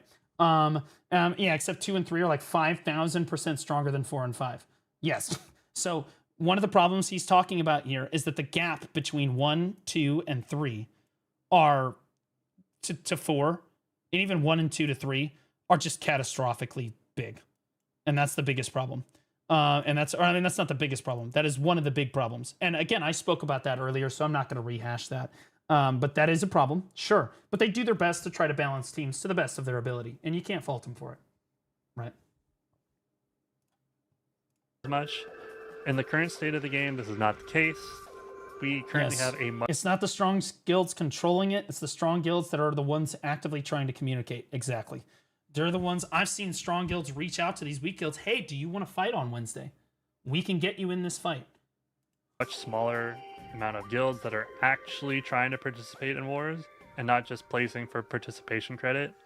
Removing alliances would, in the best case, double the amount of guilds participating in wars. In addition, it would alleviate the guild power disparity, as all the strongest players would no longer be able to fit in 1 or 2 guilds, as is the current case. You cannot just do this on its own though, as it would reintroduce the problem of hitting player caps being difficult. So alongside this, I recommend reducing player caps to allow guilds to hit them without the need for an alliance. Something like 70 No! players in Siege, for example, hit them without the need for an alliance. Something like 70 players in Siege, for example. I don't think Siege should be released. I think that Siege should be difficult to pull players for. It should be, because part of the strength of your guild in a node war guild is how many people can you pull. And Siege, you should be able to do that once a week at Siege. You all call your guild to Siege. How many people can you pull? I think that's an important part of guild strength. It is. It's almost as important as how strong your players actually are. Example seems reasonable to me. I also wanted to talk about some of the PvP game modes which were added in recent years. These consist both of the War of the Roses and the Hardcore server. While I think both of these game modes are, at least in concept, excellent ideas, I feel like how they were executed was a bit lackluster. When War of the Roses was first revealed, I pictured it working similar to Cyrodiil out of Elder. Then again, we have another problem when it comes to construction at the moment, because it only lasts 1 hour. We're never able to make setup fights anymore, because you can't 2v2 or 3v3 in 1 hour time limit. I've said this until I'm been blue in the face.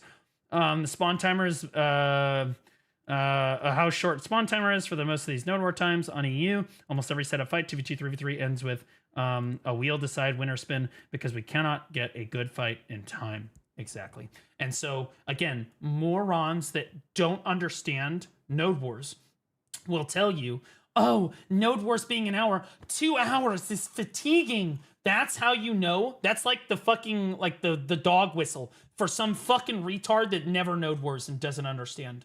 Okay? Like any fucking retard that is like, oh yeah, no, it needs to be an hour because 2 hours is too long, it's fatiguing, doesn't understand how fucking node wars actually operates. Most of the time, if you have all Perlibus did is that most of the time in a 2 hour node war, okay, the 2 hour node wars were the really good node wars that go to the full time, the really good team fights. Most of the team fights were dead. The fight can be over in 20 to 40 minutes. Fight's over in 20 to 40 minutes. And those are not the fights that you remember. Doesn't matter. Right? Those fights are like dog shit. They're like, okay, well, whatever. One side got zerged, or maybe somebody put their base in the wrong spot, or whatever. Not a good fight. I miss fighting by your side, right? Sag. Like, not a good fight. All right? I miss you too, Siggy. Not a good fight. But the good fights lasted over an hour. So all Perlibus did when they shortened node wars from 2 hours to 1 hour is they effectively just said, and that's why this is the meme in the PvP community. No PvP! Okay? Like, if you are actually having a good fight, it's going to go over an hour, and you're going to be having a good time. It's not fatigue. It's fun. Whenever it goes beyond an hour, it's fun. Whenever it's under an hour, it sucks. The Node Wars sucked. But what they effectively did is they took all of the fun out of the actual fun fights. And so now all you get is dog shit fucking fights that end too early. It's gone now. It's gone now. You can't do this anymore. You can't go to 2 hours anymore and have some fucking certified banger where you're macroing, you finally get there, whatever. You make a single mistake, the enemy gets rebuilt, it's over. You're out of time. It's over. You're out of time. Scrolls Online or World v World in Guild Wars 2. If you don't know what either of those are, imagine a War of the Roses like map, but it is running 24/7, where each I see no fun smacking each other for 2 to 4 hours. You're not a PvPer. Why are you trying to insert yourself into this argument? You clearly do not PvP.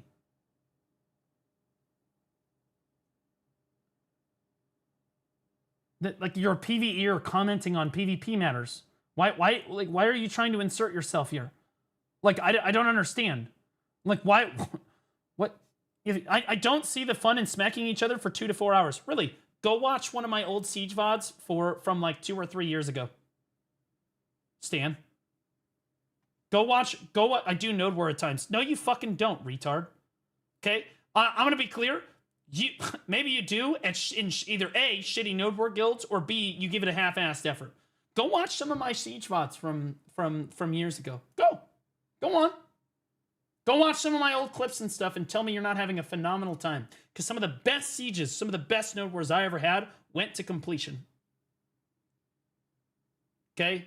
And anyone that's ever actually done good PvP content knows that's how it works. Holy fuck, dude. I just don't understand why you would want to hit somebody from 2 to 4 hours. First of all, it's 2 hours for Node War at maximum, to be clear. And most of the time, it's done before 2 hours. The vast majority of time, it's done before 2 hours. But you at least get to finish the fight and have a good time. Now, I'm going to show up and I'm going to hit somebody for 20 minutes and then I'm going to walk away. That's it. Because the first 10 minutes of the fight, you don't even have a flag, so it's like, whatever. I love stalemate PvP. The kind of PvP I miss. Well, right now, you have tons of stalemate PvP. They basically never get to finish any fight. You go get to hit each other for 20 minutes and then you're done. faction earns points by holding and capturing objectives.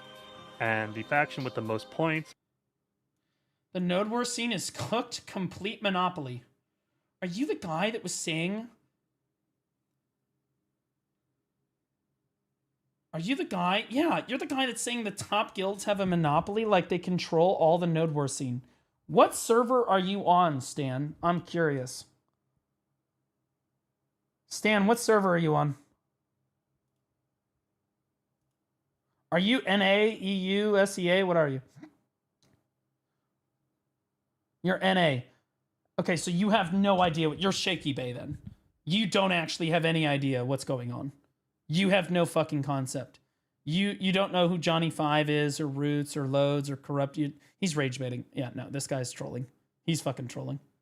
That's a troll. They have a complete monopoly. That is some PvEer who's done Node Wars like one time that like has fabricated this idea of what they think is going on without actually understanding the issue, right? Trying to insert themselves in an argument that is, again, with people that are veterans of the game mode, that have done it for years. You don't know what's going on. You have no concept. If you, Sweetie Pumpkin, if you think that the NA guilds have a monopoly and they're keeping you out of Node Wars, you have a problem. Like, you need counseling. Like, because you're either so delusional that you can't see the truth, or you've just like a Redditor, you've chosen to just do like 5 seconds of research and then made up your own mind on it. And either way, they're counseling. By the end of a season would win the war.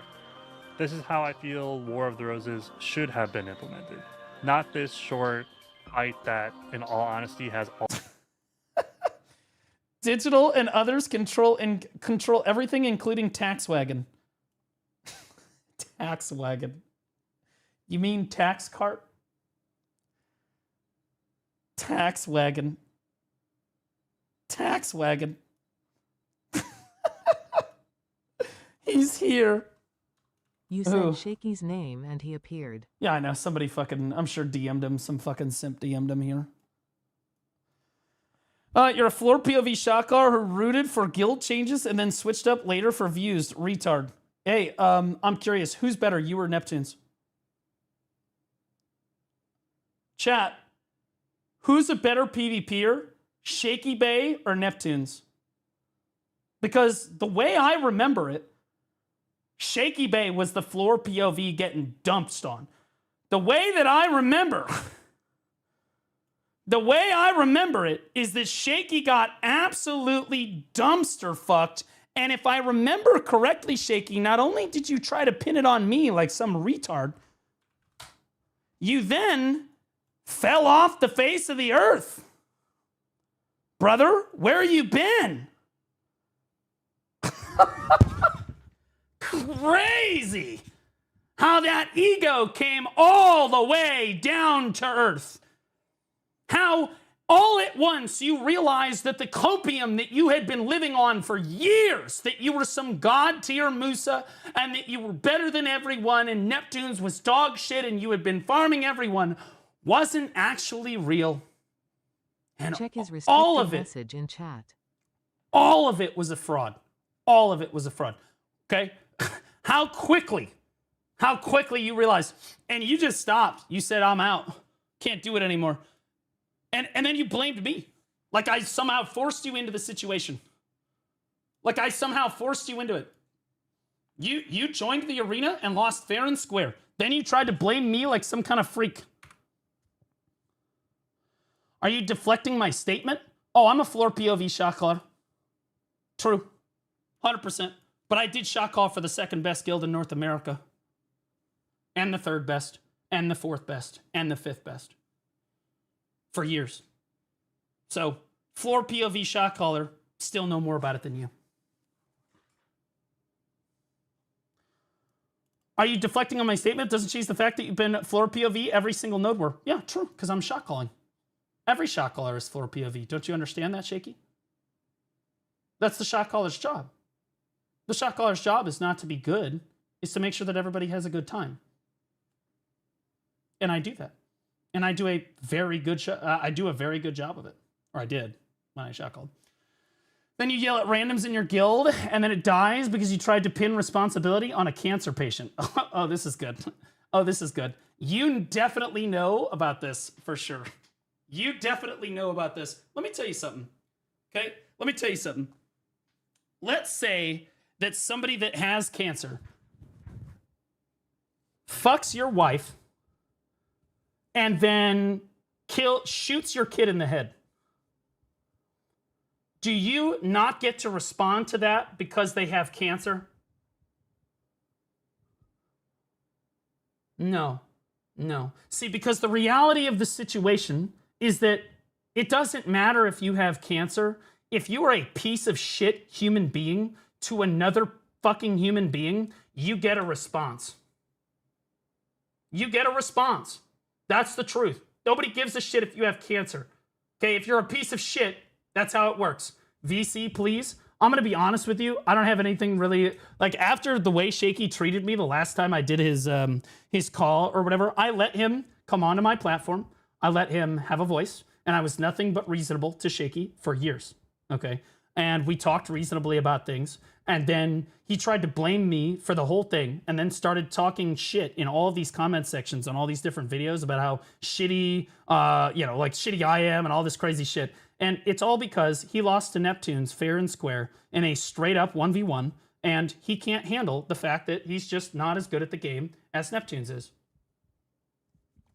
That's all. You lost. And you're going to look at anyone else to blame for that but yourself. And you try to blame me all you want. You could try to deflect off on this cancer shit, whatever, but it doesn't matter to me.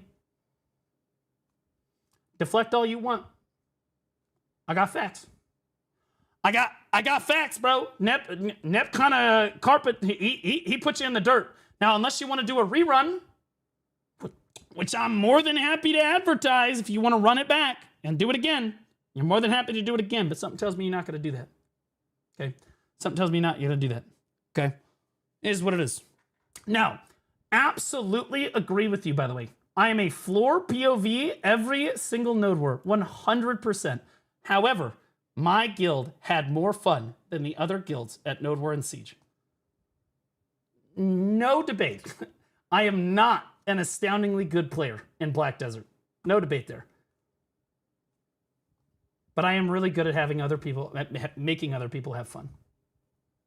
That's the shot caller's job. Oh, okay, here we go. Not every shot caller is floor POV. You're just bad. True. I don't need to hear anything you need to say. I'm simply saying stop mentioning other people's names just because you're uninterested dickhead. Uninteresting dickhead. Shaky. I mentioned you offhandedly in a comment one time today. In the last like 6 months, I haven't really said your name or spoken about you a single time. I said your name one time in an accurate reference, to be clear. And you are losing your fucking mind.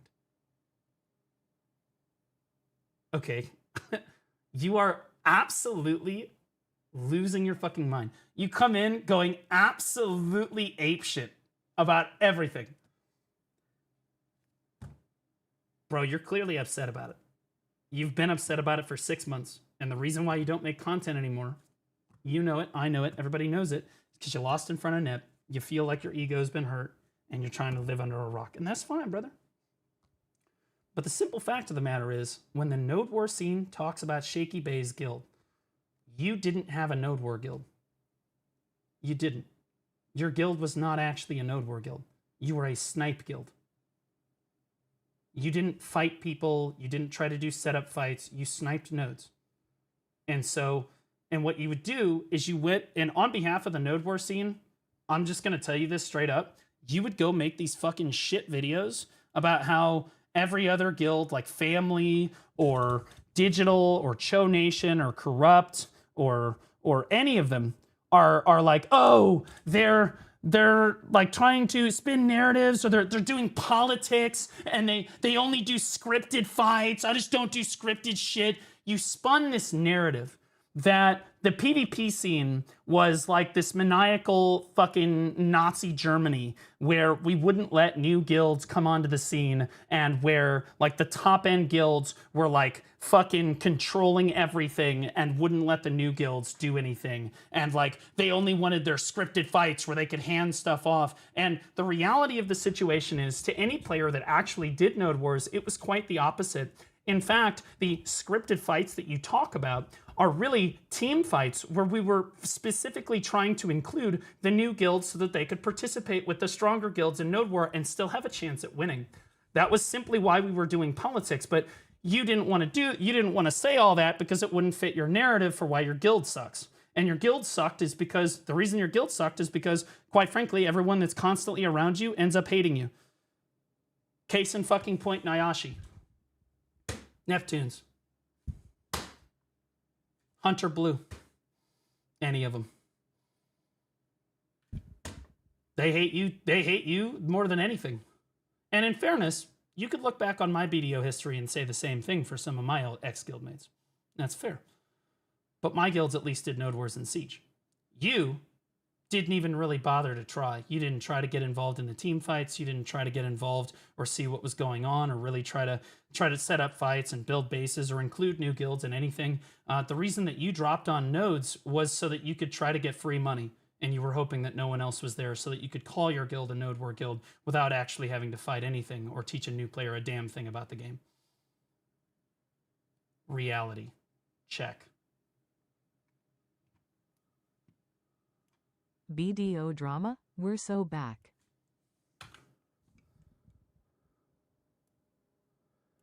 I don't need to hear anything. Okay, so I know what kind of person you are. I'm out. I said what I needed to say. I'd run too. I'd run too.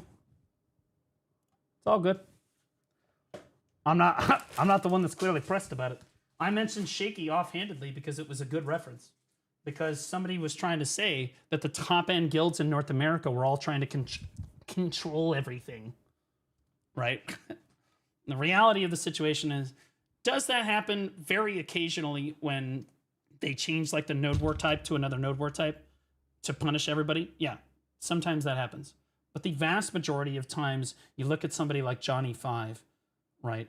And C-Zane, and some of these other people that really genuinely try to help new guilds get into the node war scene and be successful. And I think you're doing these people like a tremendous disservice, because I think they've done a really exceptional job of trying to help new players over the years try to get involved in node wars in a very kind and reasonable way. It's the truth. 1v1 Shaky and BA. Who has the better floor POV? I have like so much more gear than Shaky. I'm pretty sure I just two-shot him. That being said, Shaky's a better player than me. The argument here is not that I'm a good player. That's not the argument here. The argument here was that Shaky Bay didn't ever actually lead a node war guild and constantly complained about the node war scene. True. If you want to say that I'm a floor POV shot caller, also fucking true. But I do say it's very important to include the fact that I shot called for Vertex, Corrupt, Barcode, Family, and every other competitive Siege guild. That's probably pretty important to include. But you know what? That's fine. Floor POV, sure, but I must be doing something right. I must be doing something right. But the argument is not that I'm a good player. Never said I was a good player. Said I was a good shot caller. And you can have a floor POV and be a great shot caller. It is what it is. Anyway, he's going to think about this for the next 20 days. I'm going to rewatch the Shaky versus Neptune's vid. Go ahead. And if Shaky ever wanted me to take that video down, I would take it down. Because, like, I don't need Shaky Bay for content. The idea of this video was not to get into it with Shaky Bay. I mentioned him offhandedly, and I guarantee you what happened was that one of his viewers was like, he's shit-talking you. And so he came into chat and just started saying, retard, retard, retard, retard, floor POV, retard, which is like pretty standard. It's pretty standard, right? That's pretty standard Shaky. You expect that from Shaky. Like, he just, no matter who it is, floor POV, retard, dog shit, you know, like that's just how he's going to be. And that's fine. Like, whatever. I'm not losing sleep on it. He probably will, but you know, it is what it is. $10 says Shaky Necros his channel to whine. Well, he can go to his channel to whine, but everybody that does Node Wars knows I'm 100% right about this. Doesn't matter what guild you're in or if you like me or you dislike me. Everybody knows what's Shaky Bay's reputation in the PvP scene. Speaks for itself. Done. Done. Why does everybody hate Shaky Bay over the years? Because he constantly lies and misrepresents facts in his YouTube videos. Obviously. Right? He calls everybody shit at the game, and then he'll duel someone 100 times, win 10 times, and then say it was a best of 10 and he won all 10 times. Shit like that. Right? Like, who's better, McHands or Shaky Bay? Everyone that does PvP and actually understands anything about BDO knows that Hands is better, and it's not even kind of close. It's not even remotely close. Hands is by far and away the better player. And Shaky tried to represent facts as like he was the better player. No, he's not. My 4-year-old nephew is better. Well, Shaky's good at Musa. I think you'd be doing a disservice to say that Shaky was not a good Musa. I think he is a good Musa. Absolutely. That's not the argument here. I wasn't trying to say that he was dog shit. I was trying to say that he tries to misrepresent facts to try to paint his narrative about Node Wars that is, oh, well, people... I mean, he did this for years. Oh, well, people, they manipulate the Node War scene, so they only have scripted fights, scripted this, scripted that, scripted, I don't want to be part of the script. And he tried to make it sound like people were like being super controlling of the Node War scene and you couldn't actually get in if you're a new guild. And he was like this super nice guy that was like trying to look out for players. And like his guild was like fight the world, whatever. Like none of that was true. That was all fake. And that's why nobody really likes him very much. And that's the truth. No bigger shit talker than King of All Sands. That is true. That guy is crazy. I respect it though. And to be clear, I do respect Shaky.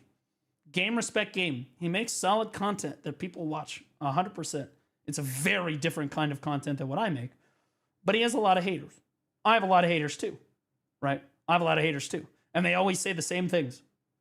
cancer patient this, or you getting fired from your job that, or you got misled this, or you did that, and like none of that is relevant, right? They use that to deflect from the actual argument at hand because they're wrong and they know they're wrong. It is what it is. It's the way that it is. PvP drama farming was what kept a lot of the PvP scene alive back then. Yeah. Again, game respect game. Shaky was really good at farming his haters for views. Like, overwhelmingly efficient at farming his haters for views. And that's a W. Game respect game. He's a good content creator, right? And I wasn't trying to insult his ability as a player. I actually think he's a good Musa. But, I mean, he comes into my chat, calls me a retard. I am going to remind him that he lost to Neptunes. That's 100%. You talk shit, you get hit. That's how that works. But at the end of the day, the only point I was really trying to make was that he misrepresented facts about Node Wars, and it caused a lot of people that don't do Node Wars to believe a lot of things that aren't actually true about the Node War scene. For example, like loads and roots are just terrible people that like should die in a fire because they just manipulate the Node War scene. And like that is not true. In fact, I think that Roots particularly has done more for the Node War scene than almost anyone over the course of time in BDO, because he was always there to help like new players learn how to build siege forts or set up fights or be there or whatever. Like he was reasonable about fights most times. Like Loads is the same way. Loads is the same way. They're nothing if not reasonable. Now sometimes they can be assholes, but so can everyone. Again, you're dealing with men, right? Like sometimes they're gonna be super assholes, and that's just the way that it goes. But for the most part, they're pretty good about welcoming people. That got fired, now pulls more views. People gonna hate. Yeah, I mean it is what it is. They'll try to say anything they can say to try to get views. Is what it is. And like, I don't know if I should include this in the YouTube video when I go to do the react, because it's kind of off subject. I really wasn't trying to like shit on Shaky, particularly until he came in and started talking shit. In which case, then I'm gonna throw it at him. But like, I mean, it is what it is.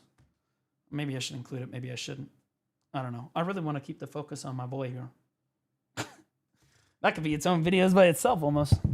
You respect them, they respect you back. It's simple. Yep. Just respect. Yeah, exactly. It's a respect game, right? Shaky never tried to be a Node War guild. He never tried to get involved or talk to people or like get involved in a team fight or even recruit new players.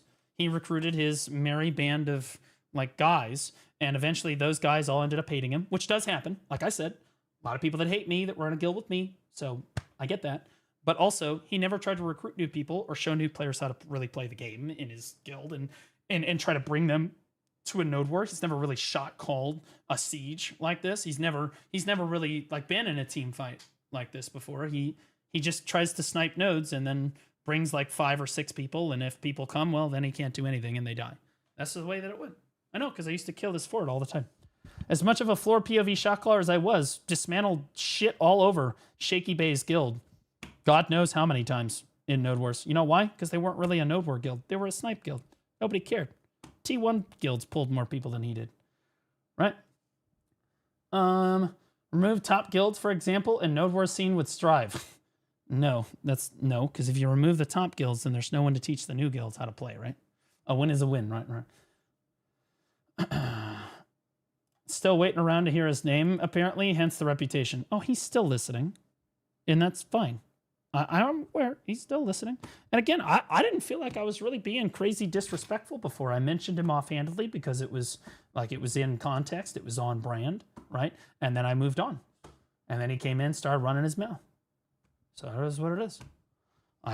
Again, I think he's a good Musa. I think he's a good content creator, but he really doesn't know what he's talking about when it comes to Node Wars. Everybody knows that. That's why he has the reputation that he has. Almost no strategy in it other than having the two sides blindly run at each other. Sure, in an ideal situation is that player skill determines which side successfully pushes. But where's the strategy and nuance in how you decide what to attack and how to attack? Everyone just tries to bum rush to the enemy's home node and spawn camp them into oblivion. In these other games, there's so many different types of objectives beyond trying to push your territory forward that can help your faction win the fight. I really do think PA needs to take a look at what other games have done with this form of large-scale PvP and take some pointers on what they did to make War of the Roses turn out better. I'll be honest with you. I don't really think that there's a PvE VP game mode alive that really was successful.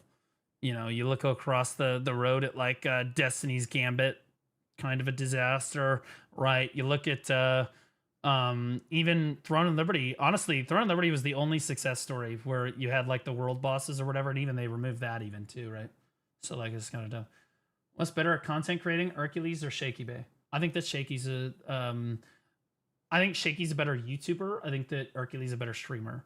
And I think that Hercules has a better brand of content and is better at content creation overall than Shaky is. Shaky is good at one thing and one thing very specifically.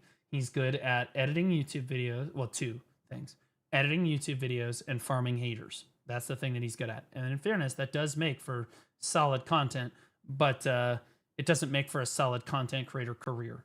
Hercules is kind of a he's kind of like the lead character in Kung Fu Panda, right?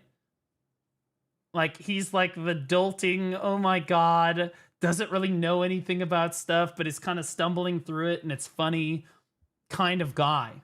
You know what I mean? And everybody loves him. And he's got a solid brand around that. And you can kind of just watch him do stuff and it's entertaining, whether it be killing Karshan or killing Nymphomir or enhancing or spending pearls or, you know, anything like that, right? He's he's pretty entertaining for that reason, right? So Hercules definitely has a stronger brand for sure, but Shaky has much more experience, and it's not to be understated how much Shaky really does understand about YouTube editing and farming haters that do not like him. So, you know, game respect game. Guild Wars 2 had different. Guild Wars 2 has decent PDX. I'd have to play more Guild Wars 2 to assess that a little bit more. As for the hardcore server, in all honesty, I feel like how it was implemented was really good. It had stuff for everyone. PvE players could grind for good silver. PvP players could actively experience the open world PvP sandbox once again. There's still a video left. Yeah, I know, dude. Like that was crazy. Like, bro, I just like mentioned Shaky out of like it's like you say that girl's name in front of the mirror or that ghost's name in front of the mirror or whatever, like Scary Sherry. You say it like 3 times or whatever, and she just appears in the room. Did I say his name too many times or what happened? Like, there are only 2 things I would really want to see changed for this mode, and first is that I really think we should just allow all classes to be available.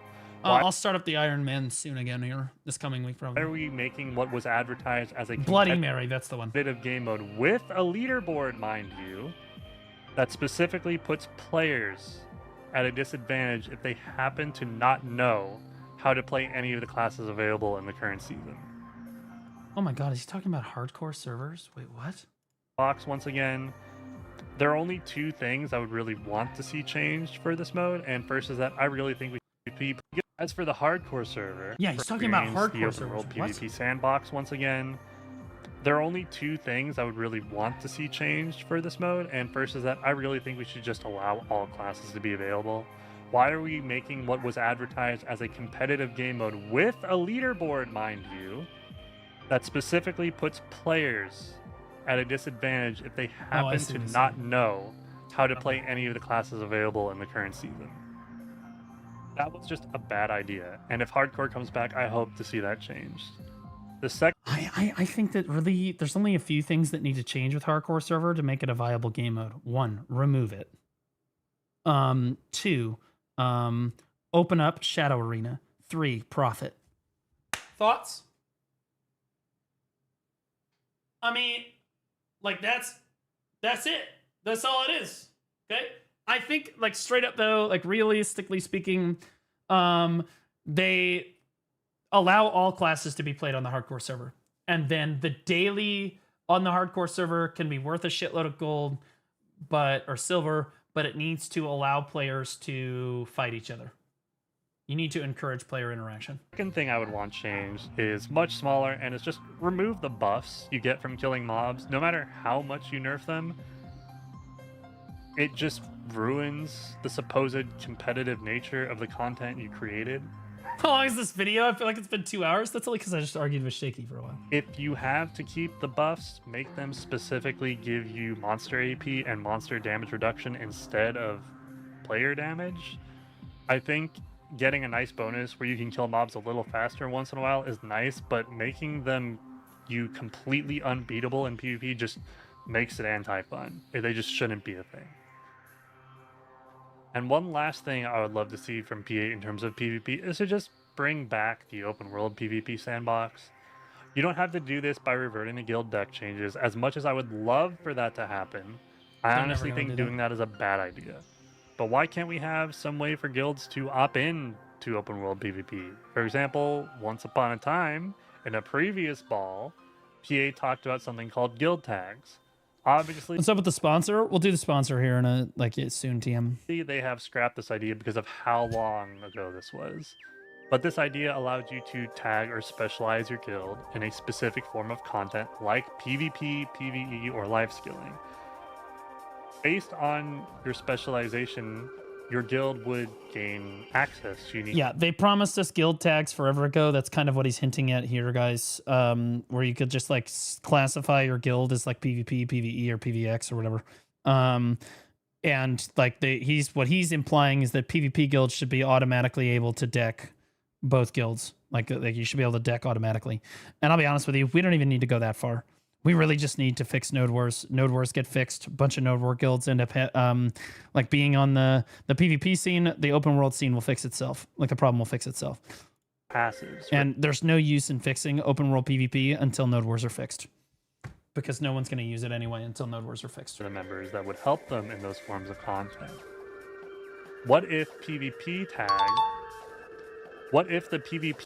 Pico Heba, thanks for the Prime sub, buddy. Appreciate you. Thanks so much, man. Tag, for example, on top of some buffs related to PvP, also made it so that your guild could be declared on by other guilds freely. This makes the PvP guilds able to enjoy the PvP they want to participate in. And this isn't the only option, but all I'm saying is please add some way to opt into war or something to allow us to have the PvP sandbox once again. That just about covers everything in PvP, and it brings me to my last topic, which is the current state of pay to win in the game. Let's face it, at the end of the day, just enough of this guy. You guys are only exhausted because I got into an argument with Shaky earlier. Okay, now we have Shaky fatigue. It's my fault. It's my fault. Royal V76, thanks for the 5 months, man. Appreciate you. Thank you. We're almost done. The video's almost over, guys. And companies exist to make money. Unfortunately, recently PA has started to make this fact more and more apparent with how pay to win has been increasing in prevalence recently. While I hate to see pay to win in the game increasing, and I will always be of the opinion that pay to win should just never exist. Could we at least turn him to 2x speed? That is fair. He does talk a little slow. I love you. I love you, Blue Sky. We're gonna speed. You know what? He makes a good point. We're gonna bring him 1.75. How about that? All right, let's see it. Something that PA is never going to give up. So all I can ask for is that they implement it in a more healthy way for the game. Currently, pay to win has shifted away from outfits and moved to gamble boxes. These boxes allow you to straight up swipe for cronstones, which is a problem. I'm reading off of a script. Well, that's part of the problem. And also, you can make the video a lot more interesting if you increase the expression of your VTube avatar. It needs to be rigged better. It's a phenomenal model. It needs to be rigged better so that like it shows your facial expressions more. This is because the current endgame grind is like the best female VTubers in our category that have the most viewers have like the most expressive avatars. For just crons. That's it. That's all you're grinding for at this point. In the past, crons were nice, but the true bottleneck costs a little bit of money to rig that. Yeah, well, that's welcome to the industry. Was usually the items themselves. You needed to buy accessories and memory fragments and materials to use to enhance items. So while you could swipe for outfits to get crons, you still needed to sell some of those outfits so you had the silver to buy the items, fragments, and materials you needed. This allowed the people who don't pay to win to benefit from those who do, by getting some cheaper crons. The way this works... Spoken as somebody that doesn't probably understand just how egregious the Gamba boxes are. What he's saying, guys, is that the reason Gamba boxes are a problem is because they're giving you enhancement materials. And I'll be honest with you, as somebody that's opened a lot of Gamba boxes, I don't know what he's talking about. I have no fucking idea what he's talking about. It does not really give you that many enhancing materials, really. I mean, honestly, when you think about it, but like realistically speaking, I mean, he'd be right. But like also, even if you took the enhancing materials out of the game, Even if you took the enhancing materials out of the box is still more valuable just in cron stones than buying the outfits. Made it feel just a little bit more reasonable as a pay-to-win system. But with these gamble boxes, you have completely removed the need to do any of that. Players are now directly allowed to buy progression without any way for those who actually grind to benefit from it. Yep. I feel like they need to stop with the gamble boxes or severely limit how many of them you can get. You are just letting players print items used to progress instead of letting them swipe for in-game currency. Well, they're desperately trying to keep up with their revenue stream, right? Their revenue has been declining dramatically, and so they're trying to over monetize what few players that they have the fewer active players that they have remaining. They're trying to overly monetize them so that the revenue looks like to investors that it's the same as before. And actually participate in the economy. Another thing going on with this whole situation is that the community itself is actively promoting this pay-to-win, which does kind of irritate me a little bit. There are numerous content creators that actively swipe large amounts of money on stream and in videos to progress and catch up. True! These people are the problem. Couldn't agree more. I mean, chat, he's right. I mean, he is right. True. So fucking true. Yep. These fucking sell-out shills. Fucking of content creators. Ridiculous. I will not name and shame anyone, but you know who you are, and I implore you to stop encouraging this. Supporting this kind of shift to pay to win by playing into it actively encourages other players who also pay to win, and also reinforces TA's idea that it's okay. If it makes you feel any better, buddy, I have not spent a dime on this game since August. Nothing in September, nothing in October, and I'm actively advocating for no Pearl November, and I probably won't even spend anything in December, January, or February. I don't really... No Pearl November, that's right, baby. Because although, see, Blue Squadron giveth and Blue Squadron taketh. Okay? Blue Squadron giveth and Blue Squadron taketh. He's right.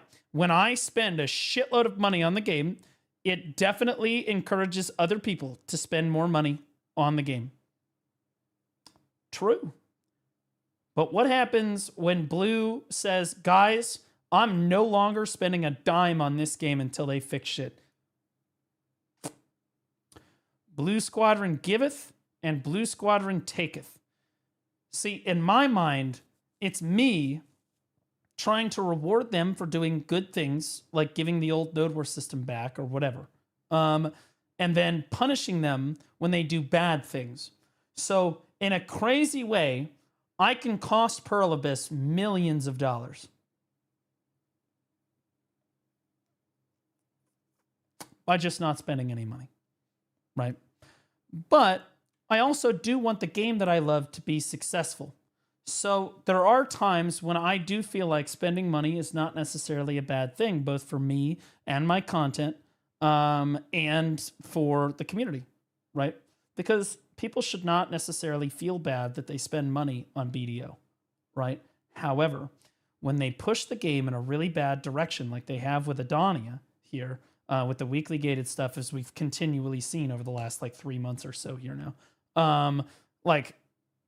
I think it's important to be able to punish the developers, because maybe what you don't understand is that the only thing they're going to listen to is the wallet. So when things are good and they're making money, thumbs up. And the only time they ever change things is when we stop spending money on the game and we give them the thumbs down, right? So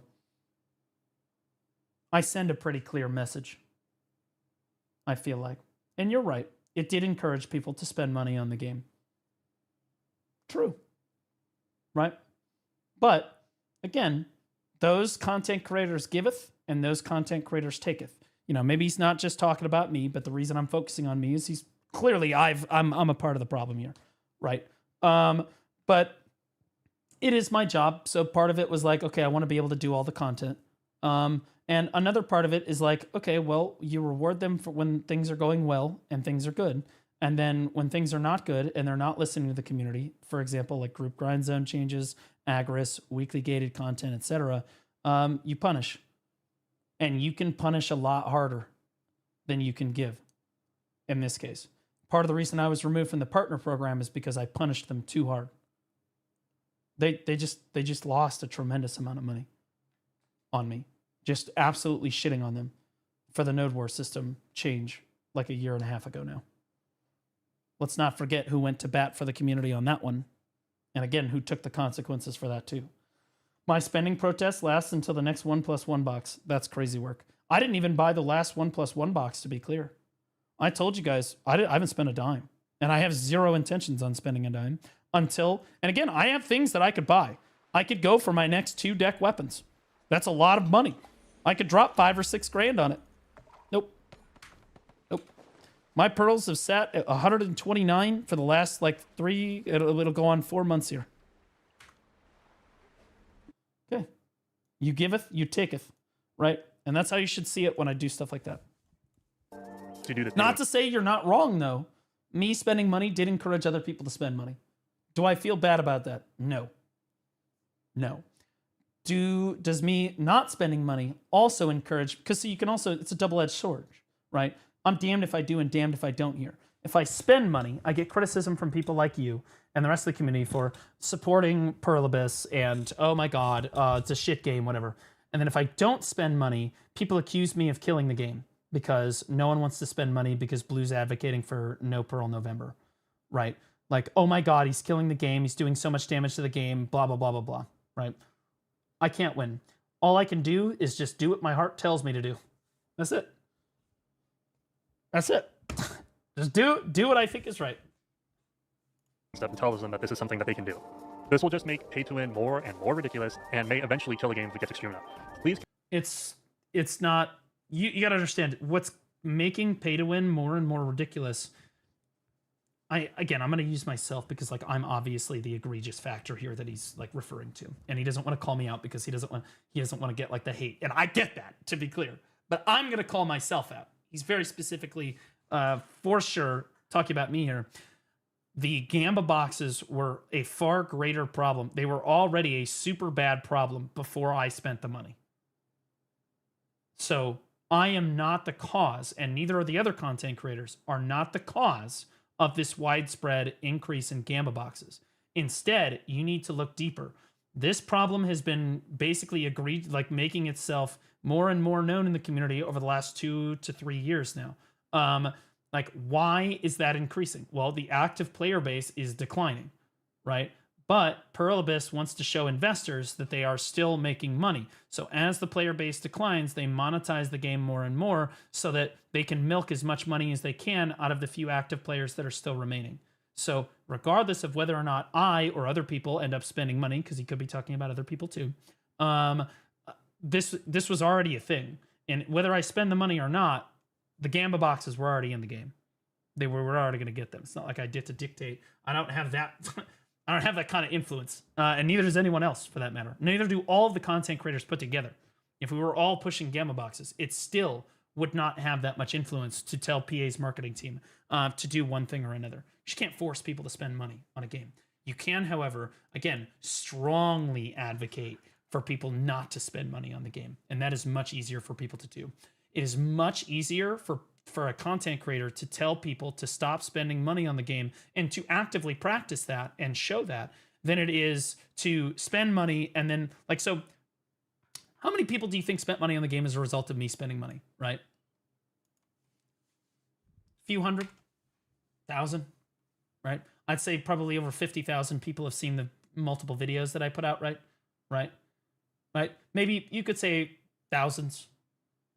Now, how many people do you think listen to No Pearl November? Probably tens of thousands. Because it's much easier to not spend money than it is to just spend money.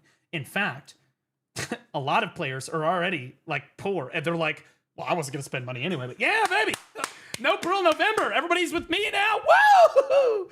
There's probably a lot of players out there that are like, yeah, bro, saving right now. Okay, like it's much easier to get people to not spend money on the game, for sure. Right? I'm doing No Pearl November for sure. Yeah, tons of people are going to do it. I'm sure. Right? And I thought really hard before I decided I was going to advocate for a movement like this, because I'll be honest with you, it's really scary as a content creator to say, hey, we should take this company that we're their only income and we should tank the stock price and the income of our company that makes our game. that's probably not a super good idea, right? But I am low-key gambling. In true BDO player fashion, I am gambling, right? I am wagering that the community is able to leverage us not spending money against us also trying to get group grind zones. And you can say, oh, this coming from the guy that spent thousands of dollars. Yep. But again, Blue Squadron giveth, Blue Squadron taketh. I can have influence over people spending money, sure. But I can also have influence over taking money from them.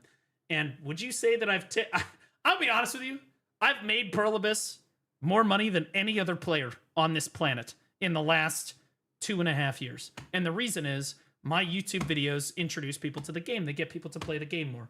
That's just the truth. And when people are playing the game, they spend more money. So if you add up all that money, it's a fucking retarded amount of money, right? So I make them a fucking stupid amount of money. Absolutely stupid. But again, giveth, taketh. When I was a Pearl Abyss partner, I started to understand this super innately because I had talks with the CM team when I was in California about what they expected about their BDO from their BDO partners and what they were truly looking for on like a fundamental level from their content creators. And like I started thinking about it and they're like, yeah, you make us a lot of fucking money. And I was like, you know, I think I do make them a lot of fucking money. And then do you guys remember that there was like the creator codes thing? They're like the content creator, you could put in a code at checkout and a content creator would get like a percentage of the sale. Very small percentage. Very, very small percentage. Less than like Pen Reblath on a 100 stack or a 60 stack. Okay, a very small percentage of the sale. Yeah, made thousands of dollars off of that. And I wasn't even a fifth of the content creator that I am today. I wasn't even a fifth of the size. Like, that's the difference. That's the difference. So like the content creators do make them a tremendous amount of money, but the content creators can also lose them a fucking stupid amount of money. And the reason I ultimately lost partner is because I was losing them money. It's net negative. Net negative. And now I'm kind of Django Unchained. Now they fucking hate me. The CMs do like I do believe that like corruption in them on a personal level, they probably do like me. But Pearl Abyss as a company, they fucking hate my ass. And I know it because when I met Jae-hee Kim, it was pretty obvious to me the last time that I met him. Like they're not a fan of what I have to say about them or their game or whatever anymore. And I don't care. I'm over it. I don't give a shit anymore because do something good and I will reward you with like good feedback. If you do something bad, I'm going to give you bad feedback. And I want to be clear. I am not the end all be all in BDO. Okay. Do I have an influence over things? Sure. But just like Choice does. Okay, he does, right? Blue Sky does, and Moshi and Ray Rar and all the other content, they have saves, right? But ultimately, the people that have the most say are the community. And what Pearl Abyss doesn't like is that I voice what people are fundamentally upset about. What other BDO partners refuse to voice because even though it is true and they know it to be true, they won't voice it because it would hurt the company and it would hurt their chances of continuing to be a BDO partner. I decided that I was just going to start voicing because of regardless. And as it turns out, people really like that because they like people that are honest with them. You know, as honest as you can be with how things are going down and what the community wants and what we want out of Pearl Abyss and whatnot. That messaging works. And like the way that I have found that it's most effective to reward them is with the pocketbooks. So no Pearl November, in my opinion, it's right before the Calpheon Bowl.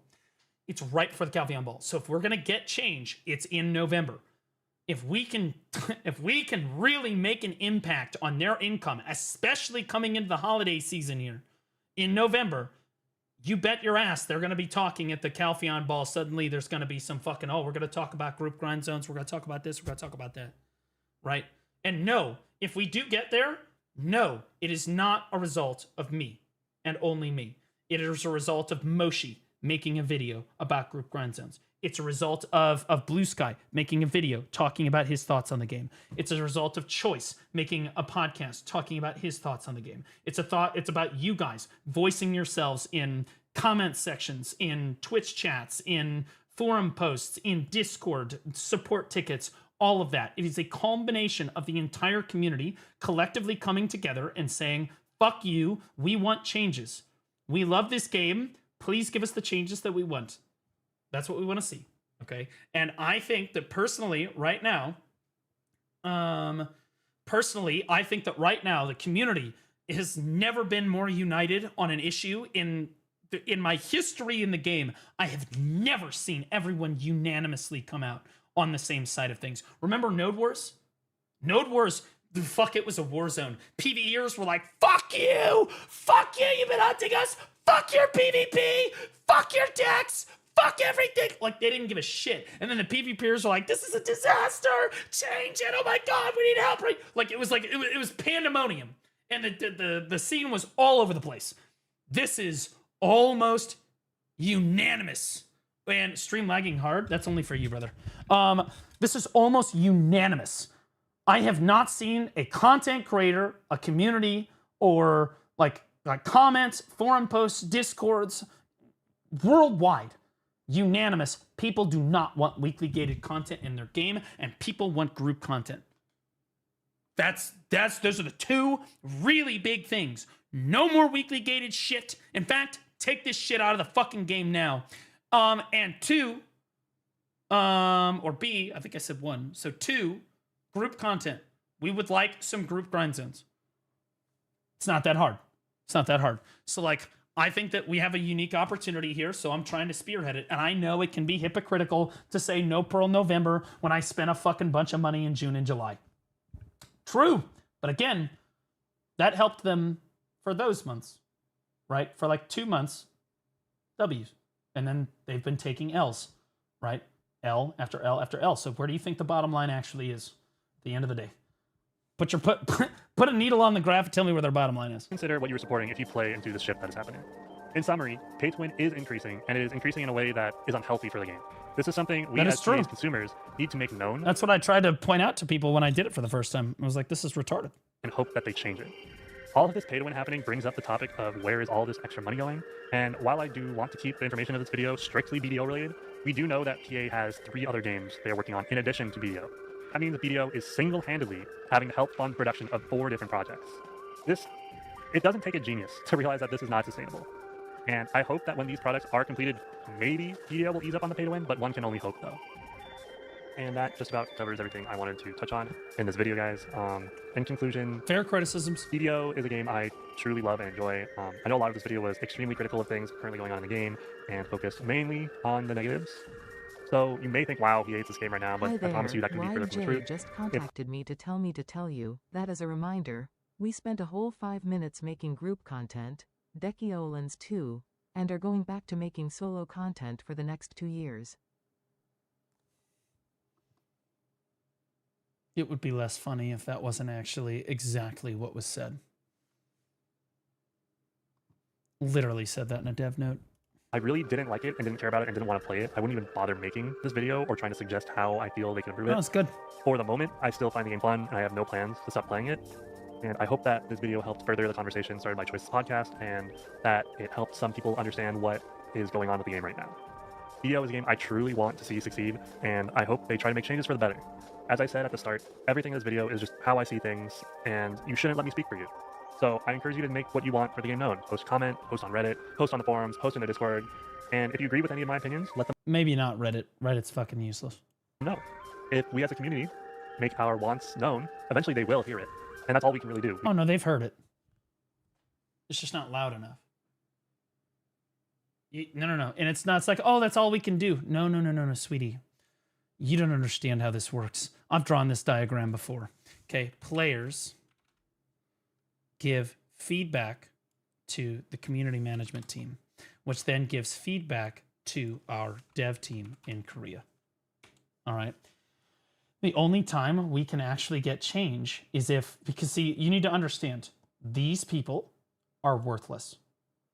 Completely fucking worthless. The community management team is here to try to coddle you and keep you quiet and like, oh, we understand. We hear you. Oh, we heard your feedback. Yeah, oh my God, we're relaying.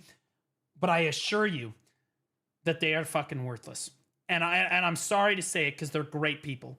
But when they give feedback to the developers, the devs are like, yeah, whatever. You need to be yelling so loudly, whether it be with your wallet or in posts all over the place, like carpet, like literally the whole carpet bomb, the whole goddamn forum, whatever. Okay, it needs to be so egregious that you go over the top of the CM team and the devs can hear you crying from fucking Africa. Okay, you need to get around these people, because if you don't, it's worthless. It's worthless. They cannot, like, if you just give your feedback to the community management team, it does reach the devs. The community management team does its job, but what the devs here is, yeah, they're concerned about this issue, but it's really not that big of a deal. That's where we're at, okay? Because they don't think it's a big deal until they fucking hear us screaming about it. That's how it works. They have to hear you, specifically you, not CM Corruption, not CM Etsu, not Enclave. They need to hear you. And the best way to hear you, as I've said many times, is to make this guy, Blue Sky, making this video is a perfect example. Do I agree with everything that he said in the video? Absolutely not. But I let him, and to be clear, he's criticizing me in the back half of this video, for sure. And I think that's a fair argument to be like, Blue, he didn't say Blue, but like, these content creators are making it worse by buying into this and then making videos about it. It's a fair argument. It's not necessarily the way I choose to see it, but he's not wrong in that it does encourage people to spend money. And I can totally understand his argument. And I think that that's a fair thing to criticize me for. Very reasonable. Okay. MVK317 just resubscribed for 6 months. Less than 3. And I will absolutely platform your ideas. You have a guide. If you want to be heard, okay, you want to get more traction on something, you can just record a video, post it in my Discord, and I will react to it. Okay? Please make it under like 15 minutes if possible. Otherwise, I'm going to turn it on 2x speed. But like, if you can make a 15 to 20 minute video about like your thoughts on the game or what you think needs to be improved and whatnot, I will help platform your ideas, even if I don't necessarily agree with them, right? Because I didn't agree with everything necessarily he said. But I agreed with a lot of his points, and I don't disagree on some things, and maybe he's right about some of this stuff. And it's good to voice these concerns. It's an excellent thing that he made this video. You should do more stuff like this, but you should make it a little bit more entertaining. Like, look at Moshi's video on group content. She's like moving around and shit, bro. Like it's like the rigging. I think it's the rigging. It's a good video. It's a good video. And like more videos like this help get eyes on subject. I'm honestly interested, as 7 years later returning, what is the biggest issue in BDO at the moment? Weekly gated content is rough on us right now. Right? Weekly gated content is rough on us right now. That's the video right there. I encourage you to go like the video, comment on the video. And like, yeah, so like you have Skyfree in here. This is a great Valkyrie. I love Alusha. Not the best streamer. He's kind of an AFK streamer, but you know what? I love him. I love him. Right. So like, yeah, this is a good video. It's a good video. I'm glad we watched it. Yeah, it was long, but you know, sometimes it'd be like that. We'll probably cut the shaky base stuff out in post. I'm really not trying to, I really wasn't trying to start shit with him, but like he came in, he was ready to start shit with me. It's like, okay. Things I want to see at the Calpheon Ball in 2025. Oh God, are we even ready for this? Is this too soon? Clearly a lot of people agree with this. Clearly a lot of people agree with this. Skyframe streams Blue Protocol. No, he streams like AFK drop content. That's what he streams. Was my first time doing that kind of a video. Your feedback was helpful. Well, I appreciate you making feedback. Even if the video is criticizing me, which part of it was, for sure. Totally fine. You should voice your opinion, because you're right. It shouldn't just be Choice or me or somebody else trying to make these videos and push these up. Like it took me a while to make videos like this. I made videos. What is that thumbnail? Holy shit, bro. What the fuck? Is it this one? Yeah, where I'm just talking about the game. Like there's a few of these videos where like, yeah, we have spoken, right?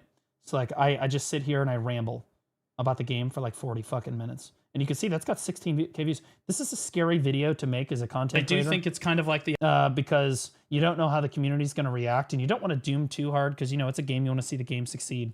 But like, I'll be honest with you, things like this, look at the like ratio on this fucking video is insane. For a video like this, that like ratio is nuts because I'm talking about kind of controversial issues. Oh my God, I am so bald. Holy shit. When this is back, oh my God, no, dude. I have to wear this forward. That's crazy quality assurance right there. Oh my God, same shirt. It's not the same shirt. These are scary videos to make because you don't know how the community is going to react to it. I would encourage you to make videos like this. I think that you were respectful. I think you didn't want to call me out necessarily by name. I understand. But I felt like you were respectful. You're reasonable. I got the message. And it got to me.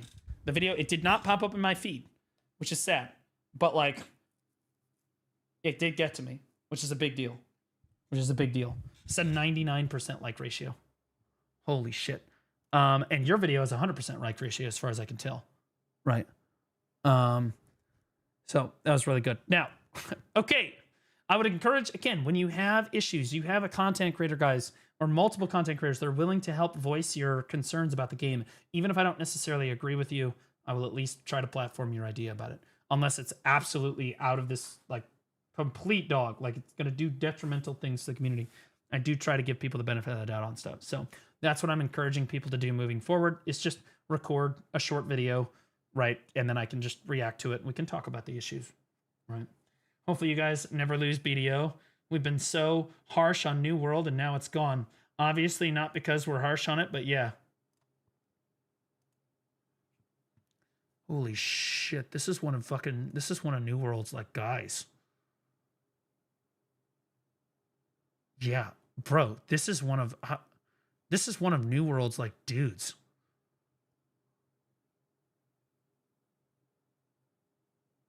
Holy shit. Bro, this message hits different. Hopefully you guys never lose BDO. We've been so harsh on New World and now it's gone. Obviously, it's not because we were harsh on it, but yeah. Langy, I think you're being way too hard on yourself. Okay? Because you're reflecting on things and you're saying, maybe I was too hard on it. Okay? And I've looked at things like this too. I want to be clear because I went through this too. All right. Last year, we went through some really rough times, some turbulent times in the Black Desert community where people were really not happy with the game and the direction that they went in, particularly with PvP. And there were a lot of like videos that I put out and things that I said that were extremely severe. Is the words that I'm going to use. Severe. Probably more severe than you've ever been. Okay. And the way that you should think about this, because I went through this too, where I was like, man, am I going too hard on it? Am I doing too much damage to the community? Am I doing damage to the game? Dude, fundamentally, as a core, you need to embrace what I'm about to tell you. Okay?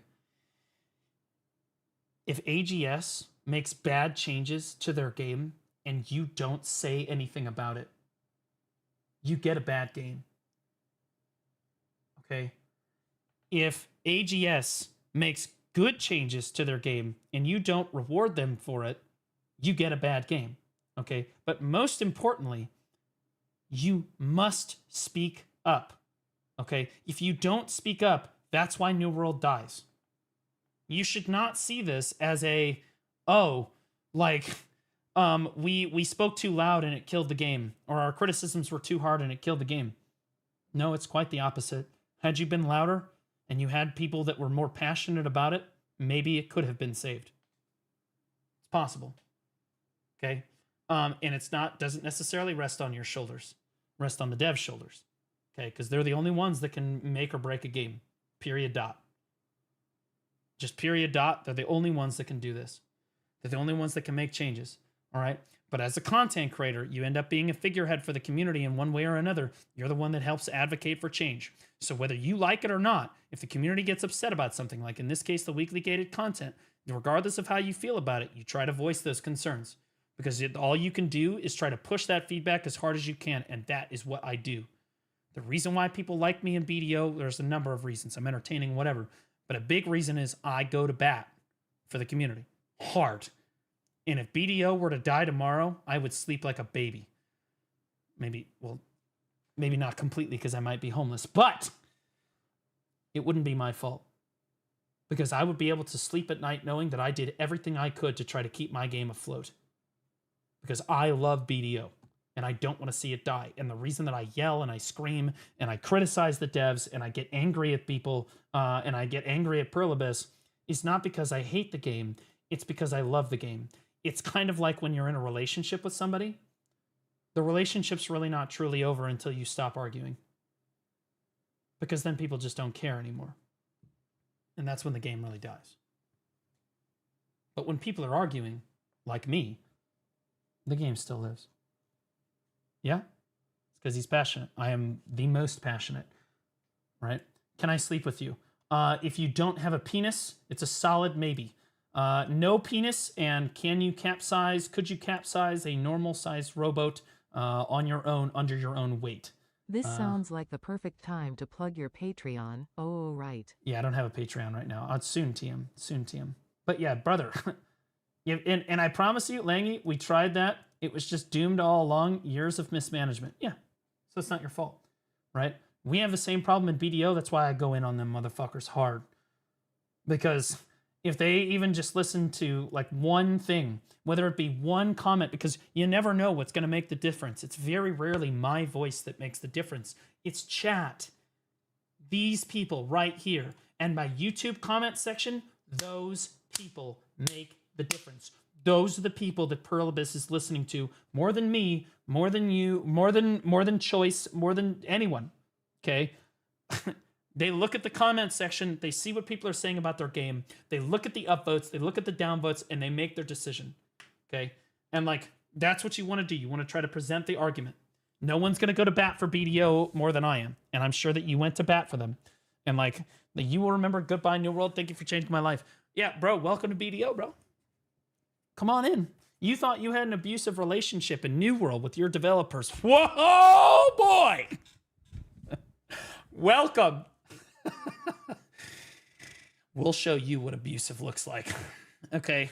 Now, if you're thinking about coming to BDO, I can help you out. DM me on Discord.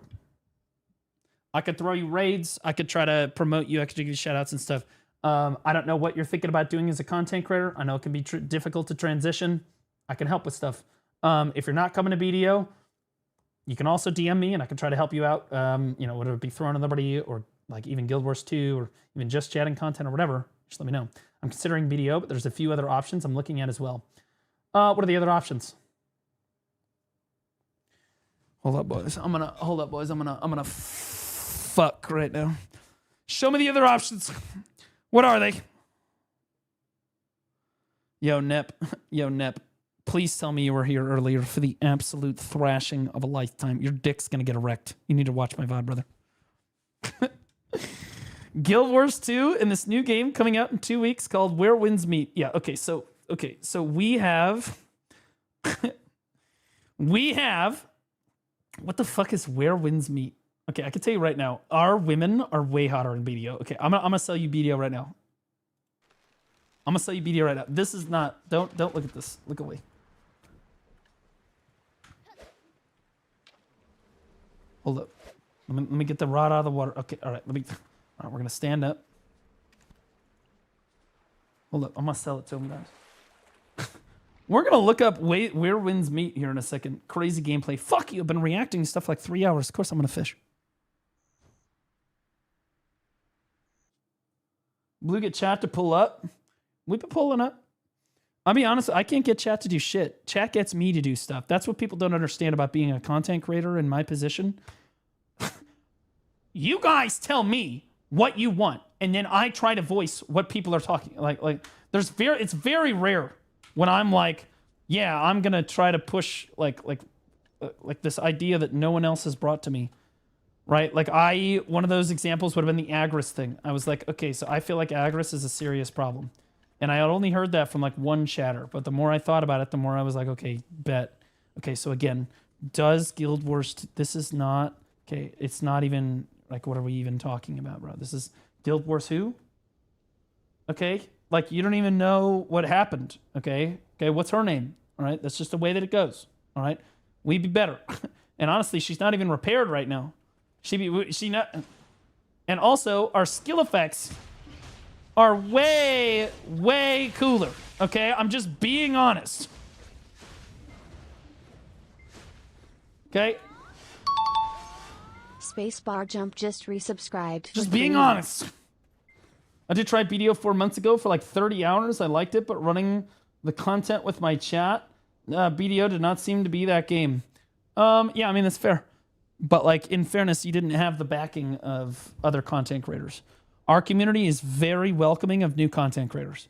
Spacebar Jump, welcome back for 3 months, man. Appreciate you. Just, there are certain, okay, there's like 4 content, well, okay, there's really like 1 content creator that everybody unanimously just does not like in our category. And her name is Blue Squadron.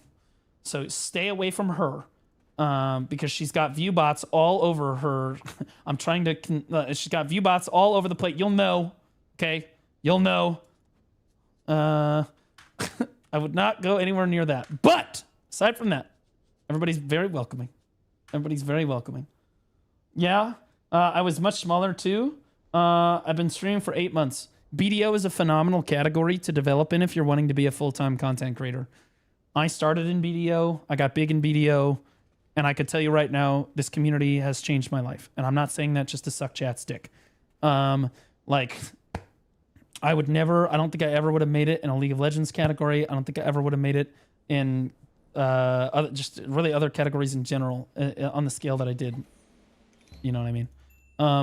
And like, they're just, we've got some really nice people. Now, we also have some psychos in the BDO community, so you should be careful. We got some crazy people. But most of us are totally fine. But you need to understand, we are shameless gooners, number 1. Number 2, we fucking hate politics. Do not bring politics into Black Desert. It's not a good idea, okay? That Final Fantasy community, very different. Very, very different. Those motherfuckers like to talk about shit all the time. In BDO, we just shit on everyone. Do not bring politics into BDO. Yeah, that's pretty much it. That's pretty much it.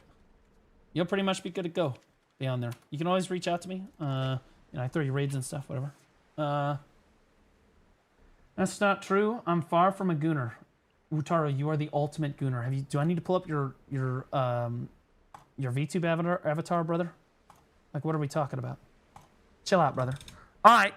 So, things we want to see at the Calpheon Ball. I think this might be a little too early. This is premature ballulation here, guys. Premature ballulation here. But maybe it has... I did skim through this post briefly. It looked like it had some good stuff in it. Why'd you time him, man? Blue, I hate politics, but also brings up politics. Always brings up politics. I don't always bring up politics. Very rare when I have to talk about it. And usually it's chat that brings it up and me that finishes it. That's how it is. He's a Gooner Pro now. Well, that's how we all be, brother. That's how we all be. Things I want to see at the Calpheon Ball in 2025. Chat, what's the number 1 thing you want to see at the Calpheon Ball in 2025? Over the last year, BDO has gone through significant changes, many of which have caused the game feel linear and stale. These core changes, I think, are important to the overall health of the game moving forward. Okay. Number 1. With the introduction of 5% AP caps in all spots, you can't feel your power as you progress. All you're doing is killing reskin mobs. This is the core isn't fun and PA probably expected. And as PA probably expected, or it isn't as fun as PA probably expected. And I think that they need to raise the cap by at least 30%. Honestly, not a bad idea. Free Velsart. Cronstones, yay. Guys, raise your bar of expectation. Christ. We just got done with a whole fucking video about how guys, about the problems with the game and shit. Stop just asking for Cronstones. Stop it. Stop doing it. Damn it. I want a free Pandebo plus group grind zone. Oh, for fuck's sake, dude. Grand spot Our variety. Expectations for BDO are about as low as our expectations for a female relationship. I don't think that BDO has a penis. It's a video game. But if it was a person, it would probably have a penis. Grind spot variety is at an all-time low. You are unlocking spots and typically stuck at a spot for a long time, and sometimes that spot isn't what you enjoy. It most definitely does. Mushi, why are you still... I propose the new rule to be followed for grind spot implementation. The rule as follows. 1 tower spot, 1 pack-to-pack spot, and 1 group spot every 100 AP. This is way... Your demands are too high. You might as well be fucking, like...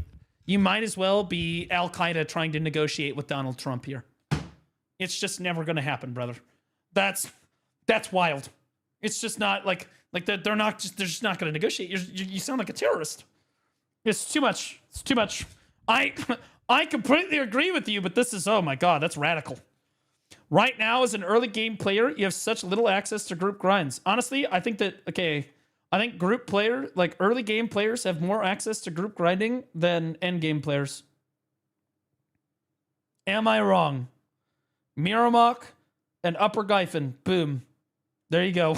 Because end game players only have Dekia Olins too. That is it. So there's only 1 grind zone. So like again, the bar is low. As a mid game player, you have some group options, but the end game players have 0 options for all 3. We have Dekia 2 Olins, but that's it. It's tower and no group. Also, yeah, Dekia Olins is a tower spot. This could create a more sandbox environment where people can play the content type they enjoy more with every step of their gear process. I want to be clear. I think he actually inspired an excellent point here. The thing that everybody loved about Olins when it first came out and why it was like the successful group grind zone in Black Desert's history, like base Olins when it came out, is because you were going pack to pack at a group grind zone. And like the little shit you had to do with the poles and all the other stuff that you had to do and the leashing and whatnot. People love that shit. And then they said, oh my God, we heard that you guys love that. Why don't we make it a group grind zone and a tower spot? Why don't we make your favorite group grind zone a tower spot where there are no mechanics other than to kill the mobs? Good point. Karazad accessories. Right now, the price of Karazads are far too high compared to Debarekas at Pen. This creates an unfun point in your gearing process where you need to save 200 billion 5 to 6 times in a row. No, you fucking don't. You can just do Karazads. Like, I do think that Karazads should cost less money. It is a good point. Karazads should cost less money, but you shouldn't feel like you have to do this. Karazads need to have either lower chron amount or make them more competitive Debos, or a new item needs to be implemented called Deboreka Essence, which can protect Karazads from downgrading. And you get this item by melting base Debos. So that way Karazads and Debos always scale linearly in price to create. Good idea. Good idea. I like that. Very good idea. The pity on Fallen God is far too high. 50 is incredibly punishing. The pity should be at most 20, maybe even 15. Completely agree. Completely agree. He's talking for Tet Fallen God, guys. For Wailing Fallen God. The pity on Sovereigns are far too high. Please look at reducing these. Pity should not be pity should be 1.5x the average. Sovereigns like 3.3x. Sovereigns were designed as some end game crazy shit that you were never supposed to be able to get, and they are never going to do this because everybody finished their Sovereign in like one day anyway. They're not going to do this. It's not a bad idea. I think they should standardize their pity system. If you're going to make Pen Blackstar 15 pities and completely make God-Eyed irrelevant and shit, then you at least need to standardize it for everything else. Right? What did he say? This is called Kron Stones already? What do you mean for the Debo thing? No, this is completely different. Like, yes, it would functionally be the same as Kron Stones, but it's funding the marketplace and not the silver. So Kron Stones are just a silver sink that you buy from a vendor, and Debos are funding the market, so there's a transaction with another player. And so it's extremely different, and it helps fund the economy of the game. So, like, this is a better idea than Kron Stones. the pity on sovereigns. Okay. With class variety at an all-time high, players should be able to play whatever class they want without a silver punishment. Please allow weapons to be universal, just like in BDO Mobile. No, stop. So players can play what they prefer. Okay. You had me until in the first half. You can't mention BDO Mobile because I guarantee you they're already like, well, why don't we just make BDO Mobile? Why don't we just make an autoplay too like BDO Mobile? That's great, right? No, don't relate anything to BDO Mobile. Do not do that. That being said, the way to like allow more class variety is to allow us to tag more classes. Allow us to tag like 4 classes and decrease the price of tagging down to like, it should be permanently one Marnie fuel. Perma 1 Marnie fuel. You can tag 4 classes. Done. Bada bing, bada boom. For PvP, guild alliances are too large. Yeah, we talked about this in the other video. Should go back to 100-man cap and reduce siege caps to 85, and node war caps accordingly should go down by 15% as well. I think that node war should go down by like 30%. Like it's 15% is crazy. Like you're reducing the alliance size by 50%, or what is 33? You're reducing the alliance size by 33%, which means that you should reduce everything else proportionally by 33%. Now, siege though, I think should be 100-man cap every time, because I think that a large part of a guild's strength once a week is how many people can you pull to siege. Very important. You should be able to do that once a week. No other time should it be like that. The rest of the week should be cruising at like 25-man to 40-man node wars at maximum. Right?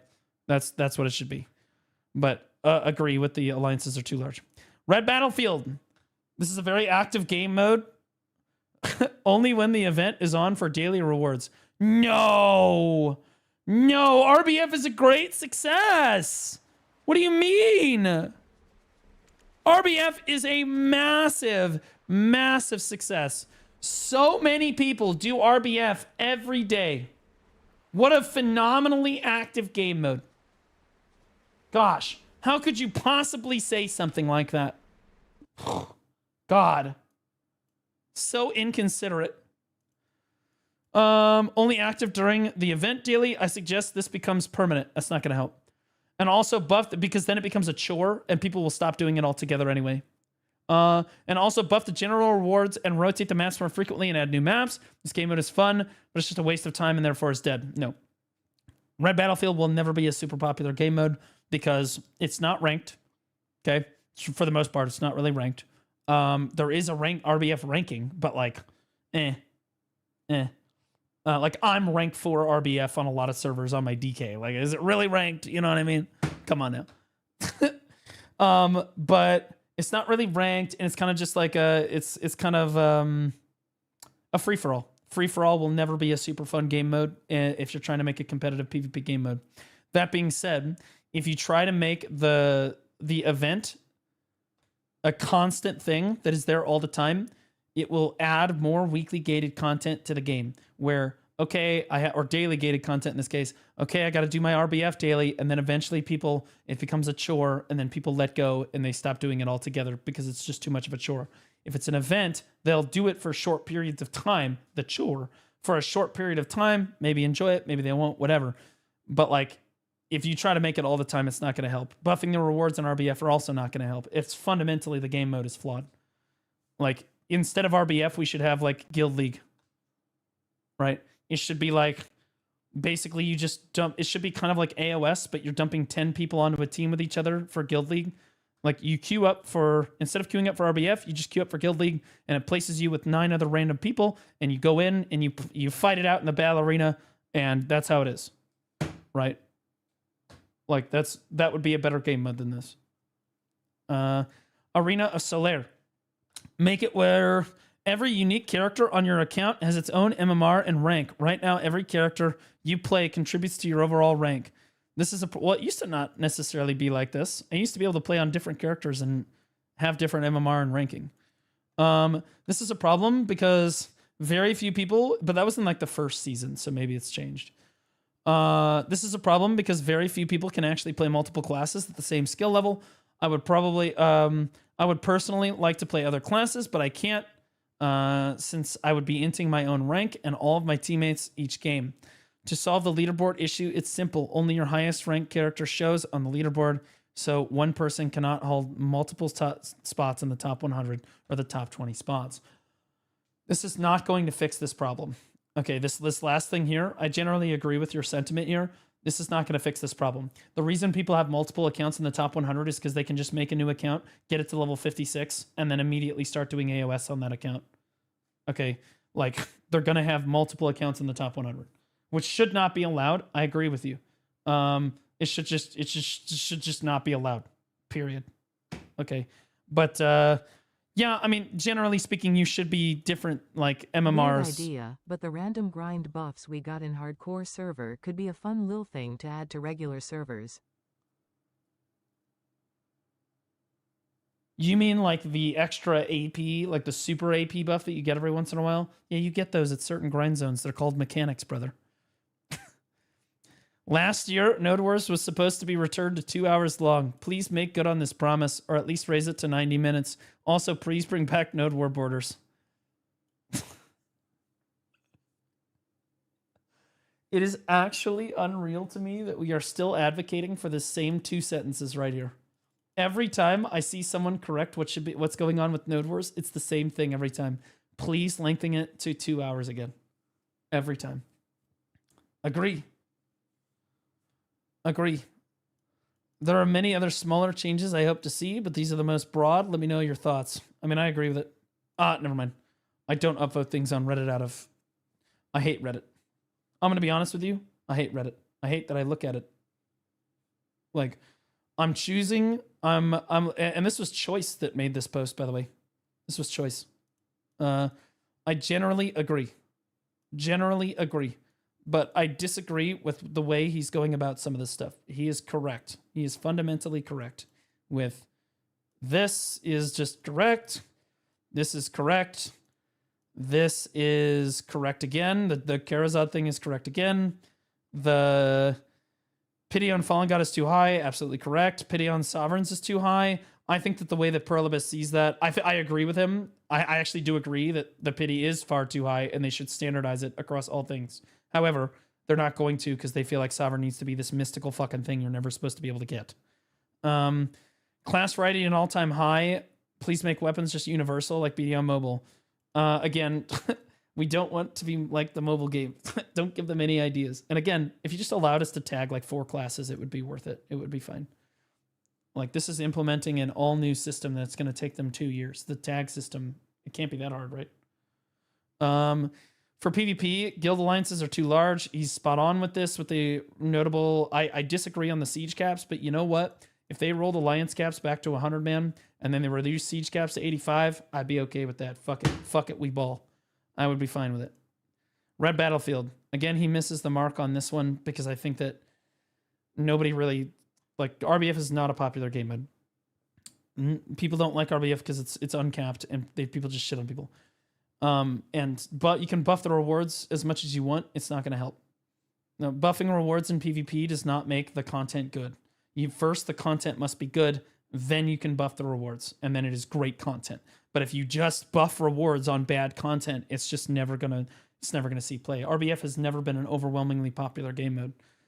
Like, the only time it saw a crazy amount of play back in the day was that you would do guild RBFs if Node War ended early. Like, Arena Solaire, I agree with all of this, but again, this is not going to solve this because you're going to have Armin with like 4 accounts, and they're all in the top 100 because they're all just different accounts, right? Like, and that's how they get around that issue, and that's a problem. But I would agree, players should not be able to have more than 1 spot in the top 100. I completely agree with that, and I agree with the sentiment here. Last year's Node War was supposed to be returned to 2 hours. Couldn't agree more. I know that behind the scenes, Choice advocates for this. Like, he's a broken record. Broken record. They don't listen to shit. On console, there's still no guild alliance, and guilds need to maintain 100 people for siege. Yeah, I think that's fine. I'd be okay with that. And we've heard your idea, and as a middle ground, we have decided to add more Gamba boxes and Cronstone sinks. Hope you will like it.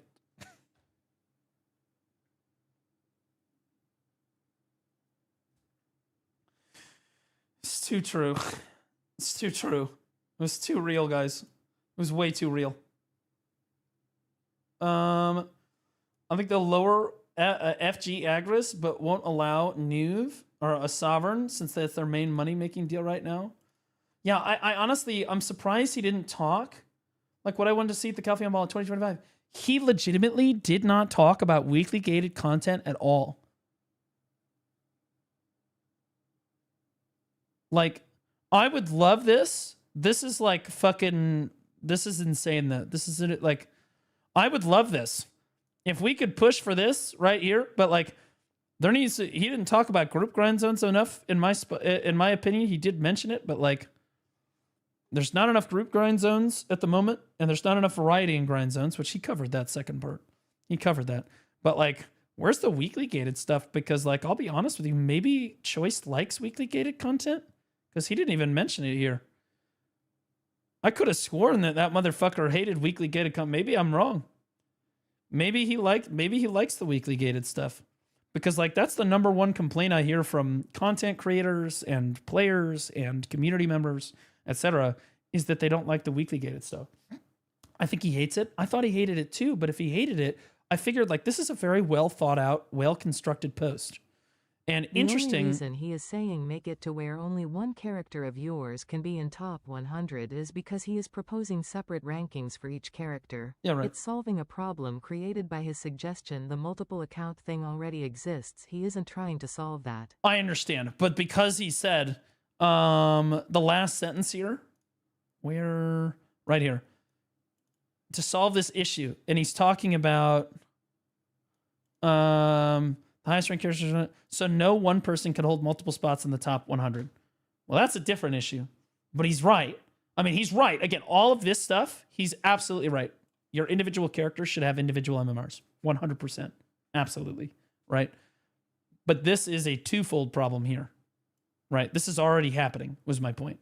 It's like, yes, his solution does help it a little bit, but the more egregious problem with the multiple spots on the top 100 is these fucking loser virgins that go around grinding on 4 different accounts to try to brag about how many top 100 accounts they have, like fucking idiots.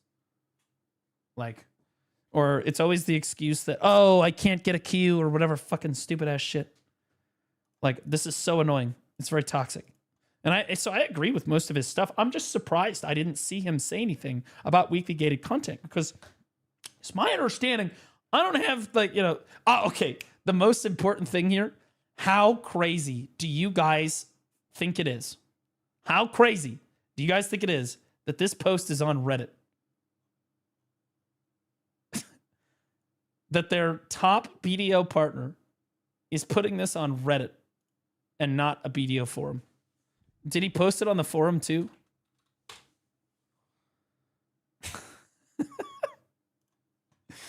Did he post this on the forums too? Feedback. Nope. How funny is it that their top BDO partner has now finally come to terms with the fact that these fucking forums are completely useless? The most important thing here to me is that I see character development out of Choice. I am starting to see some character development out of my boy, right? Now I say my boy, that motherfucker hates me. But like, he is finally going around the community management team. This is what this is. Welcome. Welcome, Choice. Welcome to the dark side. Because the only way to reach the devs is to go around them in an overwhelming way. Like, so that they hear you no matter, so the devs hear you no matter what. Because if you try to go through the CM team, they're fucking worthless.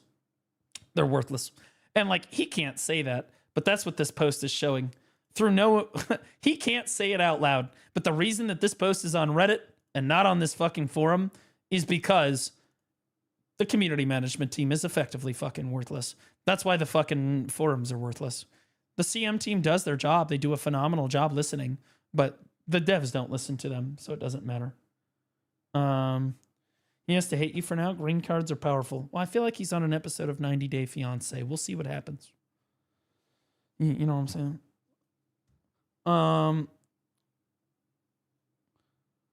I think so. Again, I didn't see anything about Agris or weekly gated content, but aside from that, I actually agreed with his post. Mostly agreed. I'd say 90% agree with what he's saying here. These changes are all W's for the game. Thank you for being our stifler. Well, it's not just me. I'm trying to encourage other people to do it too, so it doesn't feel like it's just Blue Squadron trying to like fucking make all these goddamn videos that are. I'm upvoting my own video. Fuck you guys. So it doesn't sound like it's just Blue Squadron trying to advocate for change in the game. Because like, you know, I'm trying to platform other people's ideas and I don't want it to be an echo chamber of just Blue Squadron like shit, you know, like going on. Like I'd like it to be like everyone trying to contribute to the game being a better game state. And I like that. I think that Choice made a podcast recently. That's really good. I'm Choice is his YouTube channel. Boom, right here. No, not that one. Not that one. This one. State of the Game podcast. Now, I want to be clear. I thought he was going to do this podcast more frequently, but apparently this is a one-off thing. Episode 1, 4 weeks ago.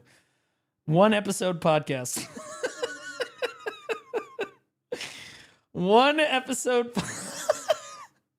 I don't necessarily agree with his choice for having people on the podcast, but I do think that started then. The podcast is a good idea.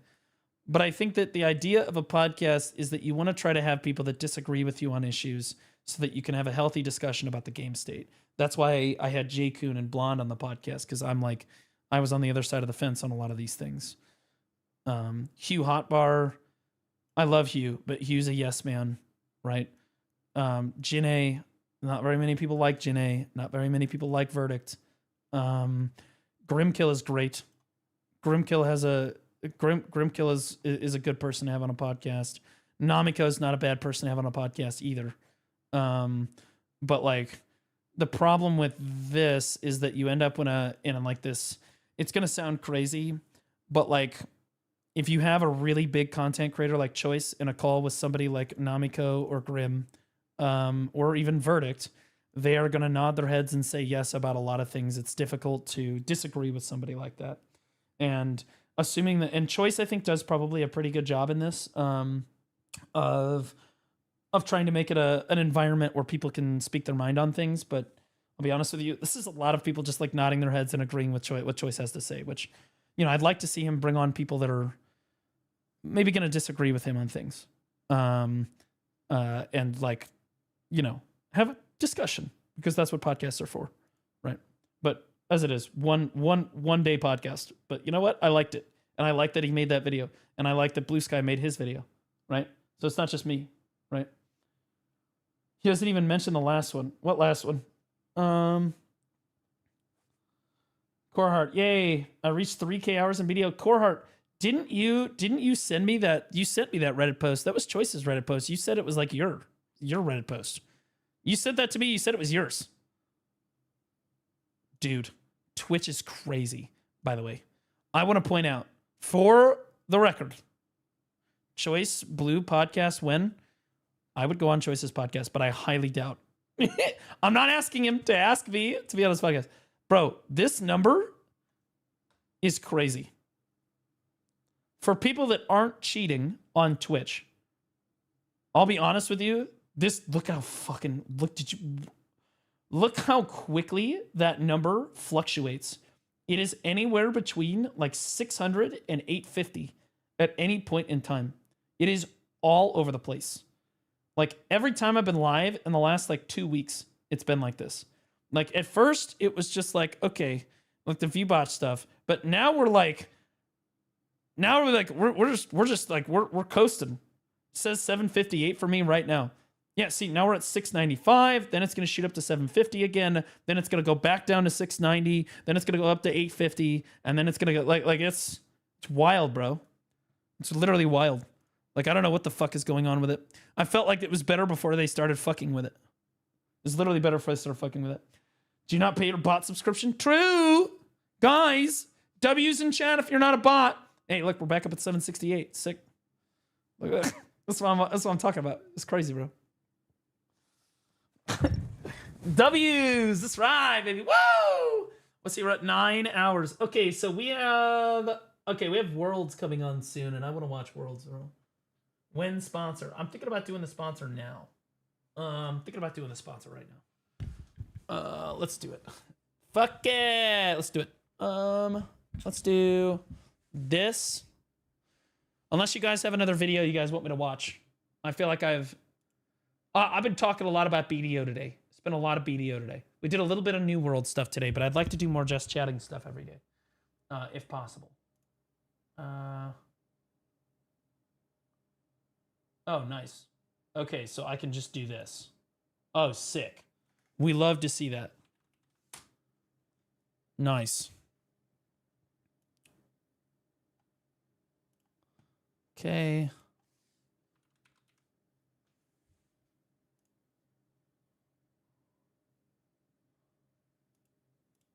All right, boom, boom, bada bing, bada boom, we're ready to go. And we're ready to go. And I think I've got it. I just need to open Steam, right? That wallpaper fucks hard. I would fuck her hard. Yep, that's Briar. Briar's kind of a G, bro. Isn't it sick? Bro, the animation, like, bro. If I could get one like this for Evelyn, it would be giga, right? Are you watching Worlds today? I am watching Worlds. What do you guys want me to watch Worlds live? You can get my take on Worlds. I don't think you guys want me to do that. I don't think you guys want me to do that. Look, the Worlds watch party. I don't even know if I'm legally allowed to do that. Am I even allowed to do that?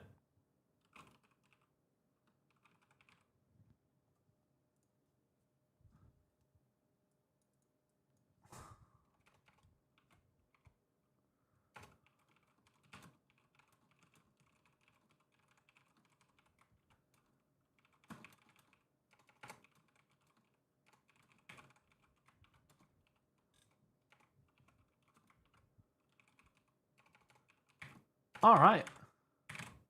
There we go. Let's do this. We're going to copy this. Boom, bada bing, bada boom. Let's go over here.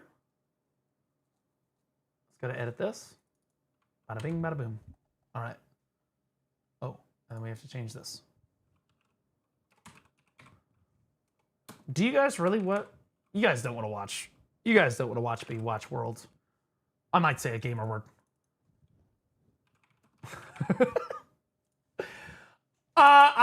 Bro, I get into it when I watch Worlds, bro. I get into it when I watch Worlds, man. I get really into it. Like last night, I was emotional, bro. Last night, I was emotional. Where is...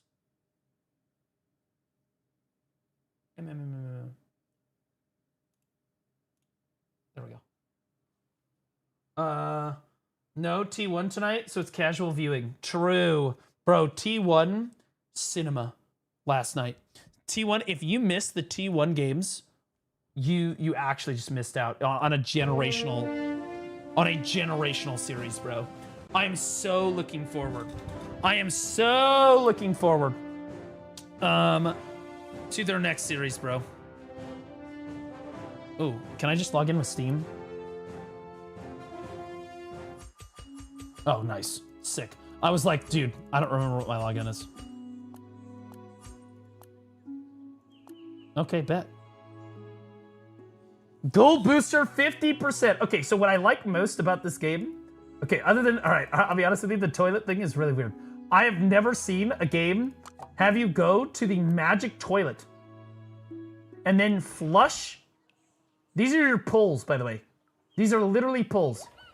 And you toss them down the latrine. Oh my god, I got a green one. It's toxic. What's this game? This is called Mobile Dungeon, and they sponsor today's stream, so W Mobile Dungeon. W Mobile Dungeon. Okay, wait, I still have one. I'll do it again. Okay, green again. Dog. Dog. Yeah, we got a scorpion though. All right, now I have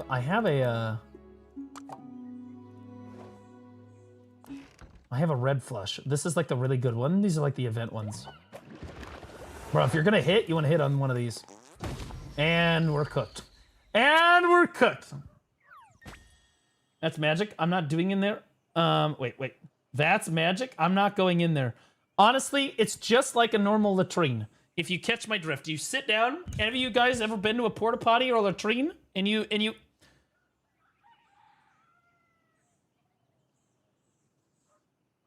know what I mean? The worst. Anybody ever had that happen to them? It's the worst. It is the absolute worst feeling in the entire world, bro. It is by far the worst feeling in the entire world. Yeah, the backsplash is so brutal, bro. It's so rough. You gotta do it at an angle. Dude, stop, dude. What do you mean at an angle?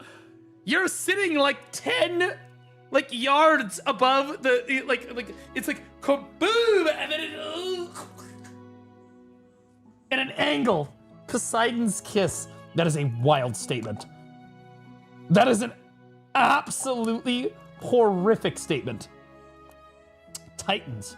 You can challenge a Titan if you're feeling bold enough. Depending on the day, different Titans are awaiting you. I'm not high enough level to do Titans, guaranteed.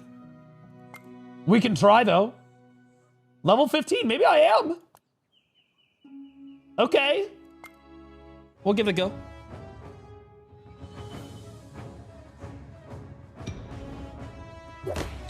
Depression. So real. Did that fucker just hit me with depression? He almost one-shot my fucking... He's level 15. He almost one-shot me, bro.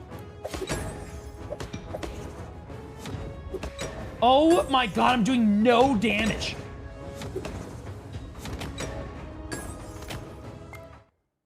We'll never know who won. We'll never know who won. Apparently I was killed by crushing depression. Well, that didn't feel very good. That did not feel super great. I'm not gonna lie.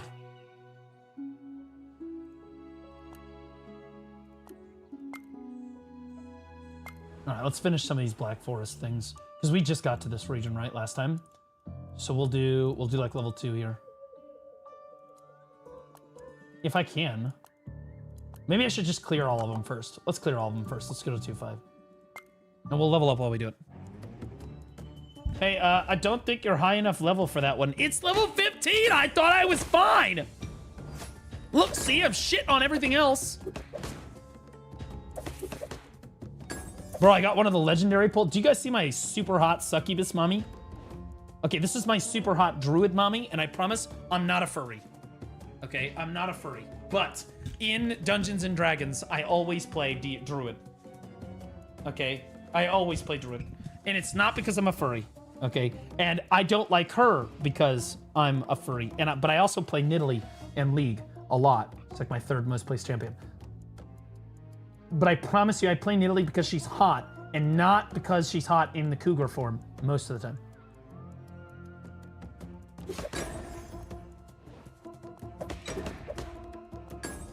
Yeah, but like, look at the... Bro, this is my succubus mommy right here. This is my succubus mommy right here. We're all up in for this. Devs that get it, man. Copium. All right, chill, bro. I'm not... It's not copium. I like druid because it's a really diverse... You can do a lot of things. You could be a spellcaster, you could be melee, you can work with your animal companion, you could be a summoner, you do all kinds of things. And you can fuck animals, but that's it. That's like another thing that I don't ever do that, but other people do it. Okay, but it is something that you can do because it's a diverse class. World's gonna be so good tonight. What isn't tonight? Is tonight KT versus KT Rolster versus Genji? This is a Genji 3-0, right? Like, what are we even talking about? It's gonna be a Genji 3-0. It's not close.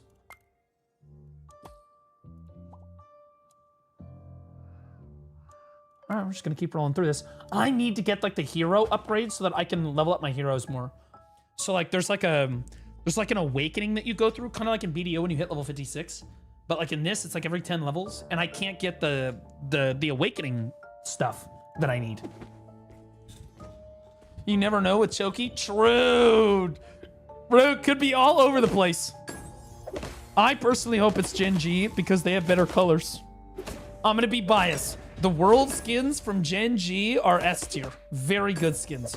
Like Samsung Galaxy has great skins. DRX has great skins. I'm rooting for SK Telecom, but if SK Telecom lose, I'm hoping that it's Gen G that wins because then the skins will at least be good. You know what I'm saying? I'm down for a watch party. I'm just doing my campaign in PoE. Yeah, I need to read. There's a document of lore that I need to read. We got the key for the dungeon, by the way. There's a document of lore I need to read for D&D tomorrow. And I'm going to do that while I watch League. I want Chovy to graduate from Choki for once. So true, bro. Very true. But I'll be honest with you, SK Telecom absolutely dumpstering all of the Chinese teams is cinema. It's absolute cinema. You literally cannot make this shit up. They are 12-0. 12-0 in series against Chinese teams internationally. Unbelievable. AL had not lost a single game at Worlds, and then they fought SKT. L. You can't spell AL without the letter L. Okay. Is Ruler on Gen G, right? I think Ruler's on Gen G this year, yeah. Let's go ahead and heal. Honestly, heal the lowest health by 100% is probably the play here. Yeah, that's probably the most value. Then we come over here. By the way, this game is great. You just sit here and you can just chill.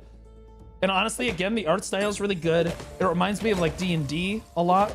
And you just kind of chill, grind your way up. Just chilling. They sponsored me a number of times because actually an enjoyable mobile game. It's not going to replace BDO, guys. We're not trying to replace BDO, but it is a solid mobile game if you're trying to replace Nikke.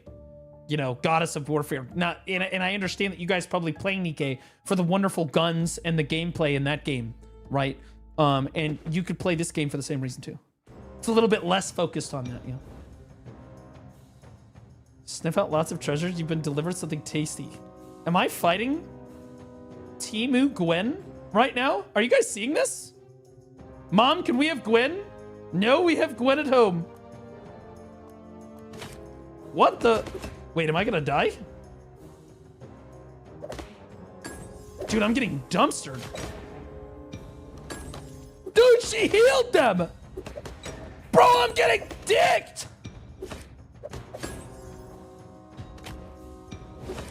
Bro, what?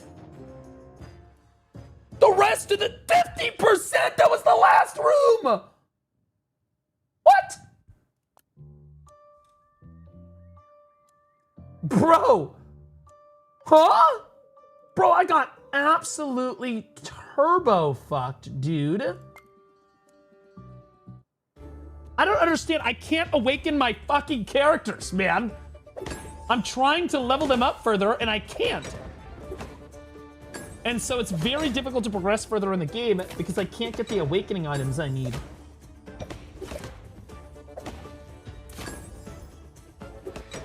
Floor POV. Yo, chill out, bro. I'm actually good at this game. You know why? I don't actually have to play it.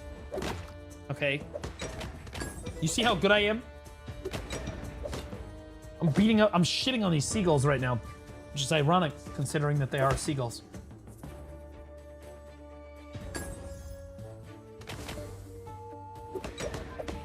Naturally, in classic Blue Squadron fashion, I am sporting a tentacle monster with 2 super hot girls and hoping for the best. You know, whatever happens, happens situation. Oh my god, we lost one. See, we're struggling right now. There's a key. We got 3 more hourglasses so we can do more stuff. But I don't have any of the awakening thing. English seagulls. I'm not coming to go to the English seagulls. What's going on with the events right now? Nothing, apparently. No Halloween events. You get nothing. You lose. Okay, so the chapel is where you upgrade. Okay, so if I want to upgrade him to the next level, I don't know how to get these orbs. I can't get the orbs. You also need a crazy amount of money.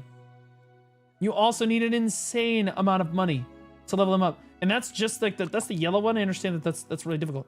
But the purple one, I don't have any orbs for the purple one either. This one's 25k level. That's a little bit better. But like, I still can't get these fucking orbs, man. And then even for the blue ones, I don't have any orders to the blue ones either, man. And I looked around, and I feel like you can only get them from the adventure. Yeah, so you go to the adventure, and some of these drop them, and I'm not sure. Yeah, so that's just like gear, right? Like, what about this one? Yeah, so that doesn't drop it. That doesn't drop it. What about 2? About 3? No. What does this do?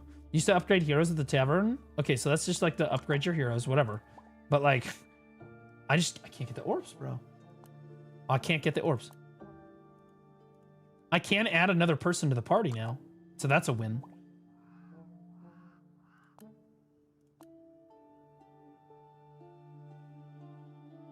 Yo, do I add thick healer chick? Yeah, we'll do that.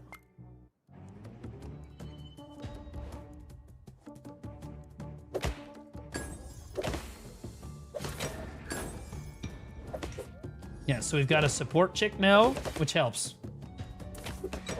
But even still, they can't level up because I can't ascend them. Guns and gameplay. This, yes. Right, the gameplay is crazy.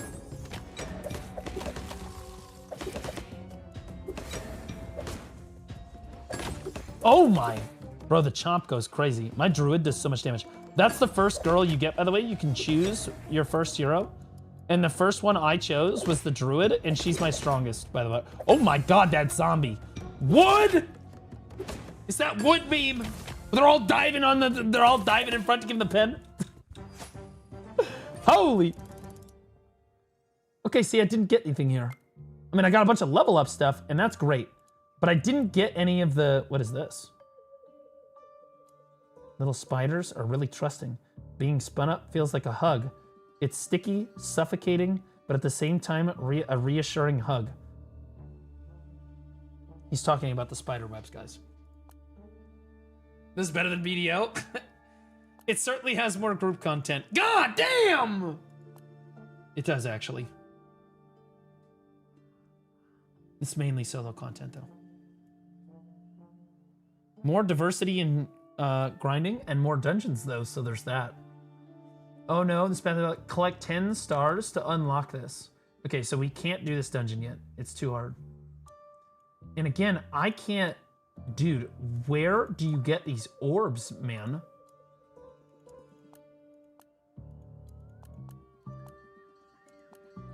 Yeah, I don't see where you're supposed to get the orbs. Maybe it's on the previous one.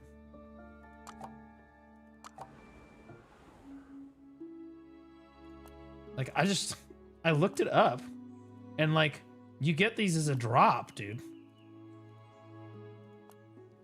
And if you click the thing, yeah, it says you need more stuff, so it's gonna send you to these things. And it's gonna tell you where this crap drops. But like, it's really just telling you where the gold drops more than anything. Like, if I wanna level up, like, let's say the succubus, right? Because it's the same as the other 3. I click ascend again, and then it tells me to go. There's the trader, the war master, sorry, the trader. Oh! Oh! Found it. Okay, all right. Bet. No! Okay, all right. Yes, dude, we have 3. Perfect. Oh, I think we should level up the druid first. No, we need 1 more. Oh, that's so tragic. Oh, that's tragic. I also need a lot more money.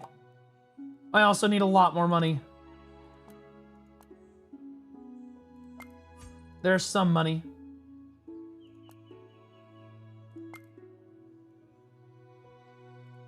Honestly, we should just finish this out. We should just speedrun these. Yeah, we should just speedrun these. Why can't I start? Oh, it's only... Wait, what? Oh, I need more beer shit. Oh, damn it. Am I already out? Oh, no, I can start it. No, we're good. Yeah, no, we're good. Yeah, I should just blast through this. This should be a joke. This is like the first world stuff. Hey, Mr. Floor BOV. Should I have a music in a vid talking about my opinions on the game, even if it's quiet or no? My ADHD likes nice sounds. You should not have music in the game that is hearable, because otherwise DMCA is a problem. And inevitably, people are like, I'm just gonna play Evanescence or some other stupid depressing shit that makes me want to cut myself in Minecraft, and then it gets dinged for copyright infringement on my end. So like, it can't be copyright music. If it's non-copyright sounds, that's fine, but like most people don't understand what copyright means, so they're too stupid. All right, we're just gonna keep doing this one. So I would just recommend don't let them hear the music in the video, which is really easy to set up. Oh, I gotta pin this. Good idea.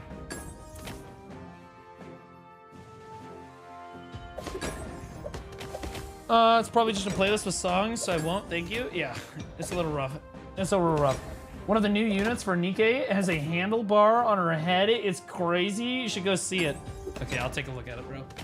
I'll take a look at it. I'm thinking about playing Nikke, to be honest.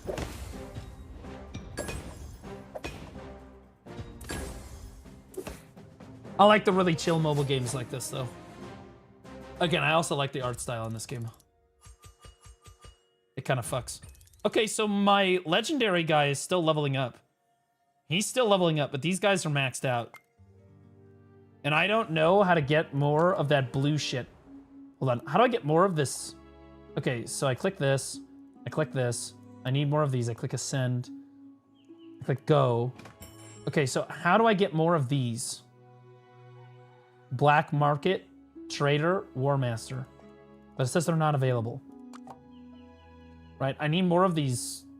Maybe these are like poles or something. I don't know how I get these. I have 225 of the purple ones, though. Maybe you just play the game.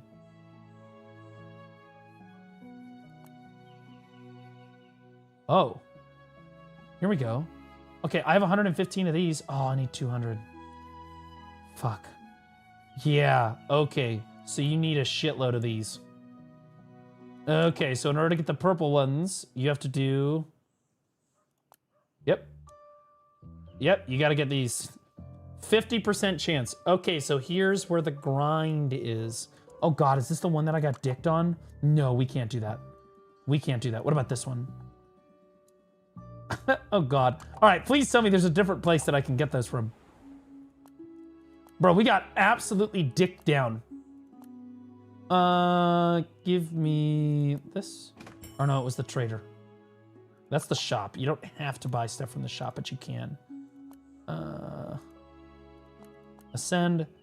Click the trader. Okay. So if I click dungeon, maybe just regular? You can't get it from regular. Magic toilet. Oh, maybe you get these from pulls. I bet you get these from duplicate pulls. So you have to do more pulls probably. I think you have to get these from dupes. Alternatively, you grind your ass off in a dungeon. Right. So if I want to get more of this stuff,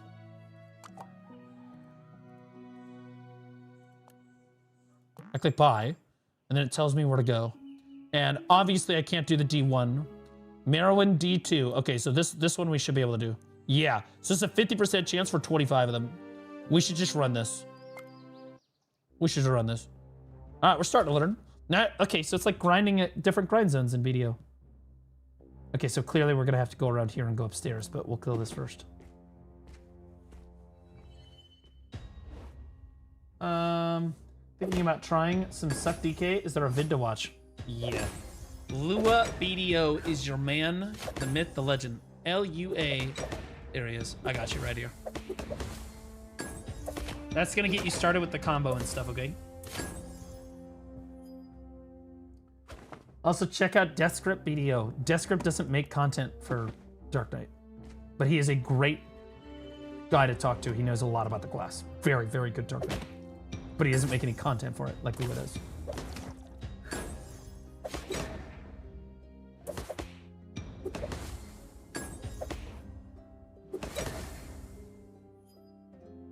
Oh, nice. We got a blue one. We're looking for the purple one. What is this? This is Mobile Dungeon, baby. The sponsor of today's stream and my heroes. We love Mobile Dungeon. They're heroes. I love them to death, bro. Great art style, really chill game, solid mobile game, not too overly monetized like some of the other mobile games. Really solid game. Really chill. Grind friendly, totally play it on a second monitor, chilling. Where? Okay, we're gonna go up the stairs. Wait. Okay, so there was nothing up there. You're here.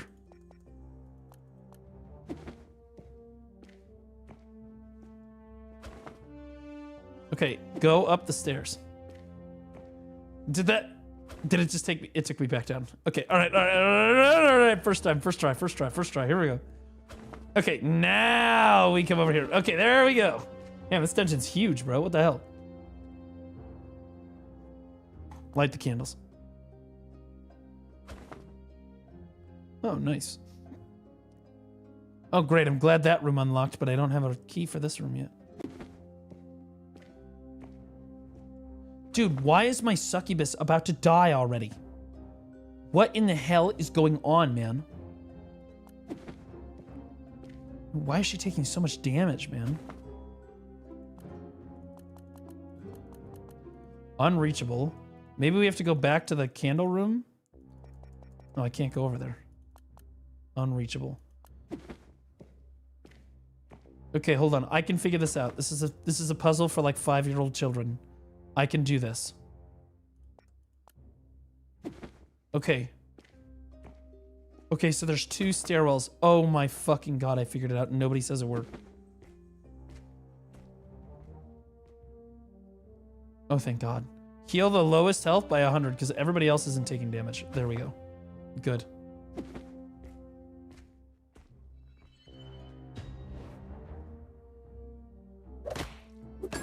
Yeah, see, like, we're literally just, like, one-shotting them, but I'm taking so much damage, bro. We're just not healing enough. We're just straight up not healing enough.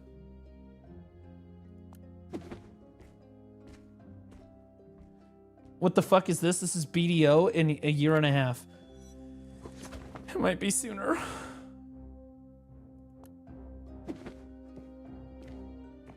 Honestly, let's be honest with you. BDO is going to be, if BDO goes like crazy mobile, it's 100% basically going to be Odin. Right? Massive titty, female fucking characters. This is definitely more cartoonish, a little more family friendly.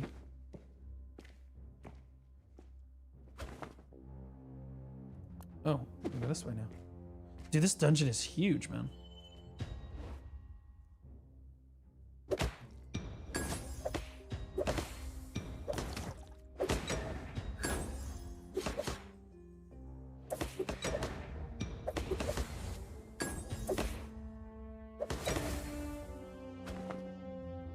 Okay.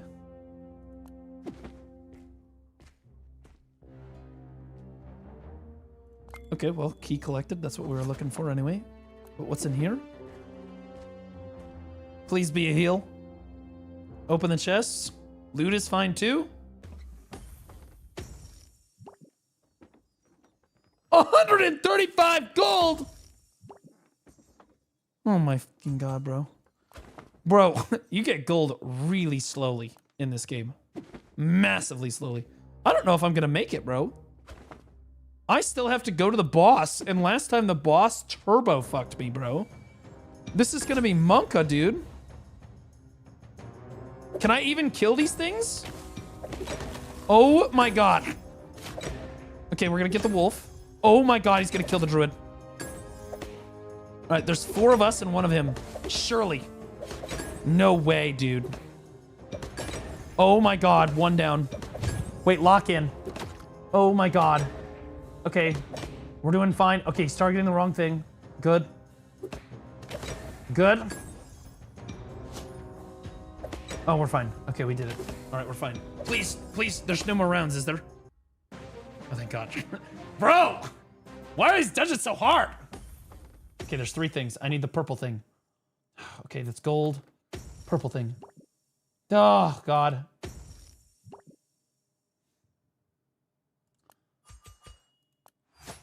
Cooked, man.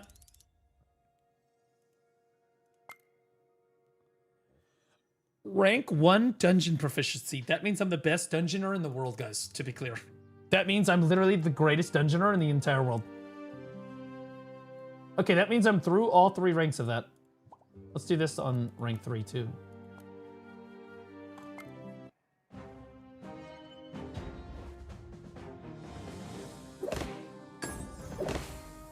Surely I'll be able to do this.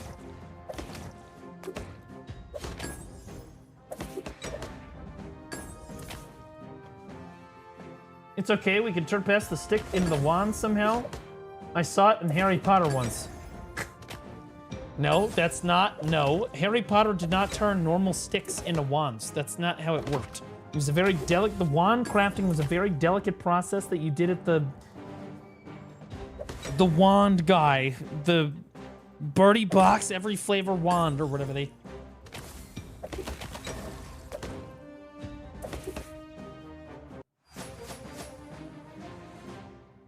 You know, Phoenix fucking hairs and shit.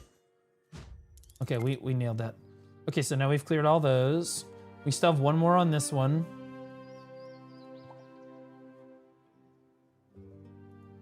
Should be able to clear this. Yeah. Ollivander, my goat. Yes, that guy. That's the guy. Dude, this is... I should have speed ran this earlier. We're beating the crap out of level 9 sheep right now, boys. We're experienced veterans. Coming back to do side quests. For completionist reasons.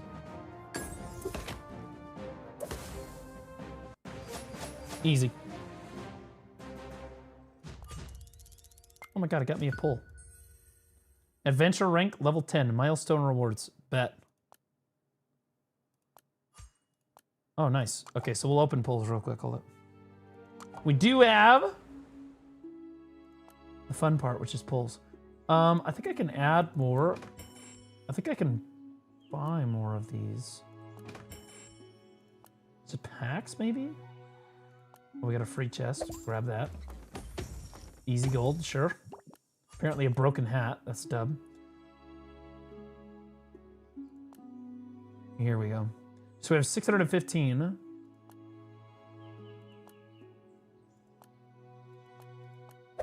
All right, we're buying 2 of these. All right, we run it. Okay, we've only got 2 of these. We got 2 of the blue ones and like 3 of the yellow ones. Oh! Oh! What? Oh, he looks retarded. You know, I don't care. Worth it.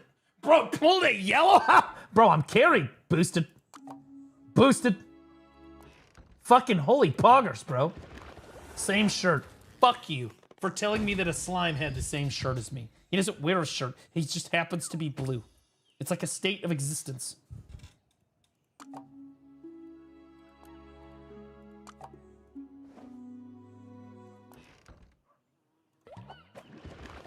Kind of disappointed the yellow one wasn't here, though.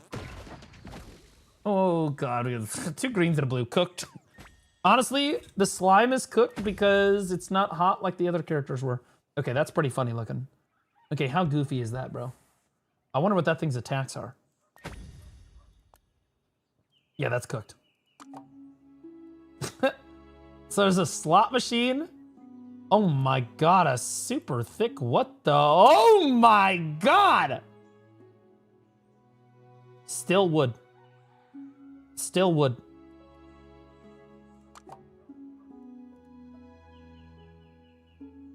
Uh-huh.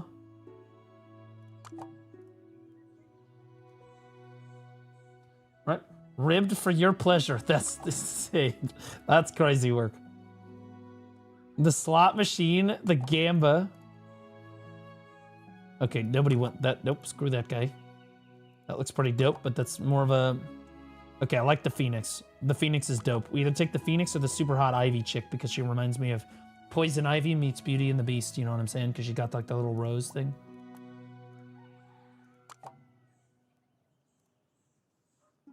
These are the purple ones. These change like monthly. Oh my god, they even got stuff for Gauge people. Look at that. Oh, cute little salamander.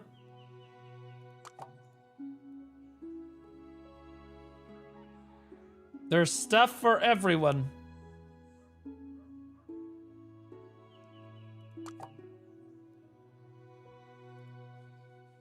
Night, Baldy. I wanted my Iron Man. Okay. I'll do the Iron Man on Monday, okay? When I stream Monday.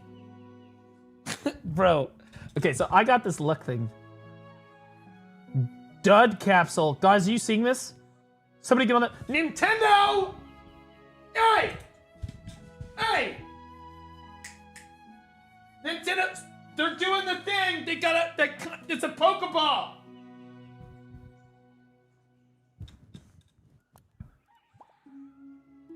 You can't throw balls at monsters. That's illegal.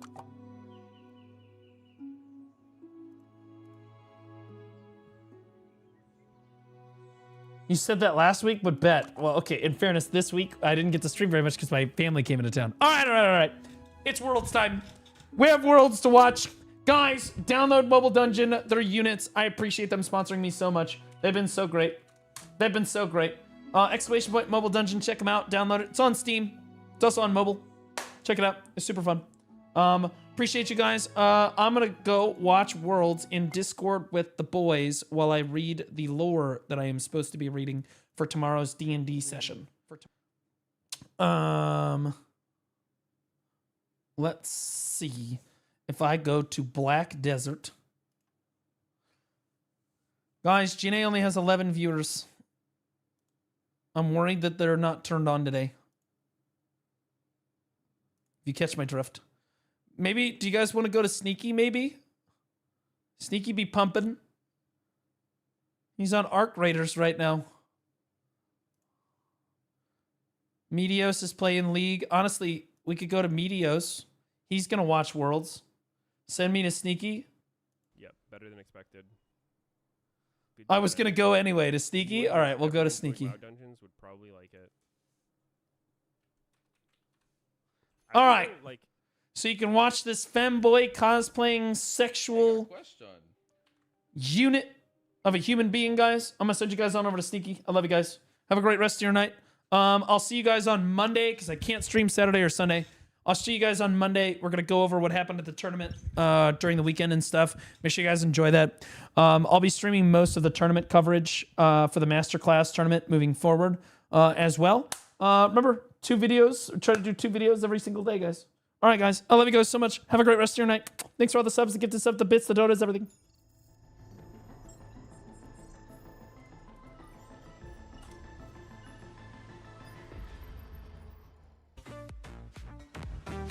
Love you guys. You're so hot. You're so sexy. Okay, now that these retarded Twitch viewers are gone, we're going to talk to the real viewers. My Kick viewers, you're so fucking sexy. Oh my god, your dicks are massive. I'm gonna send you to Hugh Hotbar, guys. Love you, Kick viewers. Thank you so much, guys. And now for my favorite viewers of all. Wait, we gotta wait for the Kick viewers to leave. Okay, now for my favorite viewers. The super hot Omega Penis Massive YouTube players. I love you guys. You guys are my heroes. You're heroes, guys. Thanks so much, guys.